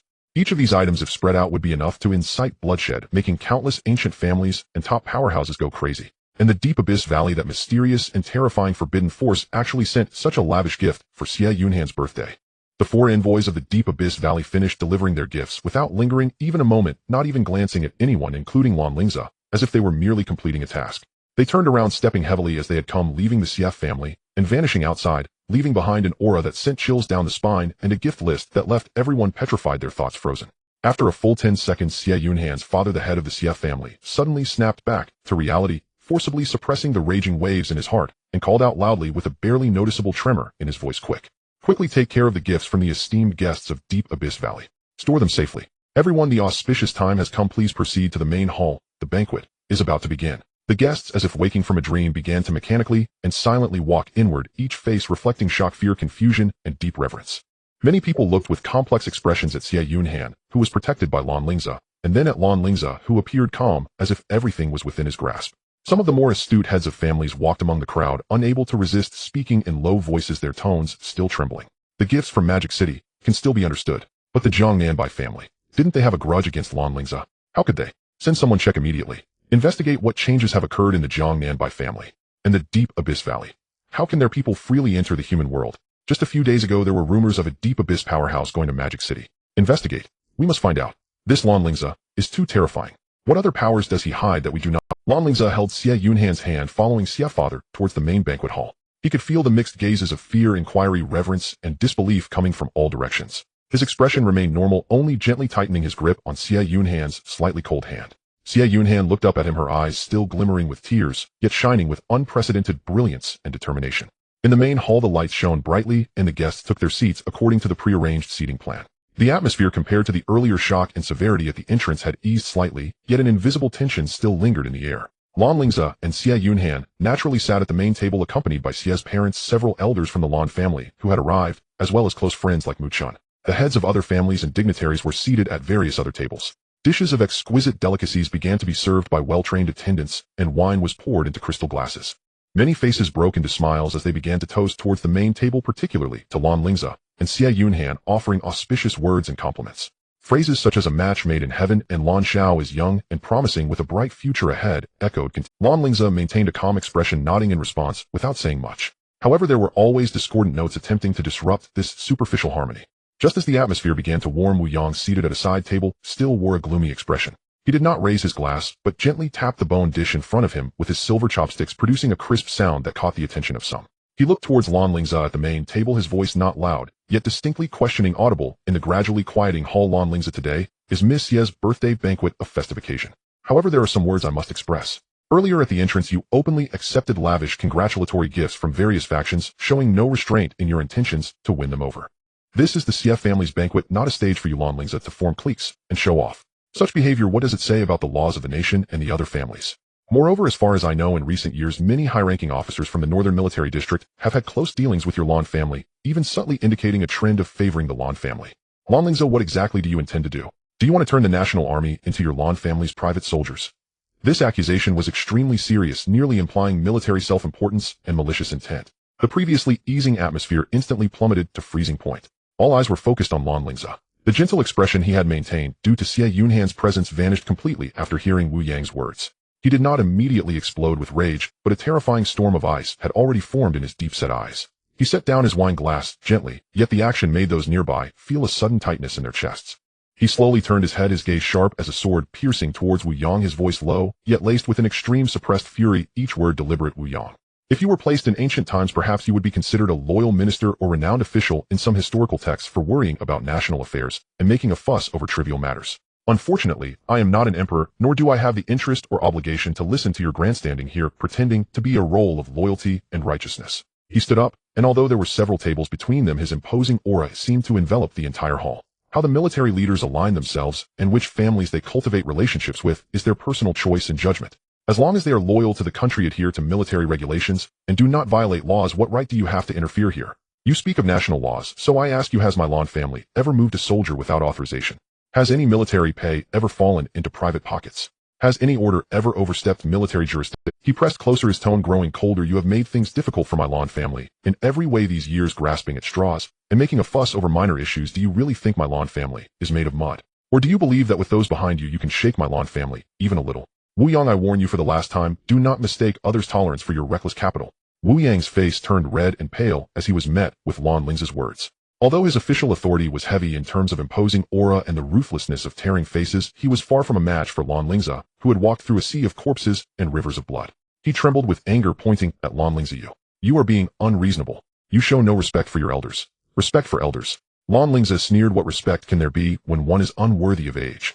Just as Wu Yang was left speechless and the situation grew extremely tense, Benjamin, who had appeared somewhat disheveled, he seemed to have adjusted his mindset once again, wearing a courteous expression in an attempt to mediate the conflict. Lan Xiao, please do not be angry. Benjamin stepped between the two sides, facing Lan Lingze, his tone earnest. Minister Wu may have spoken too bluntly, but I believe his intentions stem from concerns for the greater situation in Hua country, fearing certain factions becoming overly inflated and affecting the balance. We are all here for the good of the country. Why must we make such an unpleasant scene?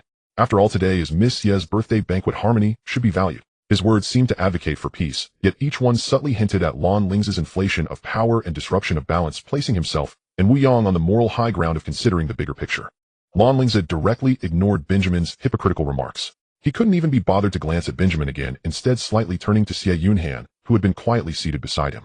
The frost on his face melted slightly, and his voice became softer, as if asking a very ordinary question. Yunhan, he asked softly, do you mind if blood is shed at your birthday banquet? At these words, those nearby who vaguely heard could not help but gasp. What? What did he intend to do? Kill someone directly in the Xie family's banquet hall?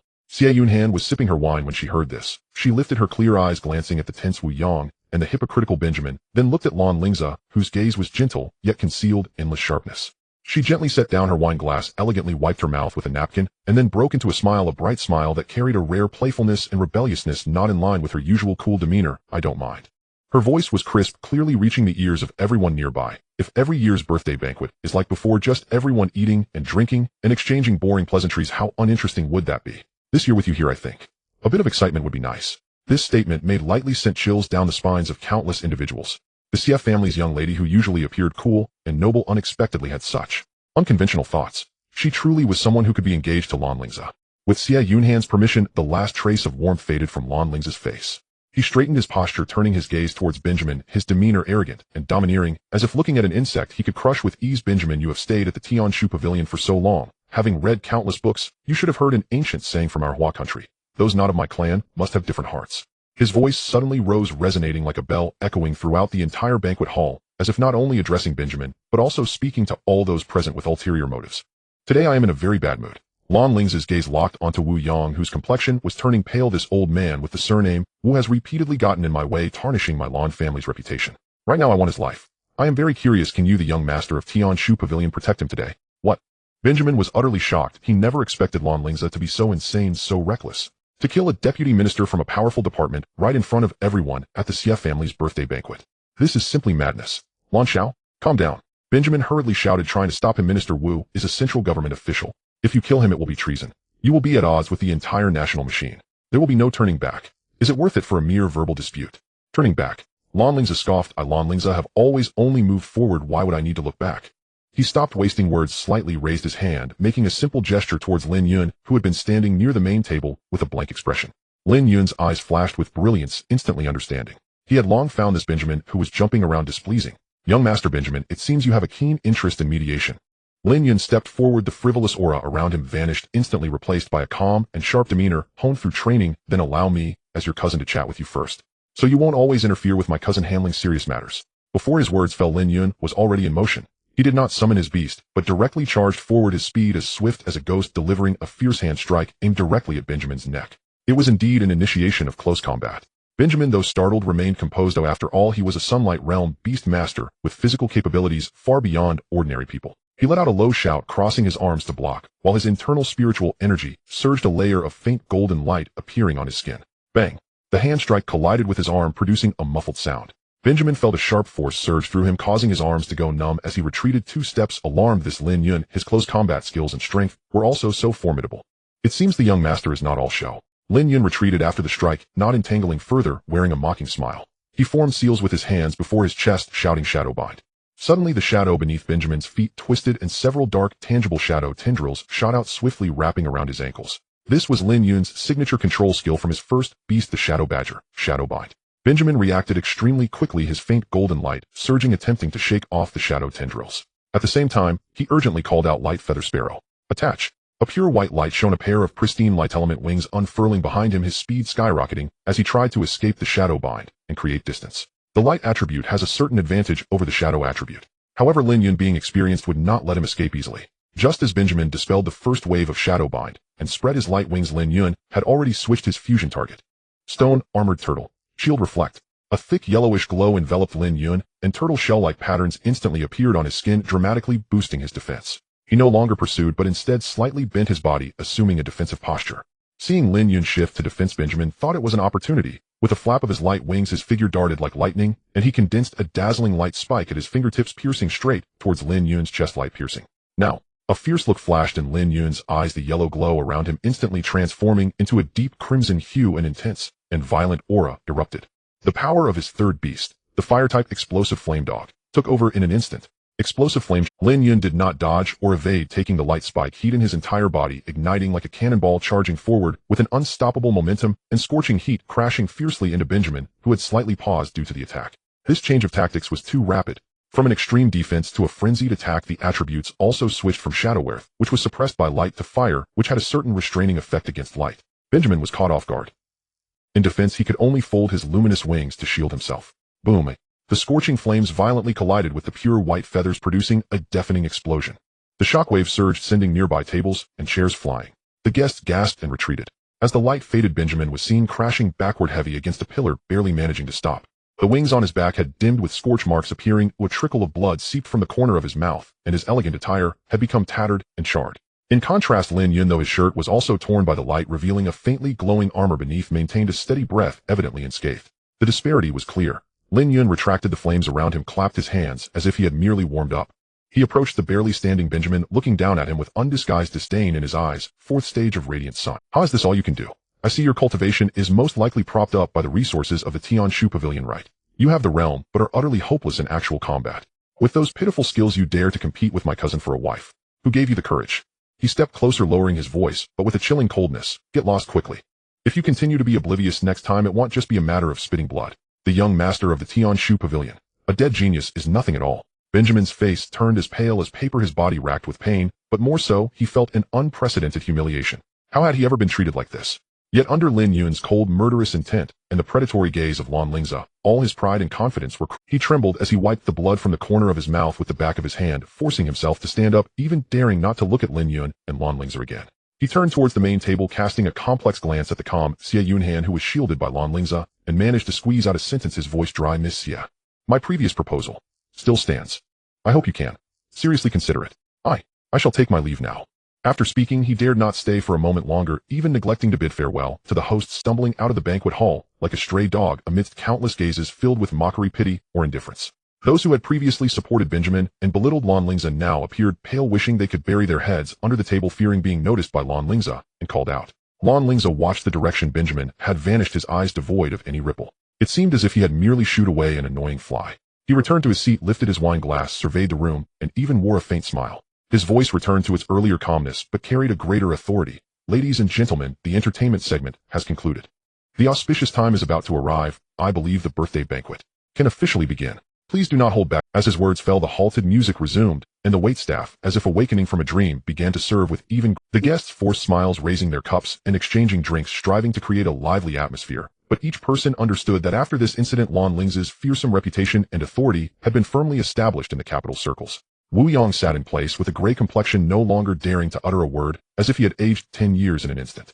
The banquet continued amidst an atmosphere that appeared joyous, yet was fraught with undercurrents. About an hour later, the banquet was in full swing. Several patriarchs with delicate relations to the Lan family quietly left their seats for a moment, meeting their trusted subordinates in the corridors or secluded places outside. What have you found out? A patriarch asked urgently in a low voice. His subordinate bowed, speaking rapidly. Report: the news from the Bai family in Jiangnan is basically confirmed.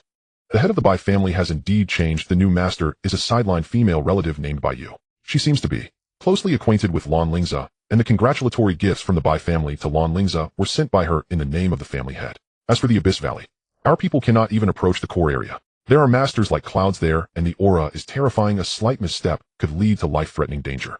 We currently cannot ascertain their specific connection with Lan Lingze. The patriarchs exchanged glances. The Bai family has actually changed hands, and a sideline relative has risen to power depending on Lan Lingze. One pondered. It seems Lan Lingze has extended his reach into Jiangnan, and his methods are ruthless. Where are those main family core members of the Bai family who were ousted? Most of them should still be in Jiangnan or have fled to the original Bai family influence areas. I heard some are gathering, seemingly unwilling to give up. Good. Another patriarch's eyes flashed with a hint of coldness. No need to investigate Abyss Valley any further. That is not something we can touch now. You immediately contact those old members of the Bai family who have fallen from power, especially the core of the main line. Tell them we can provide some assistance, such as funds, intelligence, or even some unspeakable power. Are you planning to use the old members of the Bai family to deal with Lan Lingze? The subordinate asked, startled. That's right. Those people hate Lan Lingze, and Bai Yu to the bone. They are the best knives to wield. Moreover, even if they fail or are captured alive by Lan Lingze, they won't trace it back to us. At that time, all we need to do is help clean up thoroughly. Remember, do it discreetly. The patriarch's tone was icy. Yes. Meanwhile, 1,000 miles away in Jiangnan province, at the ancestral home of the Bai family, the once imposing vermilion gate stood tightly closed, with dozens of men and women gathered in front, dressed in luxurious clothing, but bearing expressions of anger and anxiety, clamoring loudly. Leading them was a young woman in a pale yellow long dress, beautiful, yet currently fuming with her brows furrowed. She was Bai Shiyun, the original eldest daughter of the Bai family. She pounded on the closed door with force, her voice sharp. Open the door. Let us in. We want to see the family head. I heard recently that our relatives managing businesses in various places have been assassinated by unknown forces. The family must give us an explanation. Protect our safety. Other Bai family members echoed, yes. Open the door. We want to see the old family head. Is this the doing of the new family head? Kicking us out, and now trying to eliminate. The guards inside coldly responded through the crack of the door. The family head has issued orders. The ancestral home is sacred ground. Unauthorized persons are prohibited from making noise or intruding. Leave at once. Outrageous. I am Bai Shiyun, the rightful eldest daughter of the Bai family. How dare you, a mere gatekeeper, stop me? Bai Shiyun trembled with anger. Just then, with a creak, a small door beside opened. A young woman dressed in a simple qipao, her expression icy slow. It was none other than the new family head, Bai Yu. Upon seeing Bai Yu, the commotion outside quieted down. Bai Shiyun's eyes ignited with fury as she pointed at her, shouting, Bai Yu, you wretched woman, what have you done to my father and grandfather? What sorcery did you use to usurp the position of family head? Bring them out now, otherwise I will smash this door today. Bai Yu looked at her expressionlessly, as if she were a stranger. Her voice was calm, yet carried an undeniable coldness. Bai Shiyun, mind your words. I am now the head of the Bai family. Your father, Bai Hua, the former family head, has retired for rest due to his old age and ill health. As for your grandfather, he has gone traveling with no set return date. You're talking nonsense. Bai Shiyun did not believe her at all. You must have imprisoned them. You usurper. All you uncles and brothers of the Bai family, look. This sideline harlot has colluded with outsiders to disrupt our Bai family. We cannot stand by and do nothing. However, those Bai family members behind her, upon seeing Bai Yes' icy gaze and the formidable guards appearing behind her, mostly fell silent, daring neither to voice their anger nor speak. Times have changed. Bai Yu could no longer be bothered to waste words with her, directly ordering guards expel all those gathering and causing a disturbance in front of the ancestral home, slandering the family head and disrupting order. If anyone dares resist, treat them as intruders in the sacred ground of the family and kill without mercy. Yes. The gate crashed open and dozens of fully armed fierside guards surged out, swords drawn, exuding a murderous aura. Bai Shiyun and the others were so frightened by this display that they retreated repeatedly. Bai Yu, you are ruthless. Wait for me. Bai Shiyun spat her threats, but under the pressure of the guards, she had no choice but to retreat in embarrassment. Watching them disappear around the corner, a glint of unmasked killing intent flashed in Bai Yes' eyes. She turned to a trusted subordinate beside her and whispered, "Send the shadow guards to follow them. Find a suitable opportunity to deal with them. Especially Bai Shiyun, I do not want to hear any news about her, whether alive. Do it cleanly and swiftly. Afterward, each shadow guard involved in the operation will receive a reward of 100 spirit stones and may choose any earth-grade technique."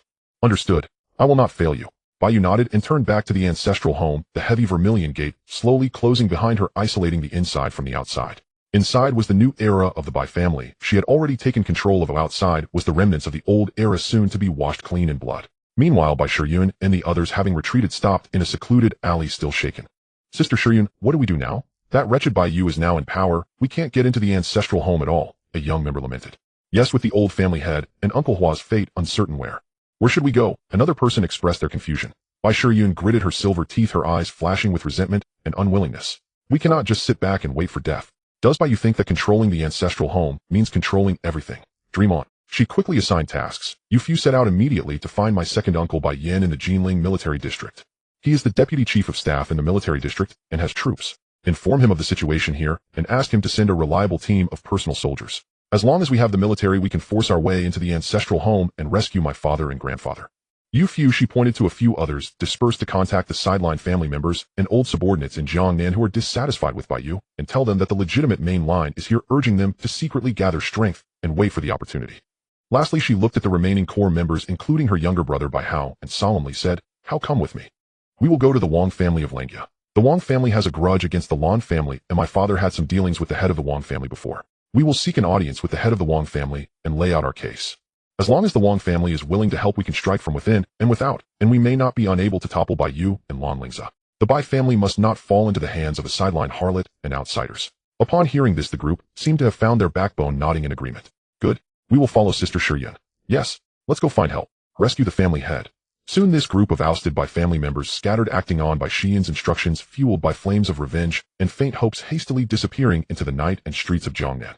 Unbeknownst to them, a deadly shadow had already crept up like a maggot on bone, silently tailing them.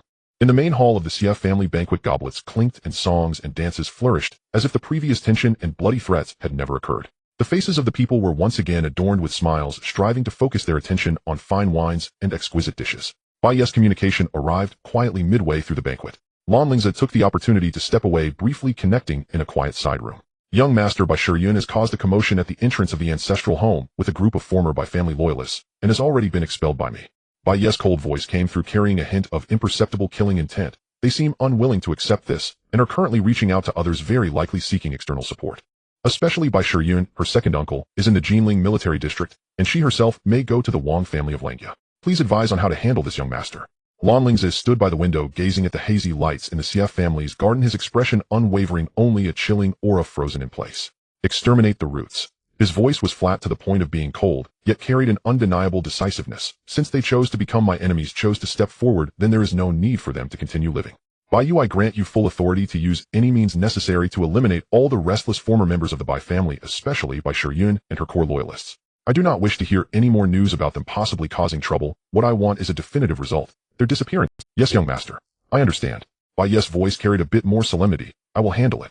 After hanging up, Lan Lingze showed no signs of disturbance on his face, as if he had merely dealt with a trivial matter. He straightened his collar and returned to the bustling banquet hall. As time passed, the atmosphere of the banquet grew more lively. With the wine flowing, some cultured gentlemen began to rise, suggesting poetry and prose to celebrate Miss Xie's birthday, adding elegance to this rare feast. A middle-aged scholar from a prestigious family in Jiangnan, who was quite renowned, stroked his beard in contemplation under the expectant gazes of the crowd, and then recited aloud. The snowy peaks give birth to jade buds. The fairy form does not attract the mundane world. The waist adorned with frost and smoke. Eyes containing cold stars, eyebrows furrowed like crescent moons. Dare to break free from the cage and say goodbye to the old order. The heart follows the clouds and cranes high and leisurely.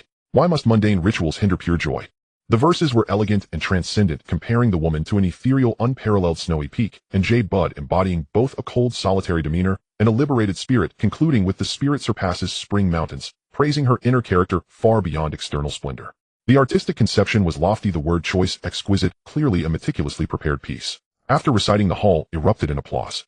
The scholar smiled and said, "This humble work is titled Lin Xian Ode to Snow Spirit, dedicated to Miss Xie as a token of my congratulatory sentiments, wishing Miss Xie eternal youth and enduring spirit." Xie Yunkong also nodded with a smile, saying, "Your talents are remarkable. I am honored to receive such praise." After the interlude, the banquet continued its merry yet superficial rhythm. As the night deepened, guests gradually began to take their leave. Yet many eager individuals intentionally lingered behind, seeking opportunities to ingratiate themselves with Lan Lingze, either subtly or directly expressing their desire to join his ranks and share in the benefits.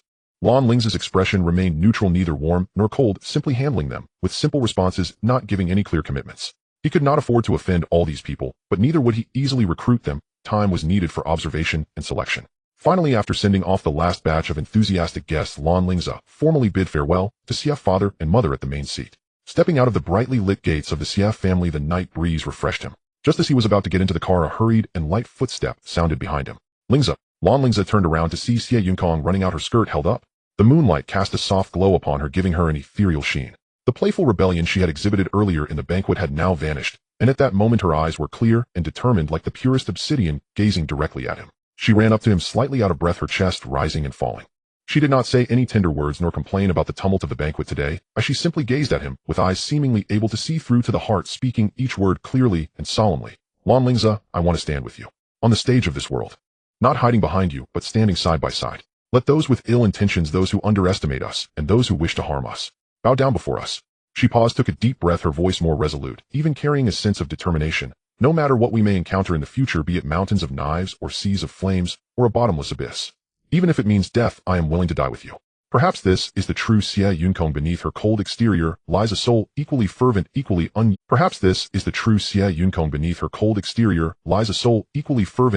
unyielding, equally daring to face all dangers. Lan Lingze quietly looked at her. In the moonlight, her face glowed with a pearly sheen, her eyes stubborn and bright. He did not show much emotion, did not respond with excitement, and even the smile at the corner of his mouth was faint. He merely stepped forward, extended his arm, gently embraced her for a moment. The gesture was light and brief, as if it were merely a farewell hug between friends. Yet in that instant his embrace held an undeniable strength. "It's chilly outside, you should head back," he whispered in her ear, then released her, turned, and smoothly entered the car. As the car door closed, the black sedan silently slipped into the night. Xie Yunkong stood in place, watching the taillights disappear around the corner of the street, her expression not one of disappointment, but gradually blooming into a clear and relieved smile. She knew he understood, and he accepted it. That was enough. Upon returning to the Lan family estate, as Lan Lingze stepped into the main door of the residence, a waiting informant from the Lan family immediately approached, whispering, "Young master, we've just received certain news.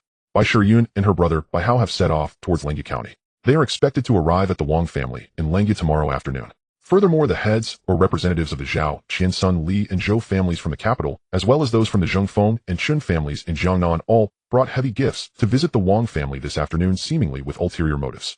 Lengye Wang family. They really are not giving up, attempting to collude with these forces for some underhanded schemes." A cold light flashed in Lan Lingze's eyes. He did not delay, but went directly to see his father Lan Tianqing. In the study, Lan Tianqing seemed to be examining something. Upon hearing footsteps, he gently set down what was in his hand. Lan Lingze did not beat around the bush. He relayed Bai Ye's report, Bai Xian's movements, and the intelligence about the gathering of these family heads at the Wang family in full. He even did not conceal his directive to Bai Yu to cleanse the old Bai family members, nor the iron-fisted measures he had taken during the process of controlling the Bai family. Lan Tianqing listened quietly, his fingers unconsciously stroking the item he had just set down, a black lattice bracelet with an ancient design slightly worn at the edges. After his son finished recounting, he remained silent for a moment before slowly speaking, his voice betraying no emotion. "The Wang family has been fishing for bigger prey behind the scenes for so many years, trying to expose the greater fish that may be hidden behind, or to root out the remnants that participated in the harm of your mother back then.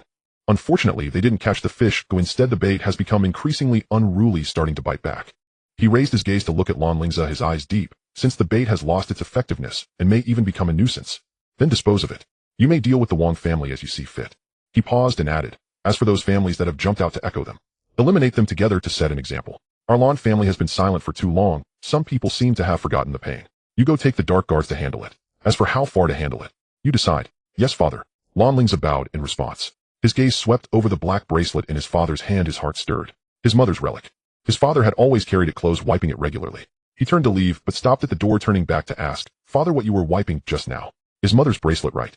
Lan Tianking's hand paused slightly in its motion of stroking the bracelet. He nodded, without saying much, only his gaze grew more distant, as if piercing through time, and seeing a figure eternally imprinted in his heart.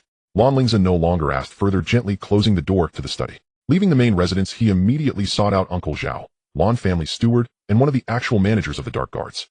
Uncle Zhao, father has given orders. Assemble 500 days of the week Dark Guards, and set off secretly to Langya County immediately. Target the Wang family of Langya and the main figures from the Zhao Qian Sun, Li Zhou Zhengfeng, and Qin families who may be gathered there. Lan Lingze's tone was cold. I want them to remain there forever. Zhao Yunlan, the old steward who had followed Lan Zhan for decades, showed no surprise or hesitation at his words, only a calm and deadly seriousness. He slightly bowed, saying, "Old servant understands. 500 Dark Guards will assemble immediately. I will personally lead the team to accompany the young master. I guarantee it will be clean." The Dark Guards on the surface are the elite protective forces of the Lan family, but in reality those in the know are aware that they are a private army belonging solely to the family head Lan Zhan. They are not numerous, but each one has been carefully selected, fiercely loyal, and skilled in various killing techniques. They only obey Lan Zhan and his appointed individuals, serving as the sharpest and most ruthless blade hidden in the shadows of the Lan family. In the night, 500 shadowy figures quietly converged from various points of the Lan family estate, making no unnecessary noise, as they swiftly boarded several specially modified unmarked black vehicles, surging out of the capital like a hidden tide racing towards Langya County. The next afternoon in Langya County, at the Wang family's ancestral home, Bai Shiyun and Bai Hao arrived in a rush, quickly being let in by the guards due to their identity tokens as direct descendants of the Bai family, where they met Wang Ji, the head of the Wang family, and his son Wang Yun. Uncle Wang. As soon as Bai Shiyun saw Wang Ji, her eyes turned red, her voice tinged with urgency and tears. "You must help our Bai family. The Bai family has been usurped by that wretched Bai Yu. My father and grandfather must be imprisoned by her. I beg you, considering the past friendship between our families, send some people to help me rescue my father and grandfather and restore order." Wang Ji looked at the tearful Bai Shiyun before glancing at Bai Hao, who was indignant beside her, his brow furrowed deep in thought. The Wang family had been bloodied by Lan Tianqing back in the day, nearly annihilated. They had been living carefully since then, secretly gathering strength, but well aware of the Lan family's terror. Helping the Bai family would mean standing directly against Lan Lingze and the entire Lan family. The risk. However, Wang Yun could no longer contain himself. Having harbored some admiration for Bai Shiyun, he was now filled with righteous indignation. "Father, Shiyun is right.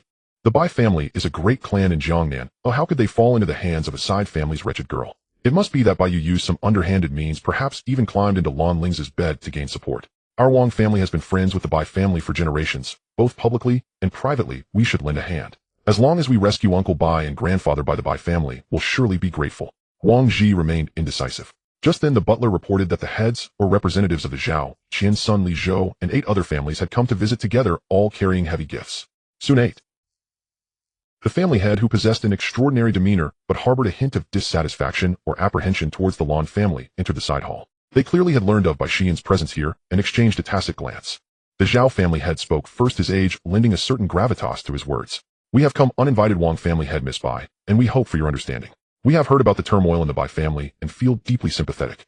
The family head, who possessed an extraordinary demeanor but harbored a hint of dissatisfaction or apprehension towards the Lan family, entered the side hall. They clearly had learned of Bai Shiyun's presence here. "Indeed, we have come today to discuss a grand strategy with you, Wang family head and Miss Bai. Though the Lan family is strong, they are not invincible. There are many in the central authority who already harbor discontent towards the Lan family. If our families unite and communicate, we may be able to stand against them. At the very least, we must safeguard our own foundation." The Sun family had looked at Bai Shiyun, his tone earnest. "Miss Bai, rest assured we will not stand idly by regarding the affairs of the... We can offer assistance within our means, whether it be financial support, intelligence, or certain special powers. We will help you reclaim the Bai family and dispel the clouds of despair."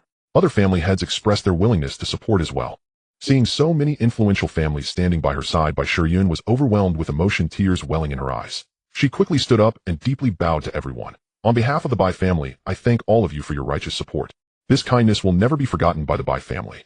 All eyes turned to Wang Zi, while Wang Yun anxiously watched his father. Wang Zi looked at the group of allies united against a common enemy, glanced at the hopeful Bai Shiyun, and thought about the Wang family's years of patience and fear of the Lan family. A complex emotion surged within him. Perhaps this truly is an opportunity, uniting so many families with the tacit approval of certain individuals in the central authority.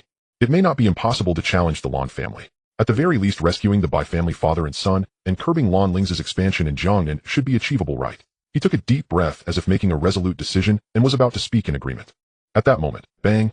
A loud crash echoed as the heavy pearwood door of the side hall was kicked open and shattered from the outside. Amidst the flying wood chips, a figure flew in like a cannonball, crashing heavily to the ground, spitting blood. It was the head of the Wang family's guards. Who dares? How dare you invade my Lingze Wang family? Wang Zi stood up in a mix of shock and anger, shouting fierce. His gaze was like lightning sweeping over everyone in the hall, before finally locking onto Wang Zi's face. His voice, akin to metal scraping against metal, dripped with. His gaze was like lightning sweeping over everyone in the hall, before finally locking onto Wang Zi's face. His voice, akin to metal scraping against metal, dripped with endless coldness and pressure. Wang Zi, it seems you are tired of living. In the past, the family head showed mercy and allowed your Wang family to retain some incense, but it seems that was a mistake. You dare to conspire in the shadows and gather these insignificant beings attempting to resist my Lan family. It seems the Wang family truly has no reason to exist anymore. Upon seeing this man, Wang Zi's face drained of color, his legs went weak, nearly collapsing to the ground, his voice trembling. Zhao Yunlan. You. How could you be here? It was none other than the dark elite leader of the Lan family, Zhao Yunlan, one of Lan Zhan's most trusted aides, notorious for his killing prowess. However, what terrified Wang Zi and the others even more was that behind Zhao Yunlan's imposing figure, a young man in a black trench coat entered with a casual stride. His face was devoid of any expression, his indifferent gaze scanning every person in the hall as if counting sheep destined for slaughter. Lan Lingze. 1, 2, 3. Lan Lingze's gaze passed over Wang Zi, Wang Yun, Bai Shiyun, Bai Hao, and the 8 family heads, softly counting. Exactly 8 family heads plus the Wang father and son and the Bai siblings. Oh, that's quite a number. He raised his head, looking at Zhao Yunlan calmly, issuing orders. Uncle Zhao, handle those insignificant fish outside. As for those inside, well, the 5 most boisterous ones. First, cripple their cultivation, break their hands and feet, and leave them alive for questioning. The other 3 family heads from Jiangnan, along with the Wang father and son and the Bai siblings. Let's turn them into puppets, they might still be useful. His tone was as if deciding how to deal with a batch of goods. As for your Wang family. Lan Lingze finally looked at the pale Wang Zi, a cold smile, curving his lips. From this day forth, there will be no Wang family in Lingze County. Lan Lingze, you dare. This is the Wang family. This is Lingze. With so many of us here, the central authority will not allow you to commit such indiscriminate slaughter. One Jiangnan family head shouted in a fierce but cowardly manner. Innocent. Lan Lingze seemed to have heard a joke. Gathered here to conspire against my Lan family, and you still wish to harm my people. And you call that innocent? He ceased further discussion, nodded at Zhao Yunlan, then turned and exited the side hall, as if the events about to unfold inside would sully his eyes. Make your move. Zhao Yunlan uttered 2 cold words. Instantly outside the hall there were dense and brief screams, sounds of clashing weapons, and the explosion of spiritual energy. That was the 300 dark guards ruthlessly cleaning up the Wang family's guards and clansmen. Inside the hall, the battle, or rather the massacre, began the moment Zhao Yunlan's figure erupted. Fight back, shouted a family head of the Sun Moon realm, summoning his main beast, a roaring flame lion, merging it for a mantis trying to stop a chariot. Zhao Yunlan didn't even summon a beast, he merely scoffed, and like a wraith dodged the flame lion's attack, appearing next to the family head, delivering a simple, yet lightning-fast hand strike that rippled through the air with a piercing howl aimed at the opponent's neck. The family head was taken aback, activating his fiery shield just in time as he dodged to the side. Sizzle. The fiery shield was torn apart, as if made of paper. The sharpness generated by the edge of the hand strike left a deep, bone-revealing gash on his shoulder. He staggered back. Meanwhile, the other family heads also sprang into action, various attributes of spiritual energy illuminating the space, beast roars echoing, trying to besiege Zhao Yunlan. Zhao Yunlan remained unfazed, navigating the confined side hall with ease, as if taking a leisurely stroll. His movements were simple, effective, and deadly devoid of any flashiness. Each strike precisely targeted the weak points in the opponent's techniques or the gaps in their defenses. At times he transformed his hand into a blade slicing through earthen and stone armor. At others he formed his fingers like swords piercing through water barriers, or he would curl his fingers into claws directly crushing incoming ice spikes and fireballs. His physical strength and control over power had reached an unfathomable realm, as if he himself was the most perfect and powerful killing machine. Bang! One family head was struck in the chest by his palm, the protective spiritual light instantly collapsing his sternum, caving in as he spat blood and flew backward. Crack! Another family head summoned a massive rock arm, which Zhao Yunlan shattered with a single elbow strike. Yet another person was kicked in the dantian by him, causing their spiritual energy to collapse, screaming as they fell helplessly to the ground. Among the 8 family heads, many of whom were mid to late stage Sun Moon realm cultivators, stood before Zhao Yunlan like children, powerless. Their combined spirit beasts struggled to even catch Zhao Yunlan's fleeting figure. When they did manage to strike him, it felt as if they were hitting an invisible, incredibly resilient barrier, failing to inflict any effective damage. This was not a battle, but a one-sided crushing. In less than 10 minutes, all 8 family heads were down, either dead or severely injured. The 5 family heads from the capital that were specifically targeted had their dantian destroyed by Zhao Yunlin's special techniques, and their major tendons severed, collapsing to the ground like limp rag dolls, emitting desperate moans. Wang Zi and Wang Yun had long since been terrified to the point of collapsing on the ground, losing control of their bodily functions. By Yun and Bai Hao clung to each other, trembling violently, their faces ashen. Zhao Yunlan himself bore little blood. He coldly glanced at the results on the ground before clapping his hands. A few dark guards exuding a chilling aura and cloaked in gray silently entered to carry out Lan Lingze's orders, dragging away those of value like Wang Zi for puppet refinement, while the 5 disabled family heads were treated like dead dogs dragged aside for interrogation. The sounds of fighting outside had long since ceased. The 300 dark guards, like cold machines, efficiently completed the cleansing of the Wang family and were now methodically processing the scene, collecting spoils. Lan Lingze had no interest in watching the transfer of those spoils. He casually grabbed an old steward of the Wang family who was cowering in a corner in fright and ordered in an undeniable tone, "Lead the way to your Wang family's treasury." The old steward dared not resist, crawling ahead to guide him. After passing through several hidden mechanisms and heavily guarded passages, Lan Lingze finally arrived at the entrance of the Wang family's secret treasury that had been passed down for hundreds of years. The heavy metal door was engraved with complex array patterns, clearly bearing powerful restrictions. A subtle glimmer of dark light flickered on the black wristband on Lan Lingze's arm. The all-knowing auxiliary system, activated instantly, scanning and analyzing. Detected composite spiritual energy restrictions, 7-layered chain, locking spirit array, bloodline verification array, self-destruction trigger array. Cracking plan generation underway. Plan 1, violent cracking requiring a large amount of spiritual energy and potentially triggering self-destruction, high risk. Plan 2, simulate the bloodline fluctuations of the Wang family direct line, combining with specific spiritual energy frequencies for safe disarming. Sample acquisition required. Residual target bloodline factors detected in the air, analyzing. Simulation complete. Following the guidance provided by the system in his mind, Lan Lingze pressed his palm against a specific indentation on the door, channeling spiritual energy within his body at a peculiar frequency. Buzz. The array patterns on the door lit up one by one before extinguishing in sequence. Finally, with a dull mechanical sound, the heavy metal door slowly slid open. A rich, indescribable aura of spiritual energy, mixed with the unique sense of various heavenly materials and earthly treasures, surged forth. The interior of the treasury was vast, divided into several areas. One side was piled high with spirit crystals gleaming in various colors from low grade to high grade, and even supremagrade in astonishing quantities. On the other side were display racks filled with jade boxes and bottles containing various rare spiritual medicines, spiritual fruits, royal beast blood, and mineral essences. There were also dedicated weapon racks displaying dozens of spirit weapons, clearly of high quality, with several exuding faint fluctuations of precious grade artifacts. Deeper inside there were sealed stone cabinets and jade boxes, evidently storing the Wang family's most core inherited techniques and secrets. Lan Lingze's gaze swept across, and he had a rough estimate in his heart. The Wang family, having almost reached the ranks of top families in the past, certainly had accumulated wealth over hundreds of years. Though they had suffered a severe blow from his father back, then a dying camel is still bigger than a horse. These resources were enough to support him in pushing Xiaoyu and Xiaohuan and Xiaoyi to the peak of the Starry Realm, and even attempt to challenge the Moonstream Realm. Previously, due to focusing on special district construction and dealing with various forces combined with his own realm and resource limitations, he had kept this immensely potential by beast eggs safely stored without hatching it. Now, with the Wang family's treasury brimming with resources, a fiery light finally ignited in Lan Lingze's eyes. The Langya Wang family would thus become history. Inside the Wang family's great hall, the thick scent of blood had not yet dissipated completely, but the desperate cries and wails of dying had already ceased, leaving only a chilling silence. The dark guards moved silently, like the most efficient cleanup crew, transporting the bodies and clearing away the traces of battle. Lan Lingze stood in the hall surveying the chaos and finally fixed his gaze on Zhao Yunlan, who was directing the cleanup. "Uncle Zhao, has the clearing been completed?" he asked, his tone as flat as if he were inquiring about the weather. Zhao Yunlan turned around and bowed slightly, the terrifying killing intent about him having retracted, returning to his usual calm demeanor. "Young master, all registered members of the Wang family, both direct and collateral, in the Wang family ancestral home and Langya County, totaling 574 people, have been completely eliminated. The industries and strongholds are currently being taken over." He paused, then continued, "As for the remnants of the Wang family scattered outside, or those who have changed their names, or those who left the family years ago, actually their numbers are not many and most are not significant. After the family head's lightning strike, there have been secret lines continuously pursuing and cleaning up any fish that slipped through the net. There are only a few hundred still on the list and capable of causing any stir." Lan Lingze nodded, not surprised by this result. His grandfather and father always ensured that no obvious future trouble. His gaze shifted to the corner of the hall where a few individuals lay incapacitated, their cultivation crippled like lambs awaiting slaughter. Wang Zi, pale as ash, with a vacant gaze. Wang Yun, whose face was a mixture of resentment and fear, and Bai Yun and her brother Bai Hao, whose souls seemed to have fled, appearing devoid of all vitality. Wang Yun seemed to still possess a trace of unwilling courage, or perhaps foolishness, as he struggled to lift his head and glared fiercely at Lan Lingze, his voice hoarse as he cursed Lan Lingze. "You monster! Executioner, may you die a horrible death. You treat human life like grass and the law like nothing. Even if my Wang family was at fault, it should be judged by the state and punished by the law.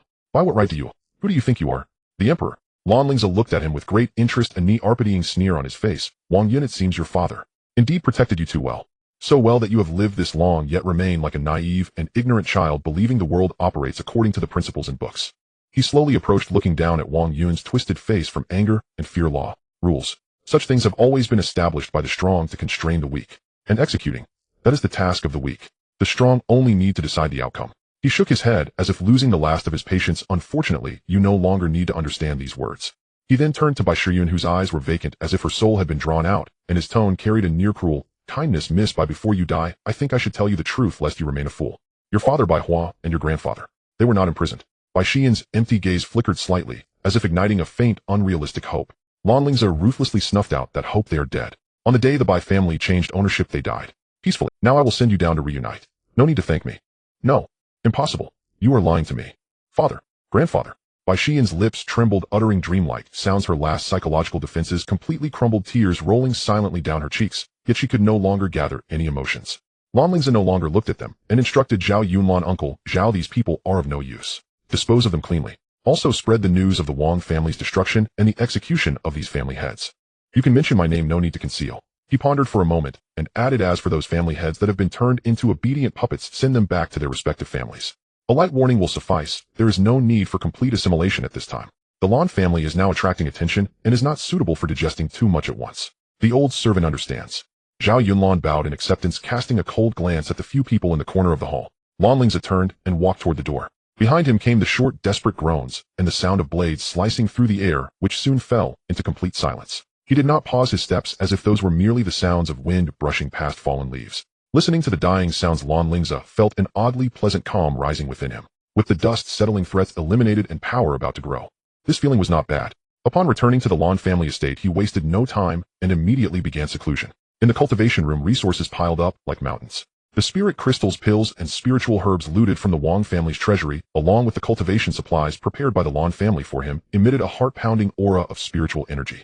His first focus was on the mysterious beast egg containing the ancient Bai Zhe bloodline. He carefully placed it into the specially prepared hatching chamber, filled with high-concentration nutrient solution and gentle spiritual energy. The chamber emitted a soft glow, and the spiritual liquid began to flow slowly, nourishing the giant egg. After setting the parameters, Lan Lingze no longer paid it much attention. Hatching required time and opportunity and could not be forced. Next came the main event. He sat cross-legged in the center of the spirit-gathering formation, the black bracelet on his wrist warming slightly, as the omniscient assistance system powered up to full capacity, assisting him in efficiently absorbing, refining, and guiding the massive energy. Pills exuding a fragrant medicinal aroma were swallowed, transforming into pure warm currents that surged through his limbs. High-quality spirit crystals turned to powder in his hands with their spiritual energy, being frantically extracted. Various rare materials for body tempering, spirit honing, and realm stabilization were used one by one. Time lost its meaning in the focused cultivation. 1 day, 2 days. 5 days, 10 days. A month passed by in the blink of an eye. In the cultivation room, the violent fluctuations of spiritual energy had long since calmed, replaced by a deep, restrained, yet subtly oppressive aura. Lan Lingze slowly opened his eyes, his gaze radiant, as if stars were being born and extinguished. He carefully sensed the surging spiritual power within him, now several times more potent than before, and the links with his 3 spirit beasts in the depths of his soul were tighter and clearer. Starry 9 Realms. Peak. Not only had his own realm stabilized at the very top of the starry realm, but the breakthrough to the next major realm, Moonlit Realm, seemed just a thin layer of paper away. What pleased him even more was the growth of his spirit beasts. With a slight thought, he plunged his consciousness into in the dim exclusive area. Xiao Yuan Abyssal Dragon had grown a whole circle larger than before, its scales thicker and deeper, the dark golden patterns flowing like living things, emanating a heart-pounding regal aura and a sense of destruction. It lay atop a mountain of dark attribute spirit crystals, breathing in pure dark energy, and its realm had surprisingly reached the starry 9 realms. Synchronizing with Lan Lingze, it could step into the Moonlit Realm at any moment. In another area bathed in moonlight, the figure of Huan Yu, Moonlight Divine Crow, appeared even more graceful and ethereal. The moonlight patterns on its feathers seemed to absorb light, making it sometimes clear and sometimes completely blend into the background. Its eyes sparkled with intelligence and cunning. Realm Starry 3 Realms. Although the increase was not as pronounced as Xiao Yuan's, the growth of Huan Yu was inherently focused on foundation and potential accumulation, making this speed astonishing. In the area behind the Magic City University, the changes of Xiao Yi Heavenly Horned Ant were the most apparent. Its size had not dramatically increased, but the dark golden color on its shell had deepened and solidified, resembling the finest metal forging. Its two antennae swayed slightly like antennas sensing the subtle fluctuations of space. What pleased Lan Lingze the most was that the crack in its life source had noticeably shrunk, nourished by a large amount of rare life essence, and earth and metal attribute treasures, its aura becoming more stable and substantial. Realm Starry 8 Realms. The growth of its power was the most terrifying. Very good. Lan Lingze exited his consciousness and nodded in satisfaction. The gains from this seclusion far exceeded expectations. Just then he felt a stir in his heart and looked at the specially designed nutrient chamber in the corner of the room. The hatch had quietly opened at some point, and the nutrient solution inside had long been absorbed completely. Inside the chamber, a creature resembling a lion, entirely snow white, with a single horn on its head, whiskers beneath its jaw, and cloud patterns adorning its body, was quietly lying there gazing at him, with its crystal-clear eyes that seemed to harbor endless wisdom. It was not large, about the size of a typical house dog, but it radiated an indescribable aura of peace and wisdom, starkly contrasting with the destruction of the abyssal dragon, the ethereality of the moonlight crow, and the dominance of the heavenly horned ant. Baize. Successfully hatched. Lan Lingze stepped forward, and the Baize was not shy, even standing up and walking gracefully to his feet, affectionately rubbing its head against his pant leg. At the same time, the black bracelet on his wrist emitted a clear prompt target. Baize juvenile stage category auspicious beast, mythical species level extraordinary level 5, potential eternal level 9. Attributes none, special origin traits, passive skills 1. Omniscient, aware of the names, appearances, habits, weaknesses, and countermeasures of most ghosts, exotic beasts, rare plants, secret realms, and treasures in the world. Can identify flaws and omissions in techniques and formations. 2. Wisdom and speech, capable of human speech, and able to engage in complex communication with its contractor. Can deduce and complete incomplete techniques and secret arts to a certain extent and impart them to the contractor. Can predict good or bad fortune to a certain degree, helping the contractor avoid disasters and attracting blessings. 3. Auspicious body, possesses auspicious origins, able to subtly improve the luck of its contractor and those close to them, dispelling some misfortune and curses. Has a natural restraint against dark and corrupt powers. Current status, healthy, high favorability towards the contractor, can form a soul contract. Eternal, level 9. Lan Lingze's pupils constricted. This was the first time he had seen the term eternal level in a potential assessment, and it was followed by 9, and above the Overlord realm, there truly lies a broader world. The potential of this Baize is likely even more terrifying than Xiao Yuan's abyssal dragon royal bloodline. Although it possesses no active attack skills, its comprehensive and powerful support capabilities are simply extraordinary. Arts of cultivation, foresight of fortune, and misfortune, enhancement of luck, comprehension of the weaknesses of all things. This is simply a walking encyclopedia and a halo of fortune. Lan Lingze extended his hand, gently stroking the soft and smooth fur of Baize. Xiaobai comfortably squinted his eyes, letting out a clear and melodious chirp, like a wind chime actively releasing a strand of pure soul aura. Without hesitation, Lan Lingze immediately divided a strand of his divine sense to complete the soul contract with Xiaobai. A cool, wise, and peaceful spiritual link was established in his consciousness. Master. A youthful yet clear voice resonated in his mind, filled with curiosity and intimacy. Lan Lingze was somewhat surprised, although the system had prompted him, hearing it with his own ears felt marvelous. Understanding all things naturally includes language.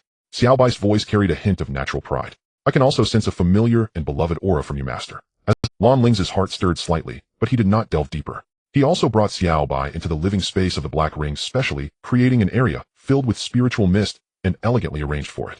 After completing all this, Lan Lingze refreshed himself and pushed open the door to the training room. Outside, Zhao Yunlan seemed to have been waiting for a long time. Young Master, the Master requests your presence. In the Lan family study, Lan Tianqing still sat behind the large desk, stroking the black ring in his hand with a Seeing Lan Lingze enter, he gave him a once-over and slightly nodded. The 9 realms of stars, the 3 summoned beasts, have each made progress. It's passable. He casually pushed a thick stack of documents to the other side of the desk. Take a look. These are copies of the impeachment documents submitted by various departments and factions in the central government over the past month. They accuse you of provoking border disputes, slaughtering noble families, disregarding national law, privately accumulating power, undermining the foundation of the state. 17 charges are listed, demanding severe punishment. The lightest punishment would involve stripping you of your cultivation and sending you to guard the border array at the Abyssal Valley, never to return to the capital. Lan Lingze picked up the stack of documents and casually flipped through them, discovering that they indeed depicted him as a villainous madman threatening the nation, employing various flowery language and seemingly rigorous logic. The signatures at the end were a mix. Some were familiar faces, while others were puppet masters hidden behind the scenes. He listened as his father continued. You've made quite a stir this time, and your methods have been too ruthless. While it intimidated the small fry, it also provided ammunition for your political enemies. Those in the central government who lean towards our Lan family or maintain neutrality are forced to endorse the impeachment under such righteous pretenses and overwhelming public opinion, at least to save face. The pressure is immense. Lan Lingze set down the documents, his face showing no fear, but rather a hint of sarcasm. Father, if they can't find any solid evidence against me, they will do everything possible to eliminate me using more insidious means. You and grandfather are immensely powerful and naturally unafraid, but you cannot be by my side at all times. I've heard that the situation on the northern front has flared up again. You will likely have to go there personally soon. At that time, if they strike in secret, who can guarantee my safety? He raised his head and looked directly into his father's eyes. Sometimes actively revealing the evidence allows them to only attack me openly using the rules they recognize, which is actually safer. At least we know who the enemy is and what tactics they will employ. Lan Tianxing gazed deeply at his son, whose increasingly defined features inherited some of his mother's softness, but also bore the sharpness of his own youth. He was silent for a moment before slowly saying, "You don't need to smear yourself like this. The Lan family can protect you. Father, the Lan family can protect the heir of the Lan family." Lan Lingze replied calmly, "But if this heir is flawless and unimpeachable, it will be too glaring for some. They would rather risk injury to destroy him. However, if this heir is arrogant and overbearing, acts ruthlessly, and leaves evidence, they will feel there is an opportunity and tend to resolve it using within the rules methods, such as impeachment, trial, or exile, because they believe such actions incur lower costs and risks. And this precisely gives me time and space." Lan Tianxing observed the depth of calculation and cold clarity in his son's eyes that belied his age, feeling a complex mix of emotions. There was both comfort and hidden pain. He ultimately had been forced to mature too early. Enough. Lan Tianxing sighed, softly, no longer entangled in this matter. He took out a uniquely shaped diamond-shaped token that seemed to be formed from condensed starlight, sliding it across to Lan Lingze. After a few days of argument in the central government, a compromise was finally reached. Lan Tianxing said, "Stripping you of your cultivation and sending you to the border is naturally impossible. But they also insisted on not letting you off lightly. The final decision is to order you to go to the Tianshu Pavilion as an observer or trainee for a year of guidance and training." He paused, looking at Lan Lingze's slightly raised eyebrows. "I've already contacted the school on your side, Magic City University, to keep your student status. For this year, you must stay at Tianshu Pavilion. Once you're there, temper your temper and don't act too. According to you, the Tianshu Pavilion has a complex background transcending the state, and our Lan family's influence has not penetrated deeply enough. Inside, there are all sorts of talents, abnormalities, and ancient monsters. Be cautious in everything." He pointed again at the starlight token. "This is your admission credential and also your identity marker. With this token, you can bring one attendant or guard with you. The Tianshu Pavilion is located in an independent folded space and requires a specific teleportation array to reach." Tianshu Pavilion. Lan Lingze picked up the cool token, a hint of intrigue flashing in his eyes. "Just finished dealing with their young pavilion master, and now I have to go to their territory to train for a year. This is truly, if I am not arrogant and overbearing, then who am I?" Lan Lingze thought to himself, but respectfully accepted the token. "Yes, father, I understand." Leaving the study, Lan Lingze directly went to find Lin Yun. When he revealed his plan to go to Tianshu Pavilion for training for a year, and that he hoped Lin Yun would accompany him as an attendant, Lin Yun's reaction was entirely as he had expected. "What a—" Lin Yun jumped up from the sofa like a cat whose tail had been stepped on, his eyes wide open. "Cousin, are you joking? We just made their young pavilion master vomit blood and left in disgrace. Now you want me to go to their lair with you, and as an attendant? What's the difference between that and a sheep entering a tiger's den? They will devour us alive." Lan Lingze spread his hands helplessly. "What can I do, cousin? It's not like those old geezers in the central government have nothing better to do than to impeach me. Now I understand why those capable generals throughout history generally do not favor civil officials. Too calculating, too troublesome." He shifted his tone and began to tempt Lin Yun. "However, the Tianshu Pavilion is at least a place that gathers resources from all over the world. Though dangerous, there are certainly many opportunities. I've heard that there are some special cultivation secret realms, ancient ruins, and trading markets unseen in the outside world. If we go, it might not be a loss. The resources and benefits we could obtain at that time. You understand?" Lin Yun's originally resolute expression cracked when he heard the words resources and benefits. He rolled his eyes and tentatively asked, "Really? Can you guarantee that we won't be subject to petty grievances or confinement every day after we go there?" "I guarantee," Lan Lingze said with a sincere expression. "Besides, we are going to train on orders. They wouldn't dare to go too in the secret struggles. Who is afraid of whom? Don't forget, we just returned from the Wang family training." Thinking of the dazzling rewards in the Wang family treasury, Lin Yun's interest was instantly piqued.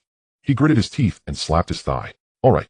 Wealth and danger go hand in hand. Cousin, I'm all in. But I must insist, if there are real benefits later, you can't monopolize them. Rest assured there will be no shortage for you." Lan Lingze smiled. The two no longer delayed, quickly packed their belongings, brought ample resources and self-defense items, and were personally escorted by Zhao Yunlan to a secret base on the outskirts of the capital, which housed the exclusive teleportation array to the Tianshu Pavilion. It was an extremely magnificent circular structure made of an unidentified silver metal with a floor covered in dizzyingly complex spatial array patterns embedded, with countless tiny spirit stones providing massive energy.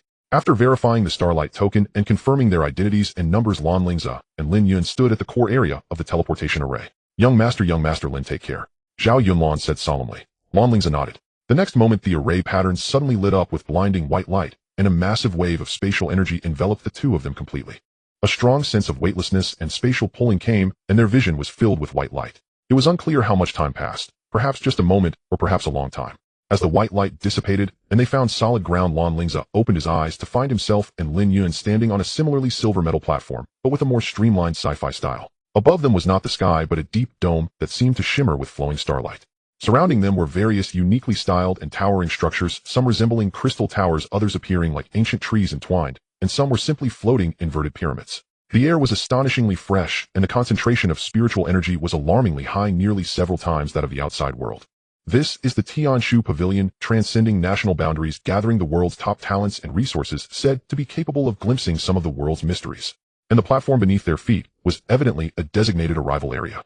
The moment Lan Lingze set foot on the land of the Tianshu Pavilion, he was greeted by a wave of spiritual energy, several times denser than that of the outside world. This spiritual energy was not merely a mere accumulation in quantity, but rather a nearly tangible refinement, giving a subtle sensation of cleansing his meridians as it entered his body. The scene before him was breathtaking. A folded space. Lin Yun murmured. With such scale, it must be the work of at least a 7th-tier space system beastmaster. Not just that, Lan Lingze's gaze swept over the faintly visible runic barrier at the horizon. It is a combined spatial formation arranged by at least 3 or more sovereign realm powerhouses working together. Several young people who had been waiting by the teleportation array stepped forward. They wore matching dark blue uniforms, each adorned with the Big Dipper constellation embroidered on their chests, though the shades varied, clearly representing different ranks. Leading them was a tall and thin youth, his demeanor haughty, and his eyes showed no concealment of scrutiny as they swept over Lan Lingze and Lin Yun.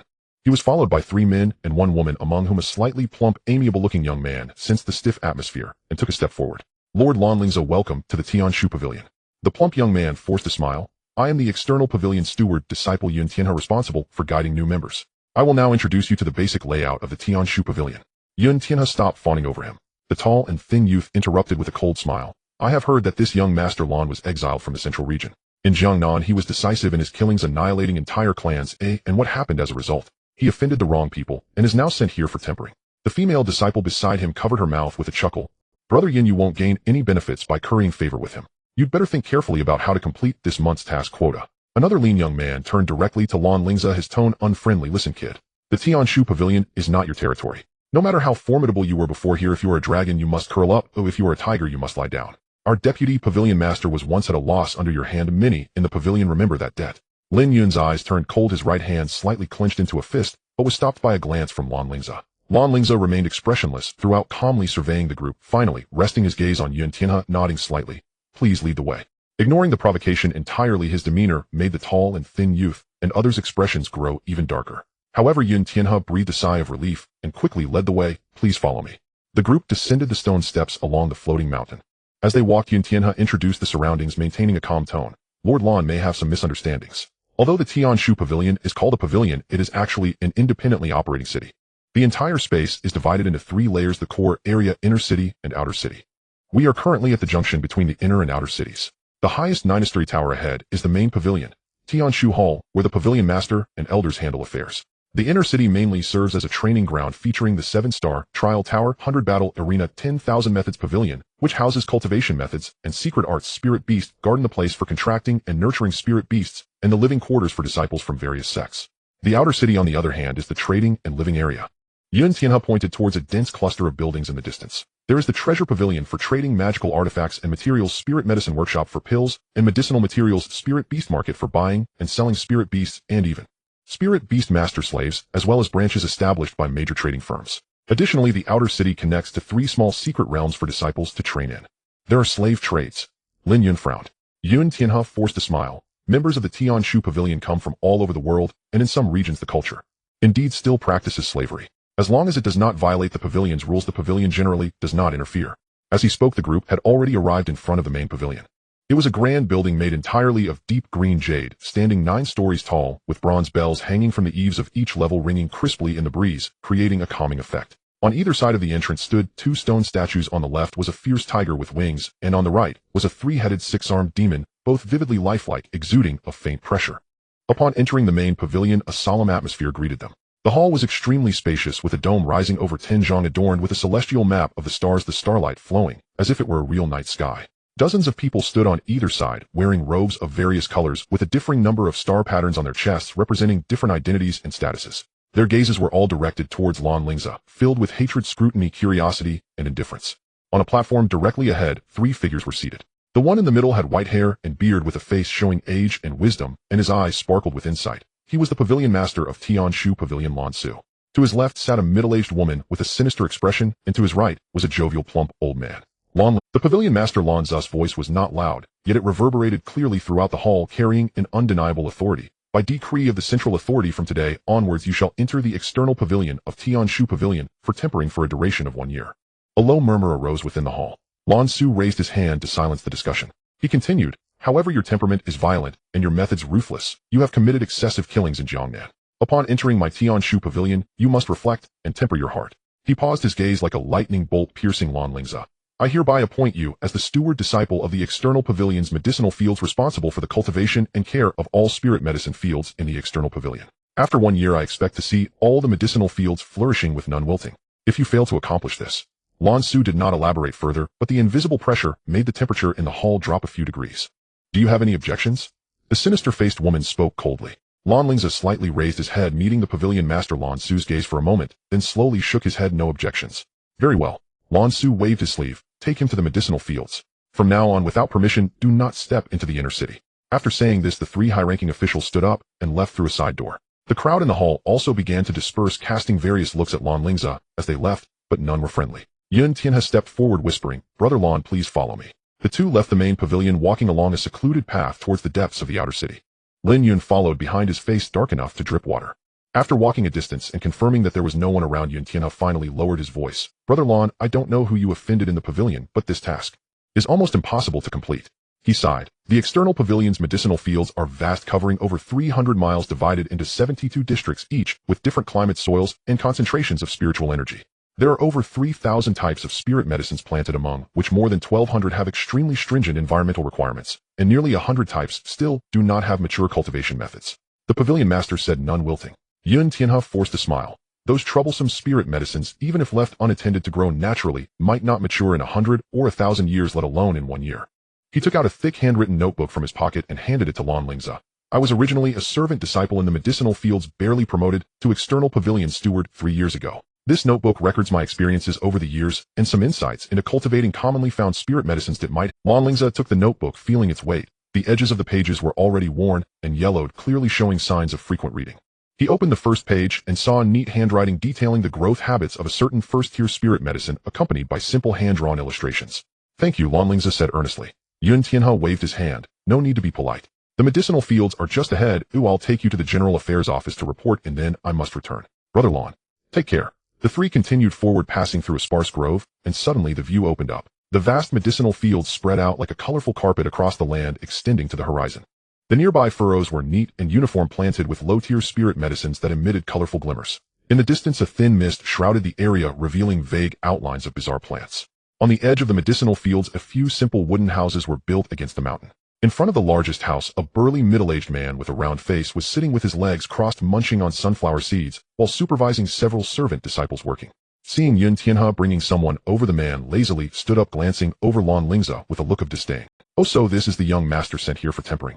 The man scoffed, spitting out a seed shell. You look delicate, can you? Yun Tianhe hurriedly stepped forward. Chief Wu, this is young master Lan Lingze here, to take up a position in the medicinal fields by the pavilion master's order. I know. Wu Saida interrupted impatiently. Isn't he just a kid from a noble family who has been exiled? What's with the big show? He walked up to Lan Lingze, looking down from a height. Though Lan Lingze was not short, this man was over 2 meters tall, robust. Kid, listen up. Wu Saida pointed towards a row of large water tanks in the distance. The rules of the medicinal field state that newcomers must fetch water first. Do you see those tanks? Before dark, they must be filled completely. Or, he glanced sideways at Lin Yun, grinning to reveal yellowed teeth. You can have your subordinate do it instead. That smile was faint, calm, and even held a hint of amusement. He did not look at Wu Saida, but turned to Lin Yun and said, Cousin, I believe I mentioned that That smile was faint, calm, and even held a hint of amusement. He did not look at Wu Saida, but turned to Lin Yun and said, Cousin, I believe I mentioned that I dislike being looked down upon. No sooner had he finished speaking, Lin Yun moved. Without any flashy moves or fluctuations of spiritual energy, it was just the simplest of punches. But this punch was faster than reason could comprehend. Wu Saida did not even have time to react before he felt a tearing pain in his abdomen, his body curling up like a shrimp. Immediately after, Lin Yun grabbed his hair and forcefully pushed his head down. Bang! Wu Saida's face met the ground with a loud thud. The sound of his nasal bone shattering was distinctly audible. But that was not the end. Lin Yun pressed a knee on his back, holding his head down with his left hand, while his right fist hammered down like a pile driver. Bang! Bang! Bang! Each punch landed solidly on his face.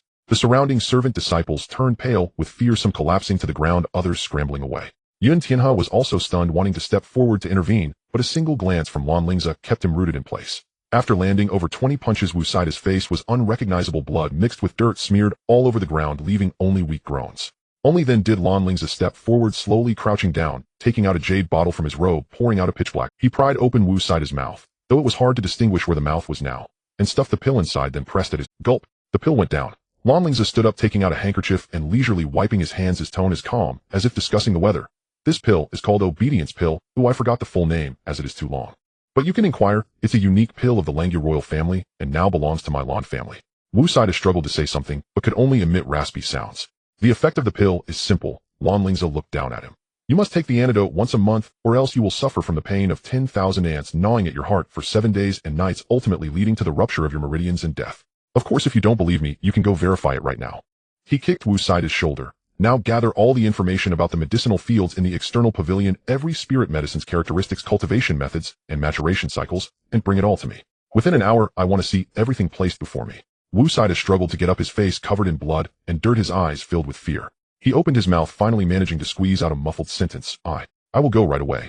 After saying this, he rolled and crawled towards the wooden house, tripping halfway. Yun Tianhe watched this scene, his lips moving, but in the end said nothing, only giving Lan Lingze a deep bow before turning and leaving quickly. The few servant disciples had long since disappeared without a trace. Lin Yun shook the blood off his hands, looking at Lan Lingze. Cousin, it's truly rare that you didn't kill him today. Ze's lips curled into a slight arc. This task is clearly designed to get me killed, yet they only send a fool to make things difficult, without even a supervising elder present. Cousin, don't you find it strange? Moreover, he seems confident that I can complete it. Lin Yun frowned in thought. Either this task has hidden complexities, or... Lan Lingze's eyes sparkled with insight. The Tianshu Pavilion is not as united as it seems. About an hour later, Wu Sadeo almost crawled back. His face had been washed, but still looked swollen like a pig's head, with a crooked nose and 2 missing front teeth. In his arms, he held a thick stack of beast skin rolls and books piled up to half a person's height. Lan, young master. He knelt on the ground and carefully placed the materials in front of Lan Lingze. These are all the records from the external pavilion's 72nd district's medicinal fields, including soil analyses for each district's spiritual energy concentration, changes, historical yield, and detailed information on 3,479 types of spirit herbs, among which 2,130 have mature cultivation methods, while the rest are still being organized. He slapped his own face as he spoke. I am a foolish person. I deserve to die 1,000 deaths. I beg young Master Lan for mercy. From now on I will be your dog. Whoever you tell me to bite, I will bite. Lan Lingze casually picked up the topmost beast skin roll and unfolded it. It was densely written with the growth habits of a certain spirit herb, the required spiritual energy ratios, common diseases, and treatment methods. The handwriting was neat, and the data was detailed, clearly accumulated over many years. The name is indeed a good one. Lan Lingze glanced at him, but it doesn't match its appearance. Wu Sadeo shivered all over, burying his head even lower. Well done. Lan Lingze waved his hand. You may leave. Continue organizing the remaining materials. Additionally, I want to know the distribution of all forces outside the Tianshu Pavilion, which merchant associations and which families have infiltrated, and who the medicinal field's past yields have been sold to. In 3 days I want to see the report. Yes. Wu Sadeo felt as if a great mercy had been bestowed upon him, and crawled away quickly. Lan Lingze and Lin Yun began to sift through the pile of materials. As they browsed, it soon became deep into the night. Oil lamps were lit in the wooden house, and under the dim light a multitude of scrolls lay spread out before the two. Lin Yun rubbed his swollen temple and slumped in the chair. Cousin, I understand now. Managing the medicinal fields is truly not a job for humans. Look at this record of the 7-aperture Linglong ginseng. It requires watering with rootless water once each during the midnight and noon hours, and the water temperature must remain constant at 37 degrees. Even a single degree off is unacceptable. During the growth period, it also requires specific musical tones to hasten its ripening, otherwise it would take 100 years to produce a single plant. And this Ming Ghostface flower. Lin Yun flipped open another scroll. It must be cultivated in an extremely environment, requiring the infusion of vengeful spirit energy daily. During its blooming period, no living creature can approach within a 10-mile radius, or it will immediately wither. Lan Lingze closed the last scroll and hand pondering. Cousin, he suddenly spoke. What do you think if we refine these spirit herbs into pills and sell them? How much can we earn? Cousin, are you insane? Not to mention that diverting the medicinal field's yield is a grave crime, even if you dare. Over 3,000 types of spirit herbs involve hundreds of pill formulas. Where would you find that many alchemists? Lan Lingze did not respond, but raised his left hand, the black bracelet on his wrist shimmering with a ghostly light under the lamp. He focused his mind, and his consciousness sank into the system space. In the vast white space, 4 spirit beasts occupied different corners. Little Yuan was napping on a mountain of spirit stones, while Little Huan stood on a dry branch grooming its feathers. Little Ant was gnawing on a piece of metal, making crunching sounds. And the newest addition, little by a pure white creature resembling a small deer with a single horn and eyes like stars, was lying on a soft light carpet, curiously observing its paws. Seemingly sensing its master's consciousness, little by raised its head, a glimmer of wisdom flashing in its eyes. System prompt detected large amounts of spirit herb data. Would you like to input it into the database? Prompt by Zez skill omniscience has activated partial permissions and can conduct in-depth analysis on spirit herbs. Lan Lingze silently thought, input it. In an instant, all the information from the pile of materials surged into the system space like a torrent. Countless texts and diagrams appeared on the white wall, flowing, categorizing, and archiving rapidly.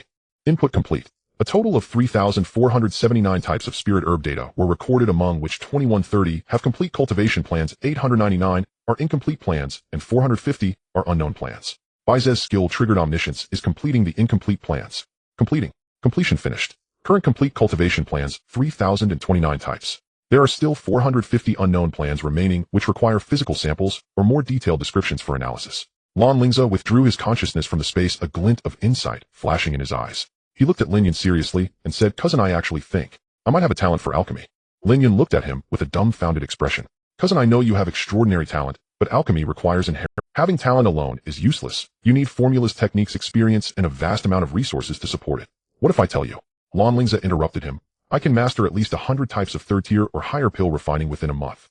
Linyan opened his mouth, finally sighed, stood up, and brushed off the dust on his clothes.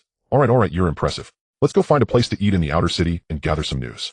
I'm starving." The two walked out of the wooden house. The medicinal fields under the night sky presented a unique scenery. Many spirit herbs emitted a faint glow at night, appearing like a sea of stars, beautiful beyond words. The air was filled with various medicinal fragrances blending together to form a distinct aroma. They walked along the field edges and encountered several still busy servant disciples. Upon seeing Lan Lingze, those individuals immediately bowed, their eyes filled with awe. Clearly Wu Sadeo's fate had spread. Exiting the medicinal field's vicinity, a stone path appeared ahead with scattered shops and taverns on both sides. Though it was night, this area was brightly lit, bustling with voices contrasting sharply with the silence of the medicinal fields. Linyan chose a tavern that looked relatively clean. As soon as they entered, they heard a commotion in the main hall. "Have you heard? That new Lan Lingze who just entered the medicinal fields beat up Steward Wu." "Not just beat him, I heard from Xiao Li, who was there at the time, that his face was smashed to pieces and he was fed poison. Tisk, he's indeed a ruthless person who dares to slaughter the Wang family. But he won't be able to act arrogant for long, and the tasks in the medicinal fields are impossible to complete. Let's see how he explains himself in a year." "I doubt that. Don't forget he's from the Lan family. Perhaps they have already arranged everything." Lan Lingze remained unfazed, taking a seat in a corner by the window. Lin Yun went to the counter to order food, while he quietly listened to the discussions around him. Suddenly his gaze sharpened. Through the window, he spotted several figures hastily leaving from a dark corner across the street. Those people were dressed plainly, but their steps were synchronized, clearly well trained. More importantly, the profile of one of them. Lan Lingze had a great memory, and he was certain he had seen that face today in the main hall, standing behind the elder on the left. It should be a cabinet steward from the Tianshu Pavilion. What is a cabinet steward doing in the outer city at this late hour? He pondered, and with a flicker of light on his shoulder, little Huan had already flown out of the window, blending into the night. A moment later, little Huan relayed a mental image. The few individuals entered a narrow alley and into an unremarkable courtyard. There were fluctuations in the courtyard's barrier, and little Huan could not get close, but through the gaps he could see that 7 or 8 people had already gathered inside, whispering. Among them was one of the stewards who had glared at Lan Lingze in the main hall earlier. The person seated at the head. Lan Lingze's eyes narrowed slightly. Though dressed in plain clothes, he would not mistake that ancient, imposing face. The pavilion master of the Tianshu Pavilion, Lan Su. "Cousin, the food is here." Lin Yun returned with a tray that held several simple dishes. "What are you daydreaming about?" Lan Lingze withdrew his gaze and took the bowl and chopsticks. "It's nothing. Cousin, how much do you know about Pavilion Master Lan Su?" Lin Yun paused in his movements of picking up food. "The Pavilion Master of the Tianshu Pavilion. I only know he is a dominant powerhouse, has been in charge of the Tianshu Pavilion for over 30 years, and holds considerable influence in the central region. As for his background, it seems he came from some small family, the details are unclear." A small family. Lan Lingze chewed on this term, a hint of depth flashing in his eyes. He recalled his father's words at their parting, "Be cautious in the Tianshu Pavilion. The Lan family's influence there is limited." Is it truly limited? Or is it that there are some things even his father is unaware of? Meanwhile, in that small courtyard, Lan Su raised his teacup, gently blowing away the froth, but did not drink. His gaze swept over the crowd in the room as he slowly spoke. "How did that kid perform today?" A middle-aged steward quickly replied. Reporting to the pavilion master, "Young Master Lan handled matters decisively today, balancing grace and authority, and has already gained initial control over the medicinal fields. Wu Sadeo has been thoroughly subdued, and is now doing everything possible to gather intelligence for him." Another added, "However, his methods were indeed a bit harsh. Although Wu Sadeo is a petty person, he is an elder of the external pavilion. Young Master Lan's actions may provoke some backlash." Backlash? Lan Su set down his teacup, his tone flat. If he cannot suppress even this level of backlash, he is unworthy to be the heir of the Lan family. The crowd exchanged glances. The steward who had glared at Lan Lingze in the main hall earlier now smiled bitterly. Pavilion Master, we acted so fiercely today. Will young Master Lan hold a grudge? I don't think his expression was friendly. And if he does, Lan's eyes sparkled with a hint of amusement. If he is capable, let him come back to settle the score. I fear he won't even get past the medicinal fields. He stood up and walked to the window, gazing in the direction of the medicinal fields. Under the moonlight, the vast land glimmered faintly. 300 miles of medicinal fields, 3,000 types of spirit herbs. Lan Su murmured to himself. Lady, can your son solve the problem you left behind back then? The people behind him quietly waited. After a long time, Lan Su turned around. Send the order down. Starting tomorrow, all routine supplies needed for the medicinal fields will be allocated at double the rate. But do not let it appear as though it is special treatment. Make it seem natural. Additionally, he paused. Send someone to closely monitor the Jiangmen side. If the Bai family and those hidden rats dare to reach out at this time, cut them down immediately. Yes. The crowd responded in unison. Lan Su waved his hand, and the crowd exited the room one by one. The last person to leave hesitated for a moment and turned back to ask, Pavilion Master, should we provide covert protection for young Master Lan? No need. Lan Su shook his head. If he cannot even pass this level of test, he is unworthy to know the truth. The door closed. Outside, the night wind swept through the medicinal fields, causing countless spirit herbs to sway gently under the moonlight. In the depths of the medicinal fields, Lan Lingze sat cross-legged on the bed, his consciousness immersed in the system space. Little Bai lay in front of him, its horn radiating a soft white light. On the wall, countless spirit herb data flowed like a waterfall, while next to the data the system was automatically generating various pill formulas, matching existing spirit herb categories with the pill formula database. Matching complete. List of pills that can be refined: first-tier pills, 137 types; second-tier pills, 89 types; third-tier pills, 43 types; fourth-tier pills, 12 types; materials, incomplete; fifth-tier pills, 3 types; core materials missing. Lan Lingze's gaze fell on the third-tier pills section, where one pill, named Gathering Star Pill, stood out, known for aiding practitioners in the starry realm to condense star power and accelerate their cultivation speed. This pill is highly sought after in the outside world, fetching astronomical prices. Among the 12 primary materials required to refine the Gathering Star Pill, 9 can be cultivated in the medicinal fields. Refining pills. Lan Lingze murmured to himself. He indeed had no experience in alchemy, but the flow of time in the system space could be adjusted, and Bai Ze's wisdom through words could help him perfect the techniques. More importantly, those spirit herbs that were unable to mature under the system's complete cultivation plans could likely mature. By then he would possess a vast amount of spirit herb resources. And if he were to refine these resources into pills and sell them through the Tianshu Pavilion's channels. Lan Lingze opened his eyes. In the darkness, his gaze shone brilliantly. As the morning light began to filter through, Lan Lingze and Lin Yun had already left the medicinal fields. The trading market in the outer city was located at the southeast corner of the Tianshu Pavilion, sprawling over a vast area. By the early morning, the market was bustling with crowds. Various stalls lined the streets, and the sounds of vendors calling out, haggling, and the cries of beastmasters mixed together, creating a unique cacophony. The two of them weaved through the crowd. Lan Lingze was dressed in a plain blue robe today, concealing his aura, looking just like an ordinary outer sect disciple. Lin Yun, on the other hand, maintained his lazy demeanor, yawning as he walked. I say, cousin. Lin Yun rubbed his eyes. What do you need a fire attribute beast for? Alchemy. Lan Lingze replied succinctly, his gaze sweeping over the stalls on either side. Lin Yun pouted. Why not just go to the Spirit Beast Garden and buy a tamed fire fox? Why bother coming to this chaotic place? I don't want an ordinary flame. Lan Lingze stopped in front of a stall selling ores, casually picking up a piece of crimson crystal. The books say that some low-tier spirit beasts can give birth to strange fire. Though not as domineering as the unique flames of heaven and earth, they often possess special effects. For example, warm fire is suitable for nurturing spiritual herbs, purifying fire can refine medicinal materials, and heart fire can even assist in perceiving changes in medicinal properties during alchemy. The stall owner, a burly man with a full beard, brightened upon hearing this. This young man knows his stuff. Strange fire spirit beasts are hard to come by. In this entire market, you might not see one in a month. But you came at the right time. He lowered his voice and mysteriously pulled out an iron cage from under the stall. Inside was a small creature resembling a squirrel, entirely crimson, with a tail as fluffy as a torch. The small beast curled up in the corner, looking listless, with only a faint flicker of firelight occasionally flashing in its half-closed eyes. This is a fire-tailed squirrel. It has flame breath fire inside it.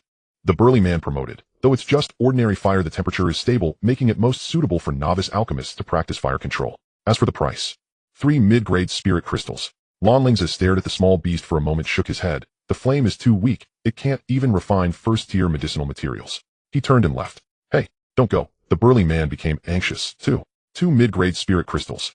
Lan Lingze continued walking without stopping.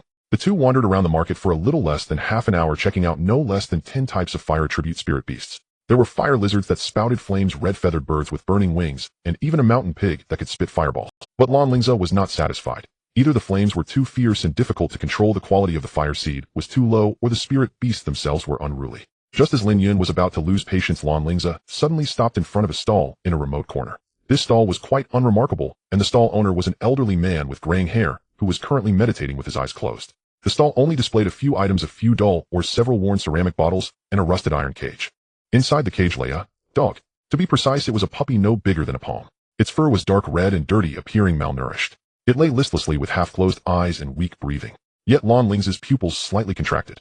In his perception, the fire elements in the surrounding air were slowly and almost imperceptibly converging towards that little dog. It wasn't being absorbed, but attracted like iron filings to a magnet. Even more peculiar was that the fire elements, after approaching the puppy, did not merge into its body, but instead formed a faint red glow on its surface, which then vanished. It was as if this little dog was repelling fire elements while instinctively attracting them. Old man, Lan Lingze squatted down. How much is this spirit beast? The old man opened his eyes, looked at Lan Lingze with murky pupils, and slowly said, 50 lower-grade spirit crystals. Too expensive. Lan Lingze shook his head. This dog looks like it won't live long. It might die by tomorrow if I take it back. Then how much do you think is fair? 10 crystals. The old man's eyes widened. Kid, do you think I picked this up from a garbage dump? This is something I brought back from the Flame Valley secret realm.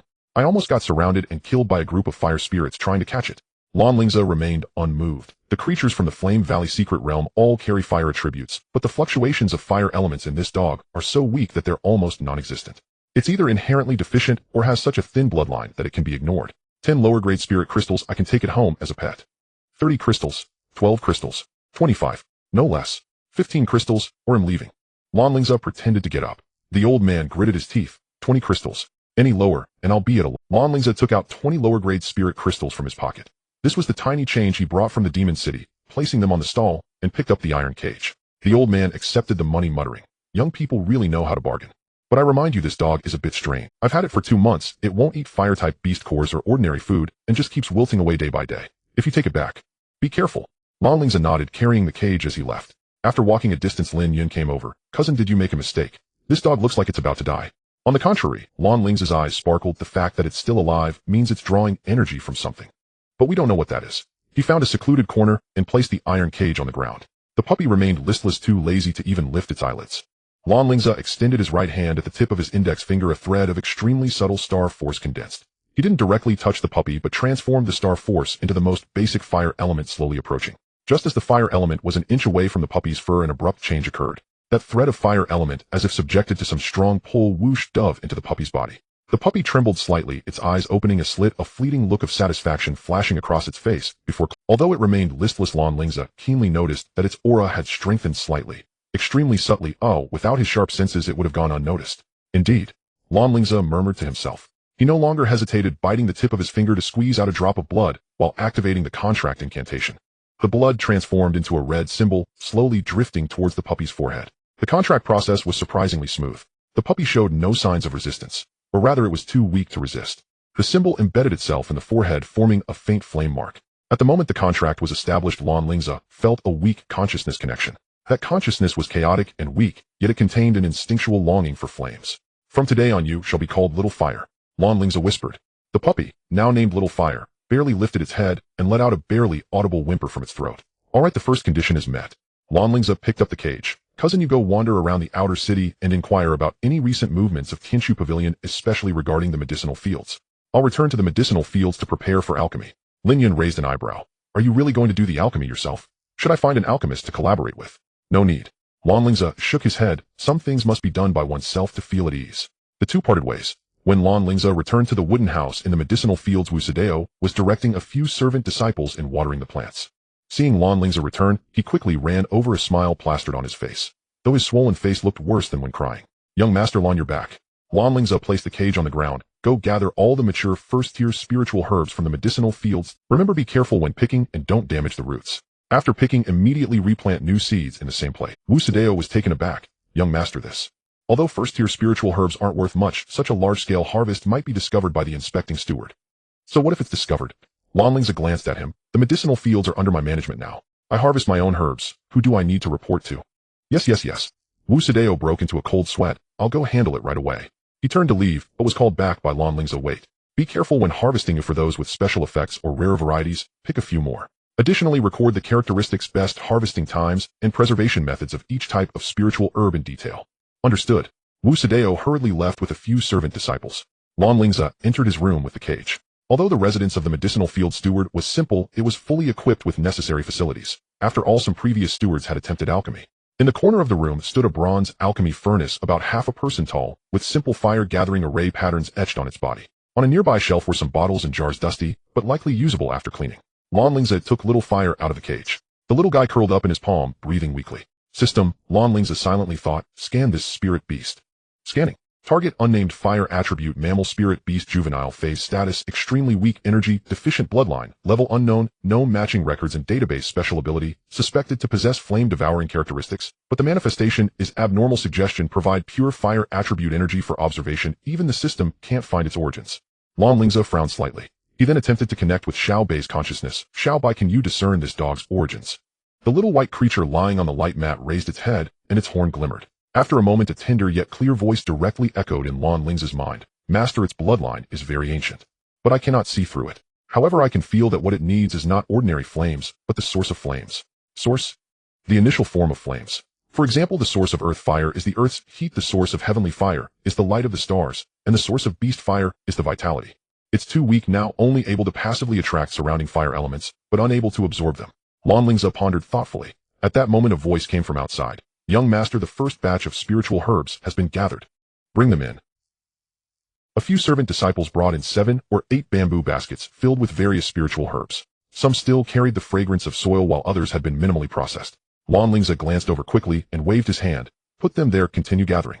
Remember, I want all variety. Yes. After the servants left, Lan Lingze closed the door, setting up a simple soundproof barrier. He first placed little fire on a soft mat beside the alchemy furnace, then selected a dozen or so types of first-tier spiritual herbs, qiyang grass, warm spirit flower, tranquil leaf.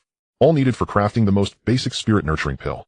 The spirit nurturing pill is a first-tier pill effective for soothing the mind and alleviating fatigue, and is a beginner's task for alchemy apprentices. Lan Lingze recalled the formula and refining steps provided by the system, taking a deep breath. The first step, ignite the fire. He lightly focused his mind using the contract connection to transmit instructions to little fire. The little guy barely lifted its head, opening its mouth to emit a flame, smaller than a candle's flame.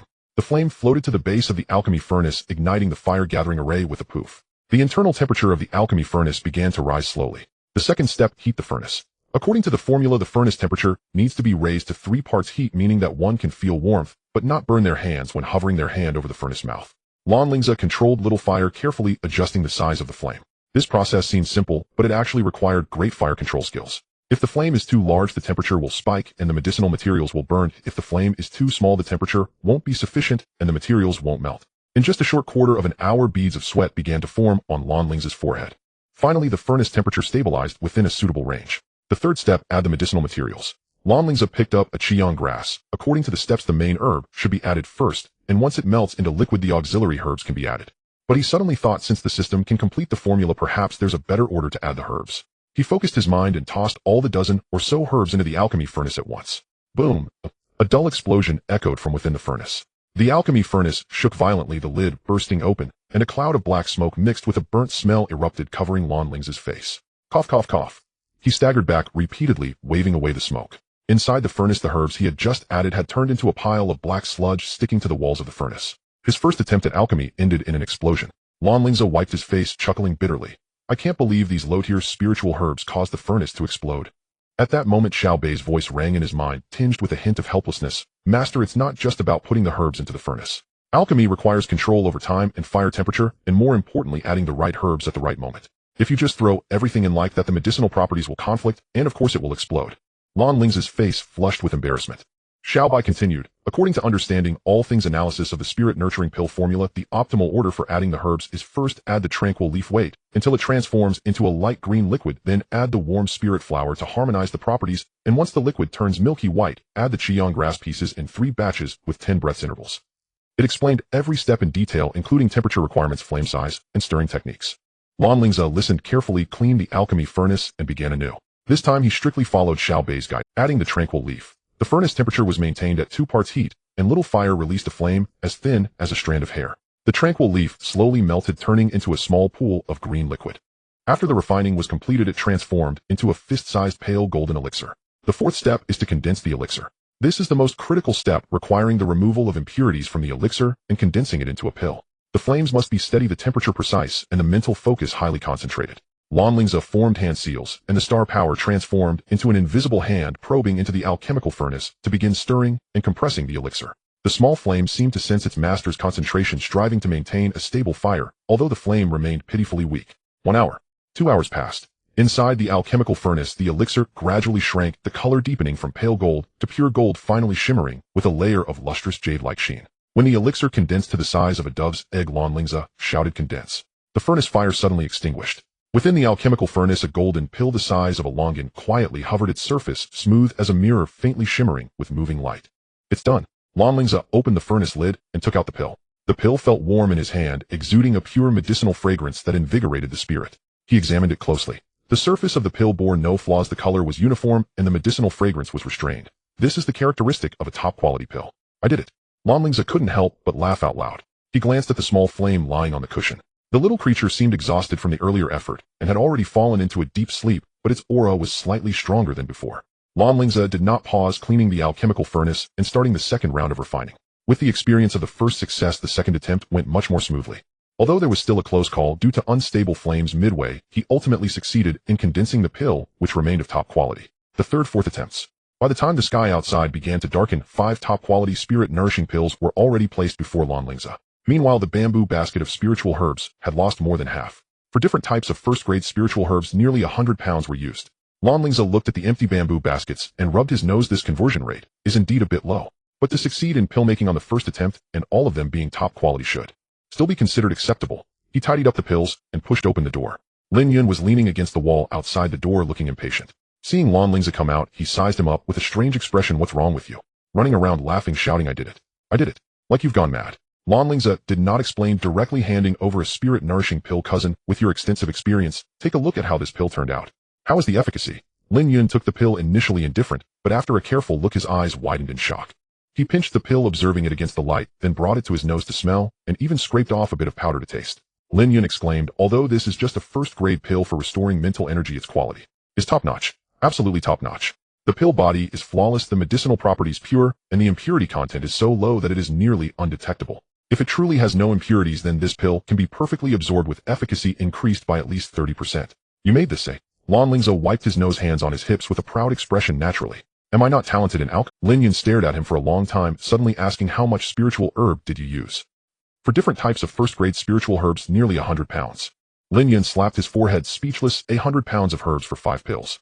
Your conversion rate is shockingly low. A normal alchemist can refine over 10 pills with 20 pounds of materials. But forget it, at least you did manage to refine pills, and they are still top quality."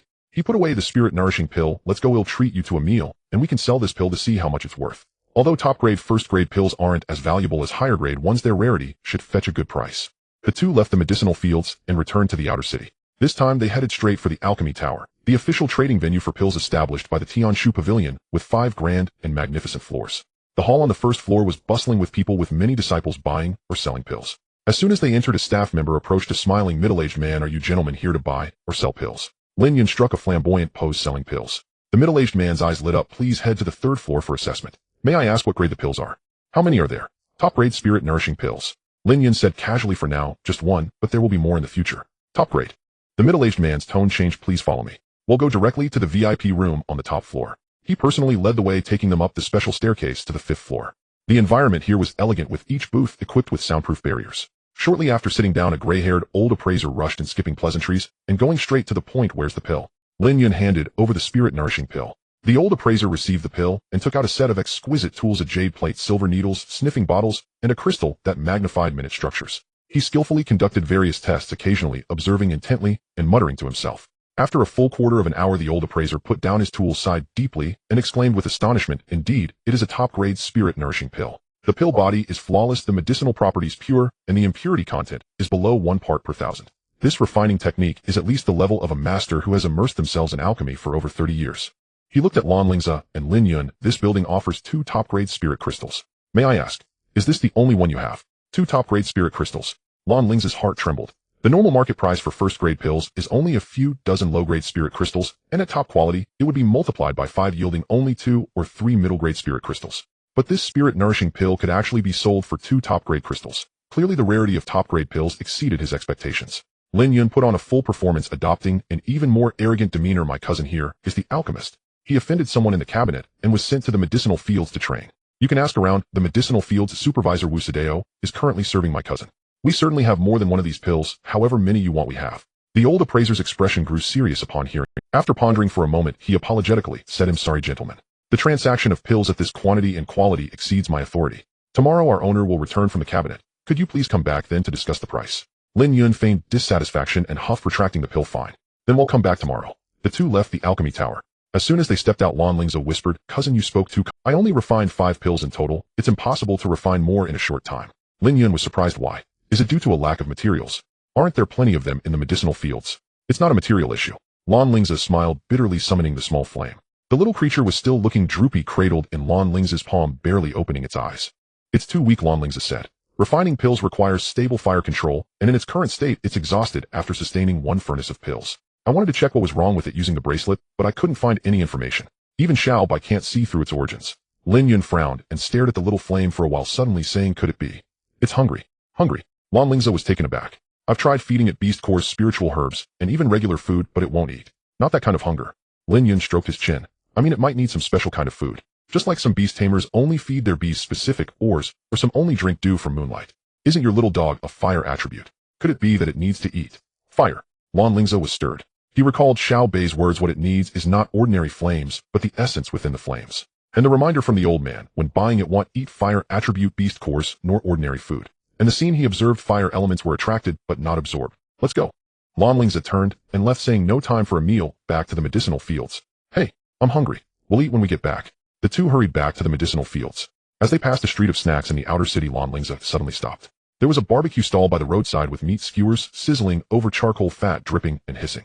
As they passed a street of snacks in the outer city, Lan Lingze suddenly stopped. There was a barbecue stall by the roadside with meat skewer. He approached the stall, bought a few skewers of grilled meat, and casually asked, "Boss, your charcoal fire is pretty high in temperature." The stall owner, a simple-hearted middle-aged man, smiled. "Of course. This is charcoal made from red iron wood, which burns 2 to 3 times hotter than regular charcoal, making the meat crispy on the outside and tender on the inside." Lan Lingze nodded, paid, and sat down at an empty table nearby. He placed the small flame on the table, and then held a skewer of grilled meat close to the charcoal fire, intentionally letting the flames singe the meat. "Hey, what are you doing?" The stall owner panicked. "It'll burn if you do that." "It's fine. I like it burnt." Lan Lingze casually replied, his eyes fixed on the small flame. When the flicker of the red ironwood flame came into contact with the skewer, the small flame's body moved slightly. It lifted its head, its nose twitching gently, eyes fixed on the flame, emitting a faint woo sound from its throat. It wasn't a craving for meat. It was a craving for fire. Lan Lingze's mind began to race. He quickly finished the skewers and said to Lin Yun, "Let's go to the healing tower." "Oh, aren't we going back to the medicinal fields? First, let's take the little flame for a checkup." The healing tower in the outer city was a 3-story white building dedicated to treating beast tamers, injured beasts. After the two entered, the attending physician examined the small flame, feeling its bones, checking its blood, and scanning with various instruments for a long time. Finally, the doctor shook his head in confusion. "I'm sorry, young gentleman, but we cannot determine why your beast is so weak. Its organs are intact, its meridians are unobstructed, and there are no signs of poisoning or injury. It seems like but it won't eat any of the food we offer." He suggested, "How about you two go check the spirit beast garden in the cabinet? There are more advanced detection devices that might uncover the reason." Lan Lingze thanked the physician, took back the small flame, and walked out of the healing tower. Lin Yun comforted, "It's okay, cousin. If it doesn't work, we can just find another one. Isn't it just about re-establishing compatibility? Come on, let's eat. I'm starving." The two randomly found a snack stall by the roadside to sit down. Lin Yun ordered several dishes, while Lan Lingze summoned the small flame, placing it on his lap, trying to feed it a bit of rice. The little creature sniffed and turned its head away. At this moment, the owner of the adjacent stall suddenly shouted, "Hey, what's wrong?" Lan Lingze looked up only to see that the small flame had somehow climbed onto the neighboring stall, where they sold young spirit beasts with 7 or 8 fluffy little beasts in cages. At this moment, all those little beasts were slumped in their cages, weakly breathing, some even unmoving. And the small flame was lying by the cage, its body glowing faintly red. "It had killed all the spirit beasts at my stall," the stall owner exclaimed in shock and anger, pointing at the small flame. 8 of them. A whole 8. How are you going to compensate?" Lan Lingze hurried over, first cradling the small flame back into his arms, then checking the little beasts. Indeed, all had lost their life energy and their bodies felt. "I see. They were not killed by an attack. It was more like their life energy had been drained."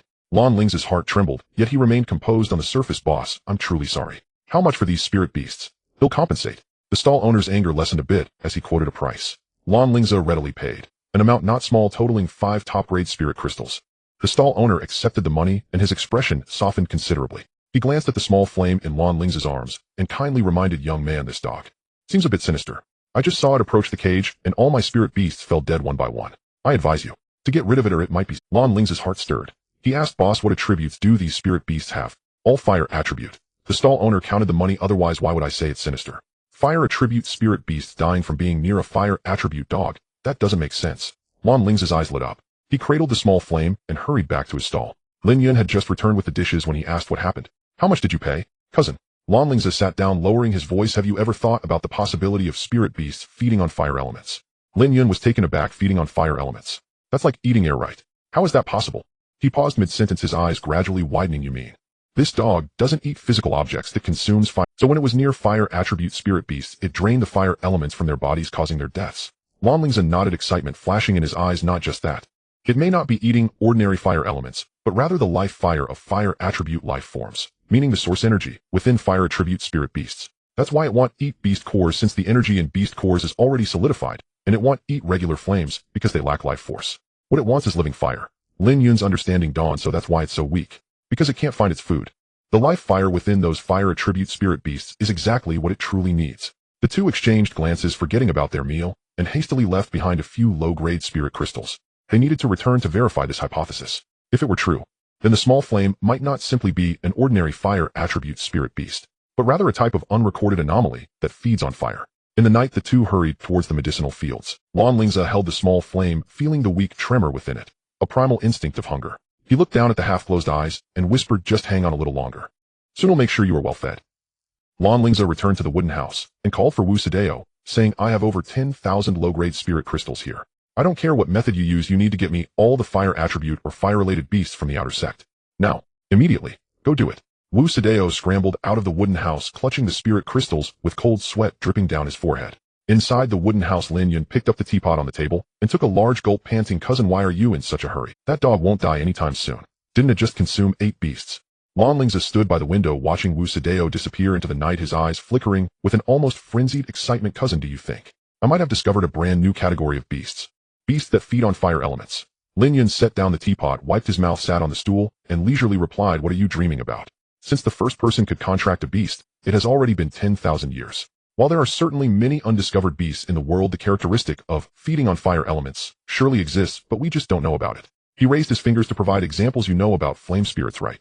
They are spiritual bodies formed from the essence of fire elements growing by devouring flames. And there are lava beasts that live deep in volcanoes feeding on the earth's fire. Some fire dragon species even need to consume flames during their juvenile stage to strengthen their dragon breath. Lan Lingze shook his head, turning to look at the small fire lying on the soft cushion. Flame spirits consume energy and lava beasts consume materialized flames. But the little fire, it consumes the life fire of fire attribute living beings. This is a fundamental difference. He squatted down beside the little fire, reaching out to gently stroke its dark red fur. The little creature raised its head slightly, emitting a faint whimper, its eyes full of weakness, yet filled with a primal longing. What it needs is not flames, but the life attribute within the flames, Lan Lingze said softly, just like a vampire needs the vitality and blood, not the blood itself. Lin Yun furrowed his brows in thought for a moment, and suddenly said, but what if it needs not just fire attribute life, but the life fire from all living beings? Lan Lingze's hand froze. He hadn't considered this possibility. If the little fire needed not the life fire of fire attribute beasts, but the primal life energy that all living beings possess, then it wouldn't be a special fire attribute beast, but rather a more dangerous existence. Just then hurried footsteps sounded outside the door. A young man in a herbalist steward uniform burst in, pale-faced and out-of-breath. Young master. It's bad. Steward Wu. Steward Wu was beaten at the auction site. The manager there said that you must go in person to redeem him. Lan Lingze slowly stood up, the excited frenzy on his face instantly fading, replaced by a nearly gentle calmness. He walked up to the steward, smiling, I understand. Please lead the way, I will take care of it. His smile was warm and his tone polite. But Lin Yun felt a jolt in his heart at the sight of that smile. Oh no, his cousin is going to kill again. He was all too familiar with this expression. When cleaning up corrupt forces at the Magic City University, and when exterminating the Bai family in Jiangnan, Lan Lingze was always like this. The warmer his smile, the harsher his actions. Let's go, cousin. Lan Lingze tidied his robe, speaking lightly, as if going to a banquet. It seems someone doesn't want me to conduct my research in peace. The three left the herbalist's place, walking briskly along the streets, shrouded in night. The auction house was located at the center of the outer district, a 5-story circular building made entirely of white stone, with 2 stone pillars adorned with totems of exotic beasts standing at the entrance. Even though it was already late at night, the place was still brightly lit, with a steady stream of people coming and going. As soon as they stepped through the door, a burst of laughter could be heard from the second floor. Look, that kid actually came. Tisk, he really took it seriously. Just a dog, is it worth coming in person? Before the words had even left his mouth, a figure was thrown down from the second floor. Bang! Wu Sadeo crashed heavily onto the marble floor, letting out a muffled groan. His face was bruised and bloodied, his left arm hanging limply, clearly broken. Seeing Lan Lingze, he struggled to get up, but fell back to the ground due to his severe injuries. Young master. Wu Sadeo managed to gasp, his voice hoarse. You shouldn't have come. These people are clearly targeting. Lan Lingze didn't even look at him, only said to the steward leading the way, take him down, find a physician to treat him. The steward quickly helped Wu Sadeo up and hurriedly left. Only then did Lan Lingze raise his head to look at the second floor. There stood 7 or 8 people, and at the forefront was a man in his 30s dressed in fine clothes with a sinister expression, arms crossed, looking down at Lan Lingze with mockery in his eyes. Who is the manager here? Lan Lingze asked calmly. The fine-clothed man scoffed. I am the manager here, can't you see? I really don't understand why the young master is putting in so much effort to deal with a fool like you. The young master Benjamin. A glint of understanding flashed in Lan Lingze's eyes. So that's how it is. He still held a grudge for the incident at the banquet where Benjamin lost face publicly. However, he didn't expect the retaliation to come so quickly and to occur at the Tianshu Pavilion, his opponent's home turf. I really don't like this. Lan Lingze spoke slowly, his voice not loud, but clear enough to resonate throughout the hall, being looked down upon by trash. Before his words fell, Lin Yun moved.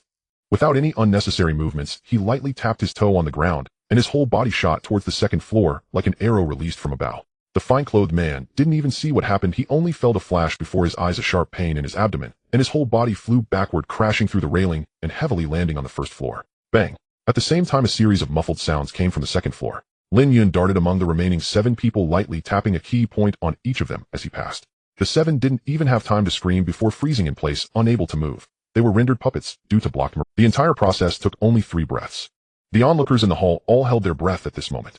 Lin Yun leapt down from the second floor, lifting the disoriented fine-clothed man as if he were a dead dog and dragging him in front of Lan Lingze.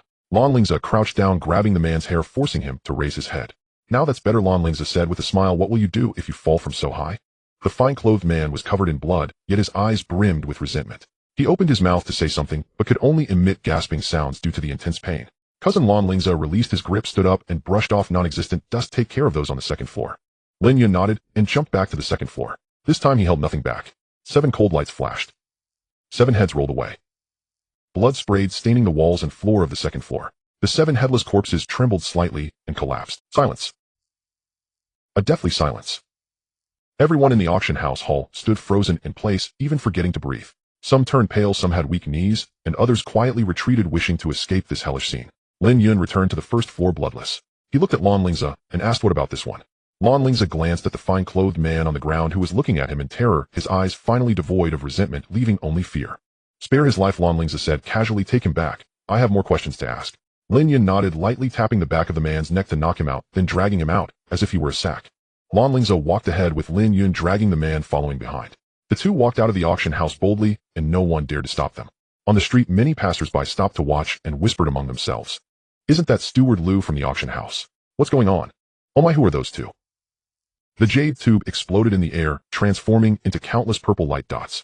Those light dots did not dissipate. Instead, they quickly gathered, ultimately forming a massive, slowly rotating orchid pattern in the sky. The Lan family summons. After finishing all this, Lan Lingze returned indoors, found a chair to sit down, and closed his eyes to rest. Lin Yun and Wu Sadeo exchanged glances, not understanding what he was waiting for. Manager Liu lay on the ground, sneering, playing tricks. Do you think a signal can scare people? My father will be here soon with others, and then...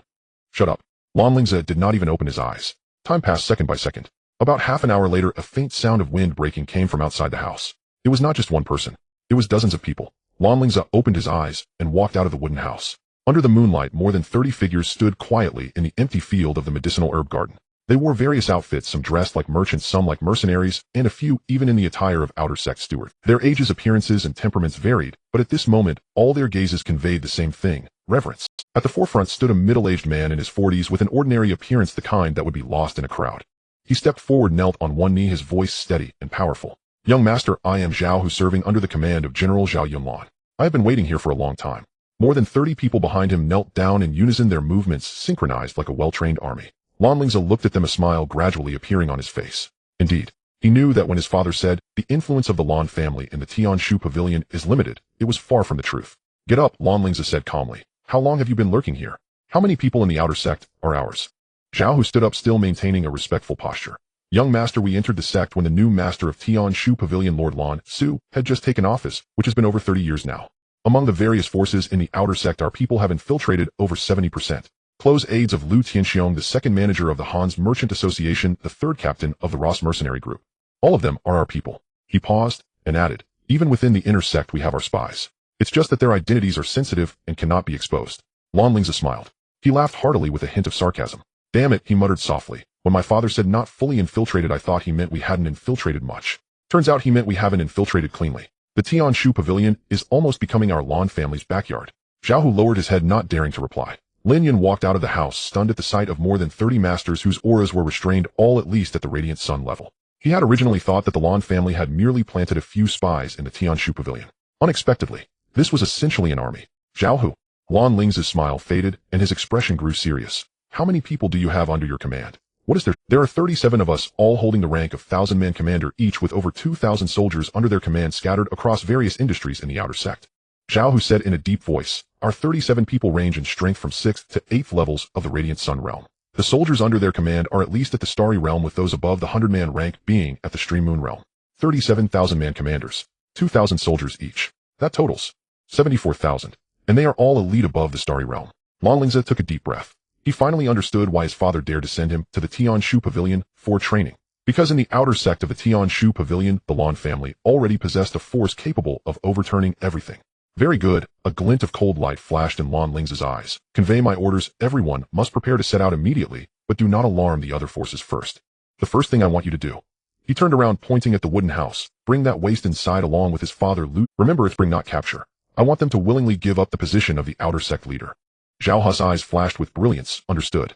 He turned around and gestured to the more than 30 people behind him. They nodded, their figures flickering, disappearing into the night like phantoms. Wait a moment, Lan Lingze called out to him again. Send a few people to buy all fire attribute beast tamers in the outer sect regardless of rank or whether they are dead or alive. If there isn't enough money, come to me. Yes. Zhao Hu took his orders and left. Lan Lingze returned to the wooden house, sat back down in the chair, and closed his eyes. If there isn't enough money, come to me. Yes. Zhao Hu took his orders and left. Lan Lingze returned to the wooden house, sat back down in the chair, and rushed. Lan Lingze opened his eyes, a cold glint in them. Cousin, what do you think the Tianshu Pavilion is? Without waiting for Lin Yan to reply, he continued. It is a sacred place in the hearts of beast tamers, a cradle for cultivating strong individuals, a window for Hua country to showcase civilization to the world. These are all pretty words. He stood up, walked to the window, and looked at the piece of land belonging to Hua country, which had been divided by foreign forces in the night. The real Tianshu Pavilion is a miniature battlefield of the world. Countries place their forces here, vie for resources, and cultivate their own beast tamers. On the surface, everything seems harmonious, but behind the scenes there are blades and shadows. Hua country, as the founding nation of the Tianshu Pavilion, should occupy an absolute dominant position. But now, 60% of the resources of the outer sect must be shared with foreigners, and foreign elders occupy 30% of the seats in the inner sect. Even the young pavilion master is a foreigner. Lan Lingze turned around, his eyes burning with an almost obsessive flame. The generation of my father chose to endure, to compromise, to slowly regain control through infiltration. But I am different. He walked up to manager Lu, crouched down, and looked into the terrified eyes of the other party. I don't want, Lan Lingze said softly, I don't want to compromise. I don't want to see the land of Hua country being slowly eroded by foreign. I want to use the fastest and most direct method to tell everyone. He stood up, his voice echoing in the wooden house. From today onwards, the outer sect belongs to the Lan family. As soon as he finished speaking, footsteps were heard outside the house. Zhao Hu returned, followed by 4 men in black. Among them they brought 2 people. One was a middle-aged man in his 50s whose face bore a 7-point resemblance to manager Lu but appeared more authoritative. At this moment his face was ashen, filled with anger. He was Lu Tianxiong, the outer sect leader. The other was a blond man in his 30s with high nose and deep-set eyes, a typical Germanic appearance, currently also restrained, his expression grim. Hans, the auction house leader. Upon seeing his son lying on the ground, Lu Tianxiong's pupils contracted, and he shouted sternly, Lan Lingze, you are so bold. How dare you kidnap my son? Are you trying to rebel? Lan Lingze ignored him and turned to Hans, speaking in fluent German. Mr. Hans, I apologize for the disturbance at this late hour. However, there are some things I believe we need to discuss. Hans coldly replied, Discuss. Discuss in this manner. The method is not important, the result is what matters. Lan Lingze smiled. I have heard that the Germanic Merchant Association is doing big business in the outer sect, especially in the trade of beast taming and pills, occupying 30% of the outer sect's market share. Hans' expression subtly changed. I have also heard, Lan Lingze continued, that you have recently been competing with the Ross mercenary group for the mining rights of the Flame Valley secret realm, and have already clashed several times, suffering considerable losses. Hans' face became even more unsightly. These were secrets of the Merchant Association. How could the other party know? I can help you, Lan Lingze said nonchalantly. Assist you in obtaining the mining rights to the Flame Valley secret realm, and even help you expand your business in the outer sect. But the prerequisite is... He paused and said slowly, the Germanic Merchant Association must withdraw from the struggle for power in the outer sect, only engaging in business and not participating in political matters. Furthermore, from now on, all transactions in the outer sect must go through the channels I designate with a management fee of 20%. Hans was furious. 20%. You must be dreaming. Then it will be 30%, Lan Lingze replied with an unchanged smile. You, 40%. Hans glared at Lan Lingze, his chest heaving violently. After a long while he gritted his teeth and said, I need time to consider. You don't have time, Lan Lingze shook his head. Now give me an answer. If you agree, we will be partners. If you don't.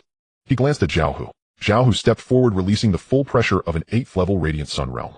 Han's face turned pale. Although he was the leader of the Merchant Association, his strength was only at the 3rd level of the Radiant Sun realm, relying on the backing of the Germanic Duke family. At this moment, facing an 8th level Radiant Sun realm powerhouse, as well as those black-clad individuals around him who were not weaker than him. I agree. Hans squeezed out these 3 words through gritted teeth. Lan Lingze nodded in satisfaction and looked at Zhao Hu. Take Mr. Hans back. Remember, ensure his safety in delivery. Yes. Hans was taken away. Now only Lu Tianxiong and his son remained in the room.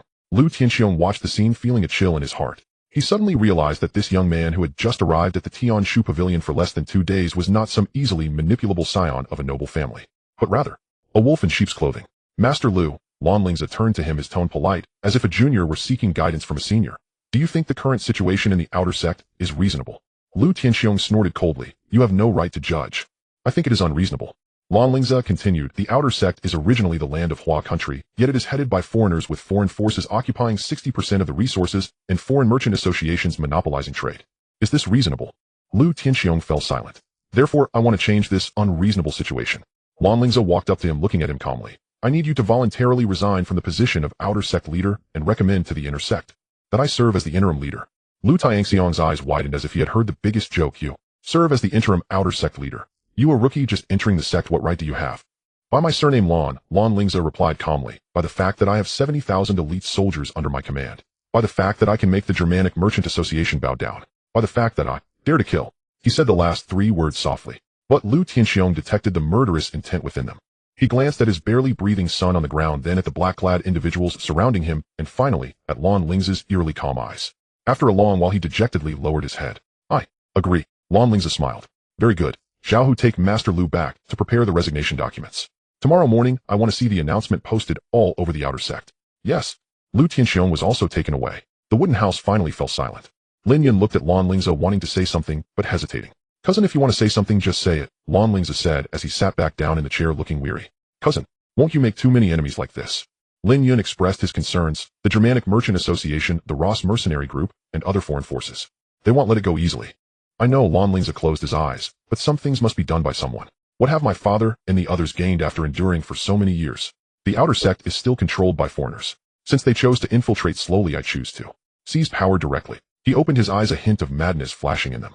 I want everyone to know that the Tianshu Pavilion belongs to Hua country. The outer sect is my Lan Lingze's outer sect. Whoever is unconvinced, I will beat them until they submit. Whoever wants to seize it, I will kill them until they dare not. As the night deepened, the wooden house in the medicinal herb garden was brightly lit. The young man who had just declared that the outer sect belongs to the Lan family was now looking at the small fire lying on the soft cushion, a hint of tenderness flashing in his eyes. Soon, he said softly, once the beast tamers are bought, you will be able to eat your fill. The little fire raised its head, emitting a faint whimper from its throat, as if in response, or perhaps in anticipation.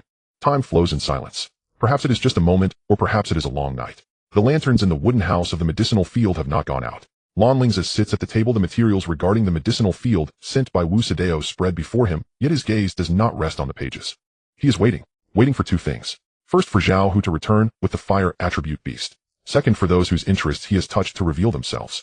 Outside the window, the sky transforms from deep black to ink blue, with the first light of dawn appearing in the east. The air before dawn carries a chill, and dewdrops condense on the leaves of the spiritual herbs in the medicinal field. Just as the first ray of morning light is about to pierce through the clouds, footsteps sound. It is not one person, nor is it a dozen. It is hundreds. They appear from all directions of the medicinal field, surging towards the wooden house like a tide. These people wear various clothes, their temperaments vastly different. Some in luxurious garments, others in mercenary attire, some dressed as merchants, and a few in the attire of the outer sects, stewards, their expressions unfriendly. The leading group of over a dozen people are mostly between 40 and 60 years old, each exuding an oppressive aura from their long tenure in power, ranging from 5th to 8th tier of the Radiant Sun realm. They stop 20 zhang away from the wooden house, the crowd darkening the open space of the medicinal field, yet they maintain a tacit distance, no one daring to step forward. Lan Lingze stands up, pushes open the wooden door, and steps outside. The morning wind stirs his blue robe, making it flutter. He cradles the still weak little fire in his arms, his gaze calmly sweeping over the crowd before him. Zhao Hu appears silently at his side, lowering his voice. Young master, the red-haired strong man on the left, is Ivanov, the leader of the Ross Mercenary Corps, a 7th-tier Radiant Sun Realm practitioner, with 3,000 mercenaries under his command, controlling 30% of the underground trade in the outer sect. The tall, skinny man on the right is Hattori Hanzo, a representative of the Eastern Ninja Clan, a 6th-tier Radiant Sun Realm practitioner skilled in assassination and intelligence, operating casinos and brothels in the outer sect. The middle-aged man with glasses behind them is Louis, the president of the Gaul Chamber of Commerce, a 5th-tier Radiant Sun Realm practitioner, monopolizing the luxury goods and alcoholic beverage trade in the outer sect. Zhao Hu introduces them one by one, his tone flat, as if he were describing stalls in a market. Lan Lingze listens quietly, his gaze finally landing on a man in his 50s at the forefront of the crowd, whose face is grim and unfriendly. Lu Tianxiong, the outer sect leader who should have been preparing his resignation letter. At this moment, he stands among a group of foreign power leaders, his eyes filled with resentment and satisfaction. Lan Lingze. Lu Tianxiong speaks, first intentionally raising his voice, so everyone can hear. I've heard you want to become the leader of the outer sect. A suppressed chuckle arises from the crowd.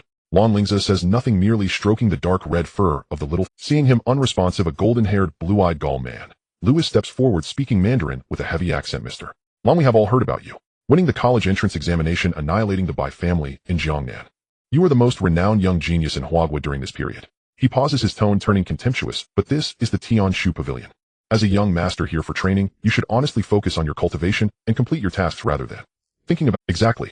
A short, stocky Ross mercenary echoed, his voice hoarse. We originally did not take you seriously, but you caused such a big commotion as soon as you arrived, almost costing us our livelihood. Young man, being too ambitious is not a good thing. Hattori Hanzo said coldly, the waters of the Tianshu Pavilion run deep, and you cannot grasp them.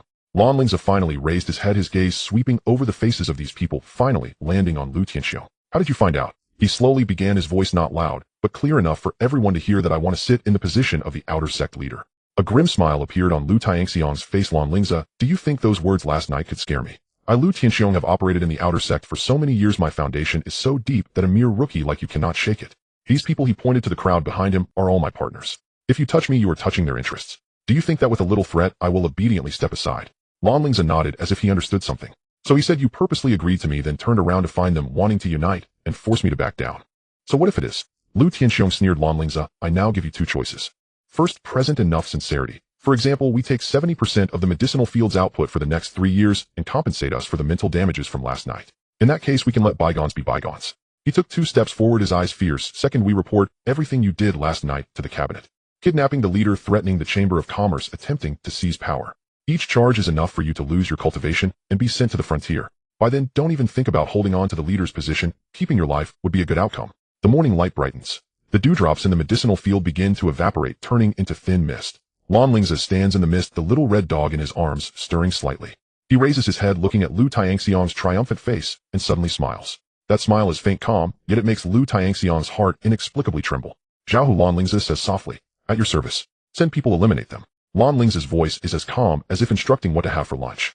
The leaders of the foreign powers can be kept for now. Their subordinates, kill them all. He pauses, his gaze landing on Lu Tianxiong. As for this Lu Tianxiong, kill him too. The morning wind blows and the leaves of the spiritual herbs in the medicinal field sway gently. A silence falls. Everyone is stunned, including Lu Tianxiong himself. He glares wide-eyed, unable to believe what he has heard. Eliminate, kill them all. This rookie, how dare he? You're crazy. Lu Tianxiong's voice trembles. Lan Lingze, I am the leader of the outer sect. My wife is a princess of the Empire of the Setting Sun. If you kill me, it will provoke a war between the Empire of the Setting Sun and Huagua. Can you bear this responsibility? Lan Lingze gently places the little fire on the ground. The little fellow stumbles slightly as it lands, but manages to stand firm. Can you bear this responsibility?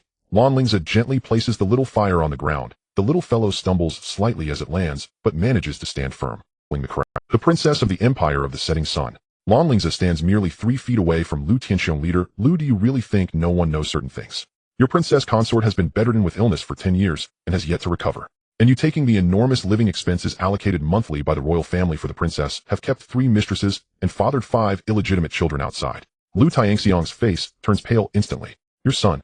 Lan Lingze glances at the manager Lu, who is already terrified and slumped to the side. If I remember correctly, he should be the son of your second mistress, 27 years old this year, 5 years older than the age you reported to the cabinet. You, what nonsense are you talking about? Lu Tianxiong's voice falters. Whether it's nonsense or not, you can find out by checking. Lan Lingze steps back, his voice returning to normal. A phoenix man who relies on women to rise, living off others, dares to use the Empire of the Setting Sun to pressure me. He turns around, no longer looking at Lu Tianxiong. Kill. One word. Simple, decisive. Zhao Hu moves. There are no flashy moves, no dazzling spiritual light. He merely steps forward, his right fist smashing out. A straightforward punch. But as the fist cuts through the air, it emits a piercing shriek, the ground cracking open, a 3-zhang long chasm, the spiritual herbs on both sides uprooted by the violent airflow and thrown into the air. Lu Tianxiang's pupils constrict, his hands waving in a hurry, unleashing his full strength as a 6th-tier Radiant Sun Realm practitioner, setting up a 7-layer protective light shield in front of him. Bang! The first layer of the shield shatters. Bang, bang, bang, bang. The second, third, fourth, fifth layers. A series of crisp sounds erupt like firecrackers. Zhao Hu's fist strikes like a red-hot hammer on the ice, unstoppable. When the 6th layer of the shield breaks, Lu Tianxiang spits out a mouthful of blood. When the 7th layer of the shield shatters, the sound of his bones cracking fills the air. Then that fist imprints itself on his hoof. Lu Tianxiang is sent flying, crashing into a corner of the wooden house buried beneath the rubble. He struggles to get up, but realizes there is a fist print indented into his chest, at least 6 ribs broken, internal organs displaced, and meridians severed. Zhao Hu walks over, stepping on his back. Crack. More ribs break. Lu Tianxiang emits a mournful scream, blood and pieces of internal organs pouring from his mouth. He laboriously raises his head to look at Lan Lingze, his eyes filled with resentment, fear, and a hint of disbelief.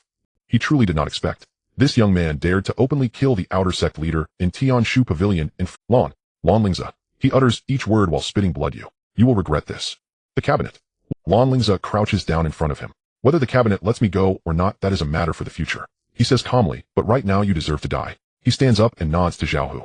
Zhao Hu exerts force under his feet. Crack. Lu Tianxiang's spine breaks. His eyes widen, pupils dilated, the last vestige of life dissipating in the morning light. He is dead. The outer sect leader Lu Tianxiang is dead. Dead at the hands of a young man who had only arrived at Tianshu Pavilion a few days ago. Died so easily, so insignificantly. The whole place falls into silence. The leaders of the foreign powers all turn pale, trembling all over. Their subordinates want to resist, but they find that at some point black-clad figures have surrounded them, at least 3 times their number, and each aura is not weaker than that of the Radiant Sun Realm. Zhao Hu, Lin Yun. Lan Lingze turns around, no longer looking at Lu Tianxiang's corpse. Go gather forces and clear out all the strongholds of foreign powers in the outer sect.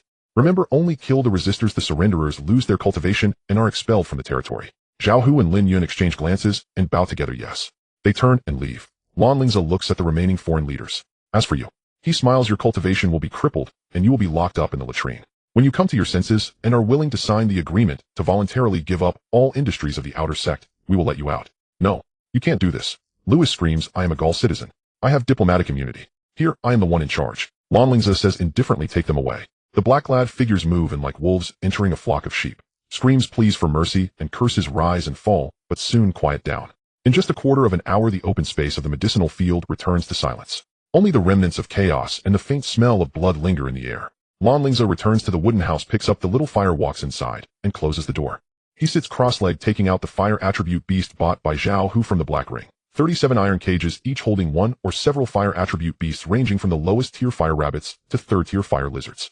Lan Lingze opens the first cage, revealing a 1st tier fire feather sparrow. He takes it out and places it in front of the little fire. The little fire looks up at the trembling bird, a glint of instinctive desire flashing in its eyes. It slowly crawls over, extending its claws to rest on the fire feather sparrow. In the next moment, a sudden change occurs. A surge poured forth, rushing into the small fire body.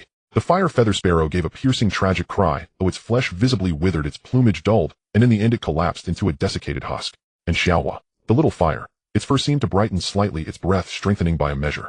As expected, a flash of excitement crossed Lan Lingze's eyes. He continued to open the second cage, the third. Time trickled by. Outside the wooden hut, the sky shifted from dawn to noon, from noon to dusk. When the sun sank toward the west, the last cage was opened. Inside lay a 3rd-rank fire-scaled python, 2 zhang long, its scales blood-red, exhaling scalding breath from its maw. Sensing danger, it thrashed wildly within the cage, rattling the iron bars. Lan Lingze released it. Xiaohua crawled forward, but this time did not touch it directly. Instead, it opened its mouth. A thread-fine black flame spat from its mouth, falling upon the python. The instant the black flame touched the serpent, the creature let out an earth-shaking roar, its entire body convulsing violently. The crimson scales rapidly dimmed. The python's immense fire attribute energy burst forth like a breached dam, forming a red ribbon of light that Xiaohua drew into its body. 10 breaths. Only 10 breaths. The 3rd-rank fire-scaled python died.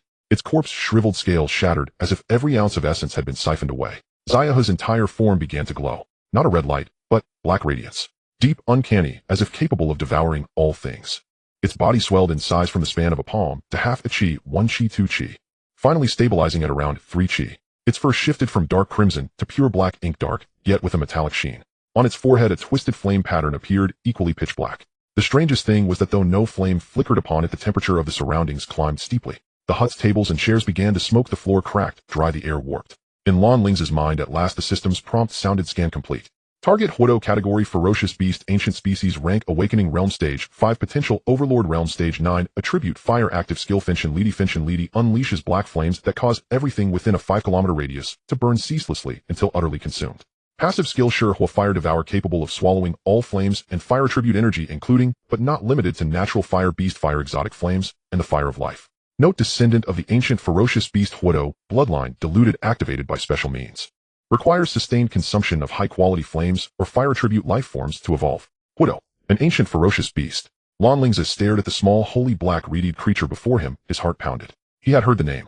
In myth the Huodo was a calamity beast that fed on fire leaving scorched earth in its wake. It did not kindle flames itself, but swallowed them taking warmth from the land and light from living things. He had never imagined that such a beast thought to exist only in legend would appear before him in this manner. Moreover, it was in a contract state. Ha! Lan Lingze suddenly laughed aloud. The sound echoed through the hut brimming with an almost mad Xinyuan demon dragon Xiaoyuan lineage of an otherworld royal family limitless potential specializes in assault. Huanyue Crow Xiaohuan the epitome of speed and illusion excels in control and harassment. Qinjiao Ant Xiaoyi pinnacle of strength and defense excels at assault and guarding. Bei Xiaobai versed in all things and the voice of wisdom specializes in support and strategy. Now there was in addition a Huodo, an ancient ferocious beast mastery over flame and annihilation. Controls super armor speed strength healing strategy destruction. Lan Lingze's Beast Legion had at last filled its final gap. A near-perfect combat system had taken shape. Creak, the wooden door opened. Lin Yun stood in the doorway watching Lan Lingze laugh to the sky, his expression unreadable. Behind him the sky deepened, and the spirit lights in the medicinal field began to glow. Cousin, Lin Yun entered and shut the door. The matter is settled. All foreign power outposts in the Wage have been cleared. 3,772 dead, 895 wounded, over 20,000 surrendered. Every key post in the Wage has now been replaced with our people. He paused then added, by tomorrow morning at the latest the Wage can resume operation, in an entirely new manner. Lan Lingze stilled his laughter though his eyes still glittered with excitement. He cradled the newly transformed Huodo, now to be called Xiaovu, though he simply called it Xiaohua. The little thing nuzzled him and purred a contented rumble. Cousin, Lan Lingze said, do you think I went too far? Lin Yun was silent for a moment, then walked to the table and poured himself a cup of water. Too far, of course too far. He drank. In a single night the Wage ran red with blood, every foreign power was up. Such a thing has not occurred in Tianshu Guest's 300 years of existence. He set the cup down and looked at Lan Lingze. The Nej will soon be informed. When that time comes, what sort of people will they send to deal with you? Elders? Or the enforcement squad? Lan Lingze stroked Xiaohu's black fur, and a sly smile curled his lips. Deal with me, he murmured. Cousin, do you truly believe they dare deal with me? Lin Yun frowned. I intend to be Lan Lingze rose and walked to the window gazing toward the Tianshu Jian that pierced the clouds. I want everyone to know that Lan Lingze has arrived. The rules of Tianshu Gu should be changed. He turned a cold light flashing across his eyes. Even if they force me to leave Tianshu Gu, I will not be at a loss. The Wage is already under my control and within the Nej. There are members of our Lan family. He paused and lowered his voice. Cousin, have you ever considered something? What? Those who assassinated my mother were so powerful that even father could not trace all of them. Father only discovered one, the Langyawang clan, the rest, a blank. Lan Lingze stepped before Lin Yun leaned forward, hands on the table, and fixed his gaze upon him. If there exists a force so potent that even the Lan family head could not uncover a single clue, he said slowly, might that force be right beside us? Lin Yun's pupils contracted sharply. You mean, within the Lan family? I don't know. Lan Lingze straightened. But I must plan for the worst. So I need power, I need influence, I need the ability to overturn tables. He scooped up Xiaohua and strode outward. If someone within Tianshu Gu truly took part in that affair, then I will make Tianshu Gu into Lan Lingze's Tianshu Gu. I want to see who will dance the happiest then. Night fell. Lan Lingze left the hut and accompanied by Zhao, who swaggered toward the Wage Pavilion Master's residence. Along the way, every person who saw him, native or newly installed ally, bowed their heads respectfully. The Pavilion Master's residence sat at the center of the outer city, a grand compound of 5 courtyards in and out. At this hour the gates were thrown wide and lights blazed within. Zhao, who stood at the gate and bowed. Young master, all the estate's assets have been inventoried. 120 superior spirit crystals, 3700 mid-grade spirit crystals, and countless treasures, herbs, and magical implements. The underground chamber was unearthed, as well containing the embezzled funds of Lu Tianxiong and correspondence with other powers over the years. Lan Lingze nodded and entered the compound. He took the main seat in the great hall and closed his eyes to rest. Lin Yun stood at his side hesitating. They waited through. The next morning when the first ray of sunlight pierced the hall, commotion finally came from outside. Footsteps. Many footsteps. Lan Lingze opened his eyes, showing no trace of sleep. He walked to the gate. Outside stood over 20 people. At their head stood a fair-haired, blue-eyed young man, handsome and haughty, eyes burning with anger. Benjamin Jr., Pavilion Master of Tianshu Gu. Behind him were a dozen Nej stewards, each bearing an aura no weaker than a 7th-stage Yaori realm. Lan Lingze regarded them, a hint of disappointment crossing his face. Lan Lingze, Benjamin stormed upon seeing that expression, fury mounting. Do you take my disappointment as an insult? Do you think you are unworthy of being my opponent? Lan Lingze waved a hand, unwilling to waste words. The Nej deliberated all night. What is their verdict on me? Benjamin snorted and produced a golden silk scroll from his chest, flinging it to Lan Lingze. Lan Lingze caught. The scroll's content was simple. 1. Recognize Lan Lingze as acting wage pavilion master for a term of 1 year concurrent with his trial period. 2. 4/10 of the wage's resources originally belonging to Hua country shall have 1/10 deducted and remitted to the Nej as punishment for Lan Lingze's violent seizure of power. 3. Release the detained leaders of various factions and restore them to their positions, though they shall no longer interfere in wage affairs. 4. Lan Lingze must ensure normal wage operations and shall not instigate further large-scale bloodshed. 5. After 1 year, a decision on retention or removal will be made based on his performance. Lan Lingze read in silence, then refolded the scroll. I have seen it, and I understand. He said, I agree. That 1/10 of resources is yours. Those leaders I will release as well. Benjamin Lin Yun froze too. They looked at Lan Lingze, bewilderment in their eyes. Benjamin did not know Lan Lingze well, but he knew him not to be a man to yield easily. After slaughtering so many last night, how could he bow now for a mere document? Lin Yun, who understood Lan Lingze, was all the more perplexed. His cousin's agreement had come too swiftly. Too swiftly, unnaturally so. You really agree? Benjamin probed. Or else? Lan Lingze retorted. Must I disregard the Nej judgment? He paused, then smiled. Since I am now the acting wage pavilion master, junior pavilion master, why do you remain standing on my ground? Return to the Nej and be its junior pavilion master. His smile was gentle, but his eyes held no warmth. Leave, Lan Lingze said, or I won't mind sending you back to cultivate from Awakening Realm again. Benjamin's face drained of color, and he instinctively took a half-step back. He bit his lip about to speak, but when he met Lan Lingze's terrifyingly calm eyes, he swallowed his words. Let's go. Benjamin turned and, accompanied by his stewards, left. Lan Lingze noticed they did not return to the Nej. Instead, they turned a short distance away and entered an estate of the German Trade Guild. Benjamin had not truly gone. Lin Yun watched their departing direction and then looked at Lan Lingze. Cousin, why did you agree so quickly? That 1/10 of resources and those leaders.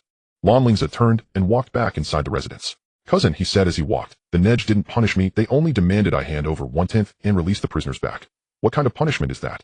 He climbed the dais in the main hall, turning to survey the entire pavilion master's residence. It means that within the Nej upper echelons, there are people of our Lan family. And not a few. Morning light poured over him, gilding his figure. As for whether those leaders once returned can truly resume their posts, Lan Lingze's mouth curved into a cold smile. How I handle them is my affair. He descended the steps, and his voice drifted in the morning breeze. If I say they shall have no resources to obtain, then they shall obtain no resources. If I say the wage bears the Lan name. He paused and voiced each word deliberately, then it must bear the Lan name. Lin Yun let out a big yawn, stretched lazily, and looked at Lan Lingze, standing on the steps of the pavilion, his eyes filled with weariness. Cousin, he said languidly, I truly admire your talent for causing trouble. In just a few days at Tianshu Pavilion, you've killed the pavilion master, crushed forces, and seized power. I'm afraid that one day I'll wake up to hear that you've made an even bigger mess, and then we'll both end up in trouble. Lan Lingze turned his head to look at him, remaining silent. Lin Yun waved his hand. I need to enter seclusion. With my mediocre talent, if I don't hurry up and cultivate, I might really be unable to keep up with your pace. At that point, it won't be about helping you, not dragging you down would be good enough. He walked down the steps and patted Lan Lingze on the shoulder. If nothing catastrophic happens, don't come looking for me. Leave the herbal field cottage for me during my seclusion. Don't let anyone disturb me. After saying this, he turned and slowly walked towards the herbal field, his silhouette elongated in the morning light. Lan Lingze watched his retreating figure and nodded. He knew his cousin was speaking the truth. Over the past 6 months, Lin Yun had been busy running around with him, dealing with various open and hidden threats, and had hardly had a moment to cultivate. As for Lan Lingze himself, relying on Bai Ze's wisdom and the system's assistance, his cultivation had already stabilized at the peak of the 9 realms of stars, just a step away from the Shiyu realm. But Lin Yun was still stuck at the 5th realm of the Radiant Sun. It was indeed time for him to go into seclusion. Xiaohu, Lan Lingze called. At your service. Go and release those leaders. Remember, only the leaders themselves can be released. All their former subordinates and confidants must be replaced with our people. If they ask, just say it's the cabinet's requirement for the stability of the outer cabinet. Xiaohu bowed. Yes, I understand. He turned and left his footsteps steady. Lan Lingze stood on the steps, overlooking the outer cabinet streets that had begun to awaken. In the past 6 months, he had accomplished a lot. First, he distributed all the data on over 3,000 types of spiritual herbs in the herbal field, ensuring that every area's servant disciples clearly understood the characteristics, cultivation methods, and maturation cycles of the herbs they were responsible for. At the same time, he utilized Bai Ze's wisdom of words and the system's analytical abilities to complete all the incomplete cultivation plans, even optimizing some inefficient methods. Now the spiritual herbs in the outer cabinet were growing better than ever. Rare spiritual herbs that originally took 100 years to mature had their growth rate increased by 3 to 5 times under the optimized plans. In just half a year, 37 types of herbs that were originally impossible to cultivate had successfully bloomed and borne fruit. Secondly, he established the security system of the outer cabinet. 3,000 loyal subordinates rigorously selected were divided into 30 small groups, each responsible for an area. They not only maintained order, but were also responsible for monitoring every move of the outer cabinet, who interacted with whom, which shops had unusual transactions, and which forces showed signs of movement. All information would be compiled and presented to Lan Lingze that same day. The entire outer cabinet was now like an impenetrable web, and Lan Lingze was the spider sitting at the center of it. But that morning he received an unusual report. The report stated that in the past 3 days, 7 unfamiliar faces had suddenly appeared in the outer cabinet. These individuals had extremely high cultivation, at least above the 5th stage of the radiant sun, and their movements were mysterious. They didn't interact with other forces, but wandered around the outer cabinet seemingly observing something. What was even stranger was how they entered the outer cabinet. There were no records. Although Tianshu Pavilion was open to the public, all personnel entering and exiting were required to register, especially high-level beastmasters. But these 7 people appeared as if they had materialized out of thin air. Xiaohu Lan Lingze had originally planned to wait for Xiaohu to return and send him to investigate these individuals. But just as Xiaohu stepped out of the pavilion's main door, he was kicked back before he could even reach the steps. Bang! Xiaohu's body flew back into the courtyard, sliding 3 yards on the ground before barely stabilizing himself. Blood trickled from the corner of his mouth, and his chest had caved in at one spot, clearly indicating he was seriously injured. Lan Lingze's pupils constricted. Xiaohu was at the 8th stage of the radiant sun, considered a top combat force in the outer cabinet. To be able to kick him like this, the strength of the incoming person. He lifted his head to look outside the pavilion's door. A tall figure stood there. The person appeared to be in his 40s with golden hair and blue eyes, a rugged face, and thick stubble. He wore a black leather trench coat, and a thick cigar was clamped between his lips, smoke swirling as a pair of hawk-like eyes fixated intensely on Lan Lingze. The most striking feature was a scar on his forehead that slanted from the brow bone to the root of his ear, as if clawed by some kid. The man spoke, his voice hoarse and laden with a strong foreign accent. "Are you the one bullying my nephew here?" He exhaled a puff of smoke and slowly walked into the courtyard. With each step the ground trembled slightly. It wasn't intentional, it was just the terrifying pressure emanating from him that even the earth couldn't bear. Peak 9th stage of the radiant sun. Even half a step into the Overlord realm. Lan Lingze felt a chill in his heart, but his expression remained calm. "Who are you?" "Ben Carlo Alexander." The man stopped 3 yards in front of Lan Lingze, looking down at him from a height. "Benjamin's uncle, the elder of the Alexander family in America." He took a puff from his cigar, a flicker of disdain passing through his eyes. "A nobody without foundation who is only fit to be a pawn should not try to be a hero. The waters of Tianshu Pavilion are very deep, you can't grasp them." Lan Lingze remained silent for a moment, then suddenly asked, "For foreign powers it's prohibited to cross borders without documentation. Aren't you afraid of trouble for entering the territory of Hua country?" "Hua country?"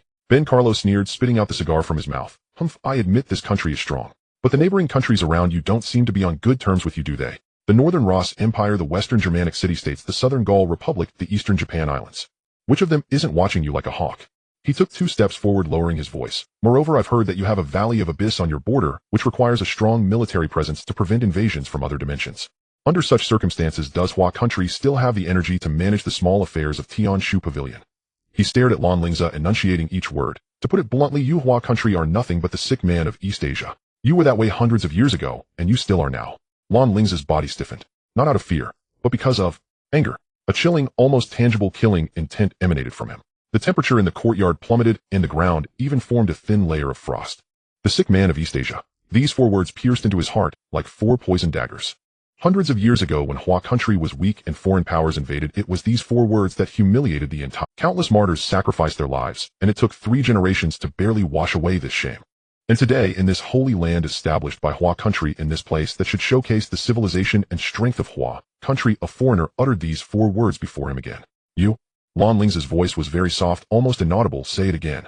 Ben Carlo laughed arrogantly and cruelly. "I said you Hua country are nothing but East Asia." His words were never completed. Because Lan Lingze had moved, not towards Ben Carlo, but rather he took out a silver coin from his pocket. The coin was the size of a fingernail, its surface engraved with intricate orchid patterns. Lan Lingze tossed it high into the air, while biting his tongue, spraying a mouthful of essence blood. The essence blood splattered onto the coin. Buzz. The coin exploded in midair, transforming into countless silver light spots. Those light spots spun rapidly, reassembling until they finally formed a 3-yard-high silver portal. From within the portal, a figure stepped out slowly. The man appeared to be around 50, with a refined demeanor, slightly graying hair, and dressed in a simple blue long robe, looking like a schoolteacher. However, the moment he stepped out of the light portal, the air in the entire courtyard froze. Time seemed to stop flowing. Space appeared to freeze into ice. Ben Carlo's smile froze, his pupils suddenly constricted, and a gasping sound came from his throat, as if someone had. He recognized this person. Lan Tianqing, the head of the Lan family in Hua country, a 3rd stage Overlord realm powerhouse at that time, now unknown, the god of death, who flattened the Wei family in America 30 years ago, shaking the entire Western world. Lan Tianqing. Ben Carlos' voice trembled. You're not allowed to step into Tianshu Pavilion by order. Aren't you afraid of? Lan Tianqing ignored him. He walked up to Lan Lingze, reached out, and gently ruffled his son's hair. The movement was tender, and his gaze was doting. It was like a bullied child encountering their parent. Dad, he pointed at Benkalo, he bullied me. Moreover, he insulted us, the people of Huagua, calling us sick men. Lan Tianqing's smile vanished from his face. His gaze turned as cold as eternal ice. Benkalo's heart raced with alarm, wanting to plead for mercy, to argue, to invoke the names of the Empire of the Sun never sets, the Tianshu Pavilion, and international treaties. But he was too late. Lan Tianqing's hand pressed against the top of his head. There were no earth-shattering explosions, no dazzling spiritual light. It was just a gentle squeeze. Puff! It was like crushing a ripe watermelon. Benkalo's head exploded, red and white splattering everywhere. The headless corpse swayed and fell softly. The elder of the American Alexander family, a pinnacle of the 9th level of the Radiant Sun realm, had thus perished. He died silently. He died without any value. Lan Tianqing stood up and took out a handkerchief, leisurely wiping his hands. His gaze fell outside the courtyard. There Benjamin sat on the ground, pale-faced, trembling like a sieve. Go back and tell your Lan Tianqing's voice was calm. This afternoon the Lan family will fully declare war on the Alexander family. I don't mind letting other families from America step over your family's corpses to rise to power. Benjamin scrambled to his feet and fled without looking back. He didn't even dare to glance at the god of death. In the courtyard, only the father and son of the Lan family remained, along with the severely injured Zhao Hu. Lan Tianqing walked up to Lan Lingze, looking at him with warmth and pride in his eyes. Lingze, you did well, he said softly. I know everything you have done in the past 6 months. You killed Lu Tianxiong, eradicated foreign forces, and reformed the outer pavilion. Well done, truly worthy of being my son. He paused, his tone growing softer. Remember, no matter what trouble you cause, I will always have your back. In this world, no one can bully the son of Lan Tianqing. Lan Lingze raised his head to look at his father. He had many questions he wanted to ask. For example, why does the Lan family, despite having the capability to control the Tianshu Pavilion, remain silent? For example, why did grandfather stop father from investigating the truth behind mother's death? For example, how many secrets are still hidden behind those events from years ago? But before he could speak, Lan Tianqing seemed to have seen through his thoughts. Are you curious why our Lan family has not controlled the Tianshu Pavilion? Lan Tianqing asked. Lan Lingze nodded. The reason is simple. Lan Tianqing said, your grandfather said this is for your training. The Tianshu Pavilion, this stage, this miniature battlefield, is just right for you to hone your sharpness, learn how to survive, strategize, and ultimately control everything in a complex environment. He reached out and patted his son's shoulder. As for how your mother died, Lan Tianqing's gaze darkened. Your grandfather has always stopped me from uncovering the truth. I don't even know if I am his biological son. He spoke the last sentence softly with a hint of unmasked disappointment and bitterness. Lan Lingze was stunned. He had never seen his father display such an expression. In his impression, his father was always powerful, imposing, and omnipotent. But at this moment, the man standing at the top of the world had deep weariness and confusion in his eyes. Dad, Lan Tianqing interrupted him, turning to walk toward the still shimmering silver portal. Although I don't care about the restrictions of the Tianshu Pavilion, I also don't want to cause you too much trouble. Remember, go ahead and do it. If the sky falls, I will support you. He stepped into the portal, then turned back, looking deeply at. Be careful of your grandfather. After saying this, he vanished into the portal. The portal dissipated, silver light spots drifting like fireflies in the air, eventually disappearing completely. In the courtyard, only Lan Lingze remained, surrounded by a mess and the headless corpse. Be careful of grandfather. Lan Lingze stood in place, his brow furrowed. He originally thought that the forces behind his mother's death were powerful external powers, a complex international conspiracy. But now his father said that the greatest resistance comes from within the Lan family. From grandfather. Why? Why did grandfather stop the investigation into mother's death? What grudges are between grandfather and mother? Or is mother's death itself related to grandfather? One question after another swirled in his mind, but he could find no answers. Lan Lingze felt a deep sense of confusion. Young master. Zhao Hu struggled to stand up, walking over to him, and whispered, the cabinet has sent people asking you to go to the cabinet to discuss about what just happened. Lan Lingze came back to his senses and looked toward the courtyard gate. There stood 2 men in cabinet steward uniforms, expressionless and with cold eyes. Lead the way, he said. The cabinet is located in the core area of the Tianshu Pavilion, separated from the outer pavilion by 3 layers of barriers. As he passed through the barriers, Lan Lingze could feel the fluctuations of spatial loss. Here the spatial structure was more stable, and the concentration of spiritual energy was higher. The cabinet's loft was a 9-story tower made entirely of black mystic iron, covered in intricate array patterns. At the top of the tower floated a large crystal ball, slowly rotating and emitting soft white light. Upon entering the main hall on the first floor, Lan Lingze immediately sensed an unusual atmosphere. When he had come here 6 months ago, the people on both sides of the hall were from different factions, but at least they maintained order on the surface. But now these people were clearly divided into 2 distinct rows. The left row was composed entirely of Chinese faces dressed in traditional Huagua attire or modified Beastmaster robes.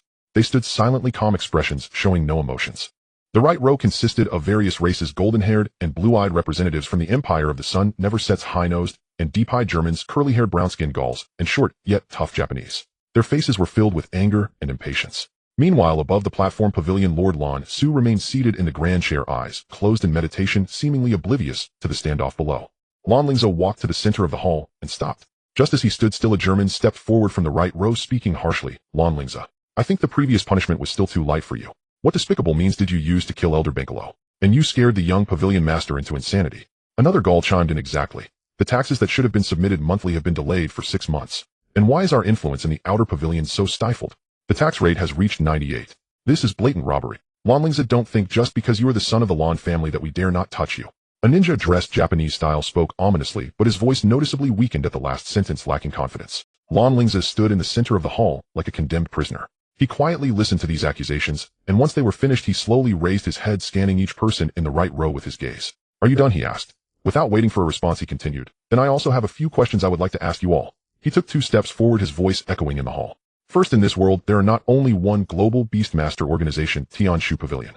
The Empire of the Sun never sets has the Round Table Knights, the Germans have the Teutonic Knights, the Gauls have the Temple Mercenaries, and the Japanese have the Ninja Clan. Aren't your own country's organizations enough for your development? Why must you all squeeze into the Tianshu Pavilion? The faces of those in the right row shifted slightly. Second, Lan Lingze's voice grew cold. You speak of Huagua as the oldest country with the most complete heritage, the birthplace of Beastmaster civilization. But behind our backs you call us sick men of East Asia. I want to ask, is this double standard what you call civilization and cultivation? The German tried to retort, but was forced back by Lan Lingze's piercing gaze. Third, Lan Lingze's gaze fell on the Japanese, who had just said, don't think you are the son of the Lan family, so we dare not kill you. Dare you say that again in front of my father? The Japanese man's face turned pale, taking half a step back, unable to meet his gaze. Lan Lingze smiled a cold smile. I was born late and don't know my father's exploits when he was young. He said slowly, but you all should know, right? 30 years ago, he single-handedly flattened the Wei family in America. 25 years ago, he cut down the heir of the sword, Saint Miyamoto Musashi, over the East Sea with a single sword. 20 years ago, he confronted 3 powerhouses of the Ross Empire at the northern border, forcing them to sign a 100-year peace treaty with his 5th-level sovereign cultivation. With each sentence Lan Lingze spoke, the faces of those in the right row grew paler. You should remember these things, he concluded, so in front of me don't put on an air of superiority. You are not worthy. In the hall there was a dead silence. The people in the right row were at a loss for words. The representatives from Huagua in the left row remained silent, but a hint of admiration flickered in their eyes. Above the platform pavilion, Lord Lan Su finally opened his eyes. He looked at the young man standing proudly in the center of the hall, and a complex expression flashed in his eyes. There was appreciation, worry, and a hint of indescribable sadness. Enough, Lan Su said slowly. The purpose of gathering you all today is not to argue. He looked at Lan Lingze, his tone calm. The death of Bankalo is a serious matter. The United States has formally protested to the Tianshu Pavilion, demanding severe punishment for the murderer. Do you have anything to say? Lan Lingze raised his head, meeting Lan Zu's gaze. After a long moment, he finally spoke, saying only one sentence. That sentence plunged the entire hall back into silence. He was going to kill me and my father killed him. That is only right. At worst we can just wipe out their family. It's not the first time. The great hall was so quiet that one could hear the sound of breathing. After Lan Lingze finished speaking, everyone was stunned. Not because what he said was so astonishing, but because of the tone of certainty, as if stating a truth like the sun rises in the east. He wants to kill me, my father killed him. It is only natural. These 8 words simplified an event that could have sparked an international dispute into the simplest form of self-defense and protection. Lan Lingze. On the high platform, Lan Su slowly spoke, his voice devoid of emotion. The guest here is Ben Keluo from the Tianshu Pavilion, and he is also an elder from the American Alexandria family. He died in the Tianshu Pavilion on the territory of Hua country. This matter needs to be explained to the international community. He paused, glancing over the sides of the great hall. But that is a matter for the Lan family. You should find a way to resolve it yourself, or just don't involve the Tianshu Pavilion. As soon as these words were spoken, the faces of the foreign representatives on the right suddenly changed. They understood. The pavilion master Lan Su was not planning to intervene. Or rather, he could not intervene, nor did he. A noble representative from the Empire of the Rising Sun was the first to launch an attack. He stepped forward, pointing at Lan Lingze, his voice trembling with anger. Lan Lingze, I admit your father is strong, a 3rd-tier overlord, one of the top powerhouses globally. But no matter how strong your Lan family is, can you contend with the entire United States? Can you stand against the whole Western world? His words seemed to open a floodgate. Exactly, a senior member of the German Chamber of Commerce said coldly. Although the Lan family is powerful, they are not irreplaceable in international trade. I will hold a family meeting when I return to consider whether to continue cooperating with the Lan family. I believe other chambers will make this. The shinobi clan of the eastern country may not match the Lan family, but we have our own heritage. A person dressed as a ninja from the east sneered, 30 years in the east and 30 years in the west. The Lan family is so arrogant, do they not fear that one day? Enough, Lan Lingze interrupted him. His voice was not loud, but it was like a cold splash of water extinguishing everyone's anger, or rather it revealed the fear within them. Lan Lingze slowly raised his head, his gaze sweeping over the agitated foreign representatives. His expression was calm, as serene as a deep pool with no bottom in sight. Yet it was this calmness that made those who were once aggressive feel a shiver in their hearts. There will always be ants wanting to jump out and compete with the sun and the moon.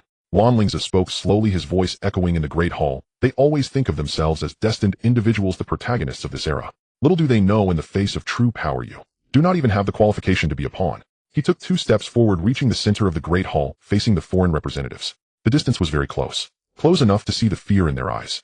All right then. Lan Lingze smiled, his smile faint yet filled with bone-chilling coldness. Then let us fight. How do you wish to fight? Is it a family war, a national war, or total war? He paused, speaking each word clearly. As for how to fight specifically, wait until my father arrives, and you can discuss it with him in person. As soon as his words fell, the atmosphere in the whole hall instantly solidified. Father, Lan Tianxing, can he come to the Tianshu Pavilion? Before everyone could react, Lan Lingze had already pulled out a second silver coin from his pocket. This was given to him by his father before leaving, saying, use it if there's an issue. He bit his tongue, spitting out a mouthful of essence blood. The blood sprinkled onto the coin. Buzz, the familiar silver light door reappeared. Larger and more solid than the last time. From the light door, a figure stepped out slowly. It was still Lan Tianxing, but this time he was dressed differently. No longer in a simple blue robe, but in a pure black military-style robe, with golden coiling dragons on the epaulets, and 3 rows of medals hanging on his chest, each representing a history of blood and fire. A simple ancient long sword hung at his waist, the sheath pitch black, with a blood-red gem inlaid on the hilt. He walked out of the light door, and stood in the center of the great hall. He did not release any pressure, nor did he reveal any momentum. But the air in the entire great hall seemed to become 3 times heavier. The faces of the foreign representatives on the right instantly turned pale as paper. Some people's legs went weak, almost collapsing to the ground. Some instinctively retreated, bumping into their companions behind them. Others opened their mouths, wanting to say something, but unable to make any sound. Lan Tianxing, he really came. In the face of the Tianshu Pavilion's explicit prohibition of his entry, he came. And in such a almost warlike stance. Father, Lan Lingze walked to Lan Tianxing's side and recounted everything that had happened in the great hall. The threats from those people, the warnings from those families, the pressure from those countries. In detail. His tone was calm, as if he were reading a report. But with each sentence he spoke, the foreign representatives' faces turned a shade whiter. By the time he finished, some people in the hall had already begun to tremble. Lan Tianxing listened, quietly nodding. He turned around and looked at the foreign representatives. His gaze was calm, yet like a knife cutting into everyone's heart. Isn't it good to cherish life? Lan Tianxing said slowly, his voice not loud, yet it clearly reached everyone's ears. There are so many beautiful places in the world to go, so many wonderful things to do. Why must you seek death? He took 2 steps forward. Those foreign representatives all retreated in unison. After all, we were already preparing to go to war with the United States. Lan Tianxing casually rolled his wrist, the gesture as relaxed as warming up. It doesn't matter if you few countries join in. Come together, so I don't have to hunt you down one by one. Lan Tianxing, a representative from Gaul, trembled as he spoke, his voice weak. What you are doing is provoking international war. It will bring disaster to the people, leaving them homeless. Aren't you afraid of becoming a historical sinner? Lan Tianxing, that gaze was as if looking at an ant. First, I represent myself using my own private army. Lan Tianxing said lightly. The Lan family's private army fighting against your families is called a personal grudge, not an international war. Second, he paused, a glimmer of cold light flashing in his eyes. If we unify the world, wouldn't there be no disaster for the people? Wouldn't the common folk no longer be displaced? Wherever the people of Hua country go, that is Hua country's land. Is that hard to understand? Third, his gaze fell upon the American representative who had just spoken. Isn't the land of the United States just taken by driving the indigenous people to extinction? So are those indigenous people not common folk? The American representative's face turned red, wanting to retort, but unable to say a word. Lan Tianxing stopped talking nonsense. He moved. There was no sword drawn, no technique used. Just the simplest action, a fist swung out. Bang! The first representative from the Empire of the Rising Sun who spoke had his head explode. The headless corpse swayed and fell down. Bang! The second one, a senior member of the German Chamber of Commerce, had his chest pierced by a punch, his heart crushed. Bang! Bang! Bang! Bang! 1 punch for each. Like smashing ripe watermelons. Blood spattered, dyeing the black floor of the great hall red. The screams, cries for mercy, and the sound of bones breaking mixed together, forming a symphony of death. 10 breaths. Just 10 breaths. 15 out of the 17 foreign representatives on the right side were dead. Only 2 remained. A ninja from the east and an officer from the Ross Empire. They were still alive, not because Lan Tianxing spared them, but because Lan Tianxing found them useful.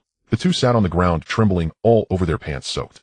Lan Tianxing took out a white handkerchief from his pocket, leisurely wiping the blood from his hands. His movements were elegant, contrasting sharply with the massacre that had just occurred. Today, he looked at the 2. You will roll back to your own countries. Tell your masters behind you. He paused, his voice suddenly sharp. The Tianshu Pavilion does not welcome outsiders. Roll. The last word erupted like thunder. The two survivors scrambled out of the Great Hall, fleeing without looking back. Inside the Great Hall, there was a deathly silence. The representatives from Hua country on the left side all bowed in unison, their voices harmonious. "We pay our respects to the family head." The voice echoed in the Great Hall, filled with absolute respect and loyalty. Lan Tianqing nodded, his gaze falling on the high platform above. Lan Su stood there, his expression complex. He looked at the ground full of corpses, at those foreign representatives who once held power in the Tianshu Pavilion, now turned into cold bodies. A flicker of compassion crossed his eyes, but more was a sense of liberation. Lan Tianqing. Lan Su spoke slowly. "Killing those people will escalate international disputes. The empire of the rising sun, Germany, Gaul, the United States. These countries will not let it go easily." "I know," Lan Tianqing said lightly, "so I prepared to strike first." Lan Su was taken aback. "What? The people I killed had significant problems themselves." Lan Tianqing walked up to a corpse and kicked it. "This German man sent someone to assassinate 17 Hua country alchemists 3 years ago to monopolize the external medicine trade. This Gaul man killed 300 Hua country beastmasters during the Flame Valley secret realm contention 5 years ago. This Eastern man." He pointed at each corpse, and with each name Lan Zu's face grew whiter. "They abused their power, hoarding resources, oppressing countless common folk. Do you know that?" Lan Tianqing looked at Lan Su, a trace of mockery flashing in his eyes. "You don't know because you don't care. You only care about the balance of the Tianshu Pavilion, about international relations, about your own position." Lan Su opened his mouth, wanting to retort, but no sound came out. And also Lan Tianqing continued, "Nowadays online, those foreigners only need to say, 'I love Hua country,' and countless people will. Those foreigners receive rewards, exchange them for resources, gain formidable strength, and then turn around to suppress Huagua. This cultural invasion and resource plunder you don't care about, right?" Lan Su lowered his head, silent. Therefore Lan Tianqing's voice turned cold. "You are no longer suitable to hold the position of the master of Tianshu Pavilion. I will have the central government send someone more appropriate. You just return to the Lan family and enjoy your old age." Lan Su suddenly raised his head, disbelief filling his eyes. "Lan Tianqing." His voice trembled. "I have served the Lan family for so many years without merit, but with hard work. Are you going to kick me when I'm down?" "Don't worry," Lan Tianqing said lightly. "I won't kill you. My wife said before she died, let you off. I will naturally." After saying that, he no longer looked at Lan Su and turned to walk out of the Great Hall. Lan Lingze followed his father, the words he just heard echoing repeatedly in his mind. "My wife said before she died, let you off. Mother." Knew Lan Su. And there seemed to be some feud.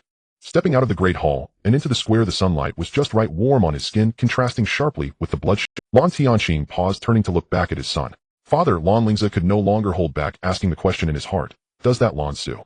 "No, mother." Lan Tianqing was silent for a moment, shaking his head. "It's not that simple," he said slowly. "When I married your mother, I had just become the head of the family. At that time, the Lan family was unstable internally, and external enemies surrounded us. I had to clear all obstacles with a heavy hand. I didn't want to proceed step by step. I wished I could turn 24 hours into 48 to spend time with your mother." His gaze became distant, as if traversing time and space back to over 20 years ago. "Suddenly one day your mother returned from an outing with a guard. That guard was very special. He hardly spoke, only listened to your mother's orders. In the days that followed, he spent most of his time by your mother's side, shopping, dining, watching the sunrise. Sometimes I even..." Lan Tianqing's voice was low, tinged with suppressed emotion. "Later your mother became pregnant."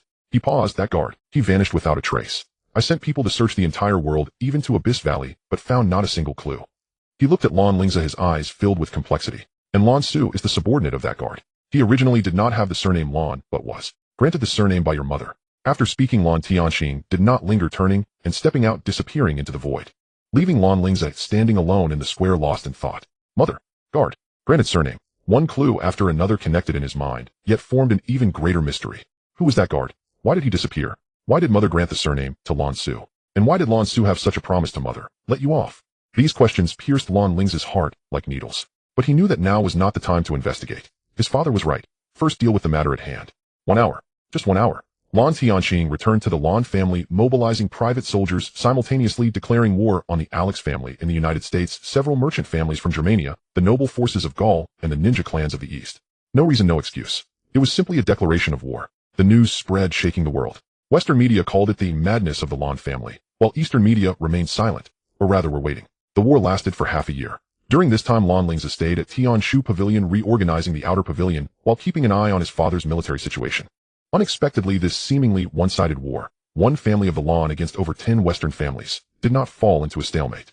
On the contrary, Lan Tianqing commanded his troops with divine skill, and the private soldiers under him were the elite among the elite. In the first month, 3 major industries of the Alex family in the United States were destroyed, the patriarch killed in battle, and half of the family elites lost. In the second month, several merchant families from Germania declared bankruptcy, with their president committing suicide. In the third month, the noble forces of Gaul surrendered, handing over all their industries in Huagua. In the 4th month, 3 clan leaders of the East Asian ninja clans were beheaded, and the remaining clansmen vowed never to step onto Huaguo's territory again. In the 5th month, several families from the United States united to pressure the Huaguo government to stop Lan Tianqing's atrocities. In the 6th month, under strong protests from various governments, the central government of Huaguo finally intervened, not to stop Lan Tianqing, but to request a ceasefire.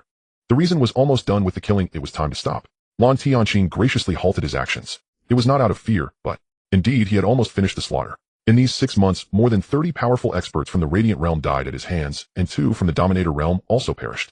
The wealth he amassed was enough for the Lan family to train another 100,000 private soldiers. Moreover, during this half-year, Tian Shu Pavilion underwent a complete overhaul. All foreign forces were expelled, and all corrupt and inactive officials of Huaguo were dismissed and investigated. The 60% of resources originally occupied by foreign forces were all reclaimed. Medicine fields, secret realms, the martial arts pavilion, and beast training grounds. All core industries were fully controlled by Huaguo. Today marks the end of Lan Lingze's training period at Tian Shu Pavilion. It was also the day for him to return home. In the morning, Lan Lingze arrived at the medicine field cabin. The cabin looked the same as it did half a year ago, except that a faint barrier surrounded it. That was set up by Lin Yun during his seclusion. Lan Lingze approached the door and gently knocked. "Cousin, it's time to go home." There was silence inside for a moment. Then the door opened. Lin Yun walked out, stretching widely. He appeared unchanged, but his gaze was more restrained and his aura more stable. Clearly, this half year of seclusion had yielded significant results. "Cousin," Lin Yun yawned. "How long have I been in seclusion? Has anything major happened outside during this time?" Lan Lingze looked at him and smiled. Then he recounted everything that had happened over the past 6 months. His father's declaration of war, the annihilation of over 10 families, and the overhaul of Tian Shu Pavilion. In detail. Lin Yun listened, his mouth agape enough to fit an egg. Holy shit. After a while he managed to utter a phrase. So, is Tian Shu Pavilion still part of the Lan family? Not the Lan family. Lan Lingze shook his head. Is there a difference? Lin Yun rolled his eyes. Who doesn't know now that Tian Shu Pavilion is the Lan family's backyard? Lan Lingze smiled, not responding.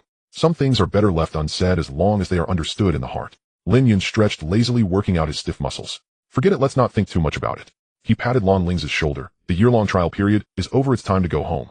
Home is the best. His tone carried a hint of fatigue and longing. Even though he had been in seclusion for half a year, he could still sense the external turmoil. The oppressive feeling of an impending storm, the bloody scent of blades and swords could be felt even through the barrier. Lan Lingze nodded. Indeed, it was time to go home. Home. The place with his father, his clansmen, and his memories. The place where his mother once lived.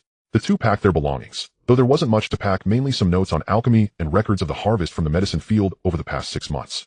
Stepping out of the cabin, the morning light was just right. In the medicine field, spiritual herbs shimmered with various colors in the sunlight, vibrant with life. In the distance, the streets of the outer pavilion had begun to bustle with people coming and going in an orderly manner. Compared to half a year ago, it was less noisy here and more peaceful. Fewer foreign faces, more Huaguo youths. Let's go, Lan Lingze said. The two walked along the field ridge towards the outside. Along the way, they encountered servant disciples and deacon disciples, all respectfully bowing to them. Young Master Lan, young Master Lin. Their voices were filled with sincere respect. In these 6 months, although Lan Lingze's methods were ruthless, he had indeed revitalized the outer pavilion. Resource allocation became fairer, promotion channels more transparent, and the cultivation environment superior. More importantly, Tian Shu Pavilion returned to the hands of Huaguo. This was more important than anything else. Arriving at the teleportation array in the outer pavilion, Zhao Hu was already waiting there. Young Master, Zhao Hu bowed. Everything has been arranged. After returning to Huaguo, a special car will pick you up to return to the Lan family. Lan Lingze nodded and stepped onto the teleportation array. Lin Yun followed behind him. Zhao Hu took one last look at this land where he had been lurking for decades, a hint of complexity flashing in his eyes, but soon became resolute. He also stepped onto the teleportation array. The light brightened. Space rippled. The figures of the three gradually blurred. Before completely disappearing, Lan Lingze took one last look at Tian Shu Pavilion. That 9-story black tower shone brilliantly in the sunlight. The crystal ball at the top slowly rotated. Everything was the same as a year ago. But again, it was completely different.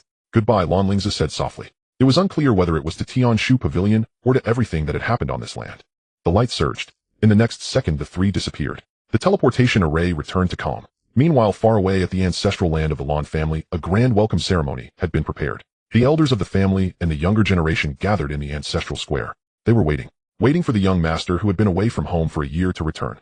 Waiting for the one who stirred the winds and clouds of Tian Shu Pavilion with his own strength, Lan Lingze. Coming home. This simple word at this moment felt as heavy as 1,000 pounds. Because everyone knew that the young master's return this time brought back not just glory and achievements. At this moment, on the way home, in the ancestral land of the Lan family, the flying eaves and bracketed rafters stretch endlessly, with blue tiles and white walls glimmering softly in the morning light. As the glow of the teleportation array faded, Lan Lingze and Lin Yun stepped out, slightly astonished by the scene before them. The ancestral square was densely packed with people. Not just dozens nor hundreds, but thousands. The clan elders of the Lan family, the older generations, and the outstanding youth gathered here, including many uncles and aunts who usually kept a low profile, only heard of by name. They wore various ceremonial robes, their expressions solemn, all eyes focused on the returning Lan Lingze. "Welcome back, young master." The synchronized voices echoed in the square, startling a few egrets perched on the eaves. Lan Lingze paused in his steps. He looked towards the front of the crowd. There stood more than a dozen elderly men with white hair and beards, each radiating an unfathomable aura. Standing at the center was his second uncle Lan Tianyun, along with several clan elders he had only seen in the family. Lan Tianyun stepped forward with a warm smile, saying, "It's good that you've returned. This trip to the Tianshu Pavilion must have been tough." He patted Lan Lingze's shoulder, the gesture natural, his tone sincere. Yet Lan Lingze could sense a very subtle fluctuation of spiritual energy probing into his body at the moment of the pad, an inquiry into his cultivation level. At the peak of the 9-star realm, he was just a step away from the Stream Moon realm. Such a level of cultivation for a 20-year-old was indeed astonishing. A flicker of barely noticeable astonishment flashed in Lan Tianyun's eyes, quickly replaced by a smile. "Not bad, truly impressive. It seems the trials at the Tianshu Pavilion have greatly benefited you." Elders surrounded him, chattering excitedly. "Lan Lingze, when do you plan to settle down? That girl from the Xie family seems quite suitable, well-educated with good talent. How did you find the food outside? Isn't the cuisine at Tianshu Pavilion foreign? You must be unaccustomed. Oh, I'll have your aunt make you some soup to replenish your strength. What level have you reached in your cultivation? You look stable. You must have broken through to the Stream Moon realm, right? I heard you killed quite a few people in the outer pavilion. It's a good thing for a young person to be decisive, but remember to keep a sense of proportion." Lan Lingze maintained a polite smile, responding to each inquiry. "It's still early, no rush. I adapted well. There are chefs from Huagua there too. I'm at the peak of the 9-star realm, just a little short. I understand the importance of proportion. I thank you for your concern, third uncle." His responses were impeccable, neither disrespectful nor overly enthusiastic. He had experienced such occasions numerous times since childhood and was already quite adept.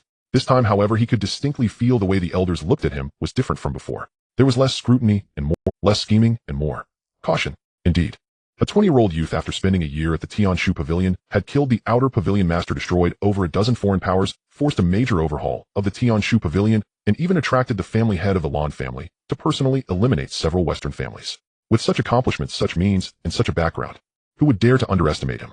Yet there would always be those on the edge of the crowd. Lan Junfeng crossed his arms, coldly watching Lan Lingze, who was being revered like a star, with a disdainful smirk tugging at the corners of his mouth. "Humph," he whispered to his sister Lan Xingyu beside him. "Look at him showing off. So what if he subdued a Tianshu Pavilion?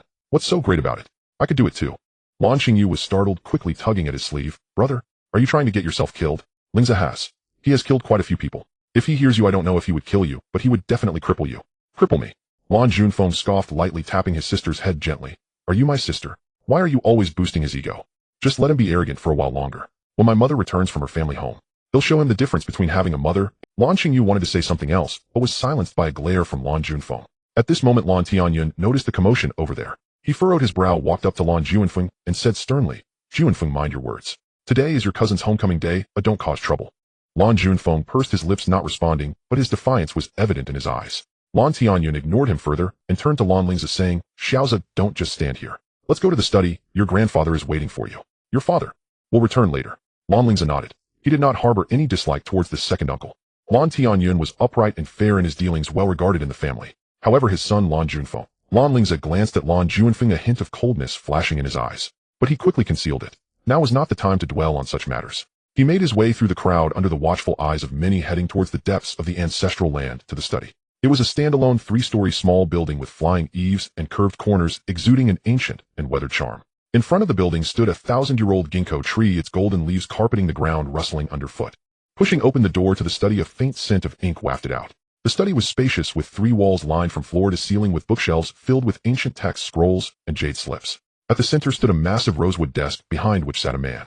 Lan Zhan, the Lan family's anchor, Lan Lingze's grandfather, a peak powerhouse at the 8th stage of the Dominator realm. He appeared to be in his 60s, though in reality, he had long surpassed 200 years. His face was gaunt and his hair completely white, yet his eyes were clear and sharp, as if they could see through one's heart. "Grandfather." Lan Lingze bowed respectfully. Lan Zhan raised his head, glanced at his grandson, and nodded. "You're back." He took out a thick stack of papers from the desk drawer and handed it to Lan Lingze. "The remnants of the Bai family in Jiangnan, are they not still around?" Lan Zhan's voice was calm, as if discussing an inconsequential matter. "They found the southern military district and wanted to use the military's power for revenge. I intercepted them." Lan Lingze took the stack of papers and opened it. It detailed the movements of the Bai family's remnants, their contacts, planned actions, and their fates. Without exception, they were all marked as eliminated. "By the way," Lan Zhan added, I also uprooted the forces of the Bai family from the southern military district. Although it took some effort, it went relatively smoothly. He looked at Lan Lingze, a hint of profound meaning flashing in his eyes. It's better to deal with such matters personally rather than entrusting them to subordinates. They can sometimes be careless. Lan Lingze remained silent for a moment before nodding. He understood his grandfather's meaning. Some matters must be handled personally. Thank you, grandfather, he said. Lan Zhan waved his hand, indicating for him to sit down. Lan Lingze took a seat in the chair opposite the desk, looking at his grandfather, a multitude of questions surging within him. Over the past year, he had accumulated far too many questions. About the Tianshu Pavilion, about his mother, about his father, and about this family. He took a deep breath and began to ask, Grandfather, do you know Lan Su of the Tianshu Pavilion? I do. He was granted the surname Lan by your mother. He originally did not have that surname. Why would he help me? Or rather, why would he listen to my mother? Because he owes your mother a life. The specifics you will need to investigate yourself. Why did my father go to war against those Western families? Was it truly just to avenge me? Partly. The other part was to divert attention. Some matters cannot be investigated openly. What exactly happened to my mother? Lan Zhan was silent for a long time. In the study, only their breathing could be heard along with the rustling of ginkgo leaves blown by the wind outside. Your mother, Lan Zhan finally spoke, his voice soft, died in a meticulously planned assassination. 17 Dominator realm experts and 30 peak Radiant realm cultivators were dispatched by the assailants. Your mother had just given birth to you, and had yet to fully recover her cultivation level. Lan Lingze's fists clenched tightly, his nails digging into his palms, drawing blood. Who did it? His voice trembled. Many. Lan Zhan closed his eyes, domestic, foreign, internal, to the family, external. It was a vast web, so extensive that even I found it troublesome. Lan Lingze stared at his grandfather. So you stopped my father from investigating further? Lan Zhan opened his eyes and looked at his grandson, slowly nodding. Yes. No denial, no argument. Just a calm admission.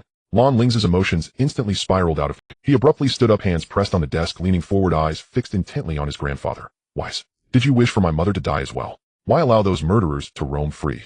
What? Enough. Lan Zhan interrupted him, his voice not loud, but carrying an undeniable authority. Lan Lingze froze in place, his chest heaving violently. After a long time, Lan Zhan sighed and stood up. Follow me. He walked around the desk and headed outside the study. Lan Lingze gritted his teeth and followed. The two walked one after the other, passing through the corridors, courtyards, and gardens of the ancestral land, eventually arriving at the deepest part of the ancestral grounds, the back mountain. This was a forbidden area of the Lan family. Except for the family head and a few clan elders, no one was allowed to enter without permission. Lan Lingze had been here once. That was when his mother had just passed away, and his father brought her body here, personally, placing her in a coffin made of 10th of sandy rolled ice crystals. Since then, Lan Lingze had never returned. Not that he didn't want to, but he was afraid. Afraid to see his mother's pale, yet still beautiful face, afraid to recall those warm memories that had now become mere reminiscences. Since then, Lan Lingze had never returned. Not that he didn't want to, but he was afraid. Afraid to see his mother's pale, yet still beautiful face, afraid to recall those warm memories that had a rusted iron lock hung on the door. Lan Zhan pulled out a key from his pocket and inserted it into the lock. Click. He pushed the door open and darkness enveloped the interior. Go in. Lan Zhan stood at the doorway, showing no intention of entering. Once you're inside, you will know all the truths you seek. Lan Lingze looked at the darkness, a surge of inexplicable fear rising within him. It was not fear of the dark, but fear of the truth. He took a deep breath and stepped into the small house. Just as he crossed the threshold, the door behind him slammed shut with a bang. The darkness completely engulfed him, but soon a faint light illuminated the surroundings. It was not candlelight or lamplight, but the walls themselves were glowing.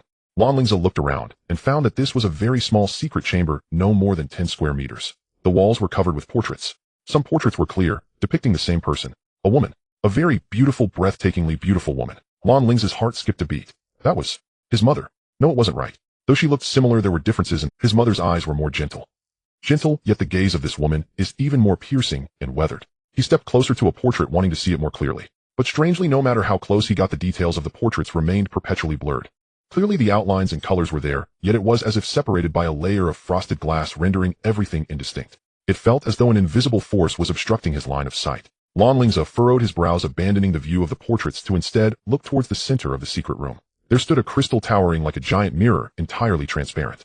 Lan Lingze approached the crystal and saw his own reflection. Then a sudden change occurred. The surface of the crystal suddenly, like the undulating waves of water. Immediately after, a blinding white light flashed. Lan Lingze instinctively closed his eyes. When he opened them again, there was another person in front of the crystal. A man, approximately in his 30s, handsome, with a calm demeanor, dressed in a simple black robe. The most striking feature was his eyes, deep and weathered as if he could see through all of existence. Lan Lingze looked at the man, feeling an inexplicable sense of familiarity rise within him. He was certain he had never seen this person before. Yet that sense of familiarity was so intense, so strange. So fast, the man spoke, his voice gentle, tinged with a hint of emotion. I never expected it would be my turn to complete. Lan Lingze's heart skipped a beat. This person knows him. Moreover, from the tone of his words, it seemed he had already anticipated meeting him here. Who are you? Lan Lingze asked cautiously. How do you know my grandfather? The man smiled. That smile made Lan Lingze's heart skip a beat. Too familiar. Familiar to the point of sending chills down his spine. I am not just any gentleman, the man said, his tone as relaxed as if discussing mundane matters. I am you, or more accurately, I am your future self. Lan Lingze's mind went blank. I am you, your future self. Those 7 words detonated like thunder in his mind. What do you mean? His voice was dry. Literally, the man said as he walked in front of Lan Lingze, reached out and gently patted his shoulder. I have come from the future to accomplish something. That must be accomplished. But I cannot influence the past, though I cannot change the predetermined path. He paused and added, so I can only meet. Lan Lingze stared at him, trying to find a flaw in that face. But there was none. That face, though more mature and bearing signs of hardship, had the same features, the same gaze and demeanor, even some subtle gestures. All identical to his own. You? Lan Lingze opened his mouth, but didn't know what to ask. I know you have many questions, the man smiled again, but I'm sorry I can't say too much. The temporal loop is fragile. Saying the wrong thing could trigger a butterfly effect that alters the future. He glanced at the black bracelet on Lan Lingze's wrist, suddenly reaching out and removing it. The action was so quick that Lan Lingze didn't even have time to react. But before I leave, I can answer 3 of your questions, the man said, playing with the bracelet, his expression complex. Go ahead. I will try to answer. Lan Lingze took a deep breath, forcing himself to calm down. He pondered carefully before asking the first question. Who exactly are you? I already told you I am you. The man rested his chin on his hand, sitting on the ground, an action Lan Lingze was very familiar with, as he often did the same when deep in thought. I have come from the future to accomplish something that must be accomplished. But I cannot influence the past. This answer was equivalent to saying nothing. Lan Lingze frowned and asked the second question. Then you must know how my mother died. The smile on the man's face vanished. He remained silent for a long time before slowly shaking his head. I cannot tell you. If I did, it would influence the future, possibly alerting the murderer ahead of time, causing certain clues to disappear, or allowing someone who was supposed to die to live, and someone who should live to die. Lan Lingze clenched his fists, but he knew the other was right. Time is a fragile thing. Tugging on one thread could unravel the whole tapestry. He asked the third question. You took the black bracelet. Doesn't that influence the past? The man stood up and put the bracelet back on his own wrist. This black bracelet belongs to you, and it also belongs to me. In my timeline, there is also the same me who has experienced the same situation, having the bracelet taken by my future self, and then put back on. This is part of the loop. It is something that is bound to happen. He walked up to the crystal, preparing to leave. You should know that any coincidence or opportunity you encounter in the future is based on what you deserve. It is something that is just like this bracelet, just like my appearance here, just like you will seek out your grandmother. Lan Lingze's heart stirred. He had never seen his grandmother. Wait. Lan Lingze called out to him. You have become greedy. The man turned back, giving him a glance, a hint of a smile flashing in his eyes. But I will still answer. When will the permissions of this black bracelet be fully unlocked? I don't know either, the man admitted. I am already at the 9th stage of the Overlord realm, yet I still haven't fully unlocked the bracelet's permissions. Perhaps it requires reaching the Eternal Realm, or even higher. He paused and added, oh, by the way, let me remind you again. Go look for your grandmother. She will be your greatest support after this. After saying that, he turned and stepped into the crystal. His figure rippled like water, disappearing without a trace. The crystal returned to calm once more, reflecting Lan Lingze's own image. It was as if everything that had just happened was merely an illusion. But Lan Lingze raised his wrist, looking at the black bracelet inexplicably back in his possession, his heart churning with emotions. Everything that had just happened was real. His future self truly came here. Those words, those reminders, those hints. He stood still for a long time before taking a deep breath and turning to exit the secret room. Outside the door, Lan Zhan was still standing there, hands behind his back, gazing at the distant mountains. Grandfather, Lan Lingze approached him. Do you know who that person is? Lan Zhan turned his head to look at him, smiling. Of course, he said. The first time he came, it was your mother who brought him back. I recognized him the moment I saw him. Though his demeanor and cultivation were different, the essence within him cannot be faked. He paused, reminiscing. Later, I found an excuse to spar with him. As we fought, we sat down for drinks and talked for 3 days and nights before I truly confirmed. He is my grandson, he is you. This black bracelet was also given by him. At that time, your father wanted to kill him many times. Because your mother trusted him too much, they were almost inseparable. Lan Lingze suddenly understood. So that's how it is. That guard, the one who made his father jealous, the one his mother trusted, and the one who mysteriously disappeared, was actually his future self. This bracelet was also a gift from his future self to his present self. Everything formed a complete loop. That person also told me. Lan Lingze looked at his grandfather to find my grandmother. Grandmother? Is she not dead? In Lan Lingze's memory, he had never seen a portrait of his grandmother.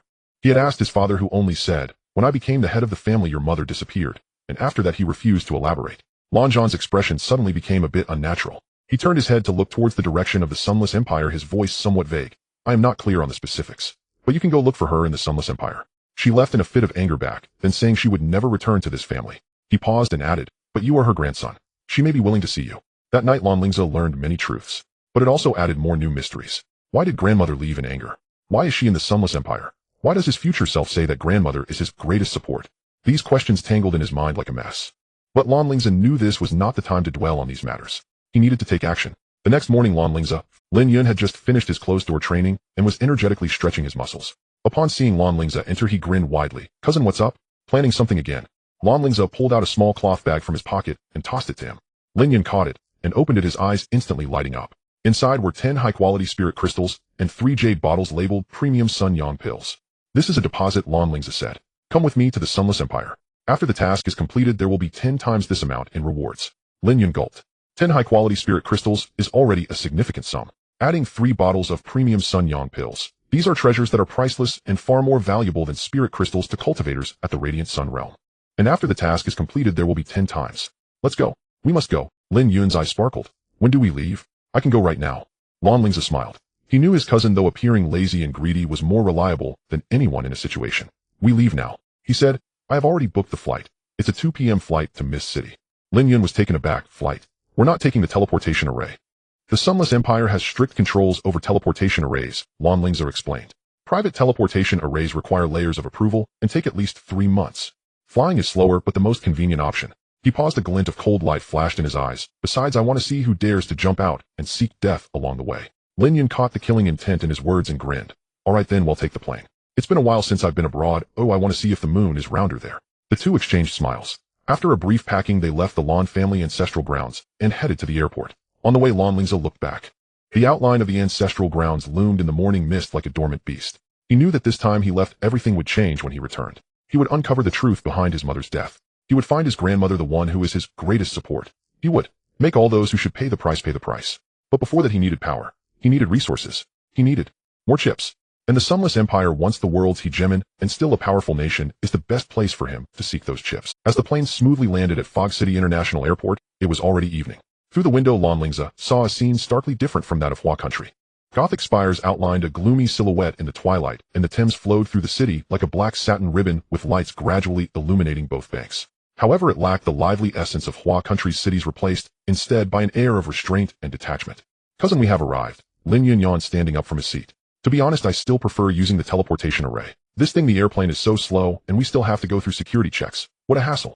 Lan Lingze did not respond, merely standing up quietly and picking up his simple luggage. This time he did not bring a large entourage to the Empire of the Setting Sun. Instead, he selected 20 of the most elite Sunlight Realm guards, all disguised as ordinary attendants. He himself changed into an inconspicuous gray coat, concealing his aura, looking like an ordinary international student. After disembarking, he walked through the long jet bridge and entered the immigration hall. The flow of people at Fog City Airport was immense, with various ethnicities weaving through and a blend of languages filling the air. The line for immigration was long, and the customs officer's attitude was indifferent, the procedure cumbersome. When it was Lan Lingze's turn, the middle-aged officer with glasses flipped through his passport, his brow slightly furrowed. "Hua country, Lan Lingze." The officer looked up at him. "What brings you to the Empire of the Setting Sun?" "Tourism and visiting relatives," Lan Lingze replied naturally. "Relatives? In Fog City?" "Yes, a distant elder relative." The officer stared at him for a few seconds, seemingly judging whether he was lying. Then, after stamping the passport, he handed it back to him. "Welcome to the Empire of the Setting Sun. Remember to abide by our laws." Of course. After passing through customs, he arrived at the arrival hall. Lin Yun was already waiting there, holding 2 cups of coffee. "Here," he handed over a cup. "The coffee here is more bitter than that in Hua country. Oh, just make do with it." Lan Lingze took it and took a sip. It was indeed bitter. The two did not rush to leave, but found a corner to sit down and observe their surroundings. This was Lan Lingze's habit. Upon arriving in a new place, he would first observe the environment and understand the situation. Half an hour later, they left the airport and took a taxi to the city center. The driver was a talkative local from Fog City, continuously introducing the attractions, cuisine, and the must-see red light district along the way. Lan Lingze quietly listened, occasionally responding with a few words. The car stopped in front of a seemingly ordinary hotel in the city center. "We have arrived, sir. This hotel is quite good, clean, and reasonably priced," the driver said. Lan Lingze paid the fare and got out of the car with Lin Yun. They did not choose those luxurious 5-star hotels. They were too conspicuous. Instead, they opted for this 3-star hotel located on the edge of a residential area, which, although average in condition, was quiet and discreet. They booked a suite and settled in. The suite was not large, consisting of 2 bedrooms and a small living room. Lin Yun threw himself onto the sofa in the living room, taking a long breath. "Finally, I can lie down for a bit." He closed his eyes. "Cousin, do you have any plans? We can't just be here for tourism, right?" Lan Lingze walked to the window, pulled back the curtains, and gazed at the night view outside. The night in Fog City was very quiet, unlike the brightly lit and bustling Magic City. The streets had few pedestrians, and occasionally vehicles passed by their headlights, leaving long streaks of light on the wet pavement. "I'm not sure either," he slowly said. "This time we are here to find someone." The addresses my grandfather gave me are all from Fog City has changed so much those addresses. They probably don't exist anymore. He turned around and took out a yellowed piece of paper from his pocket. The paper listed 3 addresses, the handwriting elegant in his grandfather Lon John style. The first address, Fog City West District 221, Baker Street. The second address, Fog City Central District Headquarters of the Royal Adventure Association. The third address, Fog City, an apartment near Whitechapel. We will search these 3 places one by one, Lan Lingze said. Starting tomorrow. Lin Yun opened his eyes, sitting up. Who are we looking for? Mystifying. My grandmother. Lin Yun was taken aback. Your grandmother. Isn't she? Missing for many years. Yes, she is missing. Lan Lingze tucked the paper away, but grandfather said she might still be in the empire of the setting sun.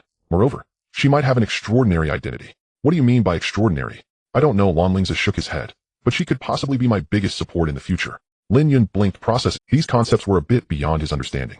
But he chose to trust his cousin. After all, his cousin had never lied to him. All right then. He lay back down. But cousin, I must remind you.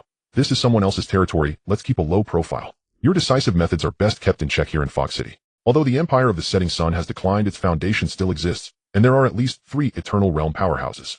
Lan Lingze nodded. He understood this reasoning.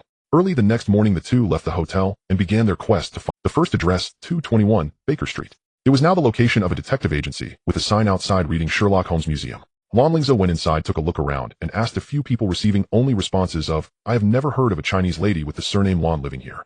The second address, the apartment near Whitechapel.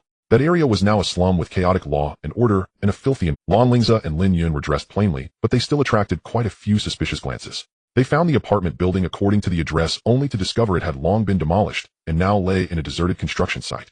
With 2 addresses yielding nothing, only the last one remained, the headquarters of the Royal Adventure Association. This address surprised Lan Lingze. The Royal Adventure Association is the largest beast master organization in the Empire of the Setting Sun, equivalent to Hua Country's Beastmaster Guild.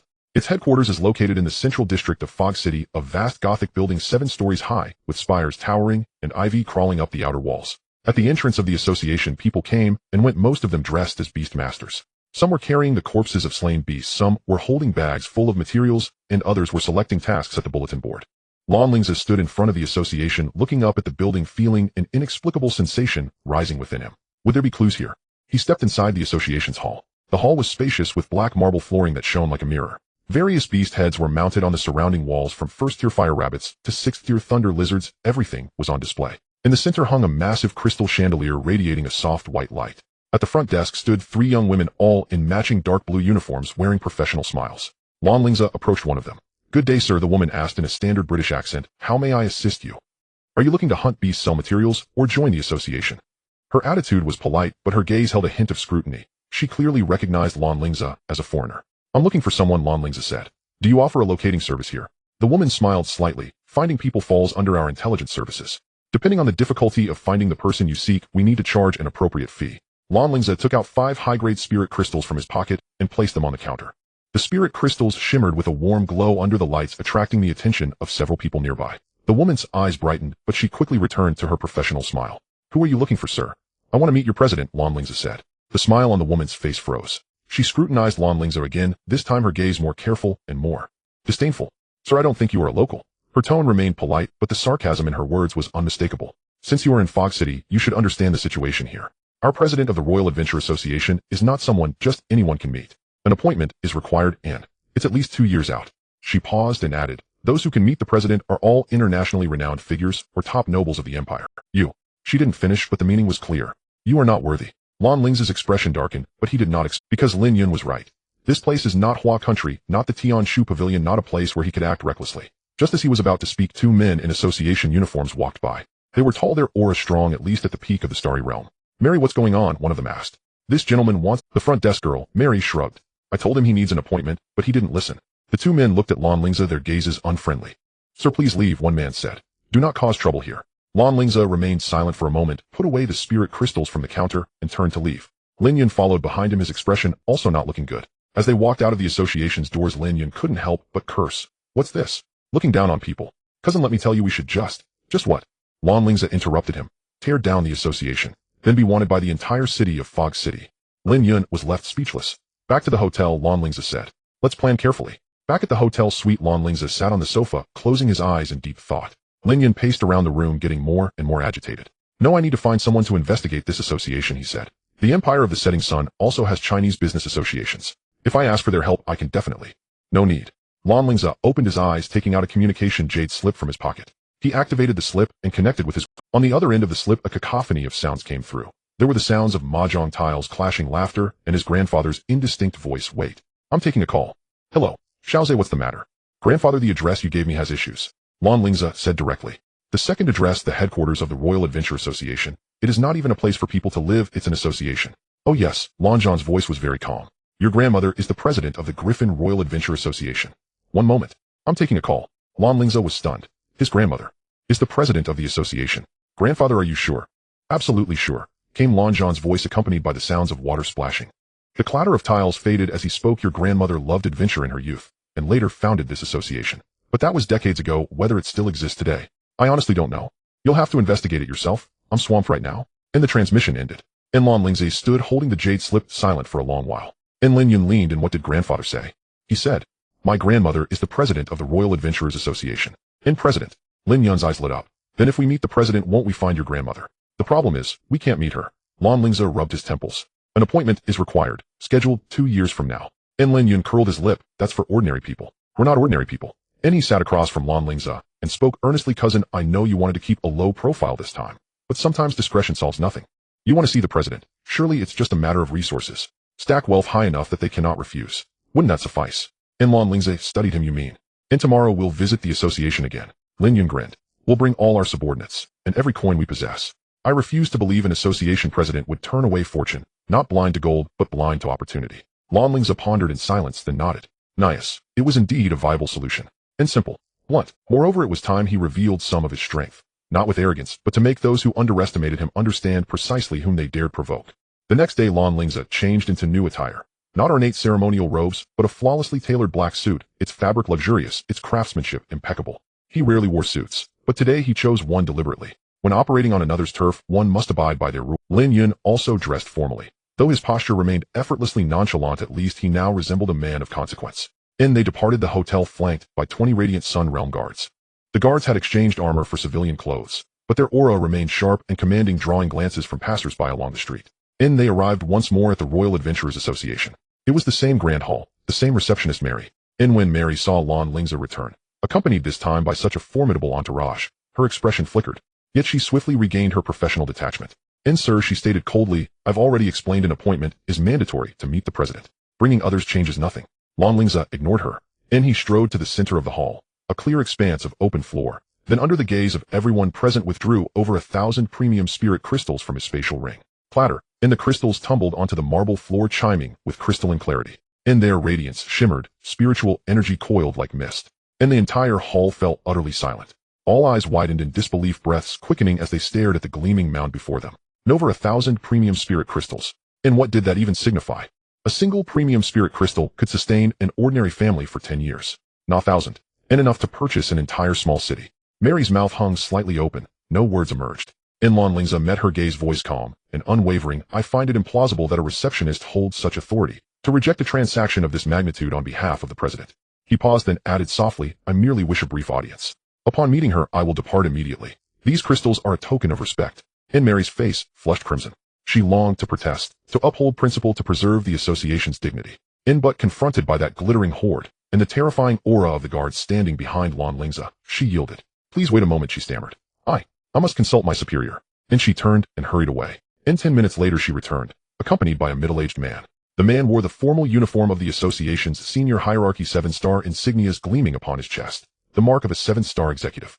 Sir, the man addressed Lan Lingze, his tone markedly more respectful. I am Robert, a 7-star executive of this association. May I ask, what matter brings you to seek an audience with the president? A private matter, Lan Lingze replied succinctly. And Robert glanced at the pile of spirit crystals, then back at Lan Lingze, hesitated, before finally nodding. The president is indeed exceedingly occupied, he said, but given your extraordinary sincerity, I may arrange a brief meeting. However what? And the president is not currently at the association, Robert explained. She is elsewhere. If you truly wish to meet her, you must accompany me. And Lan Lingze narrowed his eyes. Where? And Robert offered no direct answer, only a gesture of invitation. This way, please. And Lan Lingze exchanged a glance with Lin Yun, then followed. And Robert led them past the main hall into a secluded chamber at the rear. At the chamber's center stood a compact teleportation array. And please step onto it, Robert instructed. And Lan Lingze remained motionless, his gaze fixed on the array, then shifting warily to Robert. Robert sighed faintly. I understand your caution, sir, but the location where the president resides is accessible only via. Rest assured, this is a secure association exclusive array. Its destination is Buckingham Palace. In Buckingham Palace, a subtle ripple stirred within Lan Lingze. The imperial palace of the everlasting Sun Empire. Ni's grandmother was at Buckingham Palace, and after a moment's pause he stepped onto the array. Lin Yun and the guards moved to follow, but Robert raised a hand halting them. Apologies, Robert said. The president wishes to receive only this gentleman alone. Others please remain here. Lin Yun looked to Lan Lingze. Lan Lingze nodded. Wait for me here. He trusted his grandmother would not harm him. The array activated. Brilliant white light engulfed him. When Lan Lingze opened his eyes again, he stood before a majestic palace. White marble steps, golden balustrades, towering architecture, and royal knights guarding the entrance. This was indeed Buckingham Palace, the heart of power in the everlasting Sun Empire. Robert materialized beside him and murmured, "Follow me." They ascended the steps, passed through the gates, and entered the palace interior, where opulence reigned: crystal chandeliers, oil paintings, marble sculptures, silk carpets, each piece priceless. Yet Lan Lingze paid no heed. His attention was drawn deep within the palace, to a group of figures standing in two rows of knights clad in golden armor stood rigid and silent, each radiating power exceeding radiant sun realm 5th tier. Their two leaders, however, were unfathomably profound. To the left stood a woman in her 30s, draped in a deep sapphire court gown, wearing spectacles, her bearing scholarly and serene. She held a thick tome, speaking softly with a nearby knight. To the right stood a man in his 50s, tall, broad-shouldered, his features stern and resolute. He wore the ceremonial mantle of the Royal Knight Commander, a massive two-handed greatsword resting at his hip. He stood like a god of war, silent, awe-inspiring, commanding reverence without uttering a word. Robert approached the woman and bowed deeply. Lady Diana, this is Mr. Lan Lingze, of the Lan Clan of Huagua. He seeks an audience with Her Majesty the Queen. The woman, Lady Diana Norman, lifted her gaze, adjusted her spectacles, and appraised Lan Lingze with quiet intensity. Her eyes were tranquil, but Lan Lingze sensed they pierced straight into the soul. In Lan Clan, Lady Diana spoke slowly, her voice gentle, yet imbued with unassailable authority. Son of Lan Tianqing. Yes. Lan Lingze inclined his head. Diana smiled faintly and closed her book. The Queen is attending to state affairs, she said. But given it is you, I shall escort you to her. Before that, however, I must confirm one thing. What is it? Why do you seek the Queen? Diana fixed him with her gaze. For the Lan Clan. For Huagua. Or for yourself? Lan Lingze paused, then answered quietly, to find someone. Diana's eyes narrowed almost imperceptibly. She studied him for a long silent moment, then gave a slow, deliberate nod. Come with me. She turned and walked deeper into the palace. Lan Lingze followed, passing between the two rows of knights, feeling their gazes settle upon him, curious, probing, and in some cases openly hostile. Especially the Knight Commander, Norfolk Dravan, whose stare cut like a blade, sharp and unnerving. Yet Lan Lingze did not flinch. His mind held only one thought: in grandmother. The grandmother he had never met. They traversed a long corridor, until they reached a massive oak door. Diana halted, and turned to Lan Lingze. The Queen awaits within. Remember, upon meeting Her Majesty, you must kneel in obeisance. It is the sovereign custom of the everlasting Sun Empire. Lan Lingze nodded. Diana pushed open the door. Inside lay a spacious study, sunlight streaming through tall windows, bathing deep red carpet in golden warmth. 3 walls were lined with towering bookshelves laden with volumes. At the room's center stood a broad rosewood desk, empty behind it. Yet upon a nearby sofa reclined a solitary a woman, appearing no older than 40. Yet her true age surpassed 2 centuries. She wore a simple white gown, golden hair cascaded loosely over her shoulders. A book rested in her hands. She read with quiet absorption. Sunlight gilded her form, wrapping her in a luminous halo. In beauty, indescribable, ineffable. Not the delicate bloom of youth, nor the lush vitality of maturity, but a beauty forged by time itself, radiant, eternal, undimmed by centuries. Lan Lingze stood frozen in the doorway, heart pounding violently. And though he had never seen her, and though no memory stirred within him, yet blood sang in his veins, his soul trembled with recognition. And this was his grandmother, Elizabeth Victoria Lan, Queen of the everlasting Sun Empire. Your Majesty. Diana bowed deeply. Mr. Lan Lingze has arrived. The Queen did not lift her gaze from her book, and after a long suspended silence her voice emerged, gentle yet resonant, with sovereign gravity. Did your grandfather send you? Lan Lingze drew a slow, deep breath, stepped forward, and knelt upon one knee. No, he said. I came of my own accord. The Queen finally raised her eyes to meet his. Her gaze, like the clearest sapphire, deep, wise, piercing through illusion and falsehood alike. She held his face in her sight for a long, thoughtful moment, then murmured softly, "You bear a striking resemblance to your grandfather." "And your father?" She paused, then added almost wistfully, "Though your temperament differs." The air in the study seemed to have solidified. Sunlight streamed through the floor-to-ceiling windows, casting dappled light on the pages of the book in the Queen's hands. She closed the book and gently placed it on the low table beside her, her movements graceful and composed, with every detail reflecting the unique nobility and distance of royalty. Lan Lingze knelt on one knee, maintaining the posture of a respectful bow, while a storm of emotions churned inside him. After a pause she added, "Your grandfather was a reckless man in his youth, relying on his high talent and strength, causing trouble everywhere. Your father, Appears calm, yet is actually stubborn. Once he sets his mind on something, even 10 oxen cannot pull him back. Her gaze fell on Lan Lingze, as if examining a piece of art. And you, the queen said slowly, appear decisive in your actions, yet you understand how to assess the situation. You seem arrogant and domineering, yet you tread carefully with each step. In this regard, you are indeed stronger than your grandfather and father. Lan Lingze raised his head wanting to say something, but the queen spoke first. What is your true purpose in coming to the empire without setting sun? Her voice remained gentle, but the question struck at the core. If it were merely to see me, your grandfather would have given you specific directions rather than leaving you to flounder like a headless fly in the fog. Lan Lingze fell silent for a moment before slowly standing up. He looked directly into the queen's eyes, his grandmother, and spoke clearly. I want to borrow your strength to help me find out who killed my mother. The study fell silent for a few seconds.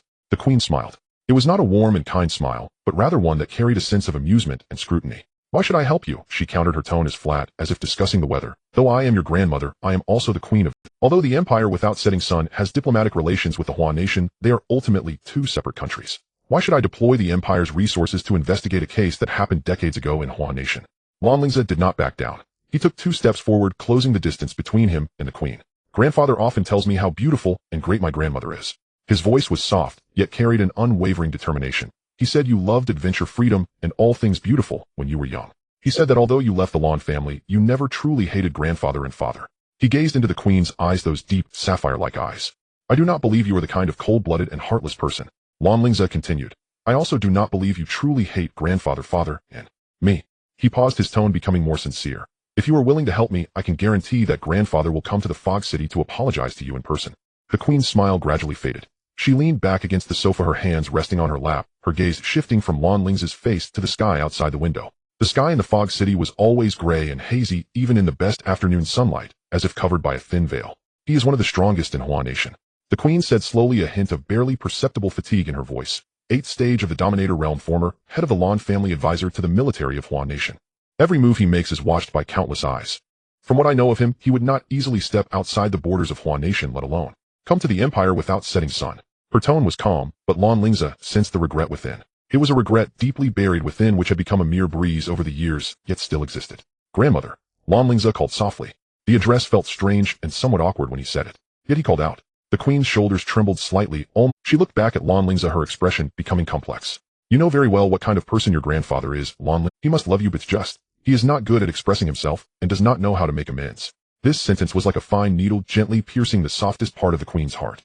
She remained silent for a long time. In the study, only their breathing and the occasional chirping of birds from outside could be heard. Finally, the queen spoke. Her voice was still calm, but her tone was no longer the same. Your mother's matter is very complicated, she said. The forces involved are far more than you can imagine. Domestically and internationally, in the open and in the dark, family forces, international organizations. It is a vast web. She stood up and walked to the window, turning her back to Lan Lingze. I can provide you with all the help, intelligence, resources, connections, even the official support of the empire, the queen said slowly. But the truth needs to be uncovered by you yourself. The path needs to be walked by you alone. She turned around, looking at Lan Lingze, because some matters must be experienced and uncovered by the concerned parties themselves in order to truly come to an end. Lan Lingze's heart skipped a beat. He understood his grandmother's implied message. The truth behind his mother's death was likely connected to his grandmother, the Lan family, and even the entire international situation. And the reason his grandmother could not tell him directly was that some truths become meaningless once spoken. I understand, Lan Lingze bowed. Thank you, grandmother.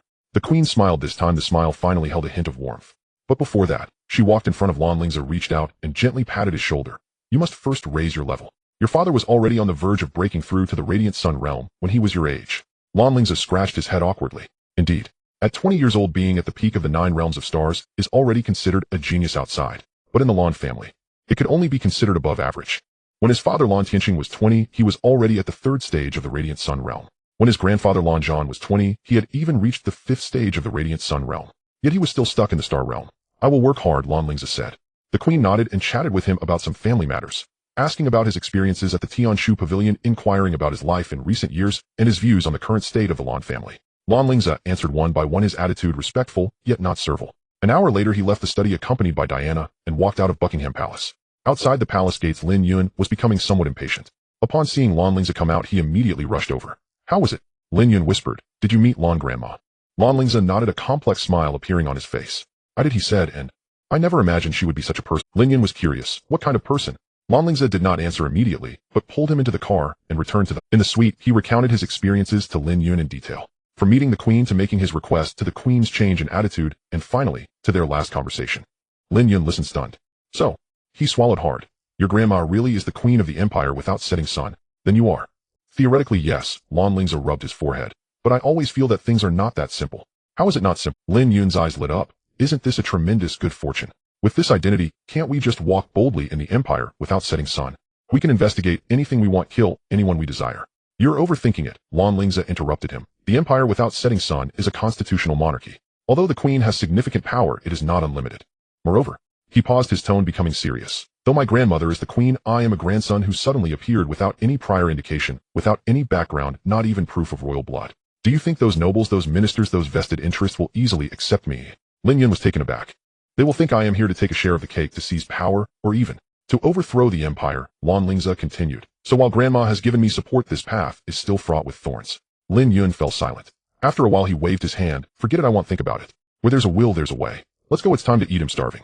The two left the hotel and found a seemingly decent restaurant on the streets of the Fog City. During the meal, Lan Lingze could feel numerous gazes scrutinizing them from the surroundings. There was curiosity, vigilance, and hostility. Clearly the news of his entrance and exit from Buckingham Palace. The next day, the unfolding events confirmed Lan Lingze's suspicions. Early in the morning, the front pages of major media outlets in the Fog City all published the same piece of news. Her Majesty the Queen announces the establishment of the Crown Prince position.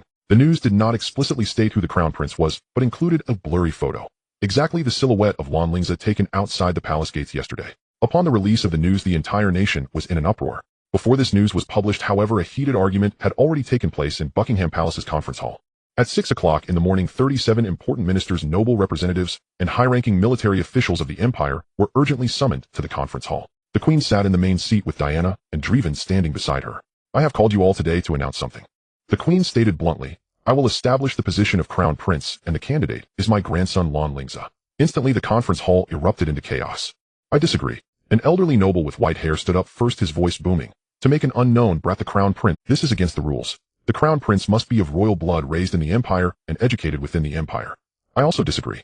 A middle-aged general in military uniform said solemnly, Your Majesty, if you truly wish to establish a Crown Prince, there are many excellent young candidates among the collateral branches. But we absolutely cannot allow a foreign brat to contaminate our bloodline.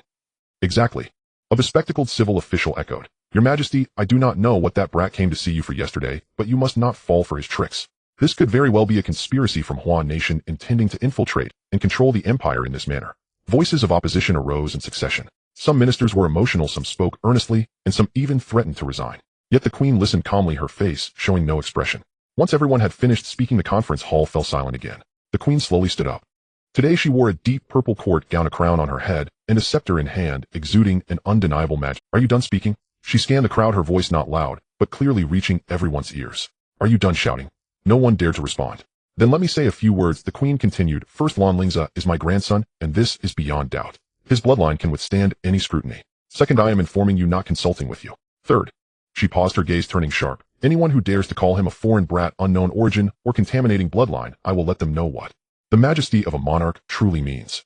In the conference hall there was a deathly silence. All the ministers lowered their heads, not daring to meet the Queen's eyes. The Queen uttered these two words and turned to leave. Diana and Driven followed her. Upon exiting the conference hall, Driven said softly, Your Majesty, will this be too forceful? Those ministers all have their respective factions. What if? What if what? The Queen stopped, glancing at him. They unite or stage a rebellion. Driven lowered his head. I wouldn't dare.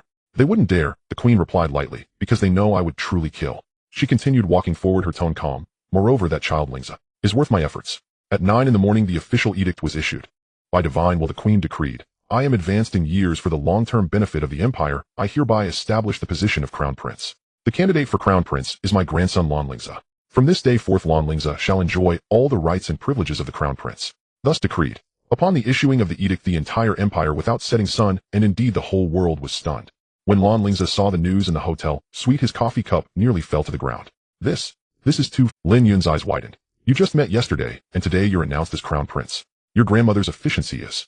Lan Lingze set down the coffee cup, a complex feeling surging within him. He felt touched by his grandmother's strong support. Anxious because this meant he would be thrust into the spotlight, and a hint of unease because he knew there is no free lunch in this world.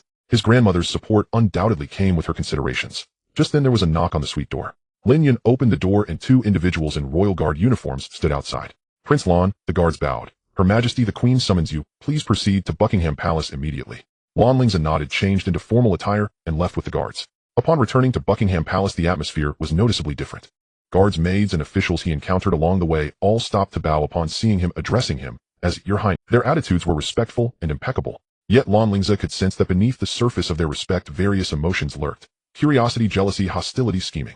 He was brought to the same study from yesterday. The queen was not reading today, but was standing by the window gazing at the garden outside. Hearing the footsteps, she turned. You have arrived. The queen gestured for Lan Lingze to sit down. Have you seen the edict? I have. Lan Lingze nodded. Grandmother, this. Is it too rushed? Rushed? The queen chuckled. I have waited for this day for 20 years. She walked in front of Lan Lingze, her expression turning serious. Listen, Lingze. I have given you the identity of crown prince and the support of the empire, but you must also accomplish one thing. What is it? Within 6 months, the queen said, enunciating each word clearly, break through to the radiant sun realm. Lan Lingze's heart jolted. 6 months from the peak of the 9 realms of stars to the radiant sun realm. This speed would be considered terrifying even within the Lan family. I know this is difficult, the queen continued, but you must, because only in this way can you silence those who oppose you. Let them know that you did not rise to power through connections, but that you truly possess this strength. She paused, adding, you need not worry about resources. The treasures in the imperial treasury are at your disposal. Techniques, pills, spirit beasts, secret realms. Everything is available. But remember, do not rush things. What I want is genuine strength in the radiant sun realm, not a paper tiger with empty levels, but no combat power. Lan Lingze took a deep breath, stood up, and bowed. I understand, grandmother. And there is one more thing. The queen took out a golden badge from her bosom and handed it to Lan Lingze. This is the Royal Griffin Medal. With it you can command 1/3 of the Empire's Shadow Guards forces. The Shadow Guards are the Empire's intelligence and assassination organization. Their network spans the globe and should be able to help you uncover some things you wish to know. Lan Lingze accepted the badge, feeling its weight. He knew that this badge represented not just power, but also. Thank you, grandmother, he said. The queen looked at him, her eyes softening. Your mother was a wonderful person, she said softly. I got along very well with her back then. Her death grieved me as well. Lan Lingze tightened his grip on the badge, remaining silent. Go now, the queen waved her hand. In 6 months, I want to see you break through to the radiant sun realm. At that time, I will formally introduce you to the nation during the coronation ceremony. Lan Lingze bowed and exited the study. As he walked out of Buckingham Palace, the sky was already approaching dusk. The dusk in the fog city was beautiful, the afterglow of the setting sun casting a golden hue over the ancient city. Lan Lingze stood on the steps before the palace, gazing into the distance. In his hand, the golden badge shimmered under the sunset. 6 months. The radiant sun realm. The truth behind his mother's death. And those enemies lurking in the shadows. The road ahead was long and fraught with thorns. But he knew he had no way to retreat. He could only move forward. Always forward. Until he uncovered all the truths and flattened all obstacles. He took a deep breath and descended the steps. His silhouette stretched long in the sunset, gradually merging into the twilight of the fog city. In the study of Buckingham Palace, the queen stood by the window watching her grandson's silhouette, a complex expression flashing across her eyes. Your Majesty. Diana appeared behind her without her noticing. Is it really okay? Pushing the prince into that position, he will face the malice of the entire empire. When Lan Lingze returned to the residence arranged by Buckingham Palace, dusk was approaching. It was a detached villa located in London's West End, exuding a unique royal luxury amidst its quaint elegance. However, he had no heart to admire it as the words of the queen echoed repeatedly in his mind. Break through to the radiant realm within 6 months. The time is too tight, he murmured to himself, pushing open the door to the study. Lin Yun was lazily nestled on the sofa, playing with a delicate pocket watch in his hand. Seeing Lan Lingze enter, he lifted his eyelids. Have you met the queen? You seem to be in a heavy mood, cousin. Grandmother has appointed me as the crown prince. Lan Lingze spoke directly. The pocket watch in Lin Yun's hand fell to the ground with a clatter. He sat up straight, all traces of laziness gone from his face. What? Crown prince. The crown prince of the empire on which the sun never sets. Exactly. Lan Lingze walked to the window, gazing at the darkening sky outside. But at the same time, she has given me a deadline. I must break through to the radiant realm within 6 months. Only by reaching that realm can I truly secure this position and have the right to know the whole truth behind my mother's death. The study fell into a brief silence. Lin Yun picked up the pocket watch, his expression turning serious. Radiant realm. To cross 2 major realms in 6 months is nearly impossible. That's why I need to enter closed-door cultivation immediately.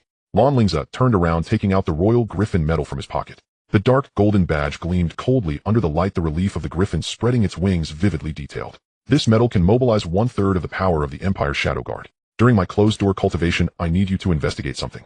He handed the medal to Lin Yun. Lin Yun took the medal, feeling its weight, and sensed the special energy fluctuations within.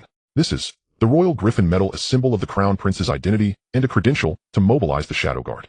Lan Lingze's gaze turned profound. I want you to use all your power to investigate all the clues regarding my mother's activities within the Empire on which the sun never sets. Don't overlook any details. Who she met, where she went, and which forces she contacted. Do you suspect Her Majesty the Queen is hiding something? Lin Yun asked sharply. Lan Lingze shook his head. No, grandmother has given me maximum support. but I have a gut feeling that the forces involved in my mother's death are far more complex than we imagine. As the empire on which the sun never sets was where she once lived, there must be traces left behind. And the Shadow Guard, this empire's intelligence agency, should possess secrets that even the queen may not be aware of. I understand. Lin Yun carefully stored the metal, a lazy smile returning to his face, but a glint of sharpness flickered in his eyes. Don't worry, investigating is my specialty. Focus on your closed-door cultivation. In a month I will provide you with an initial report. Be cautious about everything, Lan Lingze said solemnly. If you encounter danger, prioritize your life. The metal can mobilize power, but don't expose it easily. Got it. Lin Yun waved his hand. Hurry and enter closed-door cultivation. Just looking at your impatient demeanor makes me uncomfortable. The underground closed-door cultivation chamber, selected by Lan Lingze, was located at the lowest level of the villa, built from special alloys with walls engraved with complex energy isolation runes. This was a training location specially prepared for the Crown Prince by Buckingham Palace, capable of withstanding a full-force strike from a Radiant Realm powerhouse. He sat cross-legged in the center of the secret chamber and closed his eyes. System display. My current status. Omniscient Assistant System activated. Host Lan Lingze, age 20, Beast Master, level 9, Star Realm, Contracted Beasts, Abyssal Dragon, Moonlight, Divine Crow, Skyhorn, Ant, by Zhe Huido. Current task: break through to Radiant Realm within 6 months' time, remaining 179 days, 23 hours, 47 minutes. Warning: forcibly breaking through may lead to instability. It is recommended to combine practical combat with closed-door cultivation. Combining practical combat with closed-door cultivation. Lan Lingze pondered, but the most important thing right now is to raise my realm first. System: formulate the optimal breakthrough plan. Generating plan. Detected that the host possesses a mythical level support type, Contracted Beast, by Zhe. It is recommended to activate the Time-Space Acceleration Training Ground by Zhe's innate skill creation domain, can distort local time and space in conjunction with the system's time flow adjustment, achieving a 1:30 time ratio. 1 day outside, 30 days inside the domain. Required 50 of the host's mental strength, 70 of by Zhe's origin power, 60 of the system's energy reserve. Shall it be activated? Activate, Lan Lingze said without hesitation. A month later. In the living room, Lin Yun was frowning at a pile of documents. Seeing Lan Lingze come out, his eyes lit up. Oh, you're out. Your aura has improved quite a bit. 3rd stage of the Creek Moon Realm. Your cultivation speed is too monstrous. Did you find anything?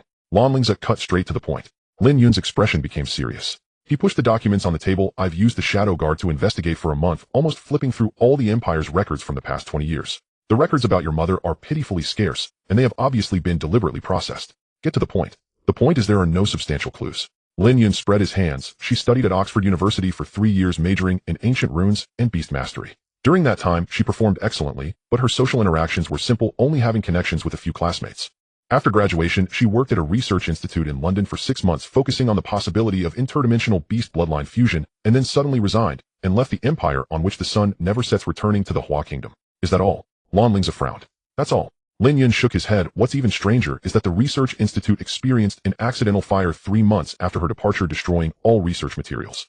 Among her classmates and colleagues, 3 died from various accidents, while the rest either immigrated or became tight-lipped about that period of their lives. The Shadow Guard employed interrogation techniques, but their memories seemed to have been tampered with.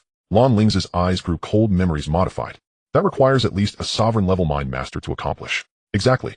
Lin Yun lowered his voice, and it's not just one person. The memories of all related individuals have been processed. Only 5 forces within the empire on which the sun never sets could achieve such a level. However, as the Shadow Guard delved deeper, they encountered resistance from higher-ups. Someone warned us not to pursue further. Who? Anonymous warning, but the ability to bypass the Shadow Guard's security system to transmit messages indicates that the other party holds extremely high authority. Lin Yun returned the Royal Griffin medal to Lan Lingze. I'm sorry, this past month I have almost nothing to report. The only thing we can confirm is that your mother's research involved some taboo area, and the forces related to that area seem to be something even the Queen is wary of. Lan Lingze took the medal, remaining silent for a long time. Mother, what exactly did you discover back then? Just then there was a rhythmic knock on the door. The two exchanged a glance, and Lan Lingze walked to the door and opened it. A middle-aged man dressed in a Royal Guard uniform stood outside, his face resolute, his aura restrained, clearly a peak powerhouse of the Creek Moon Realm. Your Highness the Crown Prince. The man bowed respectfully. Her Majesty the Queen requests your immediate presence at Buckingham Palace. Understood. Lan Lingze turned to Lin Yun and said, I'll be right back. You continue your investigation, but be more careful. Rest assured. Lin Yun nestled back into the sofa, but a sharp glint flashed in his eyes. Buckingham Palace, the Queen's private study. Queen Elizabeth stood by the window facing away from the door. As Lan Lingze walked in, she slowly turned around, her gaze scanning him as if it were a tangible force. 3rd stage of Creek Moon Realm. The Queen spoke lightly. In just a month the speed is acceptable, but the foundation seems a bit flimsy. It's just passable. Lan Lingze bowed. I will continue to work hard. Simply being in closed-door cultivation without practical combat experience means that when you face strong enemies in the future, you won't be able to exert even 30% of your strength. The queen walked to her desk, retrieving a document. The empire on which the sun never sets has a forbidden zone in the Scottish Highlands where savage beasts captured from various dimensions are raised for the Royal Knights' practical training. Go there with the Knight Squad to hunt savage beasts. Yes, Lan Lingze answered without hesitation. Remember, practical combat is the only standard to test your strength. Only in life and death battles can you truly grasp your own power. The queen looked at him, a hint of barely perceptible concern flashing in her eyes. Go, Captain Draven is already waiting for you. Captain Draven, the captain of the Royal First Knight Squad, a third-stage Radiant Realm powerhouse and recipient of the Empire's Lionheart Medal. The queen waved her hand. He will be responsible for your safety. Of course, he will only intervene if you encounter dangers that you cannot. Most of the time, you will have to rely on yourself. Lan Lingze bowed again and turned to leave. Watching his departing figure, the queen let out a soft sigh. She walked to the bookshelf, taking out a yellowing photograph from a hidden compartment. In the photo, a beautiful woman with 7 points resemblance to Lan Lingze smiled brightly, linking arms with a young Elizabeth. Your son has grown up, as stubborn as his father. The queen murmured softly, but this path is too dangerous. Those lurking in the shadows are troublesome even for me. I hope he can become quickly strong enough to face everything that is about to come. She put the photo back in its place, a cold, murderous intent flashing in her eyes. As for those who dare to extend their claws, I will chop them off one by one. The Royal First Knight Squad's base is located on the outskirts of London. When Lan Lingze arrived with the guards, a practical combat training session was underway in the training ground. Hundreds of knights clad in silver armor were divided into 2 teams, clashing fiercely, the sounds of swords and blades colliding, skills erupting, and savage beasts roaring, all mixed together. A rich scent of blood and a murderous atmosphere filled the air. Your Highness the Crown Prince. A deep voice sounded. Lan Lingze turned his head to see a tall figure approaching. The man stood nearly 2 meters tall, dressed in dark golden heavy armor, with a roaring lion head carved on his shoulder. His face was rugged with a ferocious scar over his left eye, but his eyes were sharp as an eagle. What caught Lan Lingze's attention the most was his aura, deep and unfathomable. Just standing there, the surrounding air. Captain Draven. Lan Lingze nodded in greeting. Draven knelt on one knee, performing a standard royal salute. Captain Draven of the Royal First Knight Squad, I have come to see His Highness the Crown Prince. By Her Majesty's orders, I will be responsible for your safety and guidance during this Forbidden Zone trial. Please rise, Captain. Lan Lingze quickly assisted him. Draven stood up, the sound of clanking armor ringing clear. Your Highness, time is of the essence. We must depart immediately. The target of this hunt is a group of ironclad earth dragons, savage beasts of the 9th stage of Creek Moon Realm, residing in the 3rd layer of the Forbidden Zone. Their scales are hard, their strength astonishing, but they are relatively slow, making them excellent targets for practical combat. 9th stage of Creek Moon Realm. Lan Lingze raised an eyebrow. With his strength at the 3rd stage of Creek Moon Realm, challenging a 6th stage opponent is not an excellent target, but rather death. Draven seemed to see through his thoughts, showing a smile. Your Highness, don't worry. Although the ironclad earth dragons are 9th stage, they have low intelligence and rely entirely on instincts in battle. As long as the tactics are proper, it is not impossible to defeat them despite the level difference. Moreover, he patted the heavy sword at his waist. With me around, you won't be in life-threatening danger. I understand. Lan Lingze nodded. Half an hour later, a knight squad of 30 gathered.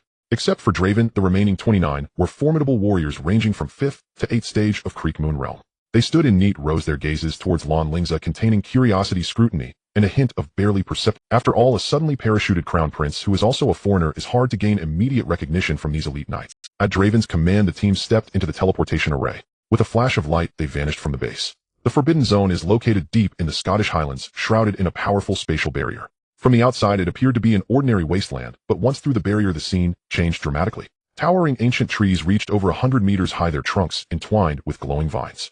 The air was filled with dense energy particles, but also mixed with the distinctive stench of savage beasts. In the distance, the roars of unknown creatures echoed, shaking the mountains and forests. Stick close to the team, do not act alone. Draven said in a deep voice. The Forbidden Zone is divided into 9 layers. The deeper you go, the stronger the savage beasts. The ironclad earth dragons are in the 3rd layer, and at our speed, we can reach them in 2 hours. The team quickly navigated through the dense forest.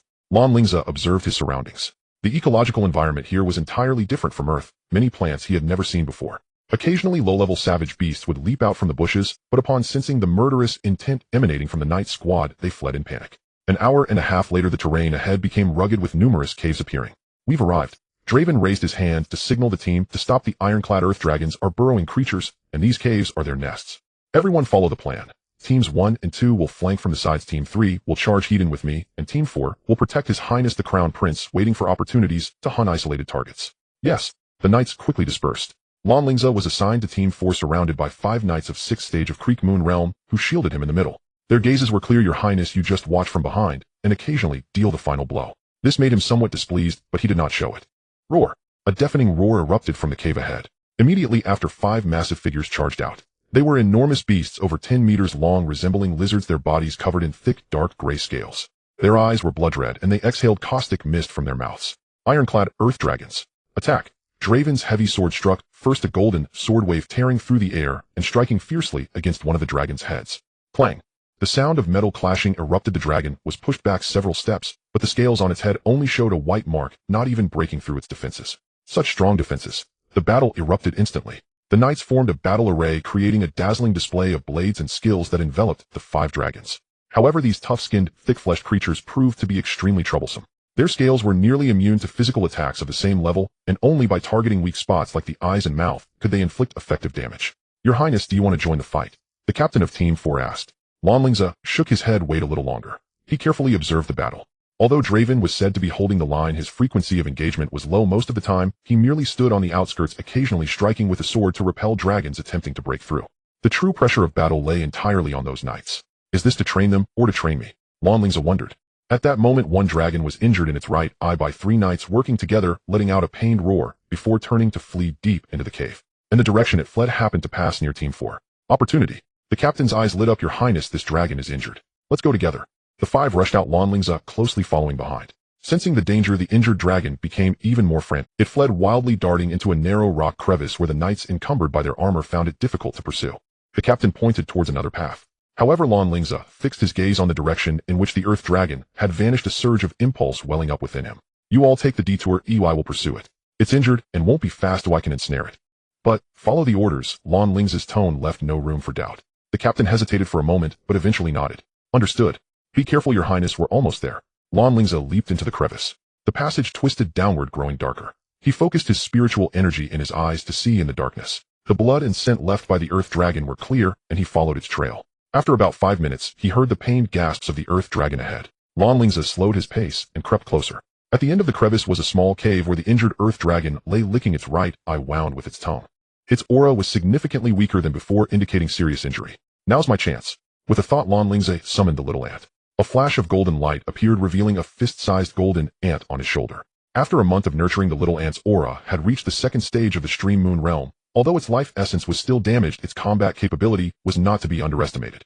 Little ant, restrain it. The earth dragon sensed danger, suddenly lifting its head and spewing a glob of corrosive acid. The little ant did not flinch, a faint golden light membrane appearing on its surface.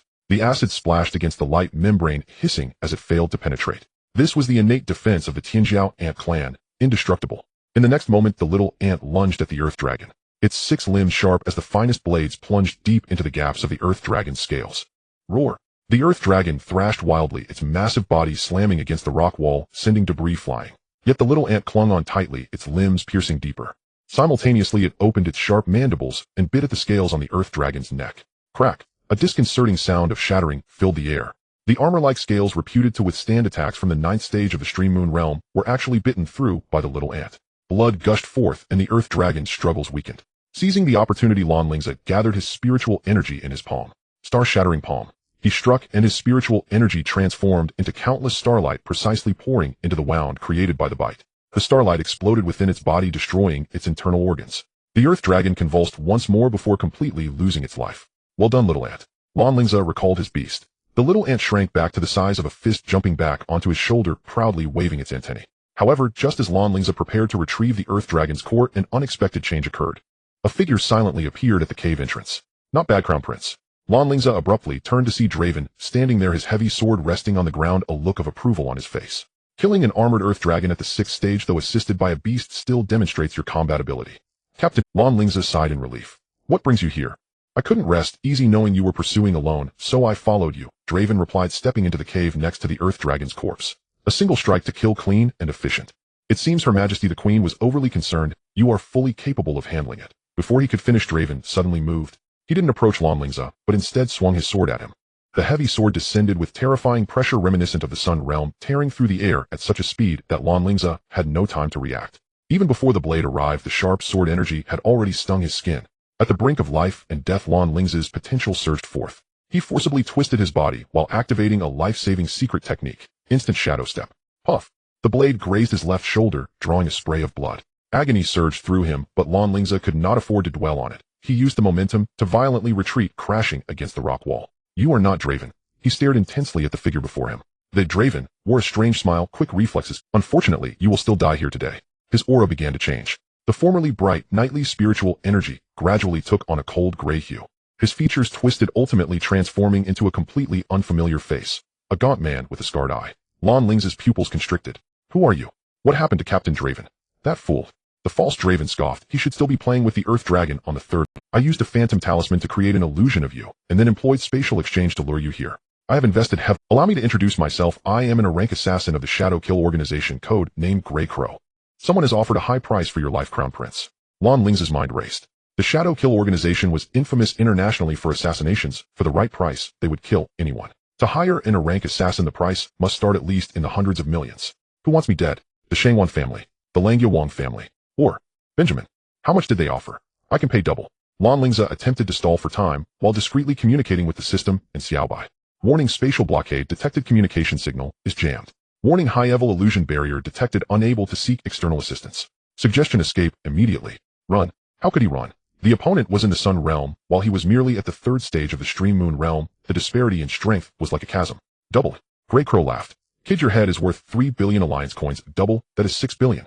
Do you have that much money? Even if you did, I couldn't accept it. According to Shadow Kill's rules, once a contract is accepted, it's a life or death matter. If I defect, the organization would hunt me down to the ends of the earth. He raised his heavy sword. Don't struggle. Oh, just accept your death, and I can make it quick for you. The blade energy coalesced, casting a shadow of death. At this critical moment, Xiaobai suddenly emitted a soft chirp from Lan Lingze's shoulder. Though still weak from previous exertions, it forcefully activated its innate skill. True eye. An invisible wave swept over Grey Crow. Xiaobai's weak voice echoed in Lan Lingze's mind. Master. He is not in the Sun realm, but at the 9th stage of the Stream Moon realm, and has used some secret technique to disguise his aura. Xiaohuan merge. Without hesitation, he summoned the Moonlight Divine Crow. The black crow transformed into a stream of light, merging into his body. In the next moment, a pair of dark wings unfurled from his back, and his pupils turned a deep shade of purple. His speed, agility, and perception surged dramatically, while also granting him resistance to illusions. Oh, still dare to resist? Grey Crow sneered as he swung his sword.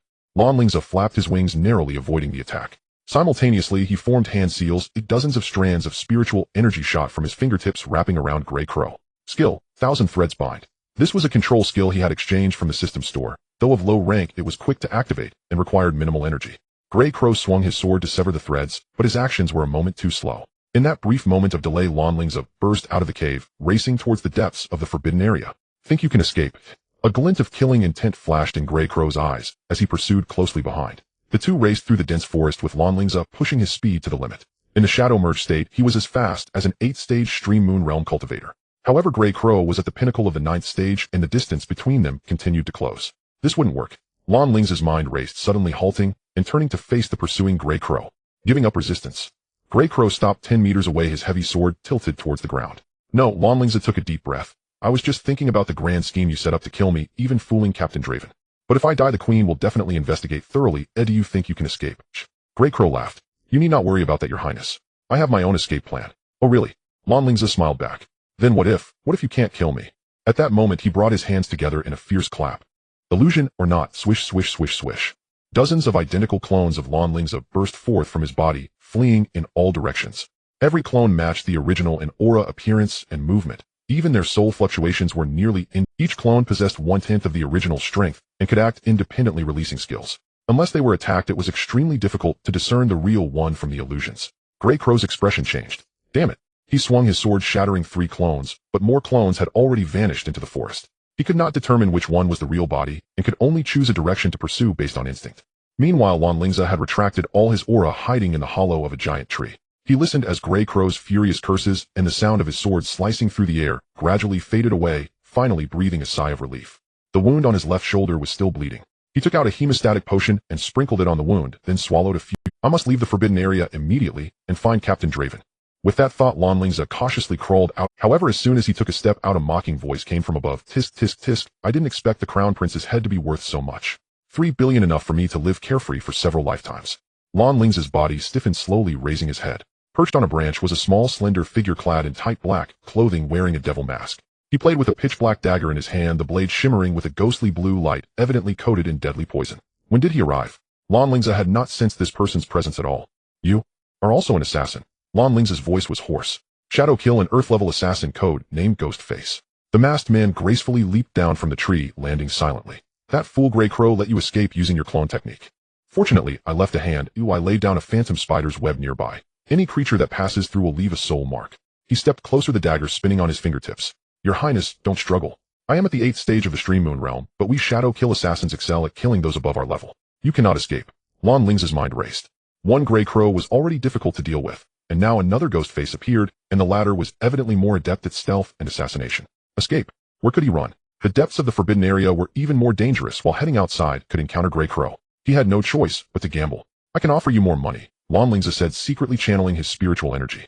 4 billion. 5 billion. If you let me go, I can have my grandmother. I'm here to kill you. If I agree, wouldn't that be seeking death? Ghostface laughed, his laughter sharp and piercing.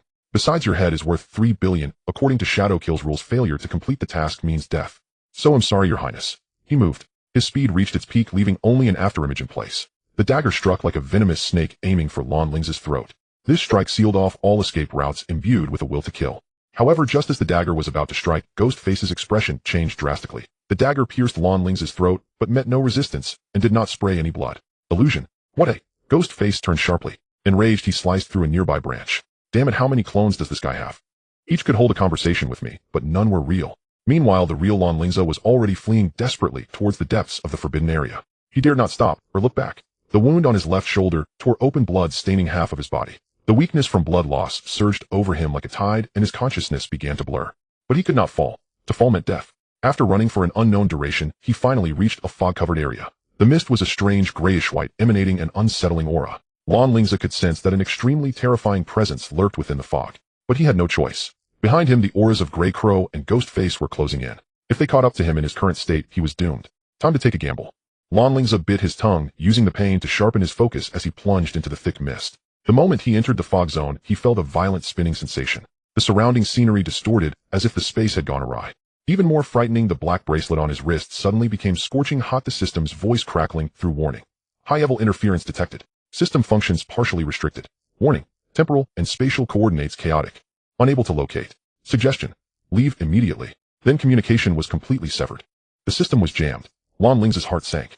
This was an unprecedented situation. The system was the highest legacy left to him by his mother, and even the domain of a sovereign-level powerhouse could not completely block its functions. What was this fog? He pressed on for a bit longer, but could not hold out any longer, sliding down against a rock to rest. His vision began to blur, the dual weakening effects of excessive blood loss and depleted life essence, slowly dragging his consciousness into darkness.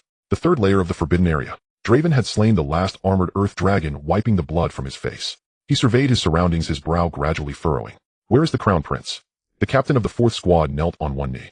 Reporting to the captain, His Highness pursued an injured earth dragon. We intended to take a detour to encircle it, but we lost track.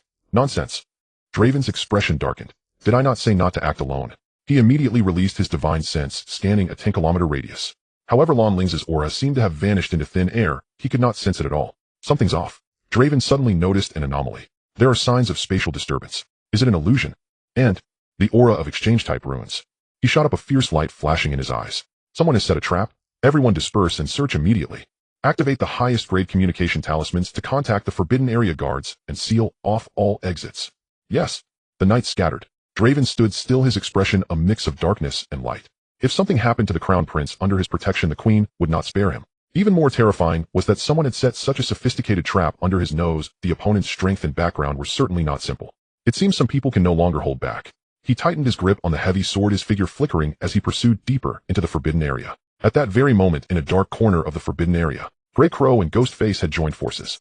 We lost track of him, Ghostface said darkly. That kid entered the mist graveyard. What? Grey Crow's expression changed. That place is so dangerous that even those in the Sun Realm dare not venture deep. He's dead if he goes in alone at the 3rd stage of the Stream Moon Realm. But we need to see him alive or dead, Ghostface said coldly. The employer's requirement is to confirm his death, otherwise we won't even receive the final payment. Grey Crow was silent for a moment, then gritted his teeth.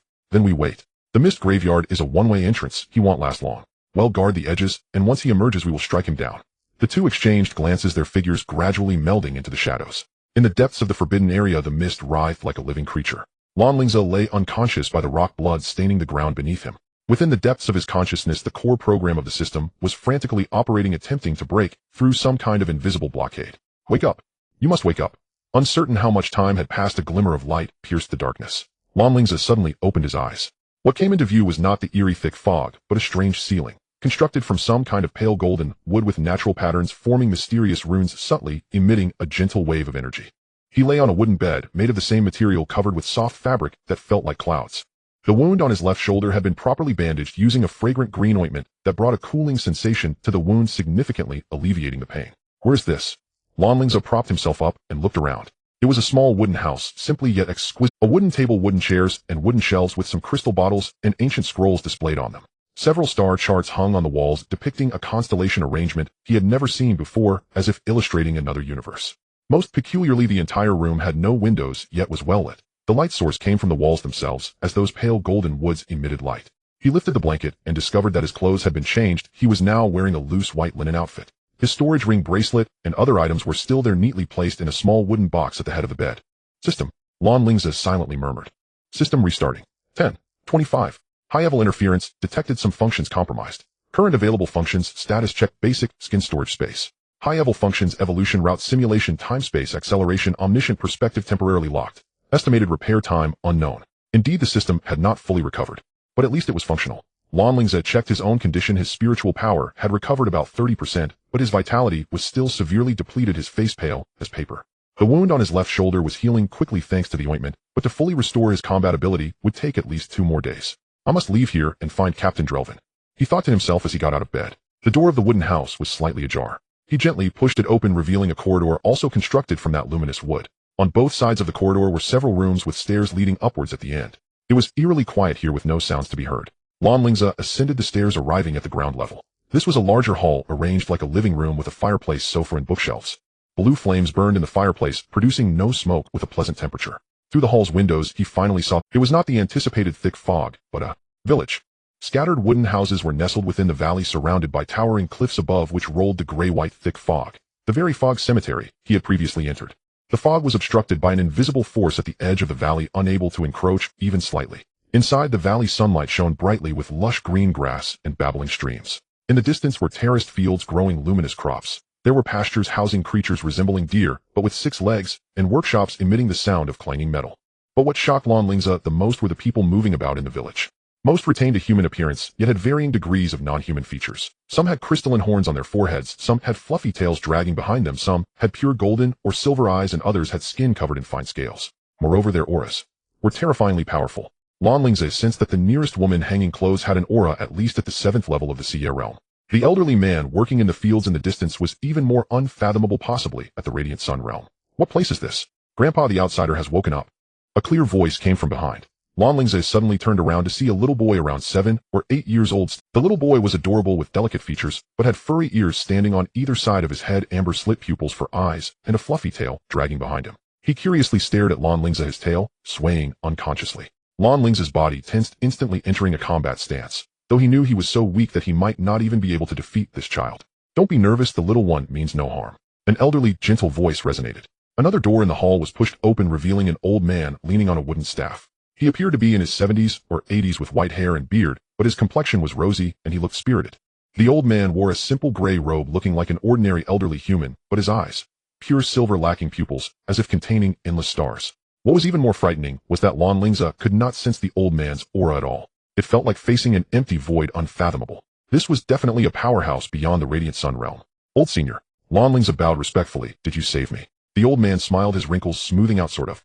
While gathering herbs at the edge of the fog, Luer found you and brought you back. The fact that you survived in that soul-eating mist is a miracle in itself. He walked over to the sofa by the fireplace and gestured to the seat opposite him. Please sit, child. You are injured and shouldn't stay. Lan Lingze hesitated for a moment, but decided to sit down. It would be too easy for the other party to kill him, and there was no need for such pretenses. The boy named Luer bounced over to the old man's side, curiously examining Lan Lingze. Grandpa, is he the one mentioned? He looks so weak. Luer, don't be rude. The old man gently patted the boy's head, then turned to Lan Lingze. Let me introduce myself. I am Xing Xian, the elder of this village. As for Luer, he is lively. Please don't take it to heart. I dare not. Lan Lingze chose his words carefully. Elder Xing Xian, I will forever remember your life-saving grace. However, where am I now? What place is this? Luer eagerly replied, I thought you humans would know where this is, but I didn't expect someone to be foolish enough to come to this great fog. His tone held the innocence of a child, but also a hint of disdain towards humans. Xing Xian explained gently, this is the dwelling place of our Xing Beast clan in the Forbidden Area. According to your human classification of forbidden areas, this should be the 9th level, the core area of the Fog Cemetery. The 9th level. Lan Lingze's heart trembled. The 9th level of the Forbidden Area, each level more dangerous than the last. According to royal records, the 9th level is an absolute death zone. Even eternal realm powerhouses do not dare to tread lightly. Historically, no more than 5 individuals have entered the 9th level and survived. He had inadvertently stumbled in and you are not humans. Lan Lingze asked cautiously, are you transformed from ferocious beasts or descendants of divine beasts? Humph. Lu'er proudly raised his little head. We are not low-level little demons transformed. We are noble Xing beasts from the starry sea traversing the universe. If it weren't for a dragon person who had cast us down to this planet thousands of years ago, we wouldn't be in this barren place. Xing beasts, universe, dragon person. The information was overwhelming and Lan Lingze could not digest it all at once.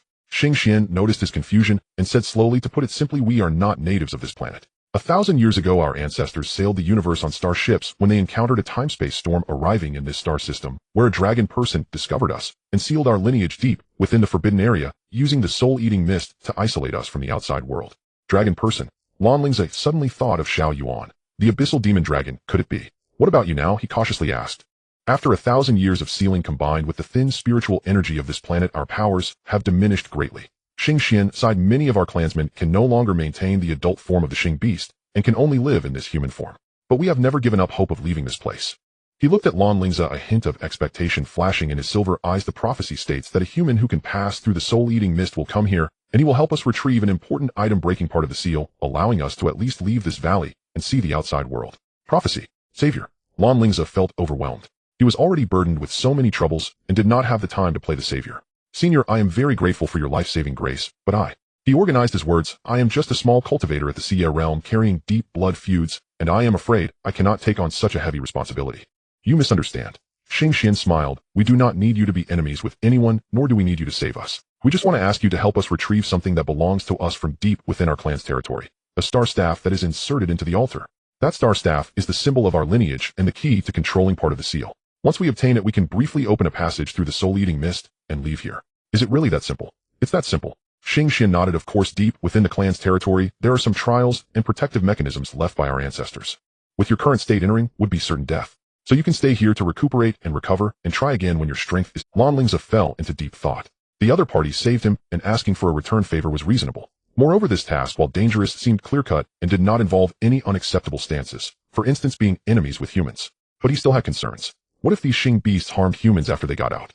Seemingly seeing through his hesitation, Xing Xian suddenly raised his right hand, his expression solemn. I, the 73rd elder of the Xing beast clan Xing Xian, swear, by the essence of the stars, if this human youth before me retrieves the star staff, for us our clan will not take the initiative to be enemies with humans after escaping, and will not harm living beings without reason.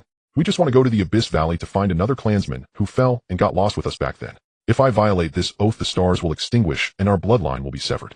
As soon as the words fell, a brilliant starlight descended from the sky. Remarkably, it penetrated the roof and landed within the starlight. Complex star chart runes appeared, then imprinted into his forehead. Heaven and Earth Oath. This is the highest level of oath in the Beastmaster world, sworn by the essence and bound by the laws of heaven and earth. Once violated, the punishment of the oath will be immediately enacted. Lan Lingze was moved. The other party had come this far, showing great sincerity. Senior, there is no need for this. He smiled bitterly. To put your mind at ease. Xing Xian retracted his hand, his expression back to normal. We the Xing beast clan disdain to lie, and we also disdain to deceive. Willing is willing, and unwilling is unwilling. You saved us, and we will repay you. Besides helping you recover from your injuries, we can also provide some resources you need. I can see that you have an injury affecting your essence, and there are several contracted beasts whose potential has not been fully developed. We might be able to help with that. This struck a chord with Lan Lingze. The life essence of the little ant was damaged, and it had always been a thorn in his heart. Little Bai was also very weak due to frequent use of essence power. The evolutions of Xiao Yuan, Xiao Huan, and Xiao Hua all required vast resources. And what he lacked the most now was time and resources. Okay. Lan Lingze finally nodded. I agree to help you retrieve the star staff. But I need to recover my cultivation first, at least to my peak state. Of course. Xing Xian smiled. Lu'er, take this guest to the star spring room, where the power of the stars is the most concentrated, suitable for his healing and cultivation. Alright. Lu'er bounced up his tail, wagging joyfully. Follow me, human. Lan Lingze stood up and gave a deep bow to Xing Xian. Thank you, senior. Go on, child. Xing Xian waved his hand. Come find me when you are ready. Meanwhile, at the Buckingham Palace. The atmosphere in the conference hall was as tense as iron.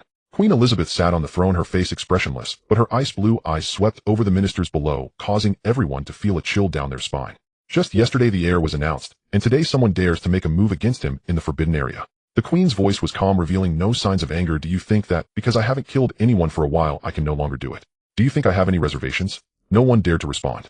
An old nobleman steeled himself to speak. Your Majesty, the heir is in danger. It is also heartbreaking, but perhaps it was just an accident.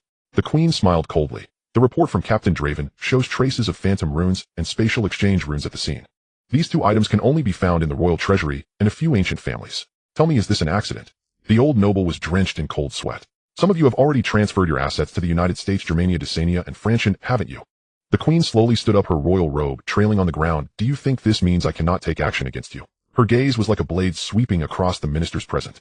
I believe the noble exemption policy that has been executed for hundreds of years is no longer necessary. This statement, Your Majesty, think again. This cannot be. This is the law of our ancestors. The ministers all knelt down. The noble exemption is the foundation of the noble class, and the empire of the sun never sets. Once abolished, it means the royal family will have the power of life and death over the nobles without any constraints. The meeting is adjourned. The Queen uttered 2 words, turned, and left the nobles in the hall in a state of panic.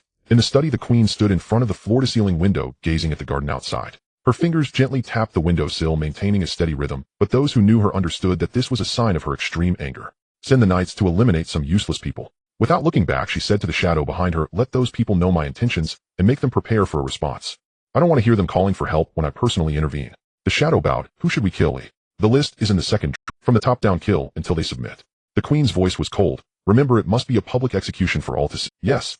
The shadow vanished. Minutes later, Draven was summoned. The captain of the knights knelt on one knee, his face full of guilt.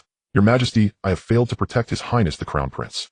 Please punish me. Now is not the time for accountability. The Queen turned. Are you sure Lingze has entered the deepest part of the Forbidden Zone? I am certain, Draven replied solemnly. I sent people to search every place below the 7th floor, and there was no trace of His Highness. Then His Highness must be in the 8th or 9th level. But we have also explored the Nether Marsh on the 8th level and found nothing. So he is on the 9th level, the Misty Graveyard, the Queen interjected. Draven bowed his head, yes. The study fell into a brief silence. The Queen walked to the desk, her fingers gliding over the star map on the surface. The 9th level of the Forbidden Zone, even I dare not easily tread. That boy is indeed bold. Your Majesty, I am willing to personally enter the Misty Graveyard to search. No need, the Queen interrupted him. Even if you can enter, there's no guarantee you will come out alive.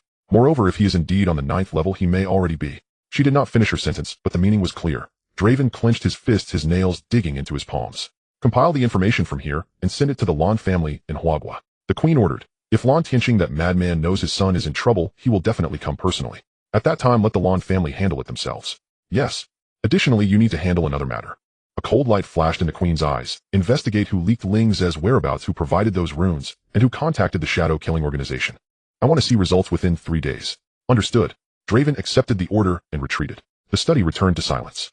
The Queen sat back in her chair, rubbing her temples. She took out a yellowed photograph, staring at the smiling woman on it. If something really happened to your son, I will make the entire empire of the sun never sets know, the entire Western world pay for it. Her voice was soft, but the killing intent contained within caused the temperature in the entire study to drop a few degrees. In the Star Beast Village Star Spring Room.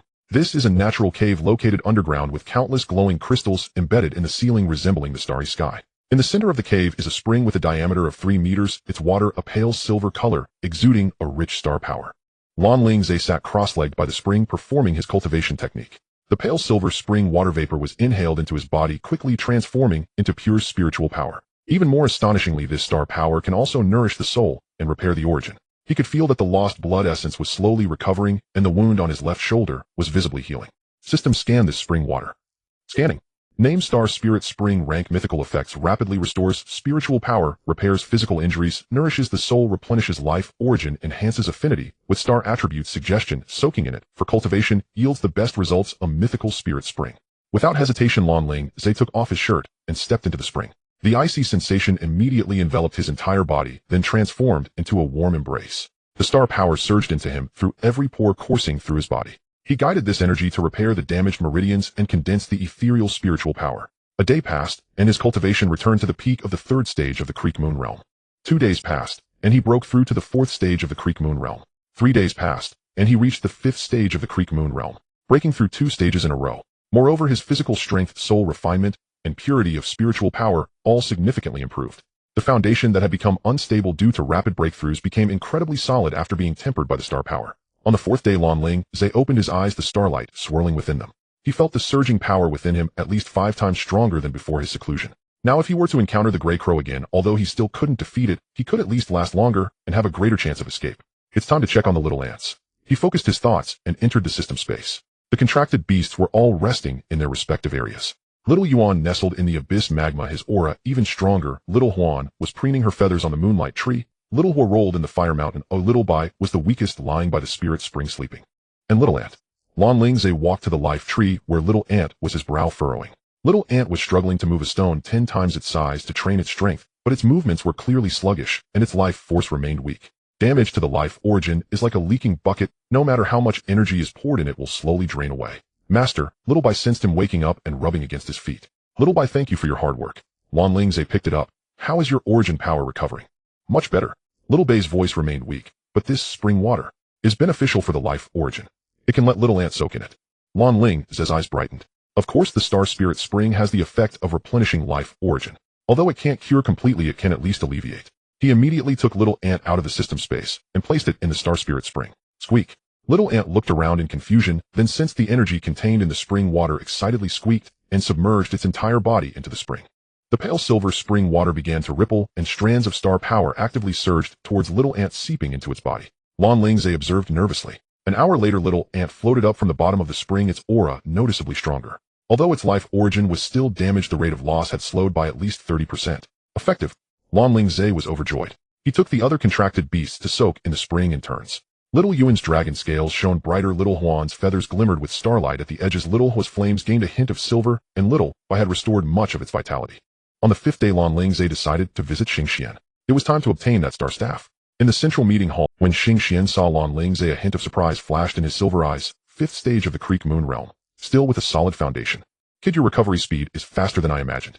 Thanks to the Star Spirit Spring. Lan Lingze bowed. Senior, I am prepared. Please tell me the exact location of the star staff and what I need to pay attention to. Xingxian nodded, taking out a jade slip, swirling with starlight. This is the map of the clan's territory. The star staff is placed on the central altar, surrounded by 3 trials: Starlight Maze, Star War Puppets, and Star Soul Inquiry. Passing the trials will allow you to obtain the star staff. He explained the contents of the 3 trials in detail. The Starlight Maze is an illusion formation that creates illusions based on the intruder's memories. One must maintain a clear mind to pass. The Star War Puppets are 4 puppets made of star gold, each with the strength of the 5th stage of the Sunlight Realm, and they coordinate well, excelling at combined attacks. The Star Soul Inquiry is the most dangerous. The altar will directly interrogate the intruder's soul. If there are great fears, guilt, or obsessions in one's heart, it may backfire, resulting in minor soul damage, or severe cases turning one into an idiot. Your current strength shouldn't face problems in the first 2 trials, Xingxian mused, but the 3rd trial. Kid, you have too many obsessions and hatred in your heart. This is very dangerous. Lan Lingze fell silent. The death of his mother, family grievances, the grudge of pursuit. These were indeed his deepest obsessions. But I must go. He raised his head, his gaze firm. I will fulfill my promises. Moreover, I need the star staff in exchange for your help in treating Little Ant's origin injury. Xingxian looked at him deeply. You value your promises. Very well, since you have decided, I will not dissuade you. However, before you go, I will give you something. He took out a silver talisman engraved with complex star maps. This is the Star Guardian Talisman, which can help you resist one soul attack. If you can't hold on during the Star Soul Inquiry, crush it, and you can forcibly interrupt the trial. But that means you will fail and be teleported out. Thank you, Senior. Lan Lingze solemnly accepted it. And this? Xingxian took out a bottle of light golden liquid, star essence. Drinking it can significantly enhance affinity with star attributes for a short time, allowing you to navigate the starlight maze effortlessly. But the effect lasts only half an hour, so time it well. Lan Lingze thanked him once again. Go ahead, kid. Xingxian patted his shoulder. Remember to maintain your true heart. Obsession can become motivation, but do not let it consume you. Lan Lingze nodded and turned to leave the meeting hall. Lu Er was waiting outside, and when he saw him come out, he bounced over. Human, are you going to get the star staff? I will take you to the entrance of the clan. Thank you. The two walked deeper into the valley. Along the way, Lu Er chattered nonstop. Human, do you know? Actually, I hated you humans at first. 1,000 years ago, it was humans. Oh no, dragon people, but they looked similar to humans. That trapped us here. But Grandpa said you can't hate everyone because of a few bad people. He said you are the one in the prophecy who will help us. Lan Lingze listened quietly. After walking for about half an hour, a massive stone door appeared ahead. The stone door was tightly closed, engraved with vast star maps, some of which moved on their own, incredibly mysterious. This is it. Lu Er pointed at the stone door. Place your hand on the brightest star in the center, infuse your spiritual power, and it will open. Be careful, human. If you can't hold on, come out quickly. I don't want you to die in there. You still haven't told me the stories from outside yet. Lan Lingze smiled. All right, when I come out, I will tell you stories for 3 days and nights. It's a deal. Lu Er extended his pinky. Lan Lingze paused for a moment, then extended his pinky to hook with him. Then he turned to face the stone door, took a deep breath, and pressed his hand against the brightest star. Spiritual power infused. The star map on the stone door suddenly lit up, and the entire door slowly opened inward. Behind the door was a path paved with starlight leading to the unknown depths. Lan Lingze stepped in. The stone door slowly closed behind him. Luer stood outside, his tail anxiously wagging. Grandpa said he is the one in the prophecy. But the latter half of the prophecy is on the day the stars align, disaster will descend. I hope I am overthinking it. He shook his head and turned to run back to the village. Inside the stone door, Lan Lingze had already stepped onto the path illuminated by starlight. Ahead, 3 trials awaited him. As the first step was taken, the starlight maze activated. Countless illusions surged like a tide. Mother's smile, father's silhouette, grandfather's expectations, enemies' taunts, the blades of pursuers. Maintain your true heart. As Lan Lingze stepped onto the starry path, the surrounding scenery suddenly twisted. The pale golden wooden houses, the star beast village, the sheer cliffs of the valley. Everything dissolved and reformed in his sight. He felt a strong dizziness, as if his entire soul had been stripped away and thrown into an endless whirlpool of time and space. When he opened his eyes again, he found himself lying on a soft bed. Sunlight poured in through the intricately carved wooden window, and the air was filled with a familiar scent of incense, the unique sandalwood fragrance of the Lan family's old residence. Zaire, are you awake? A gentle voice came from the doorway. Lan Lingze sat up abruptly and saw a graceful and beautiful woman entering. She wore a light purple qipao, her brows and eyes filled with a smile, and although there were fine lines at the corners of her eyes, they could not conceal her natural elegance. Mother! Lan Lingze blurted out, his voice trembling. Lan Lingze. His mother, the woman whose outline was only a blur in his memory, now stood vividly before him. Did you sleep too soundly? Lan Lingze walked over, placing the tray on the bedside table, and reached out to touch his forehead. No fever. Hurry up and wash up. Today is your first day reporting to the Beastmaster Academy. You can't be late. Beastmaster Academy. Reporting. Lan Lingze looked around bewildered. This was neither the villa where he stayed in the Empire of the Setting Sun, nor the cold room of the Lan family's old residence, but a warmly decorated bedroom. Posters of beast taming on the walls, textbooks and models piled on the desk, and several pots of succulent plants on the windowsill, which were his favorite species to raise as a child. Everything felt so real enough that he could smell the aroma of breakfast and feel the warmth of his mother's hand. Am I dreaming?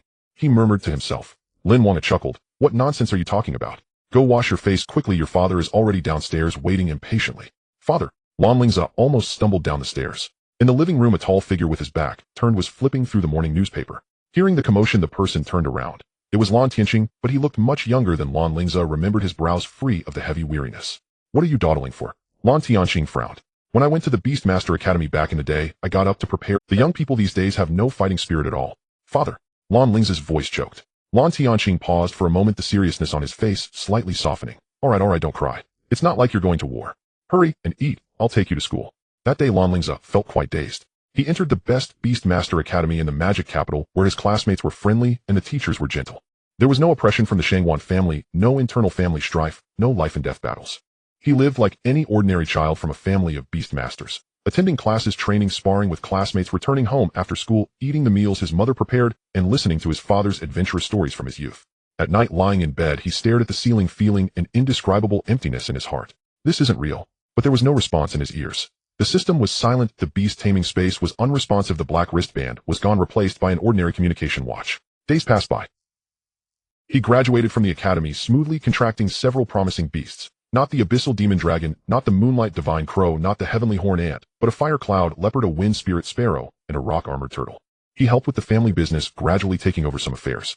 At the age of 25, the family arranged a marriage for him. The other party was the daughter of the Xie family in Kyoto named Xie Yunhan, who was gentle and demure, a stark contrast to his memory of his spirited fiancée. The two got along well and married a year later.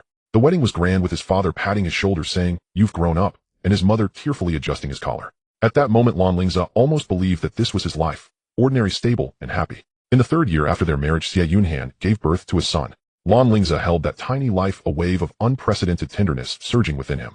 He watched the child grow day by day, saw his parents gradually age, and watched himself and his wife mature from youthful exuberance to maturity. At the age of 40, his father passed the family head position to him. His mother's health started to decline, often coughing, with doctors saying the injuries from her youth had relapsed. Lan Lingze hired the best therapists and used the most expensive potions, but his mother's condition continued to worsen. Before she passed away, Lan Lingze held his hand and gently said, "Zaire, the proudest thing in my life is having a son like you. You must treat Yunhan well, take good care of your grandson, and live well." He cried heart-wrenchingly. After sending off his mother, his father was completely shattered. That once formidable man turned gray overnight, sitting day after day in the favorite rattan chair of his mother, lost in thought. 5 years later, his father passed away as well. At the funeral, Lan Lingze watched the coffin being buried and suddenly recalled a similar scene from a long time ago. But back then, who lay in the coffin? He could not remember clearly. Many more years passed. His grandson got married and a great-grandson was born. Xie Yunhan passed away in the year he turned 70, holding his hand before she died and saying, "Old man, I will marry you again in the next life." He held his wife's hand until it turned cold. In his lonely days, he often dreamed. In his dreams a voice called out to him, distant and vague. There were also several peculiar beasts in his dreams. Black dragons, silver crows, golden ants, white auspicious beasts, fiery ferocious beasts. Each time he woke up he felt an emptiness in his heart, as if he had lost something important. At the age of 98, Lan Lingze lay on his sickbed, surrounded by descendants. He looked at the ceiling and suddenly smiled. So, this was a dream. As his words fell, the world began to collapse. The second life. This time Lan Lingze became the illegitimate son of a small family in Jiangnan. His mother passed away when he was 3 and his father ignored him, while his legitimate brothers often bullied him. At the age of 8 he was tested and found to have extremely poor beast taming talent, almost unable to contract any beasts.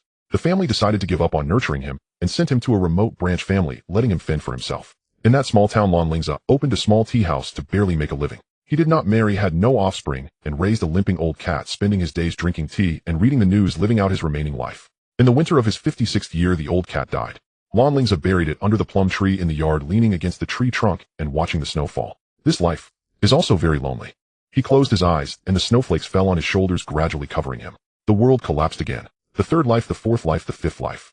Lan Lingze experienced countless lives. Sometimes he was a wealthy young master, sometimes he was a street beggar, sometimes he had many wives and concubines, sometimes he died alone, as sometimes he wielded immense power, sometimes he lived in obscurity. But in every life during the deep of night, that voice would appear. Wake up. This isn't real. Who are you? Where did you come from? Where are you going? At first Lan Lingze could not make out what the voice was saying. Gradually he began to see some blurry images in his dreams: the black wristband, a fierce dragon, a blood-soaked battlefield, a regal queen, a kind old man, a cunning assassin. Who am I? He spoke to himself in front of the mirror during a deep night in one of his lives. The reflection showed him sometimes young, sometimes old, but in those eyes, deep within them, there was always an indelible stubbornness and obsession. In the ninth life Lan Lingze was born in a time of war. He became a soldier, fighting on the battlefield, witnessing rivers of blood and partings of life and death. At the age of 30 his entire unit was wiped out, and he lay alone in a pile of corpses, gazing at the gray sky. If I die, what will happen? He asked himself. The voice finally became clear. You won't die because this isn't real. Lan Lingze, wake up. Lan Lingze. That name struck his mind like a bolt of lightning. Countless fragments of memories surged forth. The assessments at Magic Capital University, the pursuit by the Shangguan family, the hatching of the abyssal demon dragon, the purge of Tianshu Pavilion, the coronation of his grandmother as the heir, the deathmatch in the restricted zone. I am Lan Lingze. He sat up suddenly. This is the starry illusion formation. It's an illusion. The scenes of the battlefield began to crack. He saw a snow-white auspicious beast standing not far away, its single horn on its forehead radiating a soft glow, and its clear eyes were gazing at him with concern. Xiaobai. The Baize let out a soft cry, its voice ringing directly in his mind. Master, you have already reincarnated here for 9 lives, but only 3 minutes have passed in reality. But your soul has consumed a lot. If you do not awaken soon, you may be lost forever. Lan Lingze stood up and looked around. At that moment he retained the body of a soldier on the battlefield, while also possessing the memories of the other 8 lives. 9 lives, 9 identities, 9 segments of joy and sorrow, all intertwined and colliding within his consciousness. His head throbbed painfully, but he forced himself to sort out his thoughts. I entered the family land to obtain the star staff. The first trial is the starry illusion formation, which creates illusions to test the true heart. I got lost. Not lost, but indulged. Xiaobai walked up to him, nudging his leg with its head. Master, there is a great regret in your heart, a desire for maternal love, a yearning for a complete family. Thus the illusion magnified these obsessions, allowing you to experience the life you desire most. The life I desire most. Lan Lingze smiled bitterly. Those ordinary and happy years were indeed what he subconsciously longed for. If there were no hatred, if there were no responsibilities, how could he not want to be an ordinary person growing old with his parents and watching his children and grandchildren flourish? But those are all fake. He tightened his fists. The real mother is already dead, the real father is still waiting for me to return, and the real enemy is waiting for my revenge. I cannot stay here. With his resolute will, the shattered scenes around him began to reorganize. No longer were they scenes from any life, but a brilliant path of starlight. At the end of the path stood 4 towering 3-maternal metal puppets. The first trial was passed.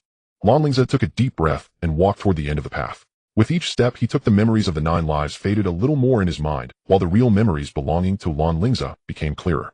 When he reached the end of the path his eyes were filled with determination and clarity. Thank you, Xiaobai, he said. Baize shook its head and transformed into a stream of light, returning to the beast master space. Its voice echoed in Lan Lingze's mind one last time. Master, the road ahead relies on you alone. 4 starry battle puppets stood neatly in front of the altar. They were made of a dark silver metal with star-like patterns flowing on the surface. They had no facial features or joint details, only a simple humanoid silhouette, yet the oppressive aura they exuded was suffocating. Each one was at the pinnacle of the 9th stage of the Shiyu realm. Moreover, the positions they stood in aligned with a certain formation, their breaths interconnected, forming a unified whole. Lan Lingze's expression turned serious. He might stand a chance against 1, but 4 working together was almost equivalent to a beginner in the Yaori realm. System analyzed their weaknesses. Scanning. Name Starry Battle Puppet 4 Symbols Battle Formation, Grade Mythical Creation Weakness Core, located at the center of the chest. All 4 puppets' cores must be destroyed simultaneously to completely stop their movement formation characteristics. 4 puppets form one entity, complementing each other in offense and defense. Suggested tactic: divide and conquer, disrupt their synergy. Formulating a strategy. Xiao Yuan, Xiao Huan, Xiao Yi, Xiao Hua, Xiao Bai, come forth. 5 beams of light shot out from his body, coalescing into form by his side. The abyssal dragon let out a low growl, its dragon might suffusing the air. The moonlight divine crow spread its wings, the moonlight swirling. The Tianjiao ant gripped the ground with its 6 limbs, its battle intent boiling. Huado grinned, flames gathering in its mouth. Though Bai Zhe was weak, it still stood by his side, ready to assist at any moment. Roar, caught, squeak, woo, yo. The 5 summoned beasts responded simultaneously. The battle was about to erupt. The 4 starry battle puppets moved at the same time. They did not perform any flashy maneuvers, but simply launched a powerful punch. Yet 4 waves of fist energy intertwined in the air, creating a vast net that sealed all escape routes. Xiao Yuan Dragon Breath. The abyssal dragon opened its mouth, dark red dragon breath surged forth, colliding with the fist energy, producing a deafening explosion. The energy shockwave spread out, causing Lan Lingze to stagger back 3 steps, but the coordinated attack of the battle puppets was momentarily disrupted. Now's the time. Xiao Huan Illusion. The moonlight divine crow let out a sharp cry, and dozens of identical clones appeared in the arena. The sensory systems of the 4 battle puppets were instantly thrown into chaos. They could not distinguish which was the true body and which were illusions, causing their movements to become delayed. Xiao Yi charge.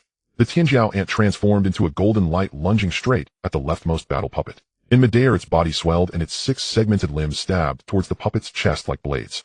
Clang. The piercing sound of metal clashing resonated throughout the space. The battle puppet was knocked back 2 steps, with a shallow dent appearing on its chest, but it was not breached. Such hard defenses. Xiao Hua engulfed with flames. Huado opened its mouth, spewing forth raging flames, not attacking the puppet directly, but turning the entire battlefield into a sea of fire. The intense heat caused the energy patterns on the metallic battle puppet surfaces to become unstable, their movements slowing once more. Cold sweat broke out on Lan Lingze's forehead. Directing 5 summoned beasts all at once was a tremendous mental challenge for him. If it weren't for Xiao Bai maintaining the mental link, he would have collapsed long ago. This won't do. He gritted his teeth. I must find the precise location of the core. Master, use the Eye of Truth. Xiao Bai's voice echoed in his mind. Right? By Zhe's innate skill, Lan Lingze concentrated, borrowing Xiao Bai's power. A faint silver light shimmered in his eyes as his gaze pierced through the metallic shell of the battle puppet, revealing its internal structure. At the very center of the chest cavity, a fist-sized crystal core slowly rotated, emitting a starlit glow. Countless energy veins connected to the core, forming a complete energy circulation system. Found it. Lan Lingze's eyes brightened. Xiao Yi attacked the center of the left chest, depth about 15 centimeters. Squeak. The Tianjiao ant charged again, this time concentrating a point of golden light at the tips of its limbs, demonstrating its complete focus of power. Uft. The limbs pierced into the left chest of the battle puppet, accurately striking the crystal core. Crack. The sound of the core shattering echoed. The battle puppet suddenly halted its movements, the light in its eyes extinguished, and it crashed to the ground. With one down, a flaw appeared in the formation. Now's our chance. Xiao Yuan suppressed the central puppet. Xiao Huan disrupt the right side. Xiao Hua burn the joints of the left puppet. Xiao Yi continue attacking the core. Orders flowed like water. The abyssal dragon unleashed its full might, firmly suppressing the central battle puppet. The moonlight divine crow created numerous illusions, making it hard for the right puppet to discern reality. Huado's flames accurately scorched the left puppet's knee joints, rendering its movement stiff. The Tianjiao ant moved like a golden lightning bolt, darting across the battlefield. Uft, crack, uft. 3 crisp sounds echoed, and 3 battle puppets fell one after another. When the last battle puppet ceased its movements, the entire space fell into an eerie silence. Lan Lingze collapsed on the ground, gasping for breath. The 5 summoned beasts were also extremely exhausted. Xiao Yi's limbs trembled. Xiao Hua's flames flickered weakly. Xiao Yuan's dragon scales dimmed. Xiao Huan had lost several feathers, and Xiao Bai lay flat on the ground, having no strength left to stand. We won. Lan Lingze revealed a weary smile. He took out the star spirit liquid and fed each summoned beast a few drops, taking a sip himself. The gentle energy spread within him, swiftly replenishing his depletion. After resting for half an hour, Lan Lingze stood up and looked towards the altar. Where the 4 battle puppets had fallen, the starlight path once again extended, leading to a cave entrance behind the altar. The 3rd trial soul of the stars, questions of the heart. The cave was quite ordinary, with no glowing crystals or star patterns, merely a simple natural cave. Lan Lingze walked in, finding it empty with nothing inside. Where is the 3rd trial?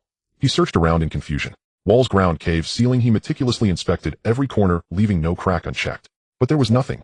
No formations, no mechanisms, no signs of trials. Could it have already begun? Lan Lingze cautiously sensed his surroundings, but still detected no energy fluctuations. He spent 3 hours in the cave, finding nothing. Strange. He frowned as he exited the cave. Then he was stunned. The scene outside the cave had completely changed. No longer was it the starry clan land, but a lush mountain forest. The sun shone brightly, birds sang sweetly, and in the distance he could see smoke rising from a village. Where is this? Lan Lingze stood at the cave entrance, utterly bewildered. The system was still operational, and he could sense the summoned beast space, yet the environment had changed. Xiaoze, what are you doing here? A gentle female voice came from behind. Lan Lingze shivered all over and slowly turned around. It was a woman in a light blue long dress who appeared to be around 30 years old with picturesque features and a gentle demeanor. She carried a bamboo basket filled with freshly picked herbs and looked at him in surprise. This face, Lan Lingze was incredibly familiar with it. The photo on his grandfather's desk, the portrait in his father's bedroom, the cherished album of his grandmother. Countless times he had imagined what it would be like if this face came to life. Mother. His voice was hoarse. Lin Wanga was momentarily stunned, then smiled. You silly child, are you still half asleep? I'm not your mother, I'm Aunt Wanga. Come, I'll take you home. Aunt Wanga. Lan Lingze's mind was in chaos. Yet he followed her as if compelled. Along the way, Lin Wanga gently chatted with him, asking how he ended up on the back mountain, whether he had eaten, how his recent Lan Lingze responded vaguely, yet his eyes never left her profile. This was his mother. Alive, speaking, and warm. They entered a familiar manor, the Lan family's ancestral home. However, unlike his memories, this Lan family was much livelier, with servants coming and going, children playing in the yard, and elderly people playing chess in the garden. Madam has returned. The guard at the entrance bowed respectfully. Lin Wanga nodded and led Lan Lingze inside. The Lan family members they encountered along the way looked at Lan Lingze with curiosity, but none recognized him. He felt like a true stranger. Tianqing, look who I've brought back. Lin Wanga pushed open a door. Inside the study, a young man was practicing calligraphy. He raised his head. It was Lan Tianqing, but astonishingly young, looking no older than 30, with a rebellious spirit in his... Who is this? Lan Tianqing put down his brush, frowning slightly. Found him lost on the back mountain, so I brought him back, Lin Wanga said, placing down the basket. Let him stay for a few days, he looks quite pitiful. Lan Tianqing scrutinized Lan Lingze from head to toe, his gaze revealing undisguised scrutiny and hostility. Lan Lingze's heart jolted. Why would his father look at him with such eyes? Even if he didn't recognize him, there shouldn't be any hostility. Do as you wish. Lan Tianqing picked up the brush again. Let him stay in the west wing and don't let him wander around. Lin Wanga arranged for Lan Lingze to settle in. The room was small but clean and tidy. She brought him clean clothes and after giving him a few instructions left. That night Lan Lingze couldn't sleep at all. Where exactly is this? Why is my mother still alive? Why does my father look so... Why does no one recognize me? What is the third trial?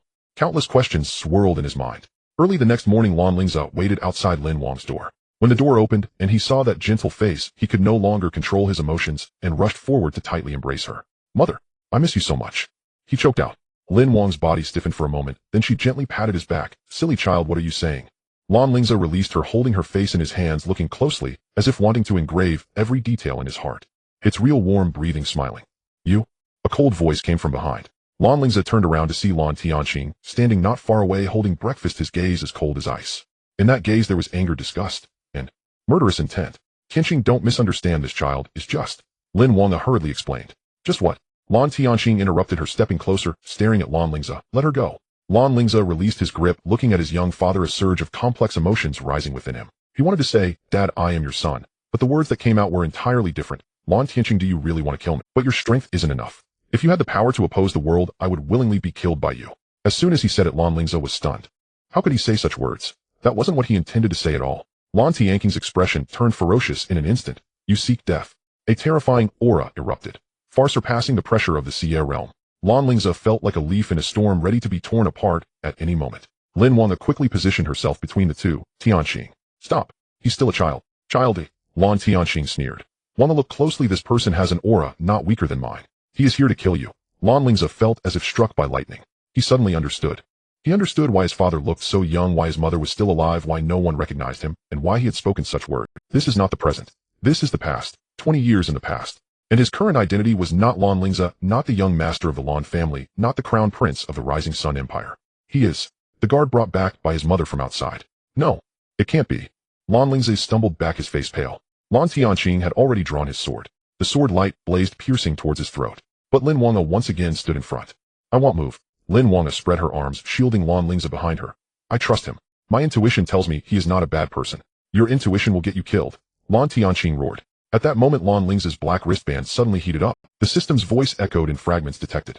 Time-space paradox. Current location 20 years ago in the Lan family hosts. Current identity Lin Wang's guard is a warning. History cannot be changed or it will lead to temporal collapse. Suggestion, immediately leave the current time node. History cannot be changed.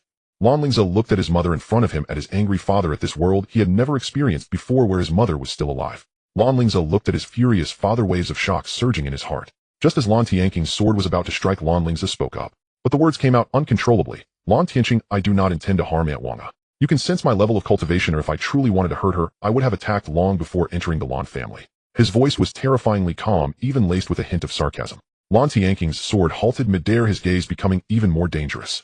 Lan Lingze continued to speak uncontrollably. Your father has been in seclusion for 2 years, just 2 years, and the Lan family has already become chaotic, riddled with infiltrations from outsiders. You should really take care of the Lan family first. Once that's done, then deal with me. These words struck Lan Tianqing's heart. He stared intensely at Lan Lingze, then glanced at Lan Lingze, who was standing between them, his eyes flashing with complex emotions. After a long moment, he slowly lowered his sword, his voice icy. You had better not have any ulterior motives. Otherwise I will bet everything to kill you. Lan Lingze felt his body automatically make a gesture of please go ahead, completely beyond his control.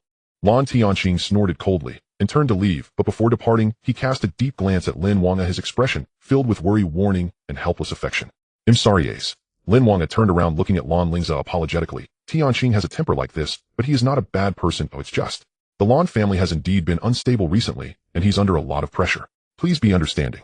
Lan Lingze gave a shallow bow, his movements natural and smooth as if he had done so 1,000 times before. For the rest of the day, Lan Lingze showed him around the old Lan residence, introducing this and that. Lan Lingze followed behind, but his heart was tumultuous. Who exactly is he? Is he Lan Lingze or Ace? Is this an illusion, or has he truly returned to the past? If it is an illusion, why does it feel so real? If it is a return to the past, why can't he control his own words and actions? In the afternoon, Lan Lingze suggested they stroll around the city. You've been in the capital for so long, and you haven't had a proper look around, have you? She said with a smile. Today I'll take you to try the most famous osmanthus cake. Lan Lingze nodded, following his mother. Watching her silhouette, his eyes grew warm. This is his living mother, who can laugh, speak, and care about whether he has eaten. The marketplace was bustling full of people. Lan Lingze stopped in front of a pastry shop and bought 3 servings of osmanthus cake. One for you, one for Tianqing, and one for father. He should be out of seclusion soon. Just then a flippant voice rang out. Oh, isn't this Mrs. Lan? Out shopping alone. Is your man ignoring? A young man with oiled hair and powdery face, accompanied by several lackeys, blocked their path. He leered at Lan Lingze, completely ignoring Lan Lingze beside her. Lan Lingze frowned. Young Master Wang, please move aside. Don't be so cold, young Master Wang said with a grin. I heard Lan Tianqing has been extremely busy lately, probably has no time to accompany you, right? How about I keep you company? His hand reached toward Lan Wang's face. Lan Lingze moved. He didn't even realize how he moved, and by the time he came to his senses, he had already kicked young Master Wang in the stomach. That kick was incredibly powerful, sending young Master Wang flying like a ragdoll, crashing into 2 stalls before finally stopping. Cough, cough, cough. Young Master Wang lay on the ground, unable to get up for a long time, blood seeping from the corner of his mouth. His lackeys were too scared to move. Kid, do you know who I am? Young Master Wang struggled to get up, glaring viciously at Lan Lingze. The heir of the Wang family. Do you dare to hit me? Lan Lingze heard himself coldly say, I don't care who you are. The murderous intent in his tone made young Master. He looked at Lan Lingze. Clearly just an ordinary-looking young man, but that gaze was like looking at a dead man. Young Master Wang backed down. He dropped the threat. You wait and see, and left with his lackeys' tails between their legs. Lan Lingze looked at Lan Lingze with concern. Ace, you shouldn't have acted out. The Wang family has some influence in the capital. They won't let this go easily. It's fine, Lan Lingze heard himself reply. On the way back to the Lan family, Lan Lingze remained silent. He found it increasingly difficult to distinguish what were his true thoughts and what were the instinctive reactions of his body. That night, in the stillness of the night, Lan Lingze changed into a set of black clothes. I want to kill that young Master Wang. This thought clearly emerged in his mind, but it was not his voice. It sounded more like the obsession of this body's original owner. He slipped out of the Lan family like a shadow, skillfully arriving at the Wang family residence. Avoiding the guards, he found young Master Wang's bedroom. The spoiled young master was fast asleep in bed with 2 women lying beside him. Lan Lingze stood by the bed looking at that detestable face. Kill him. If he kills him, no one would dare to disrespect his mother. This thought grew stronger. He drew a dagger and swiftly slit young Master Wang's throat. The movement was clean and decisive. Young Master Wang didn't even have time to open his eyes before he breathed his last. Blood stained the sheets. But the matter did not end there. Just as Lan Lingze was preparing to leave, a maid pushed the door open and screamed at the sight. In the next second, her throat was also slashed. Then came the guards 1, 2, 3. By the time Lan Lingze regained his senses, the entire Wang family residence was awash in blood. Elders, children, women, not a single one spared.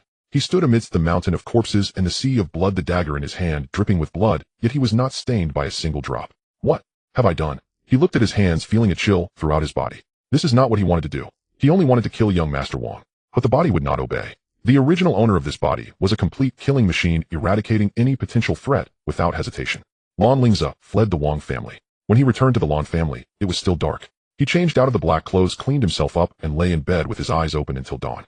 The next day, news of the Wang family's annihilation spread throughout the capital. The authorities intervened in the investigation but found no leads. Everyone was killed with a single blow, and there were no signs of struggle or theft, as if it were a pure massacre. Naturally, the Lan family also heard the news. During breakfast, Lan Tianxing cast a meaningful glance at Lan Lingze, but said nothing. Lin Wang, however, was worried. Although the Wang family is not a good bunch to have their entire clan wiped out overnight, it's too terrifying. You shouldn't go out at night recently. Lan Lingze lowered his head to drink his porridge. In the following days, he followed Lin Wang like a true bodyguard. She handled family matters while he stood guard outside. She visited friends while he drove her around. She read at night while he practiced swordplay in the courtyard. A month passed. Lan Lingze gradually adapted to this life. Sometimes he even thought if he could stay here forever accompanying his mother, that wouldn't be so bad. But he knew that was not possible. He had to figure out what was going on. Aunt Wanga, one day he tentatively asked, "Why do you Did we know each other before?" Lin Wanga was trimming a potted plant and looked up at his words, smiling slightly. "To be honest, I don't know either. The day I saw you on the back mountain, I felt you were very familiar, as if I had known you for a long time. And also," she paused, "your eyes are very pure. Even though you have a bloody aura, your eyes are clean." Lan Lingze felt a pang in his heart. His mother, even at this point in time, instinctively trusts this son of hers. "I want to see the old man," he said. "There are some things I want to ask him." "Father," Lin Wanga pondered for a moment. "He should be out of seclusion soon. Just wait a few more days." A few days later, a powerful energy fluctuation erupted from the back mountain of the Lan family. The old man had come out of seclusion. Lan Lingze immediately ran towards the back mountain. He wanted to clarify what was happening. Grandpa had said that he would know he was his grandson at first sight. At this moment, would Grandpa, if he really is if all of this is truly the past, then Grandpa's recognition would be the only proof. He ran quickly, a surge of inexplicable excitement swelling in his heart. Just about to see Grandpa.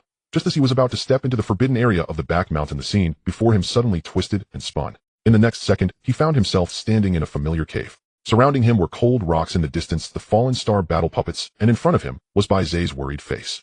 Master, you finally woke up." Xiao Bai rubbed against his leg, his voice filled with anxiety. "I called for you just now, and you didn't respond at all. Moreover, you just stood there blankly, as if your soul was absent." Lan Lingze looked around in confusion. "Trial cave. Has he returned?" What happened to me?" His voice was hoarse. "After you entered the third stage, you just stood there motionless for 2 hours. I called you repeatedly, but you didn't respond. I didn't dare to forcefully wake you for fear of harming your spirit." 2 hours. Lan Lingze recalled that during that past, he had spent more than a month. "So, that was an illusion," he murmured. "It seems so," Xiao Bai nodded. "But it's strange, in that illusion, I couldn't perceive you at all, as if you really went to another time and space." Lan Lingze silently processed this information. 2 hours for him in the illusion was more than a month. And the content of the illusion was too real, so real that every detail was vividly clear. Especially at the end, when he wanted to find Grandpa to confirm his identity, the illusion suddenly ended. "Was it because I touched?" he guessed. "If Grandpa recognizes me, might it change something?" At that moment, a soft light illuminated the depths of the cave. A stone platform rose from the ground, upon which floated a staff approximately 1.2 meters long. The staff was entirely silver, with a fist-sized star gem embedded at its top, the shaft carved with flowing star maps, exuding an ancient and mysterious aura. Star staff. The third stage ended just like this. Lan Lingze stepped forward, reaching out. Grasping the star staff, it felt warm to the touch, as if there was a bloodline connection, as if this staff was prepared just for. He found it hard to believe. After experiencing 9 lifetimes of reincarnation, the guilt of slaughter, the reunion with his parents, and the confusion of his identity. Was he really able to obtain it so easily? Holding the star staff, he turned and walked back, passing through the fallen battle puppets, through the starlight passage, and through the massive stone door. Lu Er was squatting outside the door, counting ants. Upon seeing him come out, his eyes lit up. "Wow. You got it. So fast." Lan Lingze looked at the little star beast. "How long? From the moment you entered until now, it's been less than 4 hours. Less than 4 hours. 4 hours in reality, decades in the illusion." Lan Lingze's mood was complicated. "The trials inside vary from person to person?" he asked. "Exactly." Lu Er nodded, saying, "According to Grandfather, the starlight maze reflects the deepest obsessions and desires of the challenger. The starry battle puppets adjust their difficulty based on the challenger's strength. The Star Soul's inquiry is the most mysterious, as everyone experiences something different. Most of our Star Beast clan gets lost in the first trial, never waking up again. Even if there are ancient texts recording ways to cope, no one has been able to pass. Why don't you go get it yourselves?" Lan Lingze voiced his confusion. "If you know the star staff can lift some of the seals, why not unite your strength to obtain it?" Lu Er's expression dimmed. "It's not that we don't want it, but we can't. The soul-devouring mist has a special suppression on us star beasts, and the closer we get to the core of our clan, the stronger the suppression becomes. Even a powerhouse like Grandfather can't get past the first door. Only beings completely unaffected by the soul-devouring mist can potentially enter, like you humans." "I see." Lan Lingze followed Lu Er back to the village. The villagers gathered upon seeing the star staff, their eyes sparkling with hope. Elder Xing Xian walked out of the council hall, and upon seeing the star staff, excitement surged in his silver eyes. "Child, you truly did it. Senior, here it is." Lan Lingze handed over the star staff. "I have fulfilled my promise." However, Xing Xian did not take it. He looked deeply at Lan Lingze, suddenly kneeling on one knee, and the villagers followed. "As the 73rd elder of the Star Beast clan, I represent the entire clan in thanking you for retrieving the star staff, lifting our clan's 1,000-year predicament. Please rise, Senior." Lan Lingze hurriedly helped him up. "I was merely fulfilling my promise." Xingxian stood up and took the star staff. When his hand touched the staff, it erupted with brilliant starlight, soaring into the sky. The soul-devouring mist in the entire valley began to churn violently, and then slowly parted to reveal a small path leading to the outside. The seal has loosened. A star beast shouted excitedly. Though it was just a small path and might only last a few days, it was the first time in 1,000 years that they had hope of leaving. Child, as per our agreement, we will help you treat that skyhorn, Aunt Xingxian said. Besides that, what other rewards do you wish for? As long as we have it, we will not refuse. Lan Lingze thought for a moment. Senior, I want to know. What I experienced just now in the third trial, was it really an illusion, or? He did not finish, but Xingxian understood. The elder paused for a moment, and slowly said, the Star Soul's inquiry tests the truth. Everyone sees a different truth. Some see their fears, some see their desires, and some see their sins. But one thing is the same, all of it is real, at least for you. Real. Lan Lingze frowned. But what I experienced happened I wasn't even born then. Time is a river, but the flow of the river is not always one-directional, Xingxian said meaningfully. Some truths can transcend time and space. Child, what you saw may not be the past or the future, but possibilities. Possibilities. Lan Lingze felt even more confused. That night, Xingxian took him deep into the Star Spirit Spring to his secret chamber. There was an ancient altar there, and in the center of the altar was a star map formation.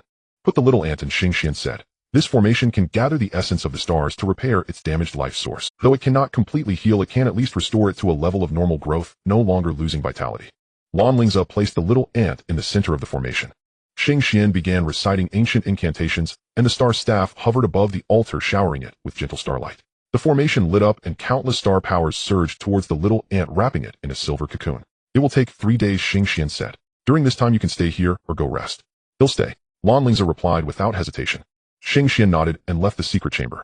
Lan Lingze sat by the altar watching the little ant in the silver cocoon, his mind swirling with thoughts. System, he suddenly spoke, was the illusion earlier. Really an illusion? If it was an illusion, why could you use it while Xiao Yuan and the others could not? This question had troubled him for a long time. In the illusion, he could sense the existence of the system and use its basic functions, but he could not summon Xiao Yuan and the others, nor could he use the beast control space. Analyzing host experiences in the third trial. Analysis complete. Conclusion: what the host experienced is not a traditional illusion. What do you mean? According to temporal fluctuations, the host consciousness was projected to a special time node during the Star Soul's inquiry. That node exists both in the past and in the host's future cognition. Lan Lingze was stunned. Are you saying? I really went back to the past? Not entirely. It was a time segment in a quantum superposition state, both real and illusory. The host's consciousness did indeed enter the time and space of 20 years ago, but due to the limitations of the time paradox, the host's words and actions were constrained by the established facts of that time and could not act freely. Established facts. Yes. At that time node there existed a guard named Ace who would act in specific ways at specific times. The host's consciousness was projected onto that guard, so the words and actions were constrained by Ace's behavior patterns. Lan Lingze felt a chill. So, I really would be the murderer. Not necessarily. The host's consciousness merely borrowed that identity. The real Ace is someone else.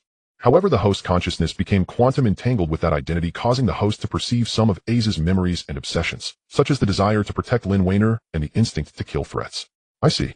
So those uncontrollable words and actions, those bloody killings, were Ace's instincts, not his own. Then why could you use it, and Xiao Yuan could not? I have always been your possession regardless of which timeline, whether past or future. Lan Lingze remained silent for a long time. System, what do you mean when you say those are events that are bound to happen in the future? According to the current timeline simulation, there is a 97.3% probability that the events the host experienced in the Star Soul's inquiry will occur in the future. To prevent the host from attempting to change the past, behavior restrictions were imposed in the illusion to ensure the historical trajectory remains unchanged. So, my mother will definitely die, and I will go back to the past experiencing all of this. Yes, this is the most likely development direction of the current timeline. But please note the future is not entirely certain. Every choice the host makes now may alter the final outcome. Lan Lingze clenched his fists. He finally understood. The Star Soul's inquiry showed him not the past but the future, a possible future. In that future, he would somehow return to the past, becoming the guard A's beside his mother, and then... No, he would never allow that future to happen. System, what would happen if I changed that future?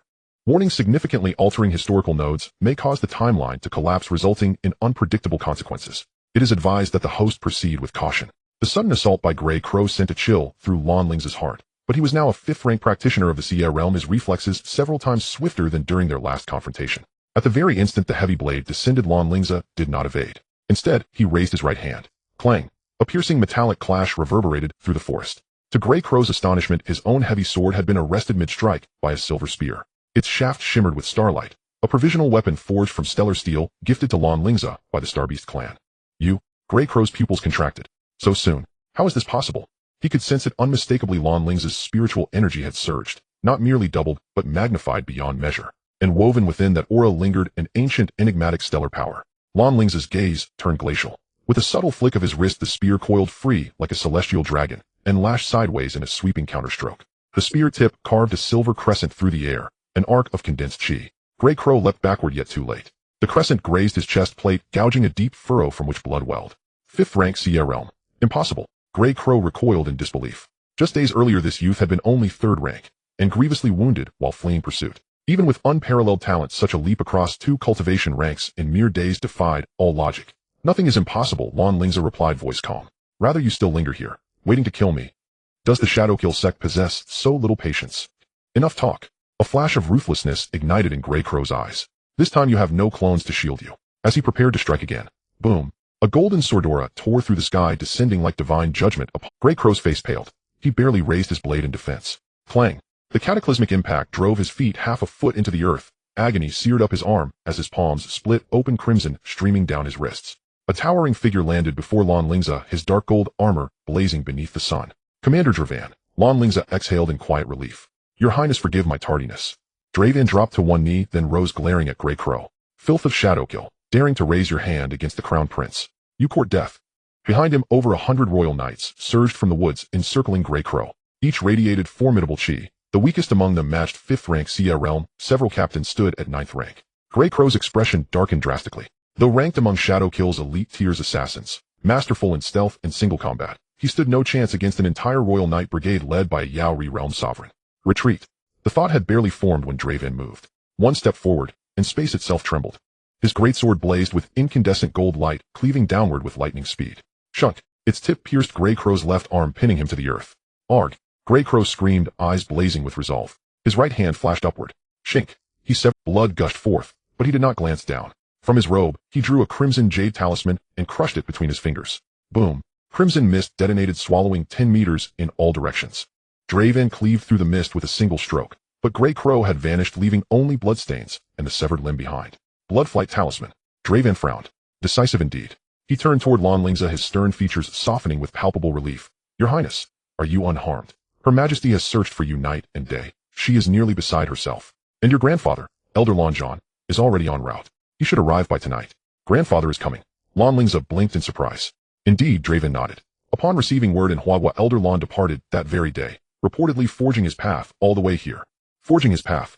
Lan Lingze pictured the scene, and his lips twitched. With his grandfather's Bazu realm, might such a relentless advance would leave countless nations and sects shattered in its wake. We return to Buckingham Palace immediately, Dravan declared. Her Majesty awaits you with unbearable anxiety. Agreed. Outside the Queen's study at Buckingham Palace, maids stared astonished as the Crown Prince rushed past, returned and scathed, his aura even more profound than before. Without waiting for announcement, Lan Lingze pushed open the study door. Grandmother, I'm home. Queen Elizabeth, reviewing state documents, snapped her head up.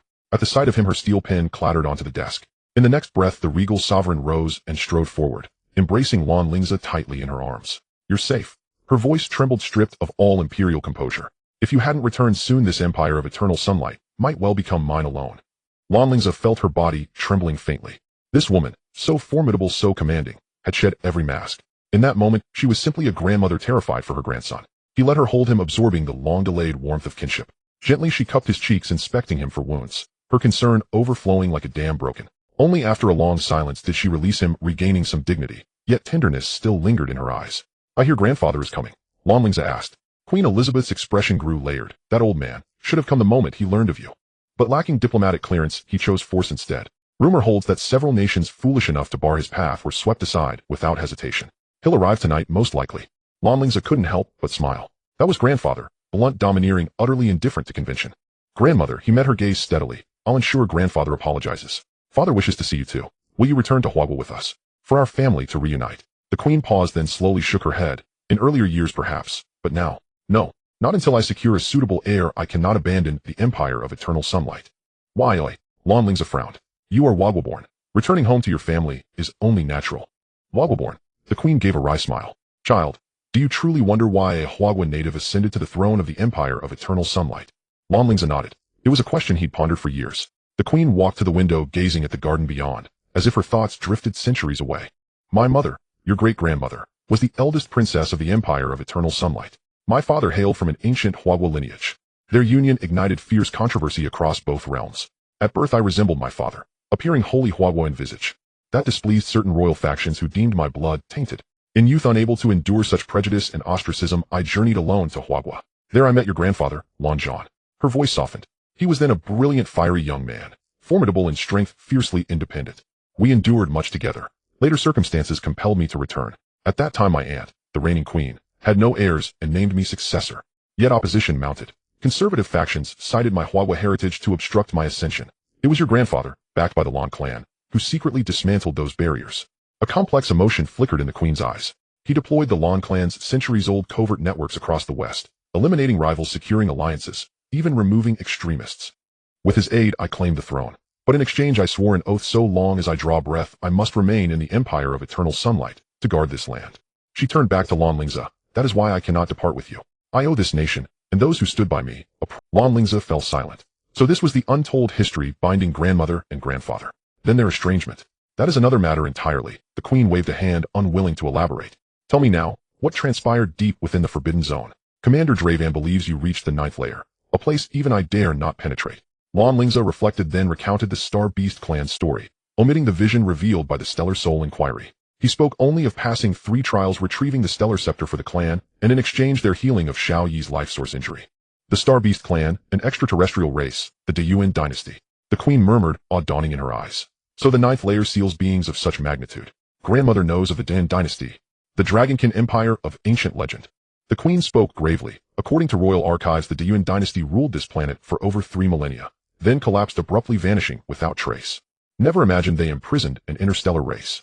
She fixed Lan Lingze with a sober look. Child, forging ties with the Star Beast clan may be your greatest fortune, or your gravest peril. Such entities, once unbound, could shatter today's global order. They pledged non-aggression against humanity. They seek only to depart this world, to find their scattered kin.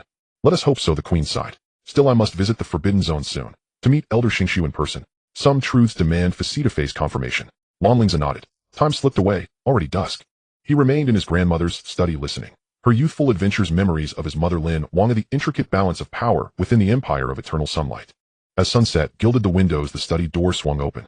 A tall, weathered figure stood framed in the doorway, still thick with lingering batlicky. His white hair was disheveled, his robes stained with dried crimson, but his eyes remained sharp as falcon's talons. Grandfather. Lan Lingze rose elated. Lan Lingze strode in and embraced his grandson, scrutinizing him closely. Lingze, any injuries? Shall I eradicate the Shadowkill sect root and branch? His tone remained placid, but the lethal intent lowered the room's temperature several degrees. I'm unharmed, grandfather, Lan Lingze said, touched. And now isn't the time. Let them live, for now. We'll follow the thread to whoever pulls the strings. Lan Lingze nodded, releasing his grandson, then turned toward the queen by the window. Their gazes locked. The air froze. Lan Lingze sensed it. The atmosphere between them was neither hatred nor indifference, but something far deeper, decades of entangled emotion. Elizabeth. Lan Lingze spoke first, his voice hoarse. Lan Lingze. Her reply was serene, yet Lan Lingze noticed her hands trembling faintly. Lan Lingze seemed poised to speak, then only exhaled. I'm sorry. 3 simple words, yet they carried the weight of a lifetime. The queen visibly shuddered. She turned away, hiding her face, but Lan Lingze saw tears glisten at her lashes. Grandfather, grandmother, I'll leave you to talk. Lan Lingze withdrew, quietly closing the door behind him. Standing alone in the corridor, his heart churned with conflicting emotions. What buried history bound these 2 souls? And how many years of remorse and sorrow lay hidden within that single wit? An hour or 2 later, the study door opened once more. Lan Lingze and the queen emerged side by side. To Lan Lingze's astonishment, his grandmother wore a gentle, genuine smile, the kind reserved for private joy, not imperial decorum. Grandmother, you seem radiant. Did grandfather truly apologize? She glanced sidelong at Lan Lingze and huffed. Well, barely acceptable. Yet her lips curved upward unmistakably. Lan Lingze cleared his throat, shifting focus. Lingze, your grandmother has agreed to reside in Huagua for a time after your formal investiture as crown prince. Truly. Lan Lingze's eyes lit up. On one condition, the queen reasserted her authority. You must break through to the Yaori realm within 6 months, or the agreement dissolves. I will. Lan Lingze vowed solemnly. Now I shall dine with your grandfather, the queen announced. She linked her arm through Lan Lingze's, effortlessly as if decades had never passed. You find yourself something to eat. The kitchen surely has leftovers. Lan Lingze. He watched them walk away. Her regal bearing softened by quiet warmth, his stride though still edged with battle aura, now light and unhurried. That effortless synchrony, the intimacy etched into their every gesture, could never be feigned. So, I've been summarily abandoned. Lan Lingze chuckled ruefully. Yet deep inside he rejoiced. At last the fractures within this family were beginning to mend. He decided to seek out Lin Yun, the cousin who'd surely been frantic with worry. West London, a private villa. Lin Yun lay slumped on the sofa, surrounded by scattered files, dark circles shadowing his eyes, clearly sleepless for days. When Lan Lingze entered, he sprang upright. "Cousin, you're back." "Yes, I am," Lan Lingze smiled. Lin Yun rushed over, scanning him head to toe. Only relaxing once satisfied, he bore no harm. "You terrified me." The ninth layer of the Forbidden Zone. Do you grasp its significance? Even Eternal Realm Masters tread there only with utmost caution. Here I stand, whole and sound. Lan Lingze settled onto the sofa, and with gains to show, he recounted the Star Beast clan's tale, again omitting the Stellar Soul Inquiry's revelations. Lin Yun stared dumbfounded. An extraterrestrial race. Stellar energy. "Cousin, your experiences verge on the mythic." "This world is vaster than we ever imagined," Lan Lingze replied. "By the way, what discoveries did you make this month?" Lin Yun's expression hardened. "Significant ones. Profound." He produced an encrypted dossier. "I mobilized Shadow Guard resources and leveraged the Lan clan's Western networks to uncover a critical truth. Your aunt's research in the Empire of Eternal Sunlight, the cross-dimensional beast-bonding bloodline fusion project, had a clandestine patron." "Who?" "The Tianshu Pavilion." Lin Yun enunciated each syllable deliberately. Lan Lingze's pupils contracted. "Benjamin's Tianshu Pavilion." "Precisely. Not the outer pavilion, but the inner council, the true heart of Tianshu. According to intelligence, your aunt achieved a breakthrough, but on the eve of her public announcement, her laboratory burned to ashes, erasing all data. That same night, members of the Tianshu Inner Council were confirmed present at the site." Lan Lingze clenched his fists. "Tianshu Pavilion. Again, Tianshu Pavilion. Hostility from the outer pavilion, secret patronage from the Inner Council, accidental conflagration. None of it was coincidence. There's more." Lin Yun lowered his voice. "I uncovered that when your aunt departed the Empire of Eternal Sunlight for Huahua, she did not travel alone. She carried away something, or rather someone." "Who?" "An infant." Lin Yun held Lan Lingze's gaze. "A newborn, disguised as experimental cargo, smuggled into Huahua via covert channels. The infant arrived in Huahua precisely when you were born." Lan Lingze staggered inwardly. "You mean me, eh?" "I cannot confirm it." Lin Yun shook his head. "But the timing is uncanny. Why did her research involve cross-dimensional bloodline fusion? Why did Tianshu fund it? Why did she take an infant? All answers may center on you." Lan Lingze fell silent. He recalled the vision from the Stellar Soul Inquiry, the identity of Azay, the system's reference to quantum entanglement. If Lin Yun's intelligence proved true, his origins ran far deeper and darker than he'd ever suspected. "Continue investigating," Lan Lingze said at last, voice low, resolute. "Spare no cost. Uncover everything that happened that year. I demand the full truth." "Understood." Lin Yun nodded. "But cousin, beware. The Tianshu Inner Council commands fear even among national governments, the architects who retreated behind the curtains decades ago. If they truly orchestrate this, your adversaries dwarf imagination." "I know." Lan Lingze rose, stepping to the window, gazing upon London's nocturnal sky. "Yet I will pursue it regardless. For my mother, and for myself." His eyes gleamed, not with starlight alone, but with unyielding resolve. That night Lan Lingze could not sleep. The news brought by Lin Yun weighed heavily on his heart, like a massive stone. If he truly was the experimental subject brought back by his mother from the Empire of the Setting Sun, what did that make his origins? Why did the Tianshu Pavilion intervene? What secrets were involved in his mother's research? He lay on his bed, staring at the ceiling, replaying the images he had seen in Xing Hun's questioning. His young mother, his enraged father, and the uncontrollable version of himself. "Ace," he murmured. In the illusion, his mother called him Ace, and his father also called him Ace. It felt less like a name and more like a code. Bodyguard, experiment subject, or something else. At 3 a.m, Lan Lingze sat up and entered the system space. "System, retrieve all records regarding my birth." Searching. Found birth certificate from the first hospital of the imperial capital of Huahua. Encrypted file. Found Lan family's newborn registration record. Found mother's Lin Wang's prenatal examination report. Warning, some documents show signs of alteration. Signs of alteration. Lan Lingze's eyes narrowed. Can the original data be restored? Attempting to restore. 10:35. Restoration failed. Original data has been physically destroyed, but cross-referencing revealed a contradiction. The fetal heart rate data in Mother Lin Wang's prenatal examination report shows significant differences from that of a normal human fetus. How significant is the difference? Data shows that the host's heart rate in the womb reached a maximum of 280 beats per minute, which is 1.5 times that of a normal human fetus. Moreover, the intensity of the spiritual power fluctuations was equivalent to that of a third-tier beast master in the Foundation establishment realm. Lan Lingze gasped in shock. Even before birth, there were fluctuations in spiritual power at the third tier of Foundation establishment. This was absolutely beyond what a normal human could achieve. Are there any other abnormalities? The examination report mentions the fetus developed abnormally quickly, completing all organ development by 5 months of pregnancy, and the mother needed to continuously intake high-concentration spiritual power potions to sustain the fetus life. High-concentration spiritual power potions. Lan Lingze recalled his mother's frail appearance. Is it because of me that my mother's health deteriorated? Insufficient data to determine causal relationships. Lan Lingze fell silent. More and more evidence indicated that his birth was anything but simple. His mother's research, the intervention of the Tianshu Pavilion's higher-ups, and the abnormal physical data all pointed to a terrifying truth: he might not be a child of natural birth at all. Continue the investigation, he commanded. I want to know every detail of my mother's research back then, even if it's just a long-term investigation task. Established. Trace Lin Wang's research project estimated completion time unknown. As he exited the system space dawn was breaking. After washing up, Lan Lingze went downstairs and found Lin Yun already in the kitchen preparing breakfast. This usually lazy cousin was now skillfully frying eggs while wearing an apron, a sight that surprised him. You can cook. Lan Lingze raised an eyebrow. What do you think? Lin Yun replied without turning around. How do you think I survived those years studying abroad? Eating takeout every day would have bankrupted me. He plated the fried eggs and bacon, pouring 2 glasses of milk. Come eat. I can see those dark circles under your eyes. You didn't sleep well last night, did you? The two sat at the dining table. The morning light poured through the window, adding a touch of tranquility to the morning. Cousin Lin Yun suddenly spoke. If you discovered that your origins were problematic, what would you do?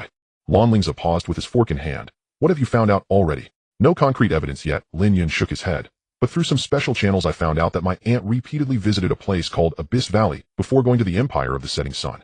Abyss Valley. Lan Lingze recalled Elder Xing Xian's words. After escaping, the Xing Beast clan wanted to go to Abyss Valley to find their lost kin. Yes. Confidential documents from the Empire of the Setting Sun state that Abyss Valley was once part of a forbidden zone, but it is older than the forbidden zone.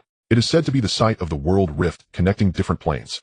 Moreover, Lin Yun lowered his voice. The Shadow Guard's top secret report shows traces of non-native beings active within Abyss Valley.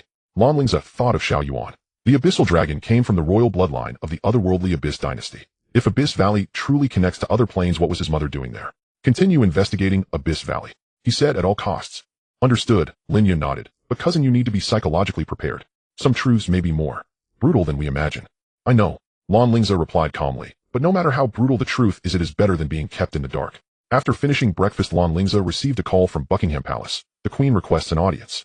The atmosphere at Buckingham Palace today was especially solemn. The number of royal guards was 3 times more than usual, each with a serious expression.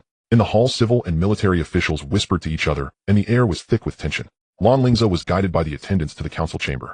As he pushed the door open, he saw over a dozen people already seated inside. There were elderly nobles with white hair, military leaders bearing star insignias, and cabinet ministers dressed in exquisite formal wear.